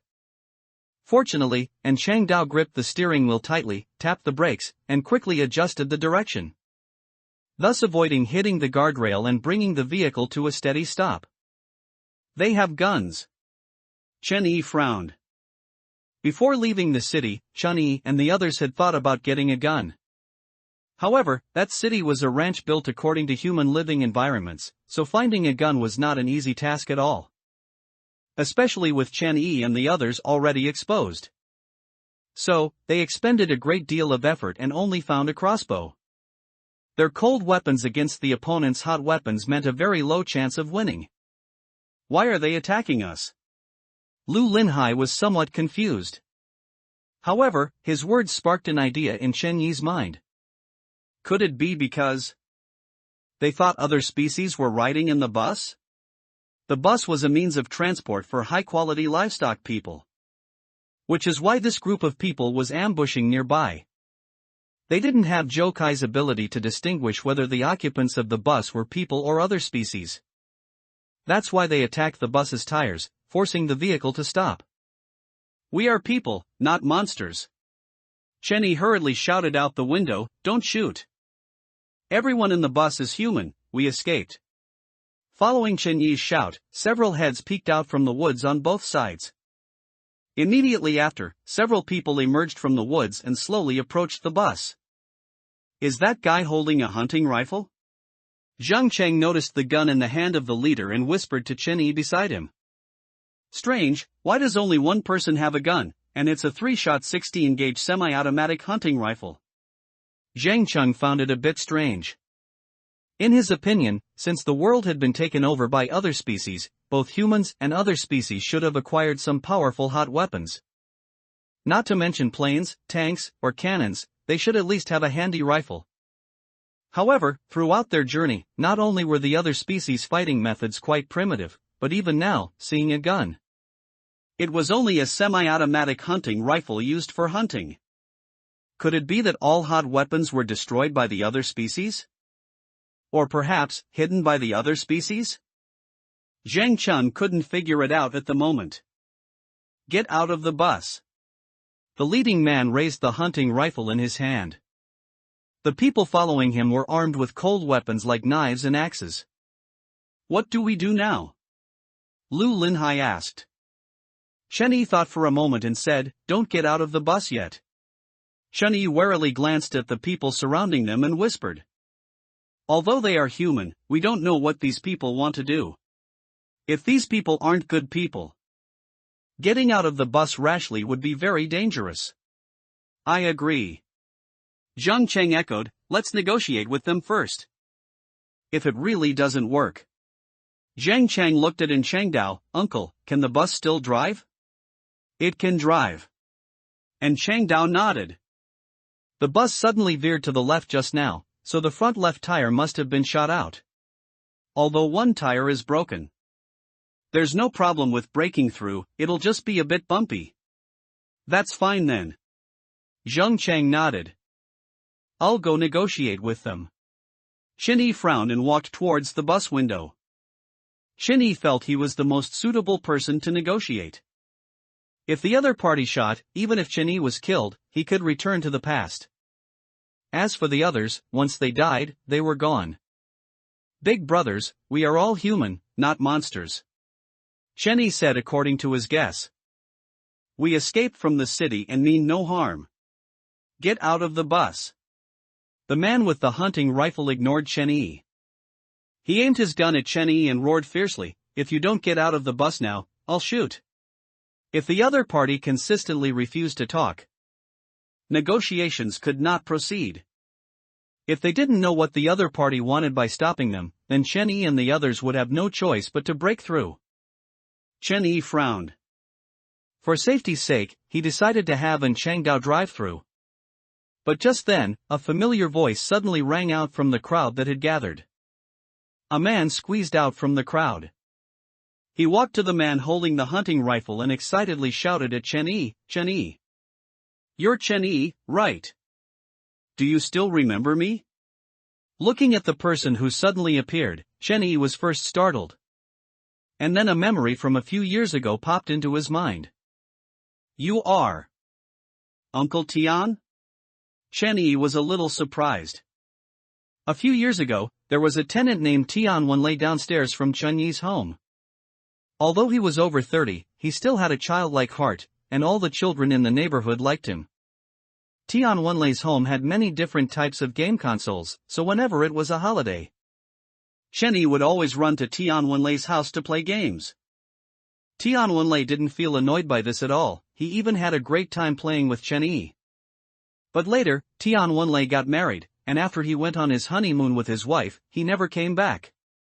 Some said Tian Wenlei took his wife back to his hometown, while others said Tian Wenlei had bought a house in another place, had it renovated, and moved there with his wife.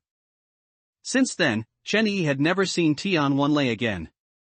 Thinking back now, Shenyi finally understood that something must have happened to Tian Wenlei during his honeymoon trip. "Ha, I knew you'd remember me, kid," Tian Wenlei said happily and excitedly. "We haven't seen each other for years, have we? I can't believe I get to see you again." Tian Wenlei turned to look at the man holding a shotgun beside him and said, "Brother Lei. This young man is a younger brother of mine. Let them pass." The man Tian Wenlei called Brother Lei had a stern face. He didn't lower the shotgun in his hand and said in a low voice, "No. Wenlei, don't forget what we're here for. If they are other species, we must kill them." "But they shouldn't be other species," Tian Wenlei said with a laugh. "Whether they are other species is not up to you, nor is it up to me. We'll only be able to tell if they're other species after Lady Saintess has seen them." "Lady Saintess?"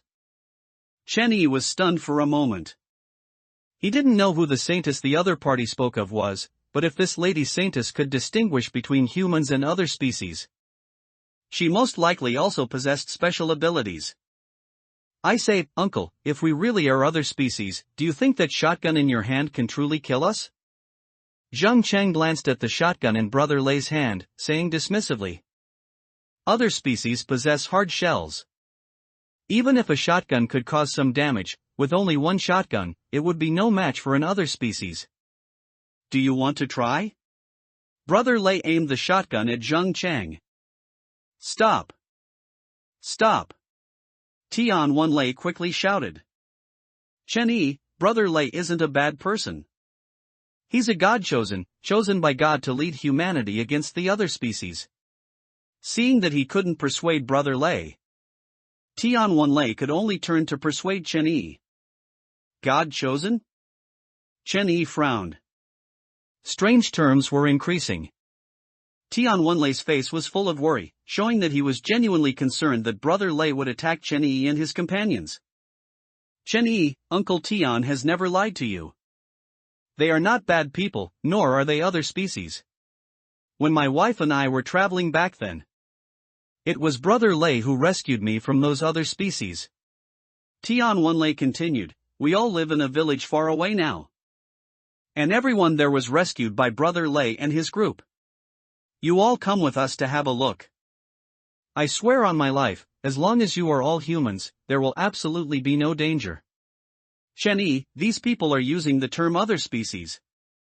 Zhang Chang reminded him in a low voice. Chen-Yi nodded, he had also noticed this. Most people, upon seeing other species, would subconsciously refer to them as monsters. Chen-Yi and Zhou Kai were like this at first. It wasn't until they met in Changdao and saw the information documenting these monsters that they learned they were called other species. And now, these people in front of them were using the term other species, which indicated that they likely also possessed similar information. The information Chen-Yi and his group had was incomplete. Although some of its content was true and some false, if they could obtain more information, it might help them understand the other species better. And even understand what exactly happened to this world. Moreover, Chen-Yi was somewhat interested in the god-chosen Tian Wenlei mentioned. Uncle Tian, please wait a moment. I need to discuss this with my friends. Chen-Yi turned around, and the group walked to the driver's seat. What do you all think? Should we go check out this village? Chen-Yi didn't rush to answer Tian Wenlei. He and Changdao and the others were now a single unit, so everyone on the bus had the right to speak about going or not going. I think we can go take a look. Zhou Kai had always sought a stable life. Since these people outside were indeed all humans, then the village they were in might become a place for him and Zhou Yun to live in the future. And Changdao didn't object, glancing outside before saying, if the other party is all human, even if there's danger, I can deal with them. Awesome.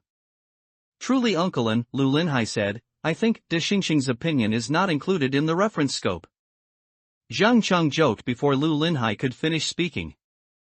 Are you trying to die? What time is it, and you're still in the mood to joke around? Lu Linhai glared at Zhang Chang. I'm fine with anything, Zhou Yun replied softly. Since no one objects. Chen-Yi thought for a moment, then grab your weapons, and let's go take a look. After making their decision, Chen-Yi and the others got off the bus. Team 1, continue guarding here. Team 2, follow me and take them to the village. Brother Lei shouted loudly. When we return, I'll have Team 3 and Team 4 come relieve you. A group of people surrounded Chen-Yi and his companions. But they cautiously maintained a certain distance from them. Chen-Yi could understand this, if it were Chen-Yi himself, and he didn't have Zhou Kai's ability, he likewise wouldn't trust these people. Nor would he get off the bus to go to some village with them. Chen-Yi, how did you all escape from those other species? Perhaps it was the reunion of old acquaintances. But Tian Wenlei was not afraid and walked over to Chen-Yi to chat with him. Those other species are not easy to deal with. If it weren't for the god chosen in the village, we would be no match for those other species at all. Uncle Tian, what is a god chosen? Chen-Yi asked. He felt he could learn more information from Tian Wenlei. They are people chosen by God, Tian Wenlei replied. Only those chosen by God can. Before Tian Wenlei could finish his sentence, Brother Lei, who was walking at the front of the group, roared, Wenlei, you come over here. Don't talk to them until we've confirmed whether they are human or not. Tian Wenlei nodded, gave Chen-Yi an apologetic smile, and walked back into the group surrounding Chen-Yi and his companions. Could the god chosen they're talking about be people with abilities? Zhou Kai leaned closer, lowering his voice to whisper. Chen-Yi wasn't sure, but if Brother Lei and his group could rescue humans from other species, then the god chosen were very likely people with special abilities, just like them. Possibly. That's not important, Zhang Chang also walked over. What's important is the saintess they mentioned. Indeed. Chen-Yi nodded. They clearly respect this saintess greatly, and it's now certain that this saintess also possesses special abilities. Otherwise, she wouldn't be able to distinguish between humans and other species. What I mean is, usually, people who can become saintesses should be very beautiful. Zhang Cheng's answer was clearly somewhat unexpected. Just as they were talking about this, someone in the surrounding group suddenly spoke up. Watch where you're going. Be careful of those trees. The surrounding trees grew strangely, their trunks did not grow straight upwards but twisted back and forth at various odd angles. If not for these strange trees, Chenyi and his companions would have moved faster. Be careful not to get pricked by the thorns on the trees, the person around them reminded. What happens if you get pricked? Chenyi asked curiously. These thorns are poisonous, another person explained. Although the poison won't kill you, the pricked spot will be incredibly itchy for many days. If you accidentally scratch your skin open, the smell of blood will attract those disgusting strange birds, someone walking at the back of the group added. Not just those strange birds, but also some big black rats that only come out at night will be attracted by the smell of blood. Yes, yes. Those big black rats are the most terrifying. What's so scary about rats? Lu Linhai asked, looking puzzled. Zheng Chang sneered from the side, saying, "What do you know? No matter when, rats are the most terrifying creatures. They are full of bacteria and have a terrifying reproductive capacity. If the world we live in truly faces an apocalypse, perhaps it won't be humans who survive until the end, but rats. Moreover, the rats outside might not be the same as the rats in the city." Chenyi continued Zheng Cheng's words. Think about what those strange birds look like, perhaps the rats outside are also like the strange birds. You must remember. Absolutely do not let those big black rats bite you, someone in the group kindly reminded. As long as you are bitten by them, even if it's just a broken skin, the wound will not heal, instead, it will gradually rot. Unless you cut off that piece of flesh, otherwise, the rot will spread from the wound to your entire body. If you cut off that piece of flesh, the scent of blood will attract more strange birds and rats, leading to a vicious cycle. Chenyi glanced at the strange trees nearby and raised his guard. These people don't seem so bad, and Chang Dao whispered. Although these people had been wary of Chenyi and his companions, they were only worried that Chenyi and his companions were other species disguised as humans. Moreover, on the way to the village, they would kindly tell Chenyi and the others about the dangerous things in the vicinity. Perhaps, just as Tian Wenlei said, they were all humans who had escaped from the other species. Because of these strange trees, Chenyi and his companions walked for about an hour. As they walked, Zhou Kai seemed to sense something. He walked up to Chenyi and whispered, "There are many people ahead, it should be their village." "Are you sure they are all humans?" Chenyi asked. Zhou Kai nodded, "They are all humans, about 100 of them. And I even heard the laughter of children." Hearing this, Chenyi breathed a sigh of relief. A village full of humans, although the population was not large, since Zhou Kai heard the laughter of children. It indicated that the people in this village were indeed not bad people. Soon, they arrived at the village. However, rather than calling it a village, it was more like a dilapidated hamlet. The houses inside were tattered, most of them wooden sheds built later. The villagers stayed in simple wooden sheds, and when they saw Chenyi and his companions, a hint of wariness appeared in their eyes. Occasionally, a few children, about 7 or 8 years old, could be seen playing and laughing, but the appearance of those children's appearances. Chenyi's face showed a hint of surprise. The few children looked very strange, and each was different. Some children were clearly around 8 years old, but when they opened their mouths, they had no teeth. Other children had many bumps on their faces and would occasionally scratch them, seemingly feeling no pain or itch. They were not tall, very thin, some were hunched over, some walked with a limp, and they looked silly. When they opened their mouths and cackled, snot would mix with saliva and be sucked into their mouths. Finally, they would smack their lips, as if they had tasted something delicious. "Zhou Kai, are they really humans?" Lu Linhai whispered. Zhou Kai nodded. "But why do they look like this?" Lu Linhai asked, puzzled. "Could it be due to some kind of mutation?" Zheng Cheng mused for a moment.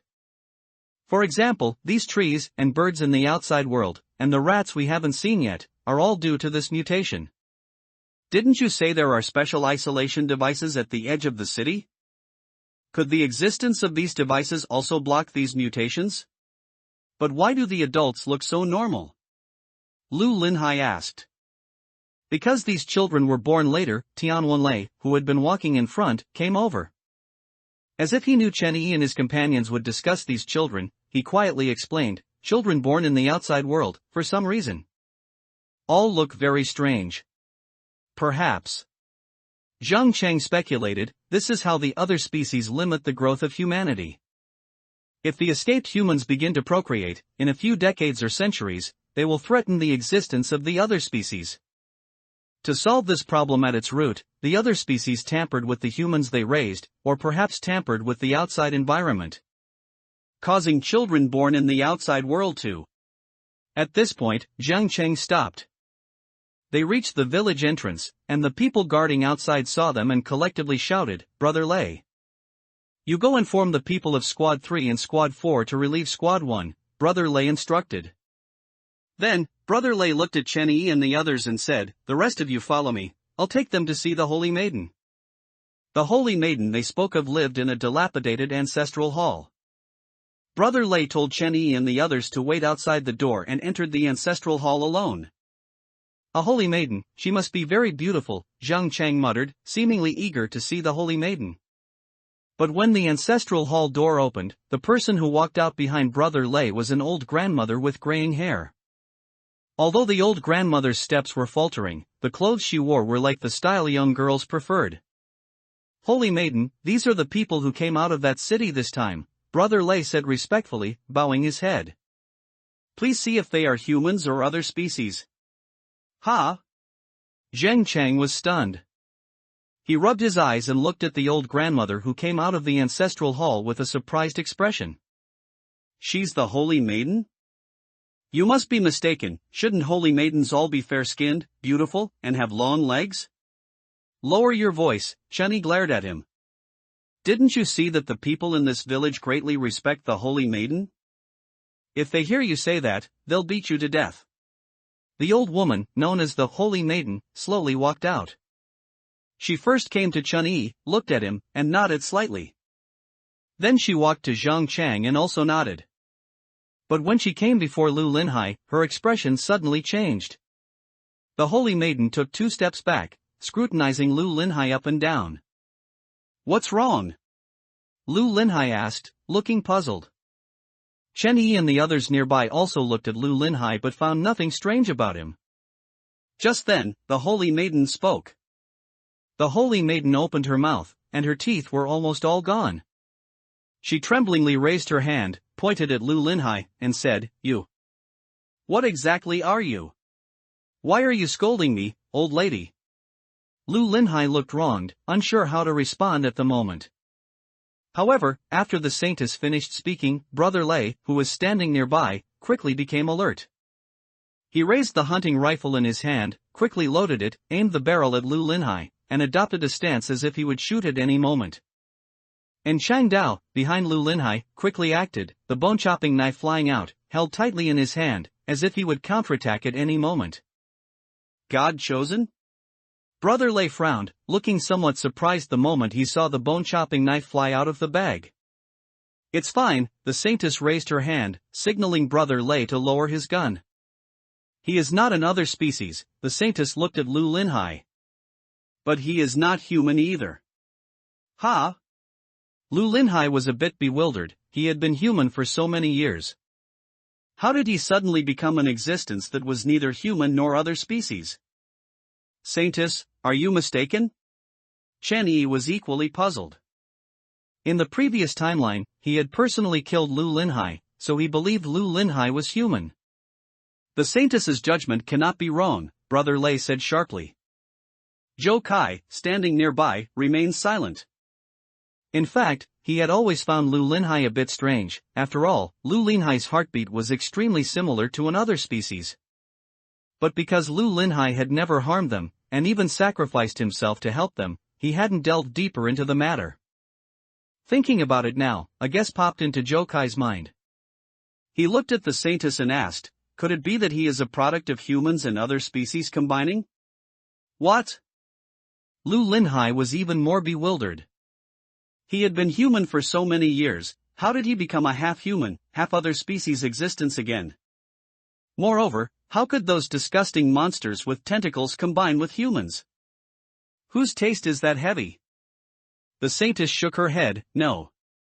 He has no human aura, nor the aura of another species. I don't know exactly what he is. Saintess, is there a possibility? At this moment, Zhang Cheng suddenly leaned close to Lu Linhai. He said with a smile, he is indeed neither human nor other species, because he is a Dishingxing. Saintess, you haven't seen a Dishingxing that looks like this, so you don't know. Lu Linhai glared at Zhang Cheng. Dishingxing rarely harm humans, so he is not dangerous. Zhang Cheng ignored Lu Linhai and continued. No, since he is not human, he cannot stay in the village. Brother Lei did not want any existence that posed a threat to the village to remain there. He wanted to drive Lu Linhai out of the village, but the saintess seemed to have discovered something. Her eyes lit up. And even her tone of voice became excited. This is... The saintess quickly walked forward, her trembling body making Chen Yi, who was nearby, worried that she might fall at any moment. The saintess walked past Lu Linhai and came before Zhou Yun. Zhou Kai frowned, instinctively shielding Zhou Yun behind him. What do you want? Zhou Kai asked. Little girl, come here, the saintess beckoned, signaling Zhou Yun to come over. What exactly do you want to do? Zhou Kai raised his voice, but the saintess ignored him. Do not be rude to the saintess. Brother Lei shouted sharply. Brother, it's fine. Zhou Yun, worried that Brother Lei might shoot, stepped out from behind Zhou Kai. She walked up to the saintess and looked up at her. The saintess reached out and stroked Zhou Yun's cheek, a hint of excitement and joy in her eyes. Found it, the saintess mumbled. Finally found it. Are you done touching her? Zhou Kai pulled Zhou Yun back, frowning. Saintess, could it be? She is your successor? Brother Lei quickly walked over. The saintess nodded, then said, that's right, this little girl will become the new saintess in the future. Leading humanity to reclaim everything that belongs to us. Ah. This time, it was Zhou Kai's turn to be bewildered. His sister had suddenly become the new saintess and was also going to lead this group of people to reclaim everything that belonged to humanity. Saintess, what exactly is going on? Chen Yi asked. Everyone, as you can see, I am old, and my body is getting weaker by the day. The saintess coughed softly a few times. My days are numbered. After I leave, a new saintess will be needed to lead humanity to victory against the other species. This little girl's body contains infinite power. After I die, she will become the new saintess. I disagree, Zhou Kai decisively refused. He didn't want his sister to become some saintess, nor did he want Zhou Yun to be exposed to the other species. He only hoped that Zhou Yun could live a safe and peaceful life. You don't have to answer me so quickly, the saintess shook her head. This is a fated matter, her responsibility, and it cannot be shirked. Having escaped from that city full of other species, you must be exhausted. Rest in the village for a few days for now. As she said this, the saintess's body trembled even more violently. Perhaps due to her earlier excitement, she looked even more haggard. Saintess, then what about this? This thing? Brother Lei glanced at Lu Linhai. This thing? Lu Linhai was furious. No harm, the saintess shook her head and said, his presence by the saintess's side might also be God's arrangement. Brother Lei nodded. Then beckoned, and two people came over to help the saintess return to the ancestral hall. You can move around in the village, but you cannot leave the village. Brother Lei turned his head after watching the saintess leave. Why not? Lu Linhai said, we never said we wanted to stay here. This is for your safety, and also to protect the new saintess. Brother Lei said loudly. Lu Linhai wanted to retort. Being called neither human nor other species already made him very angry, and now they were restricting their departure. However, Chen Yi nudged Lu Linhai, signaling him to endure it for now. Chen Yi had his own plans. These people understood matters concerning the other species and the God-chosen. Which meant there was information in this village that Chen Yi and his group didn't know. Therefore, the immediate priority was not to argue with these people about whether they could leave the village, but to gather more information. Instead of a direct confrontation now, it would be better to go along with their wishes and make these people lower their guard. Once enough information was gathered, they could simply sneak away. De Xingxing, what do you have to say now? After Brother Lei and the others left, Zhang Chen leaned close to Lu Linhai. He teased, it's confirmed. Nonsense. Lu Linhai gritted his teeth and said, what damn saintus, I am human. A genuine human. Let's explore the village first and talk to the people here to see if we can gather any useful information. Chen Yi whispered his plan. Even if they ultimately had to leave here, they first needed to gather information about the other species and understand how many people in this village had abilities like theirs. Only then could they ensure their safety when leaving. But halfway through his words, Zhou Kai's expression suddenly darkened. He glanced at the distance, where several strangely dressed children were gathered, pointing at Chen Yi and his group. What's wrong? Chen Yi asked. Those children are talking about us, Zhou Kai replied. What did they say? Chen Yi knew very well that if the children's conversation was just ordinary chatter, Zhou Kai wouldn't have such an expression. They were discussing which part of us tastes the best. Wow. Zhou Kai's words didn't scare Zhang Chang. He was even a little curious, asking, did they specifically say what part of me tastes good? Zhou Kai glared at Zhang Chang and casually said, they said you're so thin, you must be all bones, definitely not tasty. Ha, in that case, if this village really eats people, I should be able to live a few days longer than you all. The people in this village aren't really surviving by eating people, are they? Lu Linhai frowned. Maybe, Zhang Chang shrugged. Think about it, we've walked all the way here, the road is so desolate, plus the existence of other species, supplies must be scarce. If the people here want to live, they must eat. What if they can't find food? Then they can only eat people. Why do you think they intercept buses coming from the city along the way? Is it really to eliminate other species, or to take the opportunity to abduct a few humans as food? You know about prion, right? When he said this, Zhang Chang glanced at the group of children not far away. Eating people might infect you with that stuff. Patients with prion might experience a series of symptoms like intellectual disability, which is quite similar to those children. At this point, Tian Wenlei jogged over from not far away. Chen Yi, I heard from Brother Lei. Tian Wenlei looked very happy. Brother Lei said you are all humans and can stay in the village. And Brother Lei also said, Tian Wenlei saw Zhou Yun standing next to Zhou Kai, and his attitude suddenly became respectful. This beautiful young lady must be the successor to the saintess. When I saw this young lady before, I immediately felt she was extraordinary. Uncle Tian, is something wrong? Chen Yi interrupted Tian Wenlei. Nothing much, I just told my wife about your arrival. My wife said you must be hungry after running for so long, so she made some food. Tian Wenlei waved his hand and said, let's go, come to my place and eat something. Chen Yi thought for a moment and tentatively asked, Uncle Tian, isn't that inappropriate?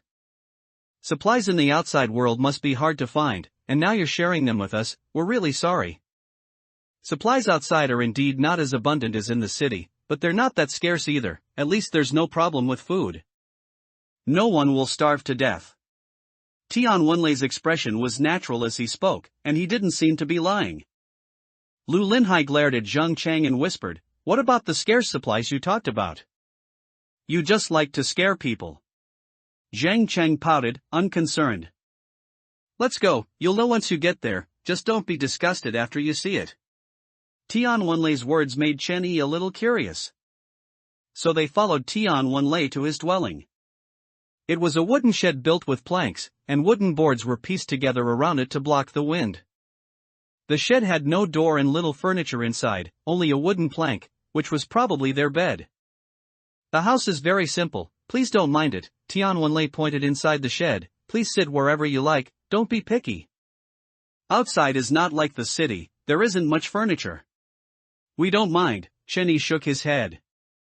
Surviving in this world full of other species was already difficult, so Chen Yi and the others were not picky about other aspects. They had already mentally prepared themselves when they decided to escape the city. Moreover, this place was much better than where they had stayed in the mountains for over half a month. Chen Yi is here. A woman walked out from outside the wooden shed, her skin slightly rough and looking a bit haggard. Do you still recognize me? The woman was carrying a large bucket, which contained steaming hot soup, though its color looked somewhat dark. And one. Chen Yi recognized this woman. She was Tian Wenlei's wife. Uncle Tian, what kind of soup is this? Zheng Cheng glanced at the dark soup in the bucket and asked with a frown. Tian Wenlei awkwardly scratched his head and said, I won't hide it from you all, this is rat soup. R.A. Rat? Zheng Cheng was stunned for a moment. You mean those big black rats you mentioned earlier? Chen Yi asked. Tian Wenlei nodded and said, We've searched all around here, and besides rats, there are only those strange birds. Strange birds are hard to catch. But these big rats are easy to catch because there are so many of them. Don't worry, I've cleaned them thoroughly. Antwin put down the wooden bucket and took out several wooden bowls from the side. The first time I ate it, I also felt disgusted, but I got used to it later, and now I don't feel disgusted anymore. I also grilled a few more, I'll bring them to you. I'll go too, Tian Wenlei followed him out. To be honest, Chen Yi didn't mind eating rats. After all, supplies outside the city were scarce, and being able to eat meat was already a rare thing. Humans had to survive in such a harsh environment and fight other species. Eating rats was simply not worth mentioning. Chen Yi scooped a spoonful of the dark soup. Although it looked disgusting, it smelled quite good. He picked up a piece of meat with chopsticks. The dark meat was torn into thin strips. If no one said anything, you wouldn't be able to tell it was rat meat. Do you think this meat might be human flesh? Zheng Cheng whispered. And Changdao, who was nearby, shook his head and murmured, Human flesh isn't like this. I'll eat first, Chen Yi said, if I'm fine after eating it. Then you all can eat. They were indeed hungry after their journey. Although they had some food in their bags, it wouldn't last long. Once these provisions were gone, they would have to find other food. If these rats were edible, it would help them solve some trouble. He put it in his mouth and chewed. A strong fishy smell instantly filled his entire mouth. Chen Yi felt a little nauseous, but once he got used to the smell, it wasn't too difficult to swallow. After swallowing, he waited for a while. Chen Yi didn't feel any discomfort in his body. Here's the grilled meat. Tian Wenlei walked over with several skewers of grilled meat. The grilled meat has less of a fishy smell, and my wife, fearing you'd be disgusted, specifically prepared it. See, looking at it this way. You can't tell it's rat at all, can you? Tian Wenlei held up the skewers of meat in his hand. The meat on them was cut into chunks, and indeed, it didn't look like rat. We usually just grill it directly when we eat it. There are no seasonings, so just make do with it. Tian Wenlei casually ate a skewer. Then distributed the others to Chen Yi and the others. While Tian Wenlei wasn't paying attention, Chen Yi nodded to Zhou Kai and the others, signaling that they could eat. Although they knew they couldn't be picky in their current situation, it was their first time eating this kind of meat. Except for Changdao, everyone else felt this meal was incredibly long. However, after drinking a bowl of hot soup, their spirits also relaxed. As dusk approached outside the wooden shed, after eating and drinking their fill, they prepared to start gathering information.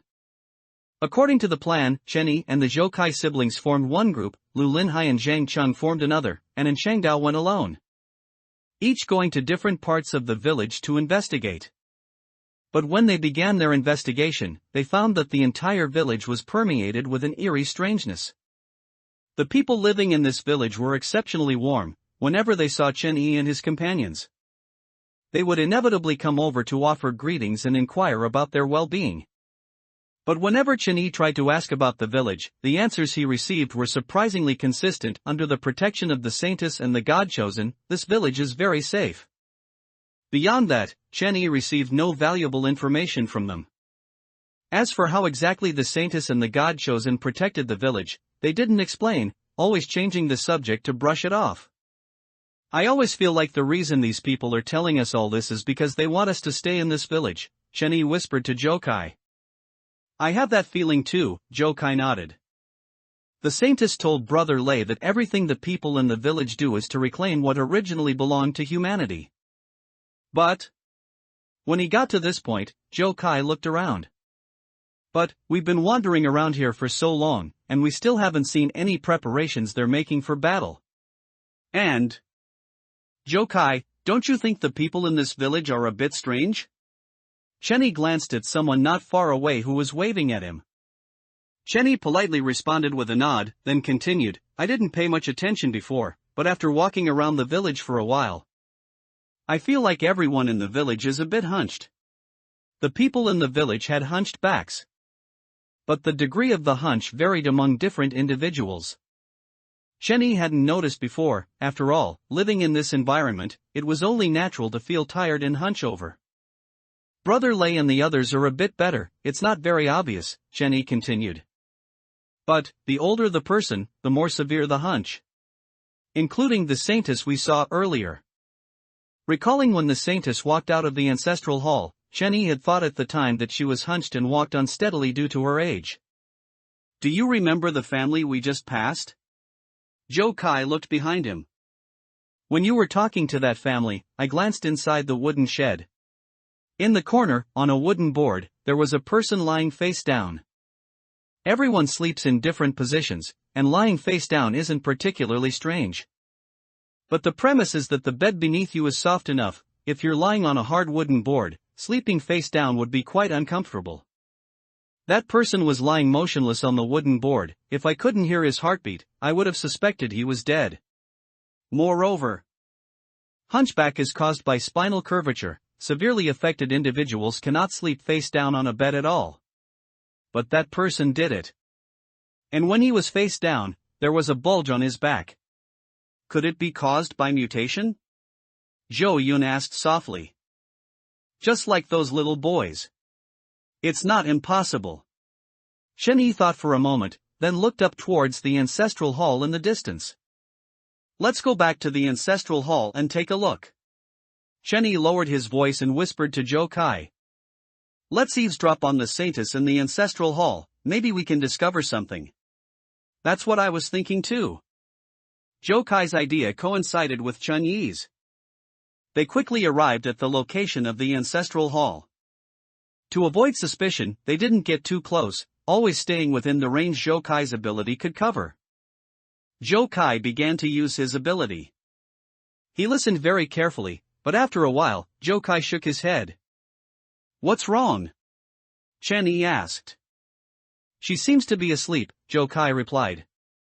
The sound of her breathing is the same as that person who was sleeping face down earlier. The saintess is also sleeping face down? Hearing this, Chenny felt increasingly uneasy. Could it be they have something on their backs? The reason they sleep face down is because they're worried about crushing what's on their backs? If they have something on their backs, what could it be? Zhou Yun was a bit curious. Chenny thought for a moment, a wave of unease washing over him. Do you remember the information Uncle An found? Chenny cautiously looked around, then whispered.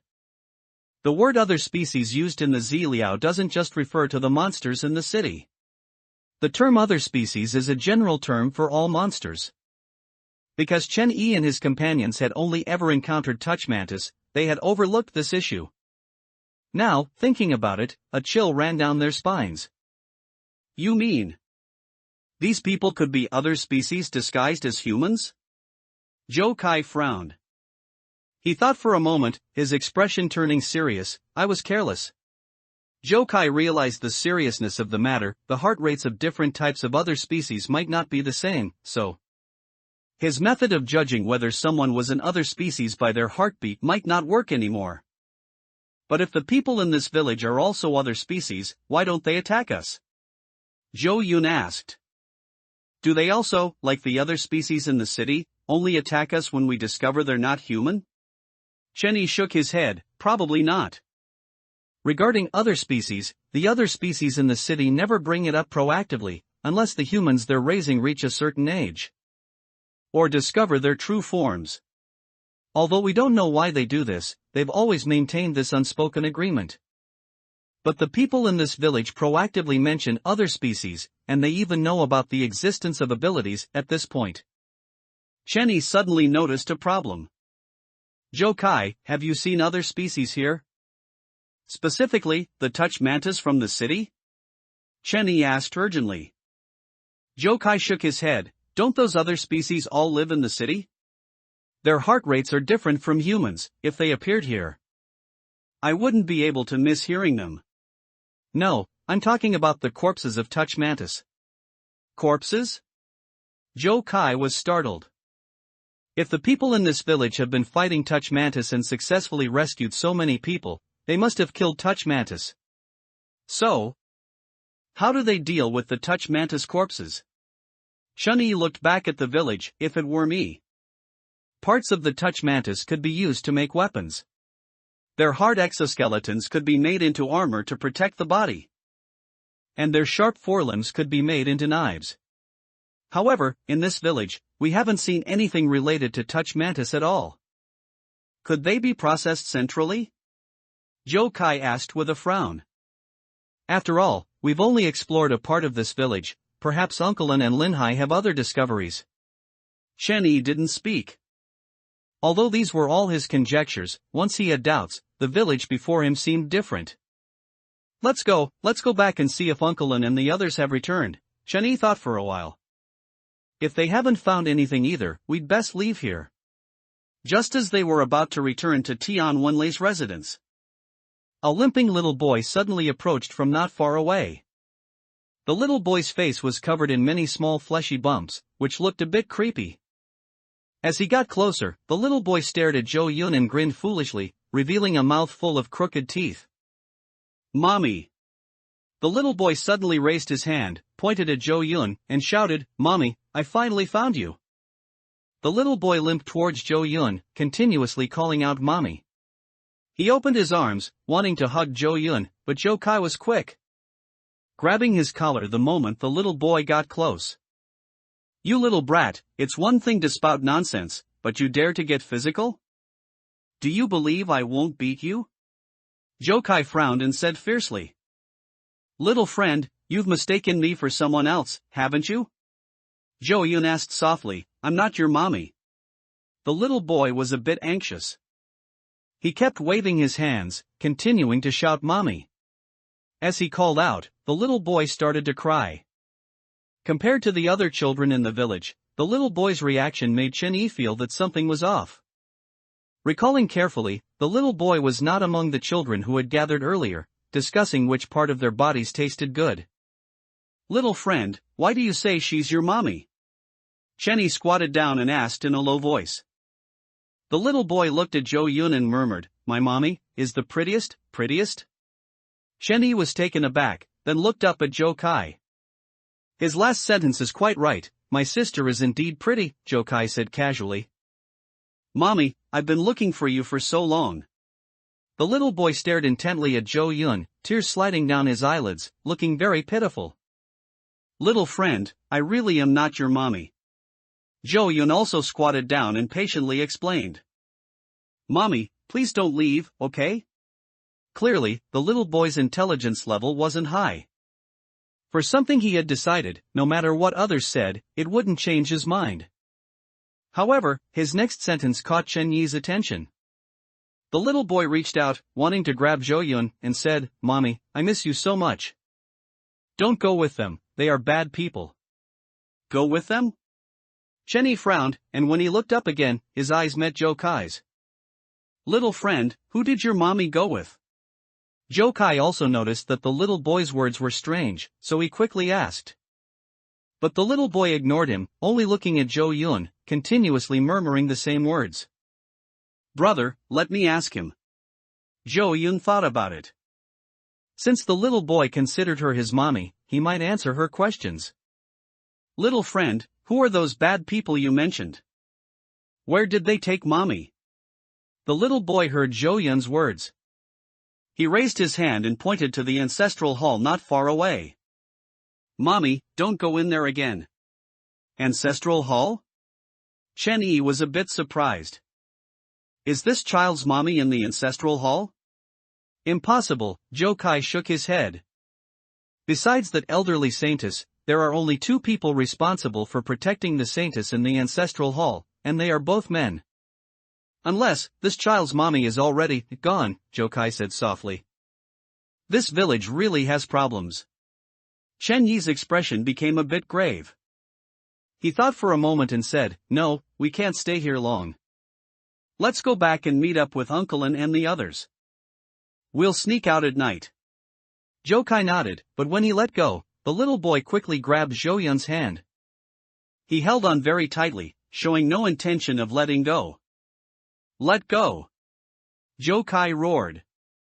Although the little boy was very scared, he still didn't let go. He clung tightly to Zhou Yun, as if Zhou Yun would disappear if he let go. I won't. I want to be with Mommy. Zhou Kai was about to speak but was stopped by Chen Yi. He clearly doesn't intend to let go. If we forcibly pull him away, his crying will surely attract the attention of people nearby. Chen Yi glanced at the ancestral hall and continued. Moreover, this place isn't far from the ancestral hall. It would be troublesome if the saintess inside noticed. Let's go back to Uncle Tian's place first. We'll find an excuse to have Uncle Tian send him away then. Returning to the wooden shed where Tian Wenlei lived, before they even entered, Tian Wenlei saw the little boy accompanying Zhou Yun. Xiao Hu. Tian Wenlei recognized the little boy at a glance. Tian Wenlei walked over and, before Chen Yi could speak, he said, Little girl, has he mistaken you for his mommy? Tian Wenlei's words surprised Chen Yi a little. Xiao Hu, let go quickly. She's not your mommy. Tian Wenlei reached out, wanting to pull the little boy away from Zhou Yun. Mommy, let's go quickly. He's a bad person, the little boy shouted, pulling Zhou Yun. You child, Tian Wenlei sighed and withdrew his hand. Chen Yi, please don't mind him. He always acts this way whenever newcomers arrive in the village. Tian Wenlei seemed not to care about the things the little boy was shouting. His reaction made Chen Yi a bit curious. Chen Yi thought for a moment and asked straightforwardly, Uncle Tian, this little boy's mommy, a normal person encountering such a situation would naturally be curious. If he didn't ask, it would seem a bit strange instead. She's gone, Tian Wenlei replied very directly. Xiao Hu is a pitiful child, he continued.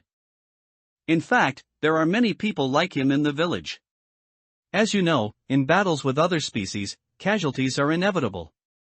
In that battle, Xiao Hu's mommy was severely injured. We managed to bring Xiao Hu's mommy back, hoping that the saintess could save her, but it was already too late.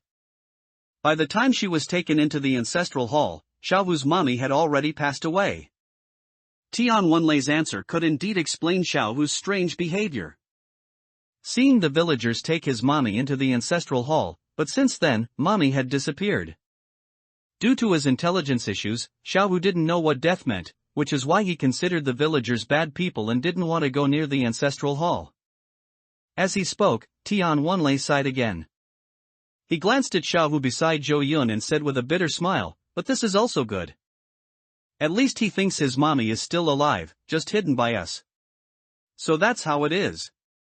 Although Chen Yi echoed him verbally. Tian Wenlei's words made Chen Yi discover another strange thing according to Tian Wenlei's explanation. The people in this village had been fighting the other species for many years. If there were casualties among the villagers, then why had Chen Yi never seen any injured people? Xiao Hu is currently living with his grandfather. I'll send him back first. If he goes back too late, his grandfather will worry. Saying that, Tian Wenlei reached out to the little boy again. No! The little boy's emotions suddenly became extremely agitated. He picked up a stone from the ground, along with some dirt, and wildly threw them at Tian Wenlei. The stirred-up dust accidentally got into Chen Yi's eyes. He raised his hand to rub them, and when he opened his eyes again, he vaguely saw something emerging from the little boy's body. It was a thread emitting a faint white light. One end of the thread was connected to the little boy, and the other end slowly drifted towards Jo-yun. What is this thing? Chenny didn't know what this suddenly appearing thread was. It looked like a spider web, but because it emitted a faint white light, it was somewhat noticeable. If a thread emerged from Little Who's body, wouldn't that mean he wasn't human at all, but another species? Chenny didn't dare to touch the thread directly with his hand. He didn't know what would happen after touching it. However, he also couldn't just watch the thread connect to Jo-yun. Looking at Tianwen-lei, who was in front of him trying to stop Little Who from throwing stones, Chenny had a flash of inspiration. Little Who, stop quickly, don't throw anymore, Chenny said, stepping forward. Ouch!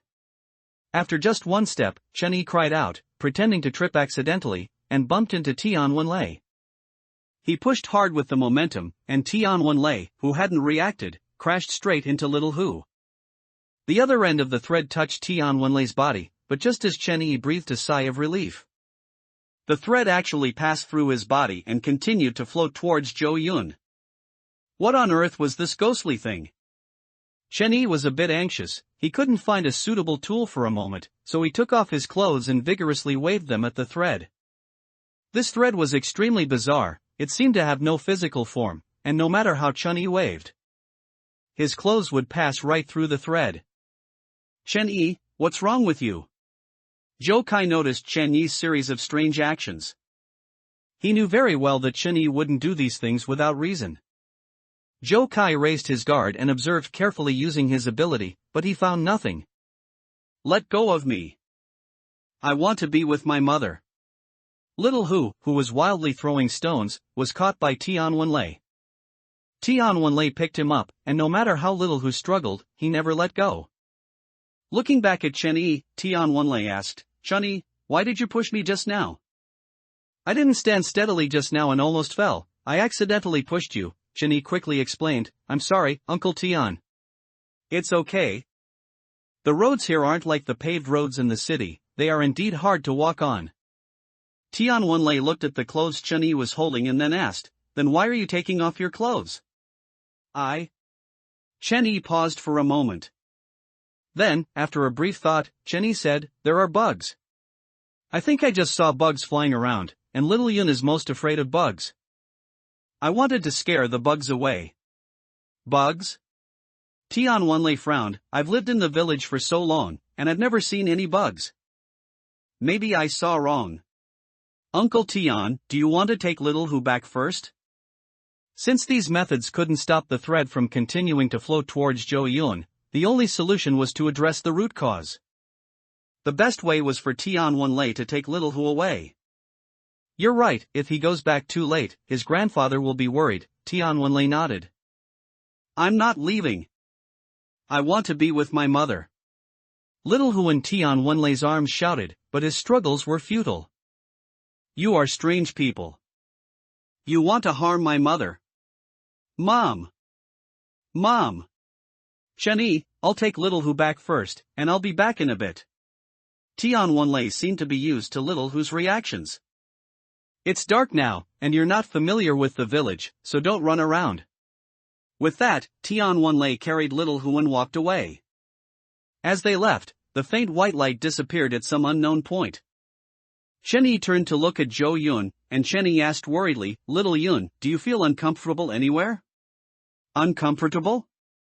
Jo-yun shook her head. No, I feel quite good right now. Don't rush to answer me, feel it carefully. Chenny, did you find something? Zhou Kai stepped forward and asked. You were waving your clothes around just now like you were possessed. Didn't you see it? Chenny was stunned. A thread came out of that child named Little Who. Chenny recounted what he had just seen, but after listening, Zhou Kai became even more confused. Thread? Zhou Kai shook his head and said, I didn't see any thread coming out of him. Brother Chenyi. I also didn't see any thread floating towards me. Jo-yun recalled, and indeed, she hadn't seen the thread Chenyi mentioned. Are you sure you didn't see wrong? Zhou Kai asked. If there really was a thread coming out of that little thing, there's no way I wouldn't see it. Thinking carefully, Chen Yi also found it very strange.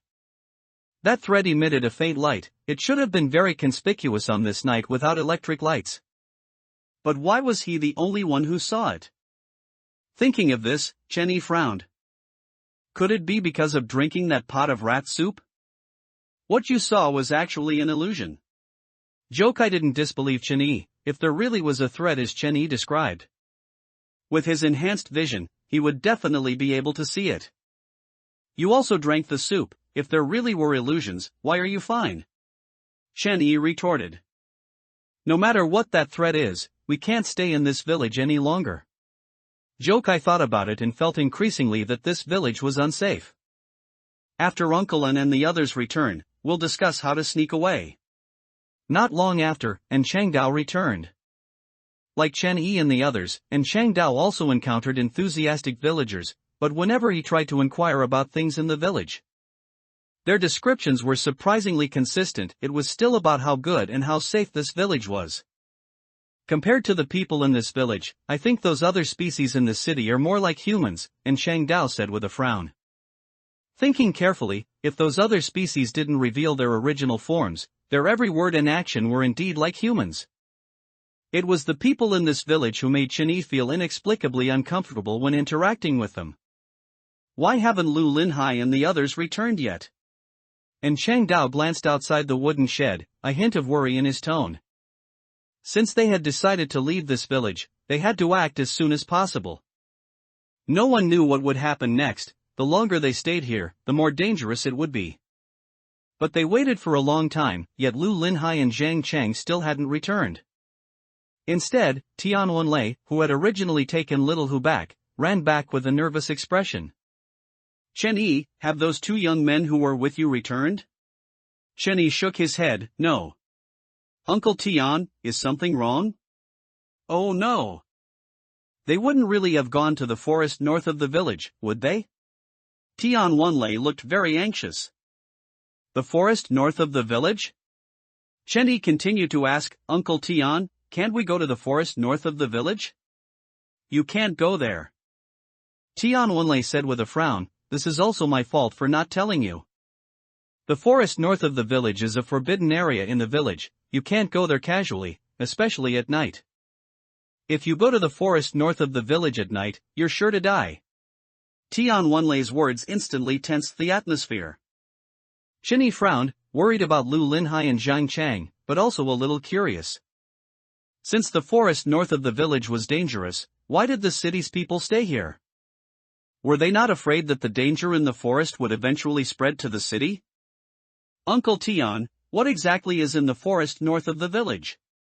Why is it that anyone who enters the forest at night is sure to die? Hearing Chen Yi's questions, Tian Wenlei shook his head and sighed. The forest north of the village is where the city collects and disposes of bodies.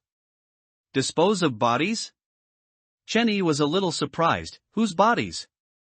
All bodies. Tian Wenlei continued. Do you remember the strange birds and rats that the city's people told you about on the way here? These strange creatures are extremely sensitive to the smell of blood. If they are allowed to multiply everywhere, their existence will sooner or later threaten the city's people. To avoid this situation, all dead people, whether from natural causes or killed by other species, are centrally disposed of by the city. This way, those strange birds and rats will be drawn to one place. The strange birds and rats will fight over the bodies, and to some extent, this method not only reduces the number of these strange creatures but also solves the city's food problem. The city's people will choose a day during daylight to enter the forest north of the village in groups. Because the rats and strange birds are concentrated, they are much easier to catch. They process the captured rats and strange birds in the forest, taking only the meat back. This way, they won't be drawn to the city by the smell of blood. Tian Wenlei's words reminded Chen Yi of the other species and humans in the city. What about injured people? Zhou Kai interjected. His question was actually what Chen Yi wanted to ask as well. They hadn't seen any injured people in this city. If someone was injured while fighting other species, what would happen to these injured people? After all, the blood flowing from the injured person's wounds would also attract strange birds and rats to the city. We specifically chose a spot near the forest north of the village to build temporary housing for the injured. Injured people will stay there temporarily, and there will be city's people guarding the house as well. Although those strange birds and rats look strange, they are animals after all, and they are afraid of fire. At night, we will light torches around the shed to prevent them from approaching. Those strange birds and rats aren't stupid. Instead of risking their lives to attack injured people, they might as well go directly to the body disposal site for a ready meal. Tian Wenlei's explanation seemed to have no issues. Before Chen Yi and the others could speak, Tian Wenlei turned to leave. I can't talk to you anymore. Tian Wenlei looked very anxious, seemingly preparing to rush to the forest north of the village. Someone found fresh footprints on the path to the forest north of the village, guessing it was you who went in, so they asked me to come and see. I need to rush over to look now. Many people from the city have also gone. If they haven't gone far, they might still be saved. I'll go too. And Changdao slung the bag containing the slaughter knife over his shoulder. Wanting to follow. You all shouldn't go, Tian Wenlei shook his head. You've just arrived in the city and aren't even familiar with it, let alone the forest north of the village. If we don't find the person and you get lost too, that would be real trouble. They were brought out by me, and I must ensure their safety. And Changdao said with a cold face, exuding an undeniable aura. Besides, according to your description, I am a god chosen. And Changdao raised his hand, and a bloodletting blade flew out of his bag, landing in his palm. And Changdao's ability had been demonstrated when he saw the saintess before, so there was no need to hide it now. Of course, and Changdao only showed a small part. Uncle Tian, let us go, Chen Yi also stood up. We won't go in, we'll just wait outside the forest. I promise we won't cause you any trouble. Tian Wenlei frowned. He hesitated for a moment, then finally nodded. Even if I don't let you go, you will still go in the end. Instead of letting you find your own way. It's safer if I take you, lest you get lost. Let's go. Chen Yi and his group followed behind Tian Wenlei, quickly heading towards the north of the village. Along the way, and Chengdao's brows were tightly furrowed.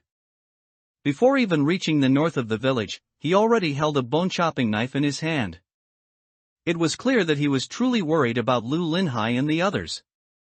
Uncle An, you don't really think Lu Linhai and the others went into the forest north of the village, do you? Chen Yi glanced at Tian Wenlei, who was running ahead, and pulled in Changdao to the back of the group. Didn't they go? And Changdao was startled. If it were just Lu Linhai alone, he might have gone, Chen Yi whispered. He's careless and rarely pays attention to. But Zheng Cheng is different, Chen Yi said, while keeping an eye on Tian Wenlei in front.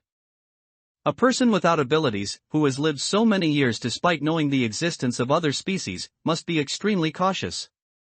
In fact, when Chen Yi heard Tian Wenlei talk about this matter, he was already a little suspicious. Zhang Cheng was very smart. Since he was gathering intelligence, he naturally wouldn't go to the deserted forest north of the village. Even if he were to go, he wouldn't choose to go at night. As for the footprints the city's people found, perhaps Zhang Cheng made them on purpose to attract the attention of the city's people.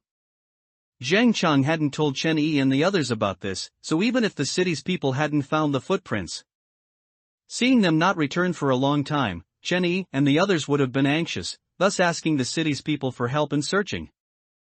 This way, the footprints left outside the forest would still be discovered. Of course, this was Chen Yi's guess. The reason he insisted on going was, firstly, to familiarize himself with the surrounding environment. Since he had decided to sneak away, finding a safe route was essential. Secondly, even if Lu Linhai and Zheng Chang really went into the forest north of the village, it would be easier to find them using Zhou Kai's ability. As for why Zhang Chang would do this, perhaps he wanted to understand how many God Chosen were in the city through this method. Or there might be other reasons that Chen Yi hadn't thought of at the moment. Now that you mention it, that's not impossible, and Changdao said, but the worry in his eyes did not diminish at all. and Chang Dao was the only elder among them. In his eyes, Chen Yi and the others were like his own children. Since he had brought them out of the city, and Chang Dao was determined to protect them. Compared to himself, and Chang Dao felt that this group of young men and women were the hope for humanity's future. Therefore, until he could be 100% sure that Lu Linhai and Zhang Chang had not entered the forest, and Chang Dao remained uneasy.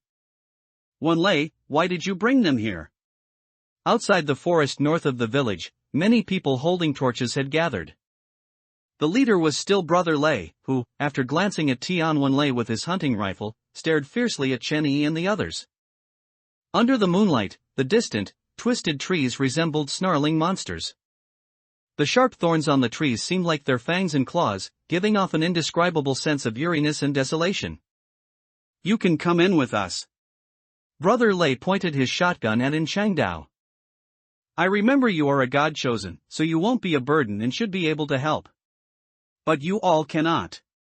Saying this, Brother Lei glanced at Chen Yi and the others next to Chang Dao.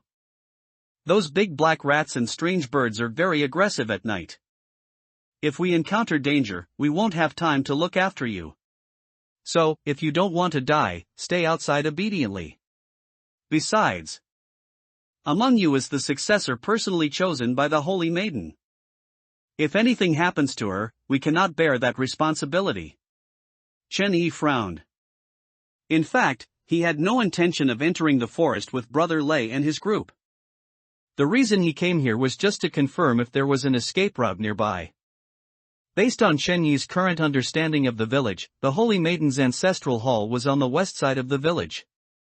The Holy Maiden might be a god chosen, and there were people protecting her nearby.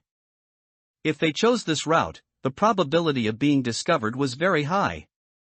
The east side of the village was backed by a mountain. After crossing it, it was close to the city from which Chen Yi and his group escaped, so it was naturally not considered. As for the south side of the village, that was the way Chen Yi and his group came. The people in the village would stake out the bus coming from the city here. Leaving from here would definitely lead to encountering the villagers. Therefore, the only remaining path was the forest in front of them, which the villagers regarded as forbidden ground. You all stay outside.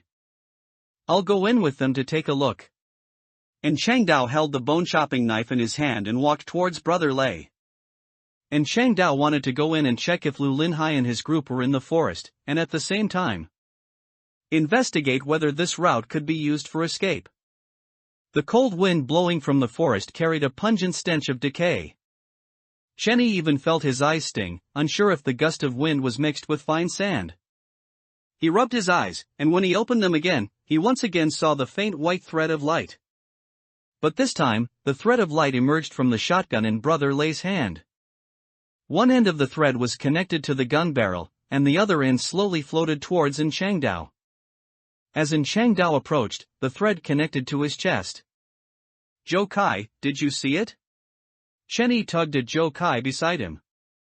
See what? Zhou Kai didn't understand what Chen Yi was referring to. The thread I told you about before, Chen Yi whispered. The thread? Yes, it's on Uncle.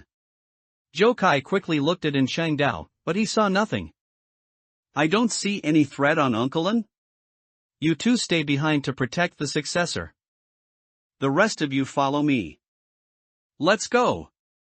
Brother Lei left Tian Wenlei and another person behind in the team. Wait a moment.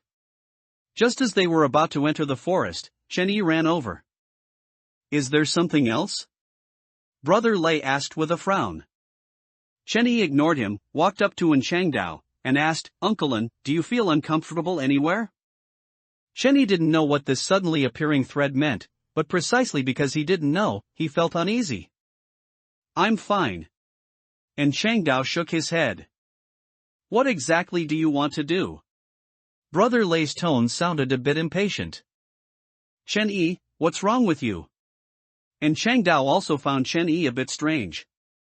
Chen Yi didn't know how to explain for a moment, as only he could see this thread. After a brief thought, Chen Yi gritted his teeth and reached out to grab the thread on Chang Dao's body. Strangely, the thread that he couldn't touch before was now held in Chen Yi's hand. With a pull, Chen Yi tore the thread connected to Wenchengdao's body. The moment the thread broke, Chen Yi suddenly heard a gunshot, followed by a sharp, piercing pain in his chest. His face instantly turned pale. Chen Yi? And Chengdao supported Chen Yi's swaying body. Cold sweat broke out on Chen Yi's forehead. He looked down at his chest, which was perfectly fine. He looked back at Brother Lei, who hadn't fired his gun, and his shotgun wasn't even loaded. So, what was the gunshot he heard? Chen Yi, are you alright? Tian Wenlei hurried over. He helped Chen Yi away and turned to Wenchengdao, saying, he might be too tired. I'll take care of him here. It's nothing. When Chen Yi came to his senses, the thread that had been connected to Wenchengdao had disappeared. And Chengdao reached out and patted Chen Yi's head, saying, don't worry, I'll be back soon. Chen Yi, why don't I take you all back first? Tian Wenlei said. Chen Yi shook his head. What had just happened was too strange, and Chen Yi couldn't figure it out at once. He didn't continue to stop Chengdao from leaving. Firstly, strongly insisting that Chengdao stay now would seem too deliberate, as if he truly didn't want Chengdao to enter the forest. He would have said so from the beginning. Secondly, Chen Yi hadn't figured out what this thread was. Since it had been broken, there shouldn't be any problem. The first thread he saw had emerged from Xiaohu's body. If Xiaohu was another species, these threads were likely its method of attack. But this time, the thread he saw emerged from the shotgun. Could it be that the shotgun in Brother Lei's hand was also another species? This was clearly impossible. Uncle, after you go in, you must be careful. Chen Yi walked up to Chengdao and whispered a reminder. Especially pay attention to the gun in that person's hand. And Chengdao nodded, then followed Brother Lei and his group into the forest. I'll be fine after a short rest. After Chengdao and his group left, Chen Yi turned to Tian Wenlei. If you feel uncomfortable, you must tell me, Tian Wenlei said with a hint of concern in his eyes. What's going on? To avoid the villagers, Chen Yi and the Zhou Kai siblings walked to one side. I'm not sure either. Chen Yi recounted what had just happened, and Zhou Kai also felt puzzled. Let's not talk about this for now. Chen Yi took a deep breath. The pain in his chest had disappeared as he became clearer-headed. Have you found Lu Linhai and his group? Chen Yi asked. Zhou Kai shook his head, looking up at the forest. Within my ability range, I haven't sensed Lu Linhai and Zhang Chang. However, there's one thing they weren't lying about. There are indeed many creatures in the woods. From the sounds, they are indeed rats, and also those strange birds we saw before. Moreover, I also smelled a strong scent of blood. At this point, Zhou Kai's expression became somewhat grim. Excessive noise and overly stimulating smells would increase the burden on Zhou Kai's sensory organs. Under these circumstances, he couldn't use his ability for long periods. So, given the current situation, perhaps Lu Linhai and Zhang Cheng truly were as Chen Yi guessed. Leaving footprints outside the forest to divert the villagers, but there was also another possibility: they had already met with misfortune. Chen Yi leaned towards the former. He didn't think Zhang Chang would be so careless, nor did he think Lu Linhai would be so easily killed by those rats. Let's walk around this area. If we can't leave the village through the forest, we'll look for other routes to see if we can bypass this forest. Zhou Kai nodded. However, just as they were about to act, Tian Wenlei and the other person who stayed behind followed them. Zhou Kai glanced back at the people following them. This feeling made him feel like a prisoner out on parole, constantly under surveillance. Can you please not keep following us? Zhou Kai stopped, frowning as he spoke. Chen Yi also didn't want them to keep following, so he continued Zhou Kai's words. Uncle Tian, we just want to walk around nearby, clear our heads. And calm down. You know, we haven't found our friend yet, and we're a bit upset. I understand how you're feeling right now. Tian Wenlei took 2 steps forward, his tone calm and comforting, sounding like a patient elder. But you also said that you're not calm right now.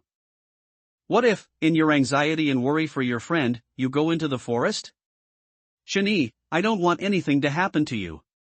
Moreover, The successor to the saintess is also here. She is crucial to the future of the village, and we must ensure her safety. So, if I don't go, you won't follow? Zhou Yun's sudden words surprised Zhou Kai a little. In Zhou Kai's mind, Zhou Yun had always been an obedient, well-behaved, and sensible little sister. Since childhood, whenever a choice needed to be made, Zhou Kai almost always helped her analyze it. And then she would make a decision according to Zhou Kai's wishes.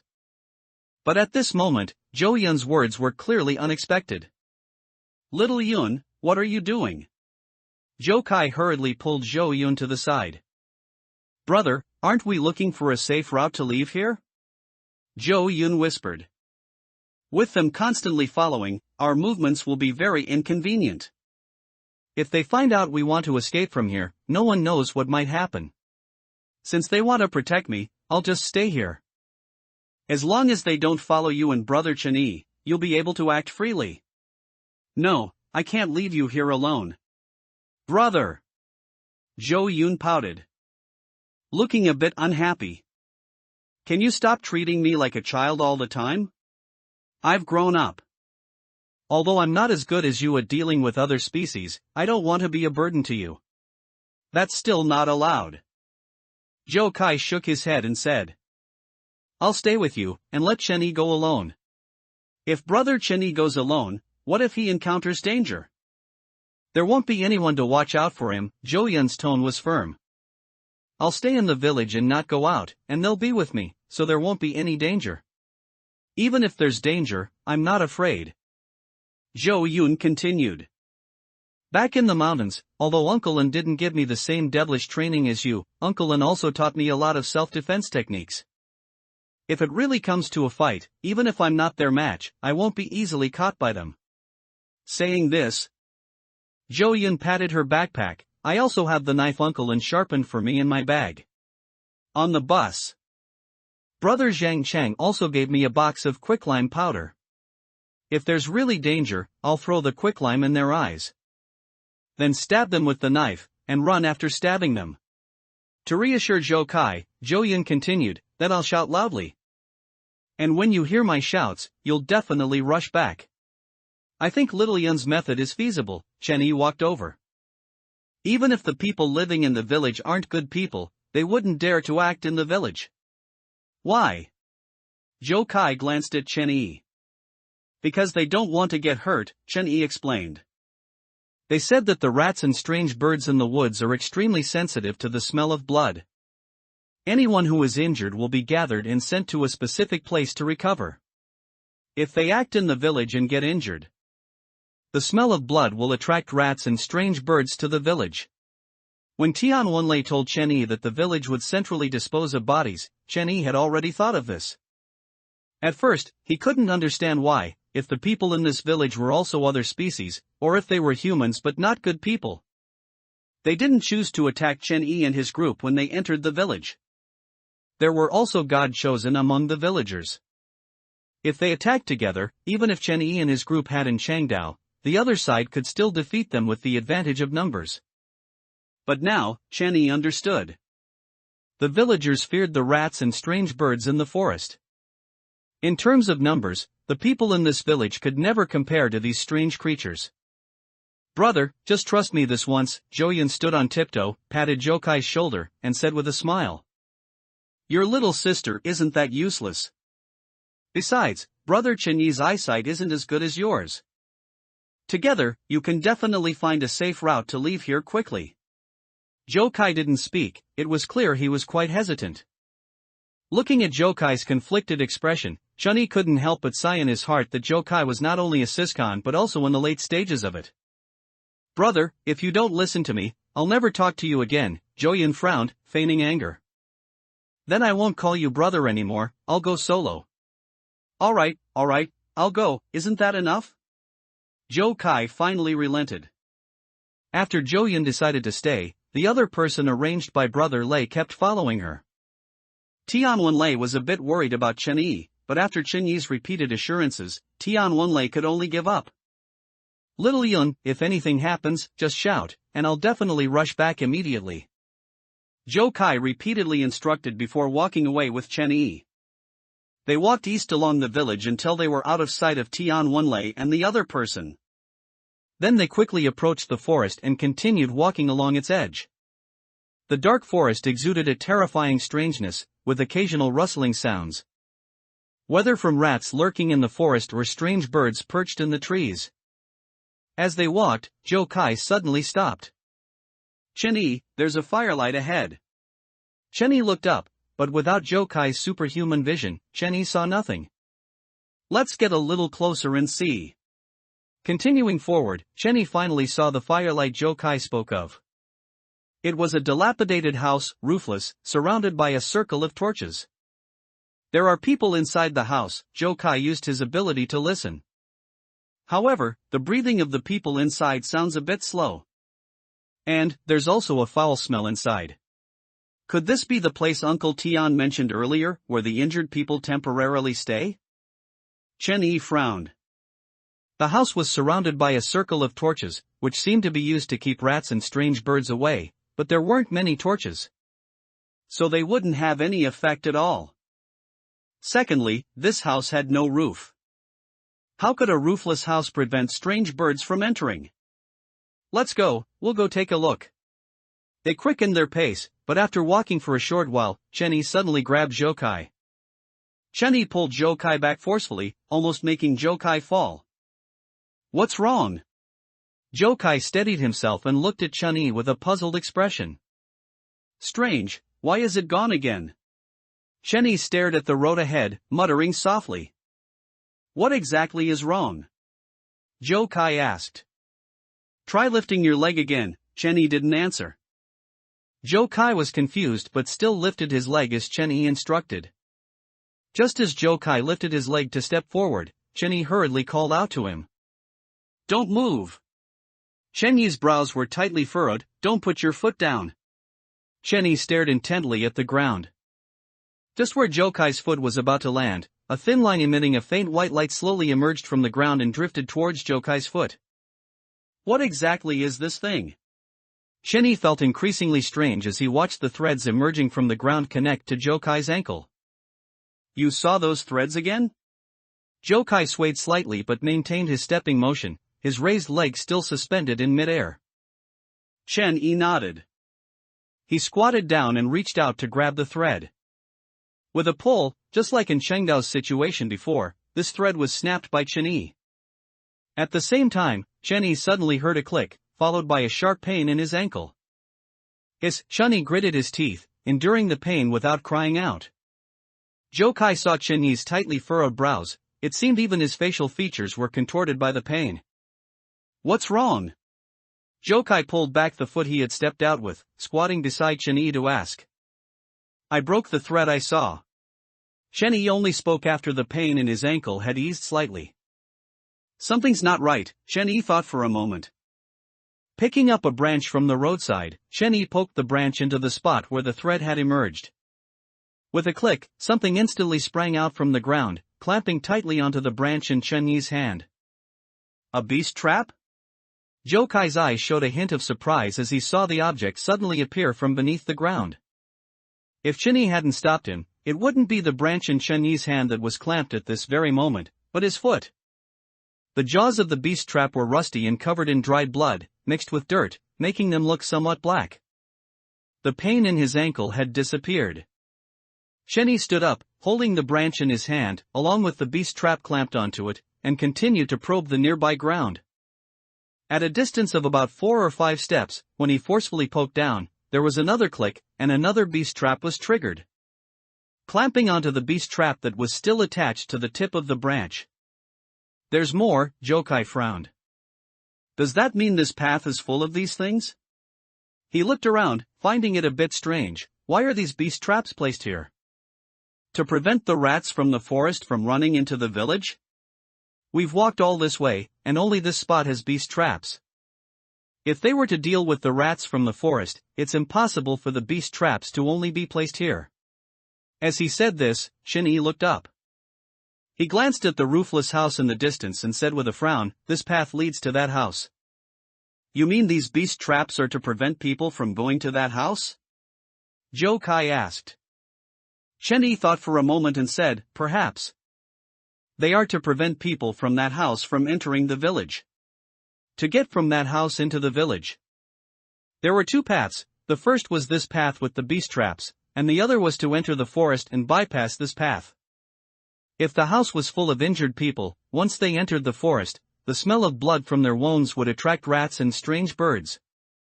Not only that, because they were injured, they might not be able to move conveniently. If they chose to walk through the forest, they could very likely get pricked by thorns on the trees due to their inconvenient movement. The final outcome would only be a dead end. Even if they didn't enter the forest and chose this path, the outcome would probably not be much better. I can understand the practice of temporarily placing them outside the village to prevent the smell of blood from the injured from attracting rats and strange birds from the forest to the village. Zhou Kai looked at the ground. But, even if it's to stop them from entering the village, is it necessary to place beast traps on the path? This approach doesn't seem like it's for taking care of injured people at all, rather, it's more like it's for to kill the people who try to escape from the house. Chen Yi finished Zhou Kai's sentence. The situation Chen Yi and the others saw was completely different from what Tian Wenlei had told them initially. I should have thought of it earlier, Chen Yi continued. This place is different from the city. Due to the scarcity of supplies, once someone gets sick or injured, recovery is by no means an overnight matter. If it's just a minor injury like a scrape, it's fine, but if the injury is slightly more serious, the village simply has no medicine to treat them. Allowing wounds to heal on their own in this environment is a relatively difficult thing. So, Chen Yi didn't continue. If this village was truly as he imagined, then that house in the distance was not a place to accommodate the injured at all, but a place for injured people to perish on their own. The people sent into that house surely wouldn't want to die like that, but when they tried to escape, they would either face the rats and strange birds in the forest or the beast traps on this path. Wait a minute, Zhou Kai looked at Chen Yi. Are you sure the thread you saw just now emerged from where the beast trap was placed? And you also said this thread was connected to my ankle. If you hadn't noticed, and I had stepped directly on it, this beast trap would have clamped right onto my ankle. Recalling the sound he heard and the pain he felt after breaking the thread, Chen Yi found it somewhat incredible. Both the sound and the pain could only be felt after the beast trap was triggered. Could it be that the threads I see aren't because the people in the village are other species, but because of my own reasons?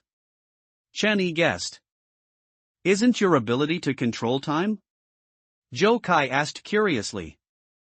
How did it suddenly turn into threads again? Future.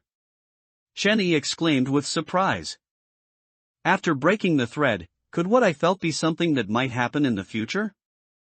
Is it possible that these glowing threads are a kind of time thread that represents the future? That's not impossible.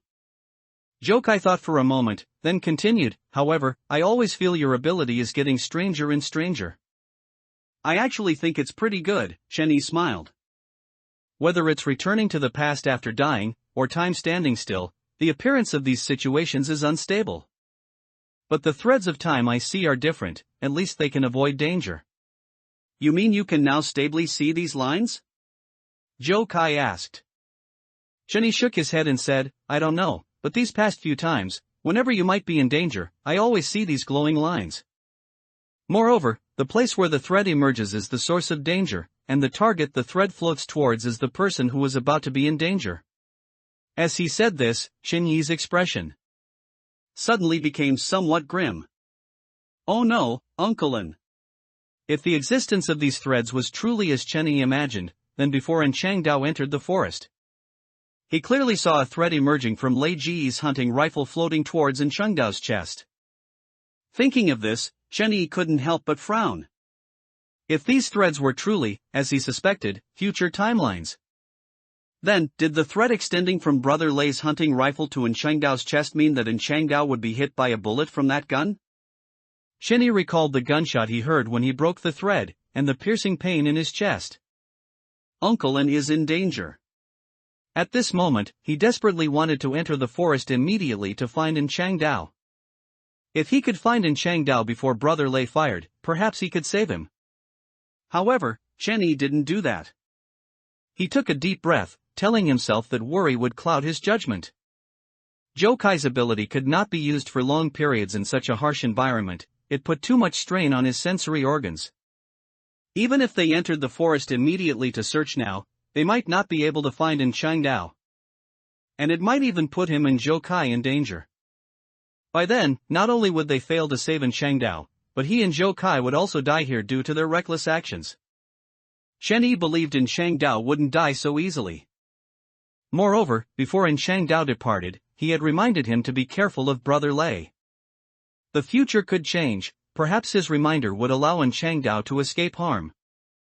Even if Changdao truly couldn't avoid this calamity, at most, he would die once and use his ability to return to the past. Chen looked up at the roofless house in the distance and said softly, let's go check out that house. Since things had already happened, they had to gather as much information as possible before the matter concluded. Even if he truly had to die then, it wouldn't be because of his impulsiveness that everything had to start over. As long as enough information was gathered, even if they returned to the past, they could turn passivity into initiative. Continuing towards the distant house, Chen and Jokai became extremely vigilant and even more cautious. Many animal traps were buried on this path, and their distribution was completely random. Even though the torch in his hand could illuminate the path ahead, he couldn't visually determine the exact locations of these traps. Fortunately, Chen could see the glowing threads, once his raised foot was about to land where a trap was buried. The thread would emerge from the ground and connect to their ankles. Using these threads, Chen and his companions avoided the traps on the ground, although it took a lot of time. They were finally getting closer to the house. As they were about to reach the house, even without Jokai's ability, Chen smelled a foul odor emanating from inside the house. It wasn't just a simple smell of blood, it was mixed with other scents. It was like the smell of decay, and the stench of excrement. This place is definitely not somewhere for people to recover from injuries. Chen looked at Jokai beside him with a solemn expression. Resources are scarce in the outside world, and the speed of injury recovery is inherently slower than in the city. Jokai nodded, he and Chen shared the same opinion. If the environment for recovering from injuries is quite harsh, rather than saying this house is a place for people to recover, it's more like a place for people to wait for death. Jokai felt a bit dizzy, the strong stench entered his nasal cavity, constantly irritating his nerves. His stomach churned, and even covering his nose, he could still smell it. Sorry, this damned place is too stimulating for my sensory organs, I won't be using my ability for now. After Jokai stopped using his ability, he felt a little better. Let's leave quickly after we've seen everything, it feels unsettling not to use my ability, Jokai said vigilantly. The house in front of them not only had no roof, but as they got closer, they saw that it didn't even have doors or windows. A completely open house simply couldn't keep out rats and strange birds. Although there was a circle of torches around the outside of the house, the torches were spaced very far apart and had no deterrent effect whatsoever. Faint, weak groans came from inside the house. Chen Yi's scalp instantly tingled after glancing inside. This house was filled with white bones, traces of rodent gnawing could even be seen on the bones. The ground was covered in disgusting filth, it was unclear whether it was blood or biological waste. Even though Chen Yi had seen other species in the city, he was still shocked by the scene before him. He recalled what Changdao had said before, compared to the people in this village, those other species in the city seemed more human. At least, when those other species acted, they would give the people they ate a quick death, rather than leaving injured people here to fend for themselves in pain and despair. Are all these people the injured from the village? Jokai, beside him, also frowned, finding the scene before him too horrifying. Those guys are too cruel. No wonder there are so few people in this village. The scene before him made Chen Yi understand. According to what Uncle Tian told us before, if this village has truly existed for so many years, and they are still constantly rescuing people who come out of the city, then there shouldn't be only this many people in the village. Now it seems that for this village, people are merely consumables. At this point, Chen Yi sighed. To prevent injured people from attracting rats and strange birds to the village, Coupled with the scarcity of resources and the inability to ensure rapid wound healing, once injuries are too severe, they are sent here. Then, their cries, wails, and the bloody smell of their wounds are used to attract rats and strange birds from the forest, thereby ensuring the safety of the village. This house is practically a cafeteria for those strange things, Chenny said, gritting his teeth. Let's go, we need to leave here quickly. Zhou Kai was a bit worried about Zhou Yun in the village. After confirming that the people in this village were not good people, Zhou Kai became increasingly concerned about his sister's safety. Zhou Kai, look there. As Chen Yi turned around, he suddenly noticed a person still alive, slumped in the corner of the room. The low-grown Chen Yi and his companions heard came from this person. The person was lying face down on the ground, their emaciated body, compared to the surrounding white bones, seemed to differ only by an extra layer of skin. Why is there a hole on his back? Following Chen Yi's gaze, Zhou Kai also saw the person. On that person's back, between the shoulder blades, there was a chilling wound, as if something had been ripped alive from his back. The surrounding skin was torn away, making it look like an irregular hole. Those people in the village have something on their backs, Chen Yi speculated. He thought of the villagers' hunched postures. Since the people in this house were all injured villagers, then their situation should be similar. Although Chen Yi didn't know what was on these people's backs for now, it was definitely nothing good. Just as Chen Yi thought of this, a familiar voice came from not far away. Chen Yi, why did you two come here? Chen Yi, didn't you say you were just going to wander around the village? Why did you come all the way out here? A rustling sound came from the forest, as if something was moving freely under the cover of night, like a ghost weaving through the darkness. Looking back, Chen Yi saw Tian Wenlei walking towards him. Because Zhou Kai had temporarily stopped using his ability, and the scene in the room before them was too shocking, they didn't notice him until he spoke.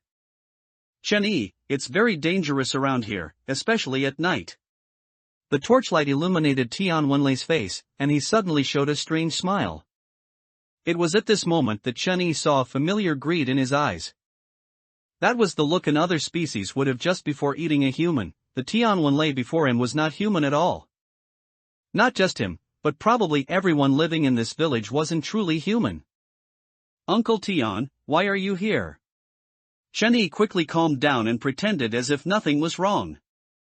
He planned to stabilize the opponent first. After all, this was their territory, and they had lived here for so many years, knowing the surroundings far better than Chen Yi and Zhou Kai.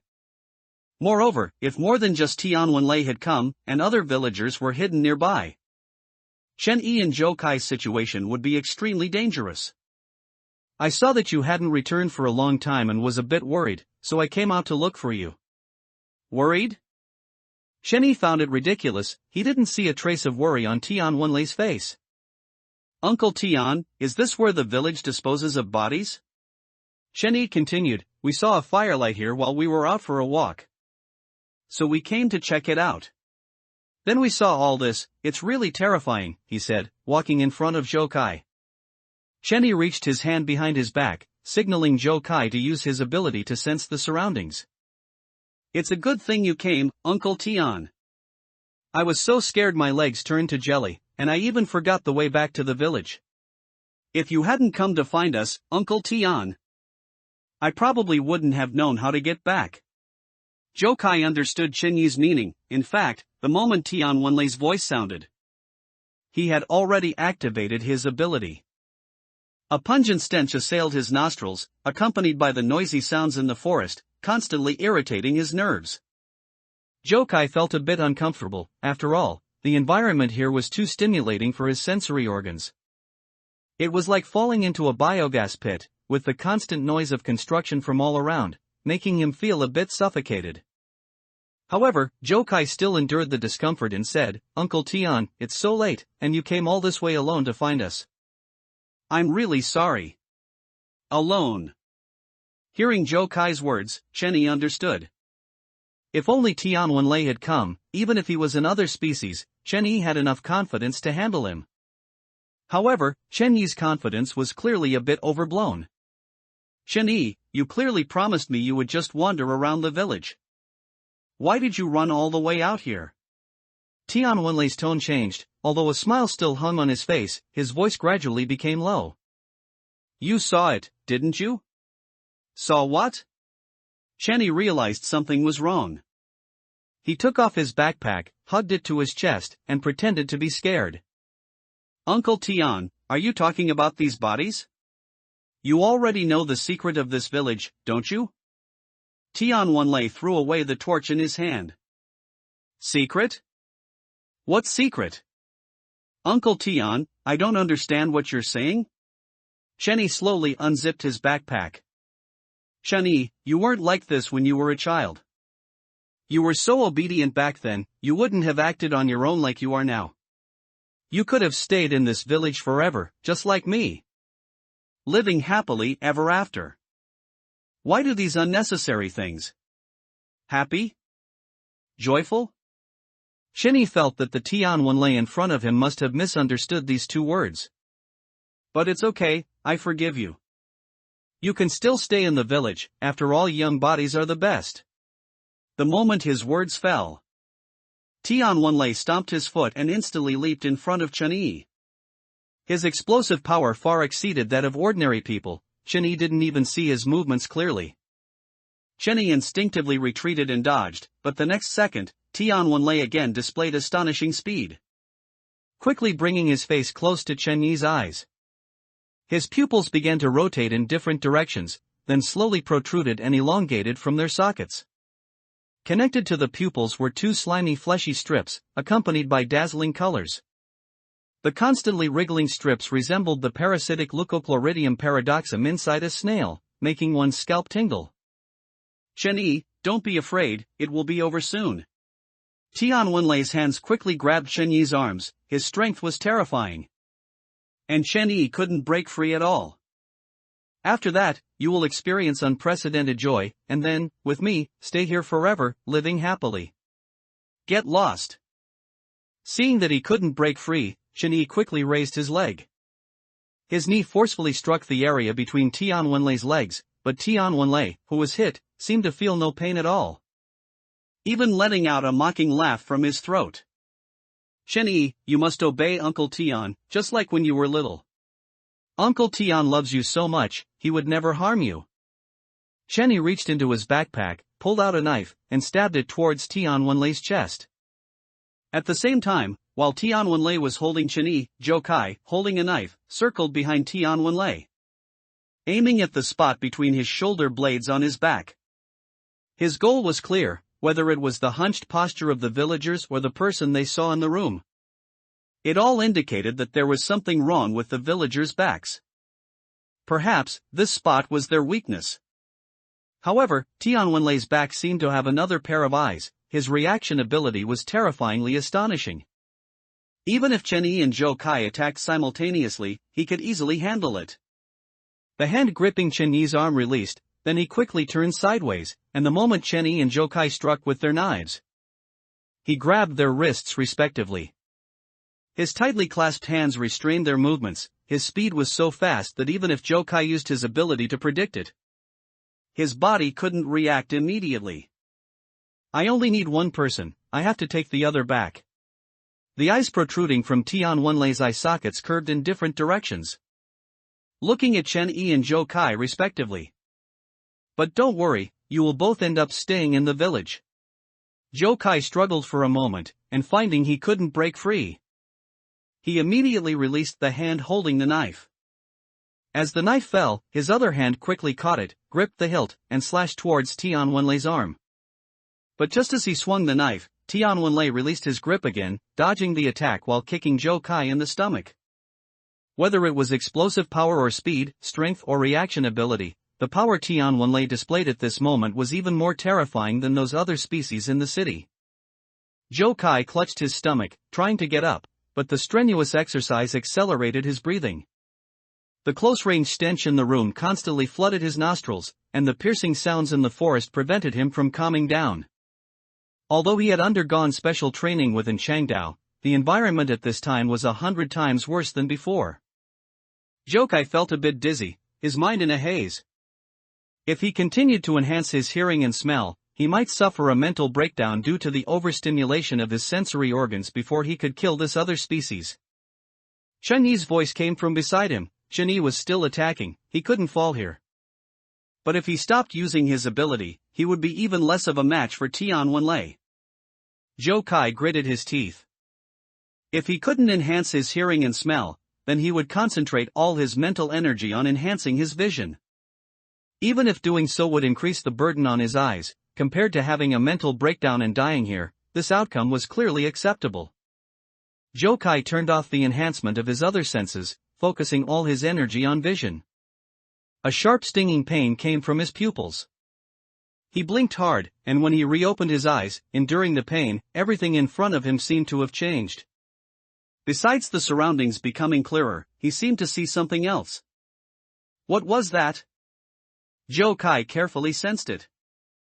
It seemed to be wind. The wind that was both invisible and tangible. Countless dense things appeared in Zhou Kai's vision. These things were extremely tiny. If Zhou Kai hadn't enhanced his vision to the limit, he wouldn't have been able to see them at all. These tiny things seemed to fill the surroundings, slowly drifting in the air. Soon, Zhou Kai knew what these things were. Wind is formless, so what Zhou Kai saw was not wind in the true sense. He saw the dust particles floating in the air, imperceptible to the naked eye. The dust in the air drifted with the wind, and the trajectories of their movement formed the shape of the wind. Zhou Kai completely sealed off his hearing and taste, leaving only normal smell and touch, then concentrated all his energy on enhancing his vision. The stinging sensation in his pupils grew more intense, but with his hearing sealed off, the entire world became incredibly quiet. At this moment, Zhou Kai's extremely acute vision noticed the dust particles around Chen Yi and Tian Wenlei beginning to move. The trajectory of the dust particles' movement was the trajectory of the wind, the trajectory of their actions. The quiet environment allowed Zhou Kai's mind to be as still as water, when he saw the wind's trajectory. All of Chen Yi and Tian Wenlei's subsequent actions naturally surfaced in his mind. Chen Yi would use his ungrabbed hand to pull another knife from his bag, then stab with all his might towards Tian Wenlei. However, his attack was destined to fail. Perhaps because Tian Wenlei was an other species, his speed was much faster than Chen Yi's. Tian Wenlei would grab Chen Yi's hand, restraining his attack. Then he would lean his body close to Chen Yi, pressing that disgusting face against him. What happened next was exactly as the scenes that had surfaced in Zhou Kai's mind, as they moved. The surrounding air also moved along the contours of their bodies. Their actions stirred the surrounding air, and the air currents formed during their movement carried the dust particles floating in the air. This was the wind Zhou Kai was seeing at this very moment.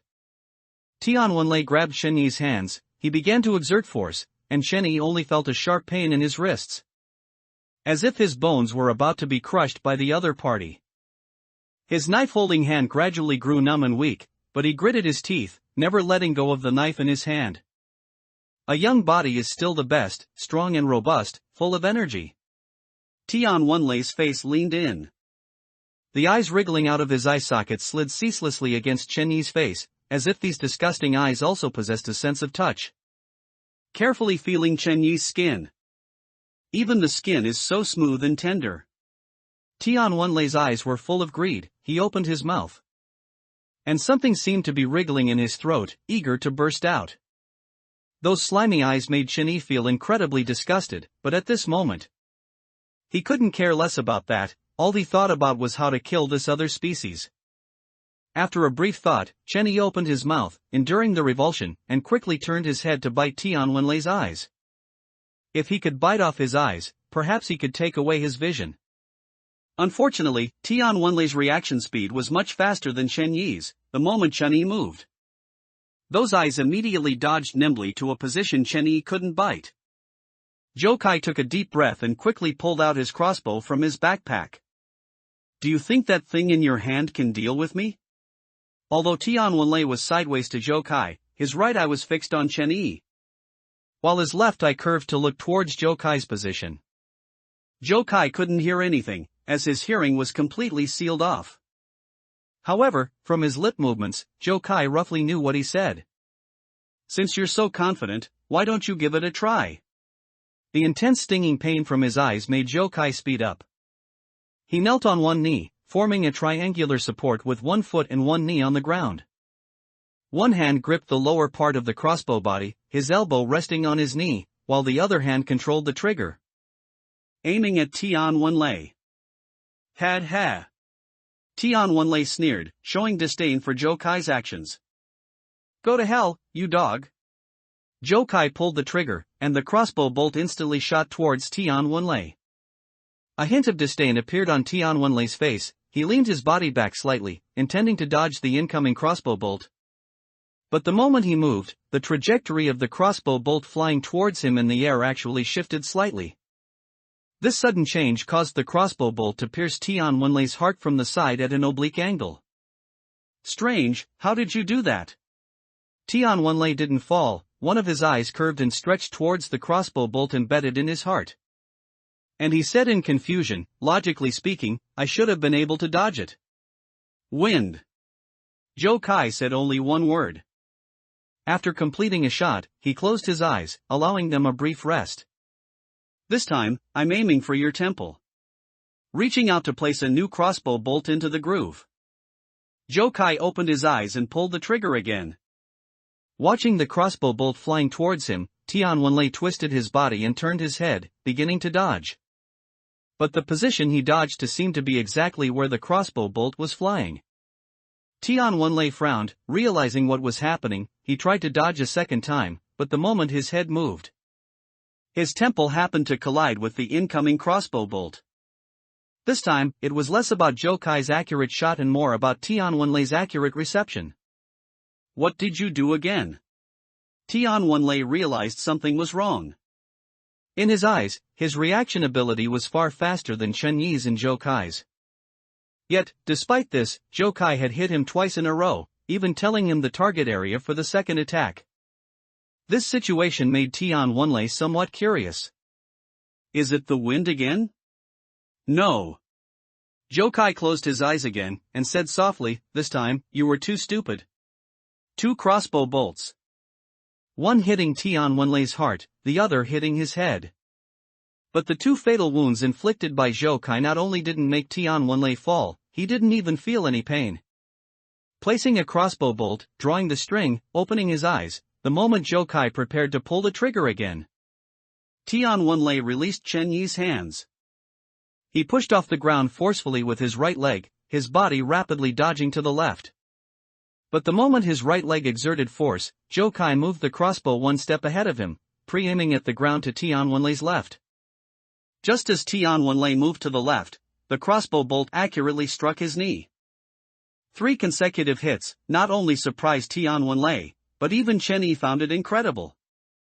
Tian Wenlei was different from the touch mantis they had encountered before. While the touch mantis's body was large, its entire body was covered in hard carapace, only exposing its joints, so both turning and changing direction were slightly sluggish. But Tian Wenlei fought them in human form, coupled with his strength far exceeding that of humans, when facing attacks. Both his mind and body could react, and he could even counterattack immediately. And now, Tian Wenlei was actually unable to dodge Zhou Kai's attacks. But then, Chen Yi noticed Zhou Kai's red, even bloodshot, eyes. He realized that Zhou Kai's ability was about to exceed his body's tolerance limit. If he continued, Zhou Kai's eyes might go blind from overuse. How did you do that? Tian Wenlei seemed to be getting angry. The smile on his face disappeared, and his tone became deeper. You shouldn't be able to keep up with my speed. Why have you managed to hit me these past few times? Tian Wenlei murmured softly, then. As if he understood something, a smile reappeared on his face, and even those disgusting eyes wriggled excitedly. I know, you are a god chosen. You used your ability, didn't you? That's great, I never thought I'd encounter a god chosen. A god chosen's body is so much better than an ordinary person's. Tian Wenlei let out an unrestrained laugh from his throat, but what surprised Chen Yi was that this guy was clearly speaking, yet could laugh at the same time as he spoke. As long as I get your body, I can use your divine power. The moment his words fell, Tian Wenlei suddenly rushed towards Zhou Kai. He quickly extended his right hand, wanting to grab Zhou Kai's neck, but the moment he moved, Jokai immediately stood up from the ground. Dodging rapidly to the left, Jokai easily avoided Tian Wenlei's outstretched hand. The crossbow in his hand was aimed forward. A second before pulling the trigger, there was nothing there, but the next second, Tian Wenlei happened to stop exactly there. The crossbow bolt shot out and accurately struck Tian Wenlei's neck, but he still didn't fall. Chenny gripped his knife and moved forward, preparing to cover Jokai, but as he ran, he suddenly saw a thread emerge from Tian Wenlei's back, connecting to Jokai's mouth. Jokai! Chenny didn't know that Jokai had completely shut off his hearing, so he ran towards Jokai's position, shouting to warn him to be careful. But Jokai couldn't hear anything. At this moment, he was fully focused on Tian Wenlei in front of him, quickly formulating a plan to deal with him. The continuously shot crossbow bolts struck Tian Wenlei's heart, head, joints, and neck respectively. Tian Wenlei was different from a touch mantis. Even if these parts were hit, he couldn't be killed. Therefore, to kill this other species, it seemed the only way was to attack the spot between his shoulder blades on his back. Just now, to avoid Tian Wenlei's attack, Jokai only grabbed 3 crossbow bolts while dodging. One struck Tian Wenlei's neck, leaving 2 in his hand. After placing one of the crossbow bolts into the crossbow groove, Jokai said, "This time, I'm aiming for your heart." He pulled the trigger. And after the crossbow bolt was fired, Jokai quickly reloaded the other crossbow bolt. For the first crossbow bolt fired, Jokai aimed at the end of the crossbow bolt already lodged in Tian Wenlei's heart. If Tian Wenlei hadn't chosen to dodge, then the fired crossbow bolt would have hit the bolt already inserted into his heart, pushing it further into his body. This way, perhaps with the second impact, the front crossbow bolt would penetrate as close to his back as possible. He stared intently at Tian Wenlei, and through the trajectory of the wind around him, Jokai saw Tian Wenlei's next move. Tian Wenlei would dodge sideways. So, Jokai quickly moved to the left and pulled the trigger again. Tian Wenlei's dodge would expose his side.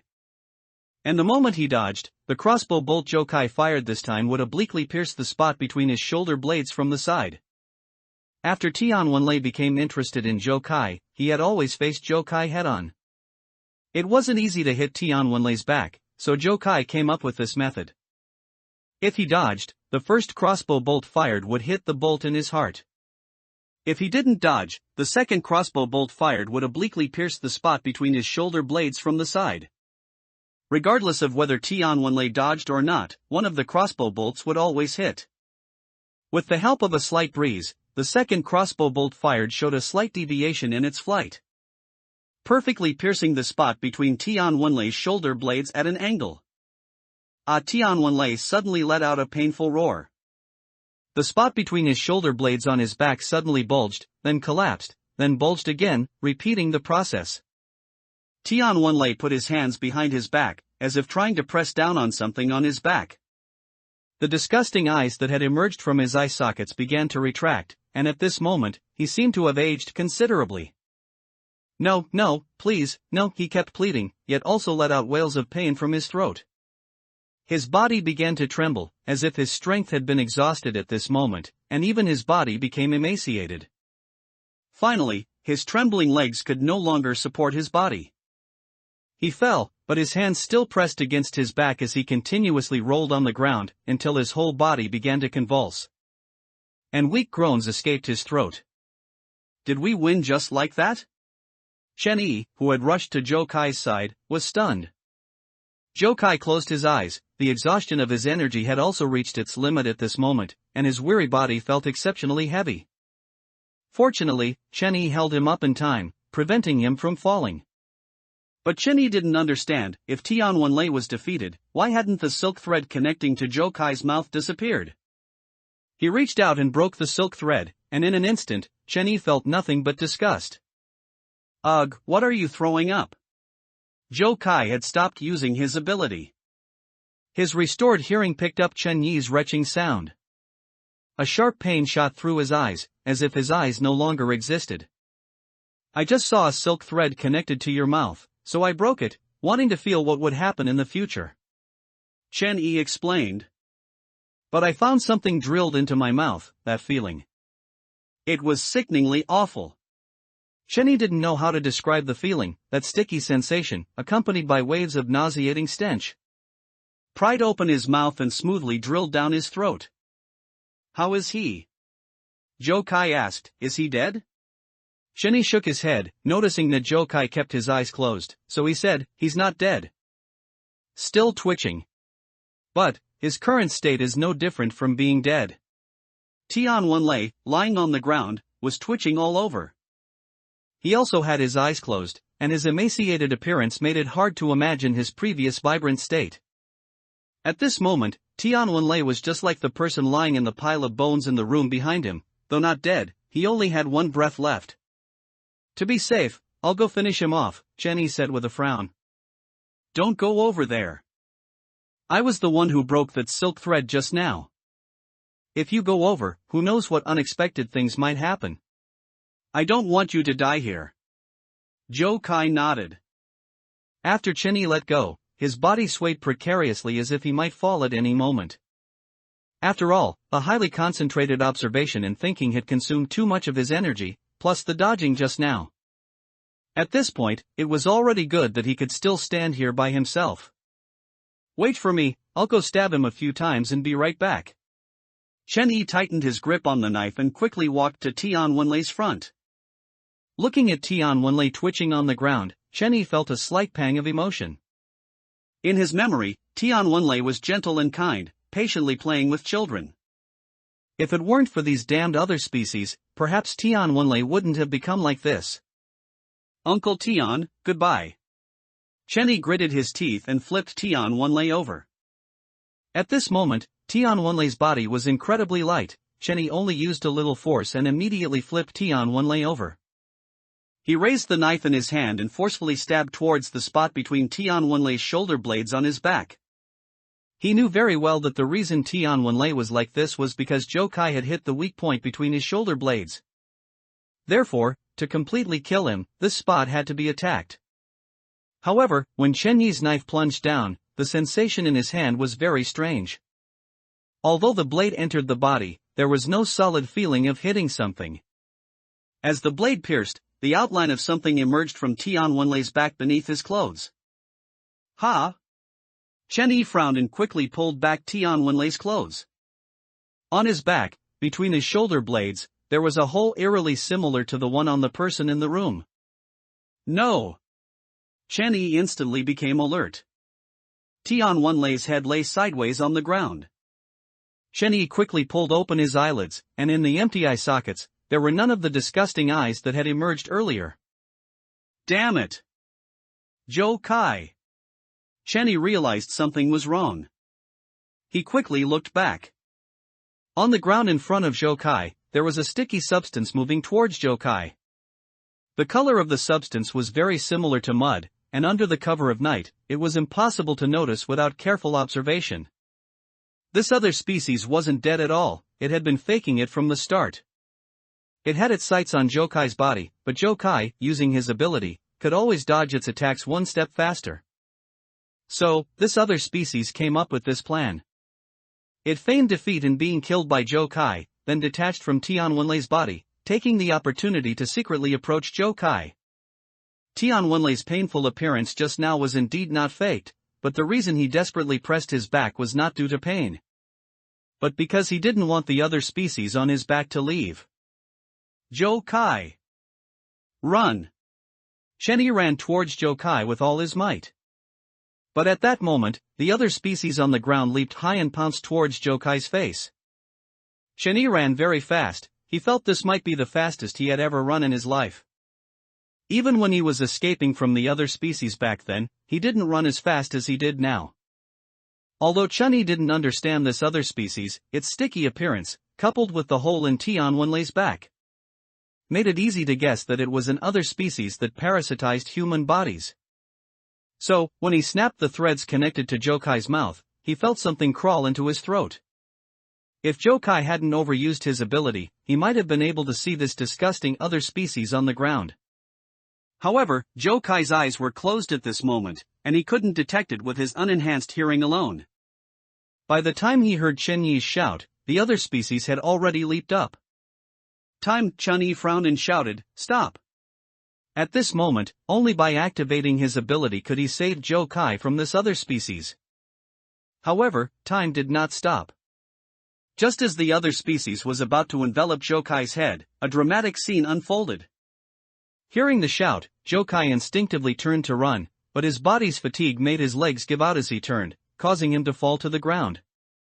Joe Kai's fall was unbelievably coincidental. The highly leaping other species missed, jumping over Joe Kai's head. Could such a coincidence truly exist? Chun-Yi found it somewhat unbelievable. Taking advantage of this gap, Chun-Yi rushed to Joe Kai's side. He raised the knife in his hand, preparing to strike the monster on the ground. But as he swung the knife, Chun-Yi suddenly noticed that the other species' sticky body was covered in black hairs, like strands of hair.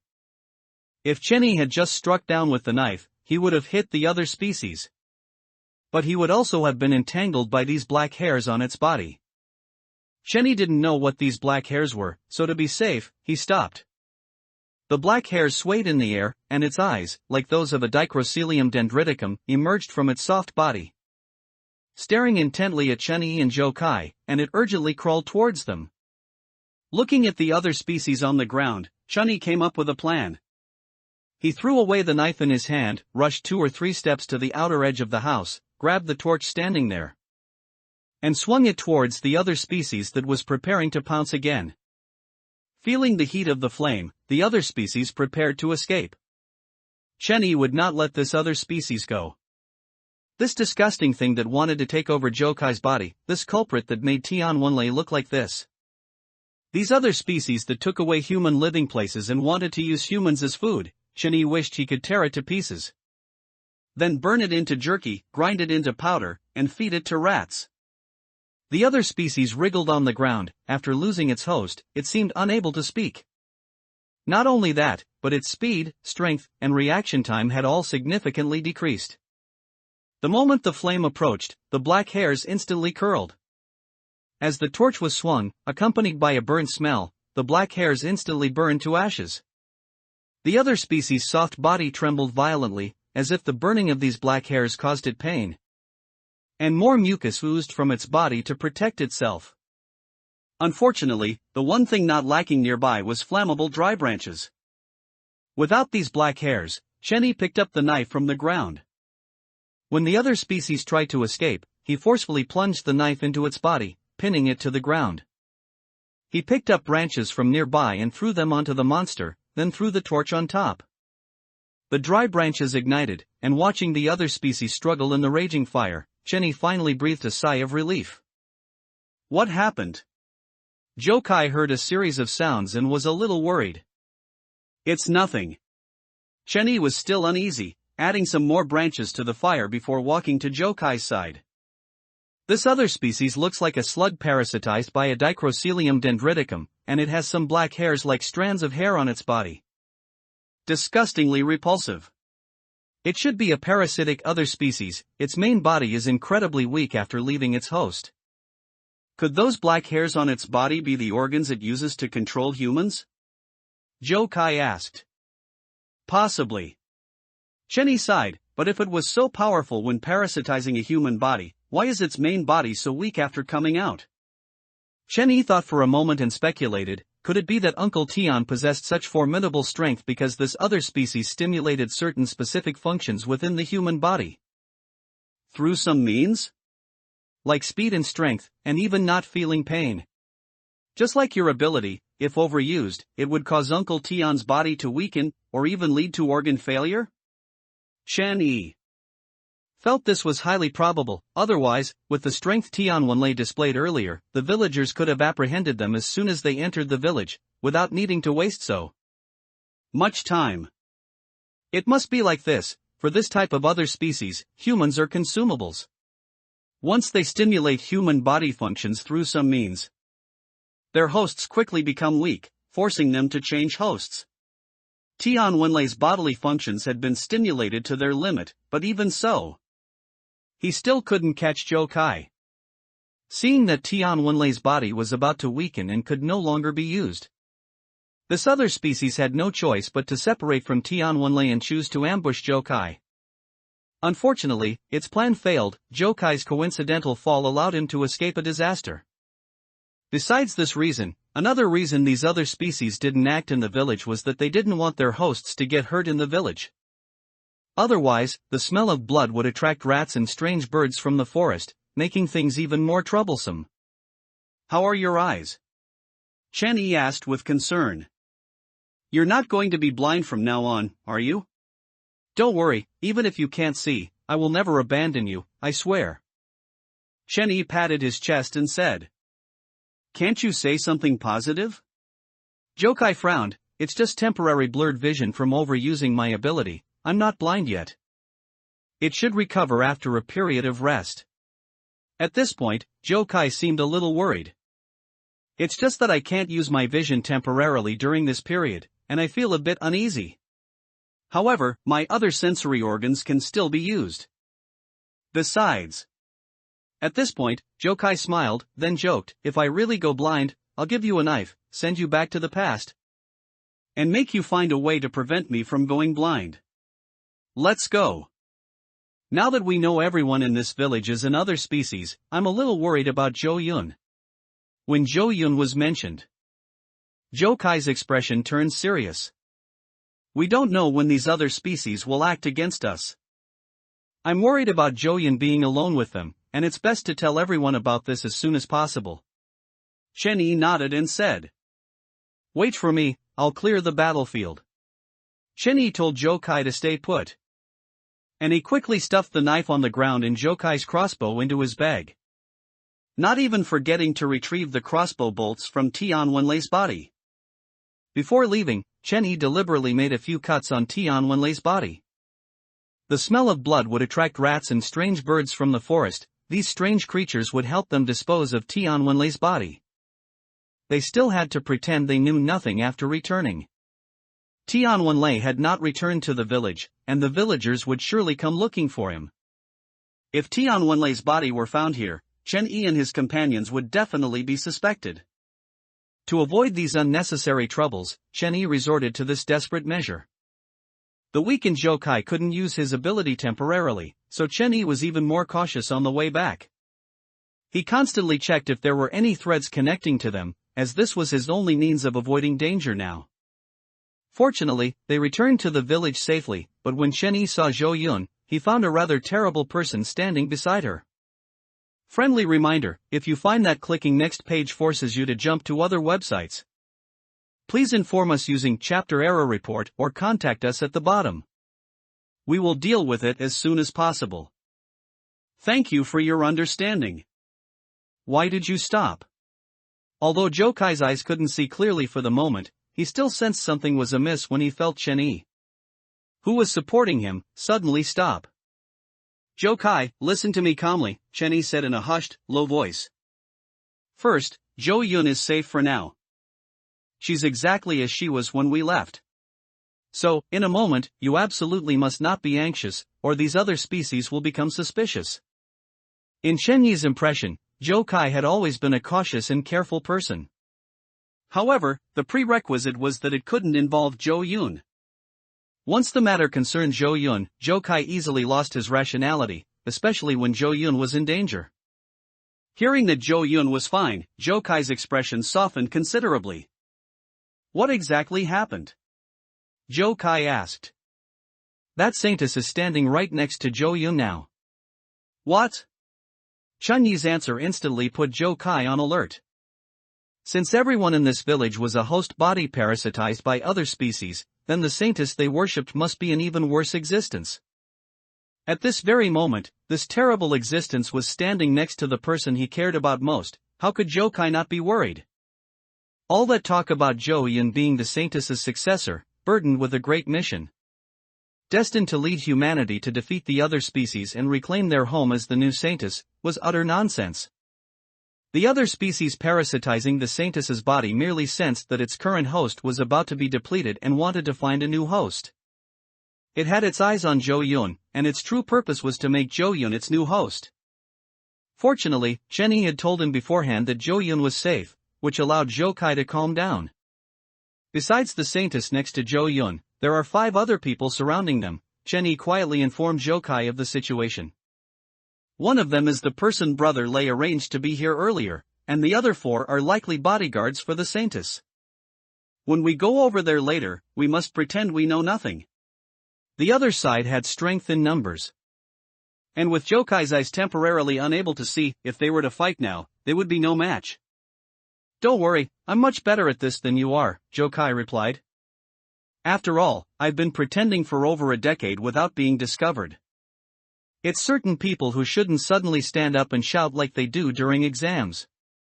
Chenny glared at Jokai, even though Jokai couldn't see him at all. Dark, don't mention it. Brother! Jo-yun, not far away, saw Chenny and Jokai approaching.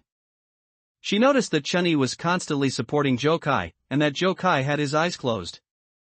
Immediately realizing they must have encountered some trouble, Jo-yun hurried over and asked, "Brother, are you alright?" Jo-yun spoke very softly, only Chenny and Jokai could hear her. Although she didn't know that the villagers were parasitized by other species, she also sensed that these people were somewhat abnormal. "I'm fine," Chenny suddenly raised his voice. "It's just my night blindness acting up. It's pitch black outside the village, he couldn't see clearly and just accidentally stumbled." Night blindness? Jo-yun was stunned for a moment, then immediately reacted, imitating Chenny and saying, "Brother, I told you not to run around everywhere. You have night blindness, and it's pitch black outside the village. It's very dangerous if you can't see clearly." These excuses were thought of by Chenny and Jokai on their way back to the village. After all, Jokai's eyes were fine before they left, but now he suddenly couldn't see, which would easily arouse suspicion. Since they hadn't interacted with the villagers for long, claiming night blindness, or his vision decreased due to the darkness outside the village, might allow them to bluff their way through. However, Chenny hadn't expected Jo-yun to cooperate so seamlessly. "I was too worried about Lu Linhai and the others, and for a moment, I forgot about it," Jokai chimed in. Just as they were speaking, the Saintess walked over, supported by another person. "Saintess, why are you still not resting so late?" Chenny asked. "I heard someone accidentally went into the forest and was a little worried, so I came to check." The Saintess's voice seemed even weaker. And she looked much more haggard. After all, the people in the village are the hope for humanity's future. The hope for humanity's future? Chenny found it utterly ridiculous. Since when did these disgusting other species become humanity's hope? Claiming to be worried, it was nothing more than an eagerness to replace her host, wasn't it? "Where is Tian Wenlei?" The Saintess slightly raised her head and glanced at the path Chenny and Jokai had come from. She covered her mouth and coughed a few times, then continued, "It's very dangerous outside the village at night. Wenlei was worried about you, so he went out to look for you. Why didn't I see him come back with you?" "Uncle Tian?" Chenny feigned ignorance, shaking his head and saying, "I didn't see Uncle Tian. I was just about to ask why Uncle Tian wasn't here. Did he go out to look for us?" "Perhaps he took a wrong turn," Jokai continued Chenyi's words.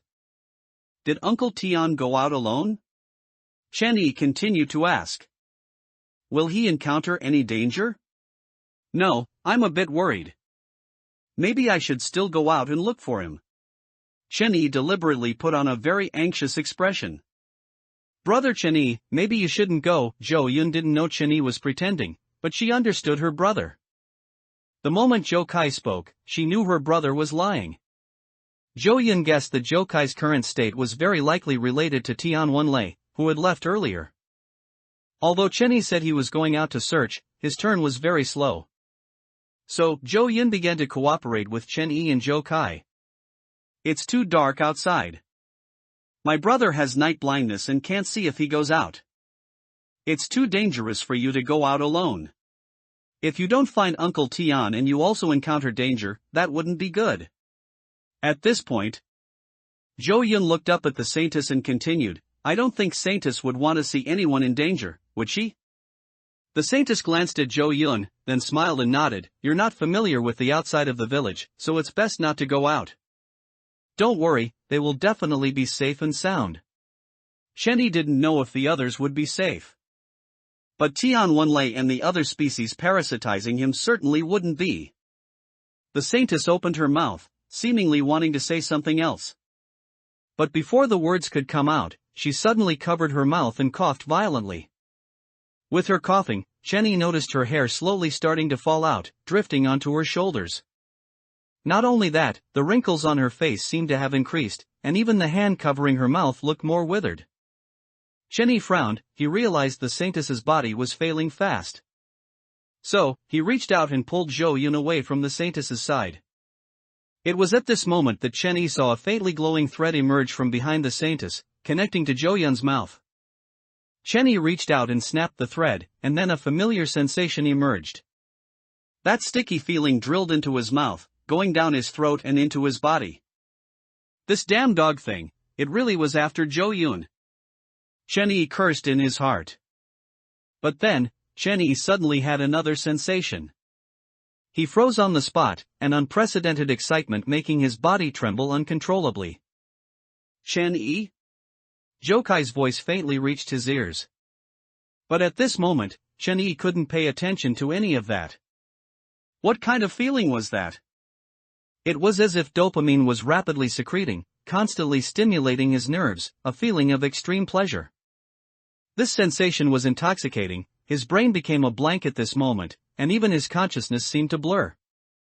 As Chenyi's consciousness gradually blurred, he instinctively wanted to stop thinking. This captivating pleasure made him deeply engrossed. However, this feeling didn't last too long. As it gradually faded, Chenyi felt a sense of reluctance, even wishing it wouldn't disappear. Chenyi? The voice in his ear gradually became clear. Although Jokai couldn't see, he could feel Chenyi, who was supporting him, suddenly begin to tremble. Brother Chenyi, what's wrong with you? Besides Jokai's voice, Chenyi also heard Zhou Yun's worried voice. Coming back to his senses, Chenyi felt an inexplicable emptiness in his heart. His legs were a bit soft, as if he had run a long marathon, and his body felt somewhat weak and exhausted. Recalling his reaction when the other species detached from Tianwenlei's body, Chenyi roughly understood. After this other species parasitizes a human body, it stimulates the human body to secrete dopamine through those black bristles. The secretion of dopamine makes the parasitized person addicted and unable to extricate themselves. The longer they are parasitized, the more addicted they become. In this way, the other species can completely control the body, dictating the host's every word and action, separating the host's consciousness from their body. Large amounts of dopamine secretion lead to excessive consumption of physical strength and heat, and can even cause the parasitized person to die prematurely. Therefore, the humans here became consumables for the other species. When the other species suddenly leaves the host, the person immersed in extreme pleasure is unwilling to wake up. That's why Tianwenlei, accustomed to this feeling, desperately pressed his back, unwilling to let the other species leave his body. However, his body was only able to move because of the other species' control. Even if he was unwilling, he couldn't stop the other species from leaving. The reason Chenyi experienced this feeling just now indicated that the other species parasitizing the saintess would soon take over Zhou Yun's body. Looking up, the saintess's condition was very bad. She was hunched over, and her coughing seemed to be even more severe. Chenyi instantly became alert. He knew very well that if the saintess's body reached its limit, the other species parasitizing her body would probably act without hesitation. Just like the other species that had parasitized Tianwenlei's body before. Acting here would be an extremely bad situation. And Chang Dao, who possessed considerable combat power, hadn't returned, and Lu Linhai, who had been cooperating in the battle, was nowhere to be found. Jokai's eyes were temporarily unable to see due to the previous battle, and Chenyi himself hadn't fully shaken off the feeling of physical exhaustion from the extreme experience he just had. The only combat power left was Zhou Yun at his side. At this moment, they were like a group of players who had just left the beginner village and encountered a group of high-level monsters. If they really had to fight, it would be better to just give up and restart. Why don't you quickly send the saintess back to rest? Chenyi squeezed Jokai's hand slightly, then gave Zhou Yun a look. Didn't you see that the Saintess is unwell? The Saintess is the hope for humanity's future. What if something happens to her? What are you still standing around for? Send the Saintess back to rest. If Brother Lei finds out, he'll blow your heads off with a gun. Chenny said this to try and trick these other species away, but unfortunately, these people completely ignored him. The villagers supporting the Saintess didn't move. It was clear they only listened to the Saintess's commands. Give, a few words came out intermittently from the Saintess's throat. Chenny took out his knife from his bag and gripped it tightly. Give her, to me, accompanied by violent coughing, the Saintess finally managed to utter these words. In an instant, everyone around the Saintess stared intently at Zhou Yun. Sha Yun, take Zhou Kai and go. Chenny stood in front of them. However, these villagers wouldn't give them a chance to escape. Other species can stimulate their hosts to unleash strength far beyond ordinary humans. Although this method accelerates the host's physical consumption in all aspects, these other species simply don't care. One of them suddenly pushed off the ground with great force, rushing towards Zhou Yun at an extremely fast speed. By the time Chenny reacted, that person had already reached out his hand. Just as he was about to grab Zhou Yun suddenly raised her hand. She held an open small bottle in her hand, and with a forceful sprinkle in front of her, white lime powder drifted into the person's eyes. Ah! The person cried out in pain, clutching his eyes. Chenny was a little surprised. The Zhou Yun in front of him seemed much calmer than he had imagined. Recalling the situation when they encountered the touch mantis in the city, Zhou Yun seemed to have reacted similarly. Even when she saw the touch mantis, Zhou Yun only showed a hint of surprise on her face. Even later, when she fought the touch mantis, Zhou Yun wasn't afraid. This girl seemed much braver than Chen Yi remembered. Of course, what surprised Chen Yi even more was the lime powder Zhou Yun sprinkled. This thing seemed to have a miraculous effect on this type of other species. Thinking about it, it made sense. This type of other species resembled slugs, so if they could find salt, it might be even easier to deal with them.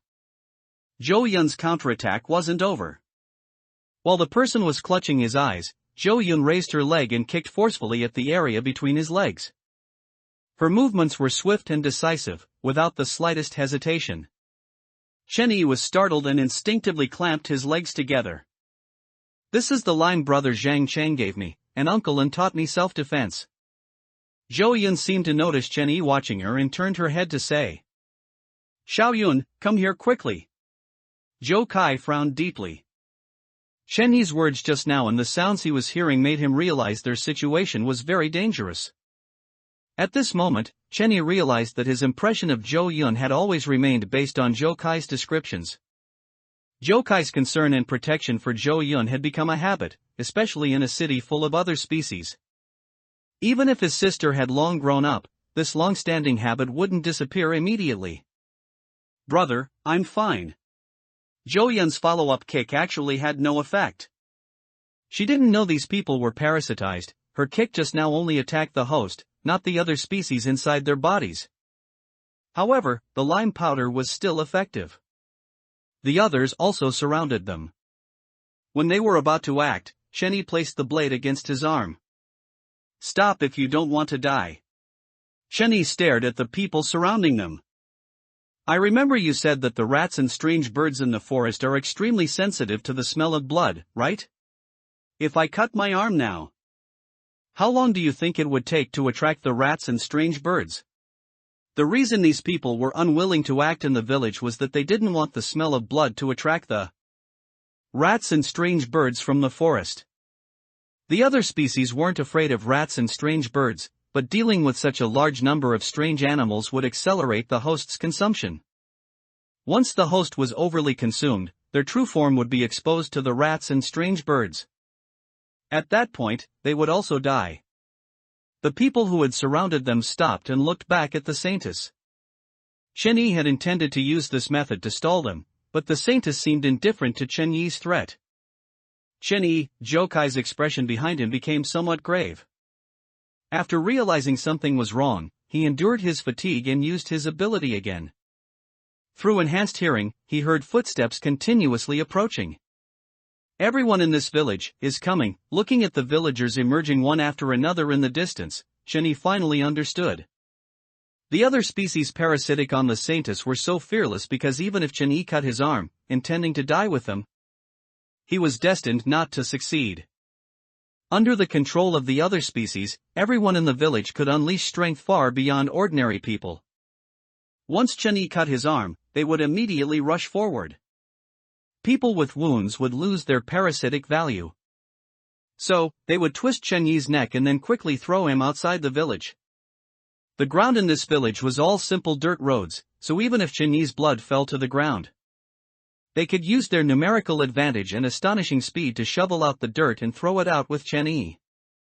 The other species inside the Saintus should be their leader, similar to a queen ant in an ant colony. Other species could die, but the Saintus could not. Therefore, to get Zhou Yun, whom the Saintus favored, they would certainly not let Chen Yi and his companions go. The scene before him made Chen Yi anxious. He gritted his teeth, and at this moment, the only solution he could think of was to kill himself and restart. The secret of the village was now known. As long as he returned to the past, he could choose to avoid it or prepare a countermeasure in advance. However, when Chen Yi was about to act, Zhang Cheng's words on the bus flashed through his mind. That was what happened before they escaped the city and came to the village. They talked about abilities, and Zhang Cheng had a different view on Chen Yi's ability. I actually think your ability might not be time control. These were Zhang Cheng's words at the time.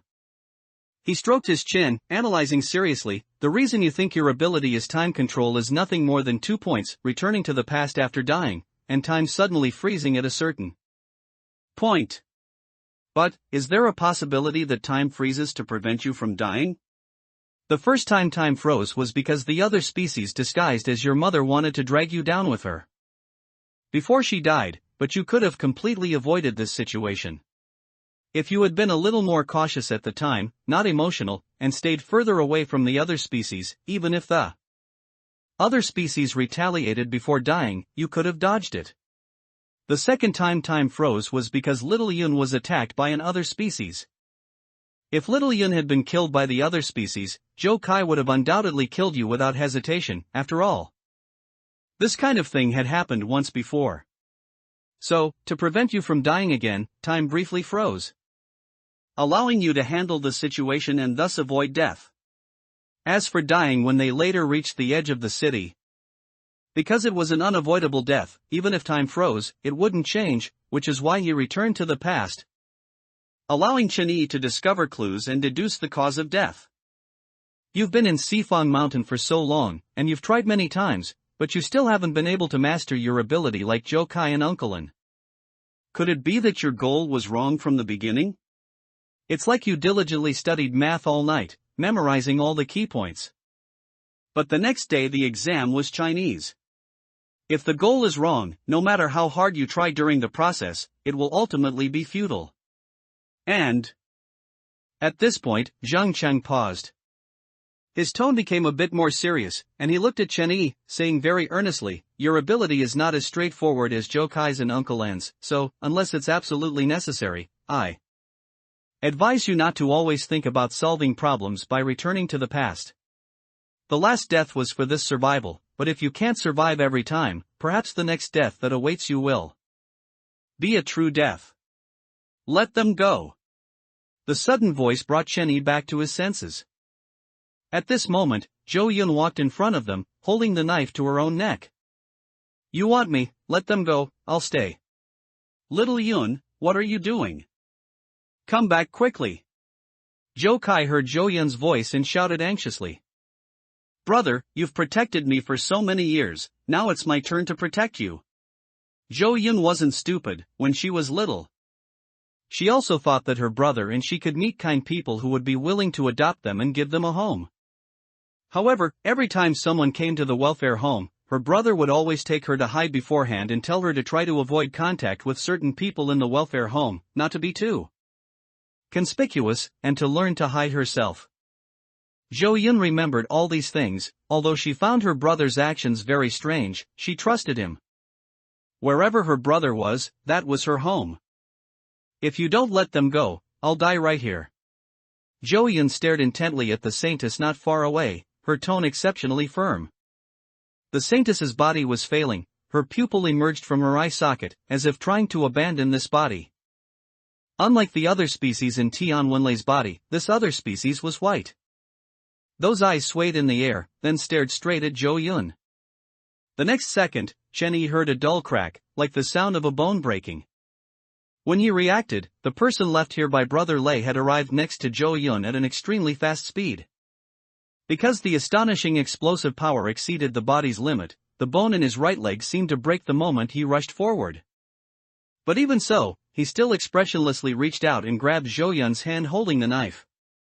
"Give her to me." The saintess's throat emitted an urgent cry, as her pupil stared at Zhou Yun. The white fleshy tendrils connected to the pupil twisted violently, as if expressing her inner excitement. "Little Yun." Zhou Kai's enhanced hearing pinpointed Zhou Yun's location. He rushed forward recklessly but was kicked to the ground by a villager. The saintess only cared about Zhou Yun. As for Chen Yi and Zhou Kai, it was best if they could be captured alive, but if not, their deaths didn't matter. Zhou Kai quickly got up from the ground. If he couldn't see clearly, he would focus all his energy on his hearing. Chen Yi walked to Zhou Kai's side, surprisingly calm at this moment, and said softly, "Don't worry, leave it to me." With that, Chen Yi raised the knife in his hand. Don't always think about solving problems by returning to the past unless it's absolutely necessary. At this very moment, isn't this an absolute necessity? Chen Yi aimed the knife at his own neck, and just as he was about to act, Zhou Kai suddenly stopped him. The enhancement of hearing caused overly noisy sounds to flood into Zhou Kai's ears. He felt as if his mind was about to explode. But amidst these chaotic sounds, he heard a familiar voice. That voice kept repeating, "Zhou Kai, you should be able to hear me, right? Zhang Chang asked me to tell you that reinforcements are coming soon."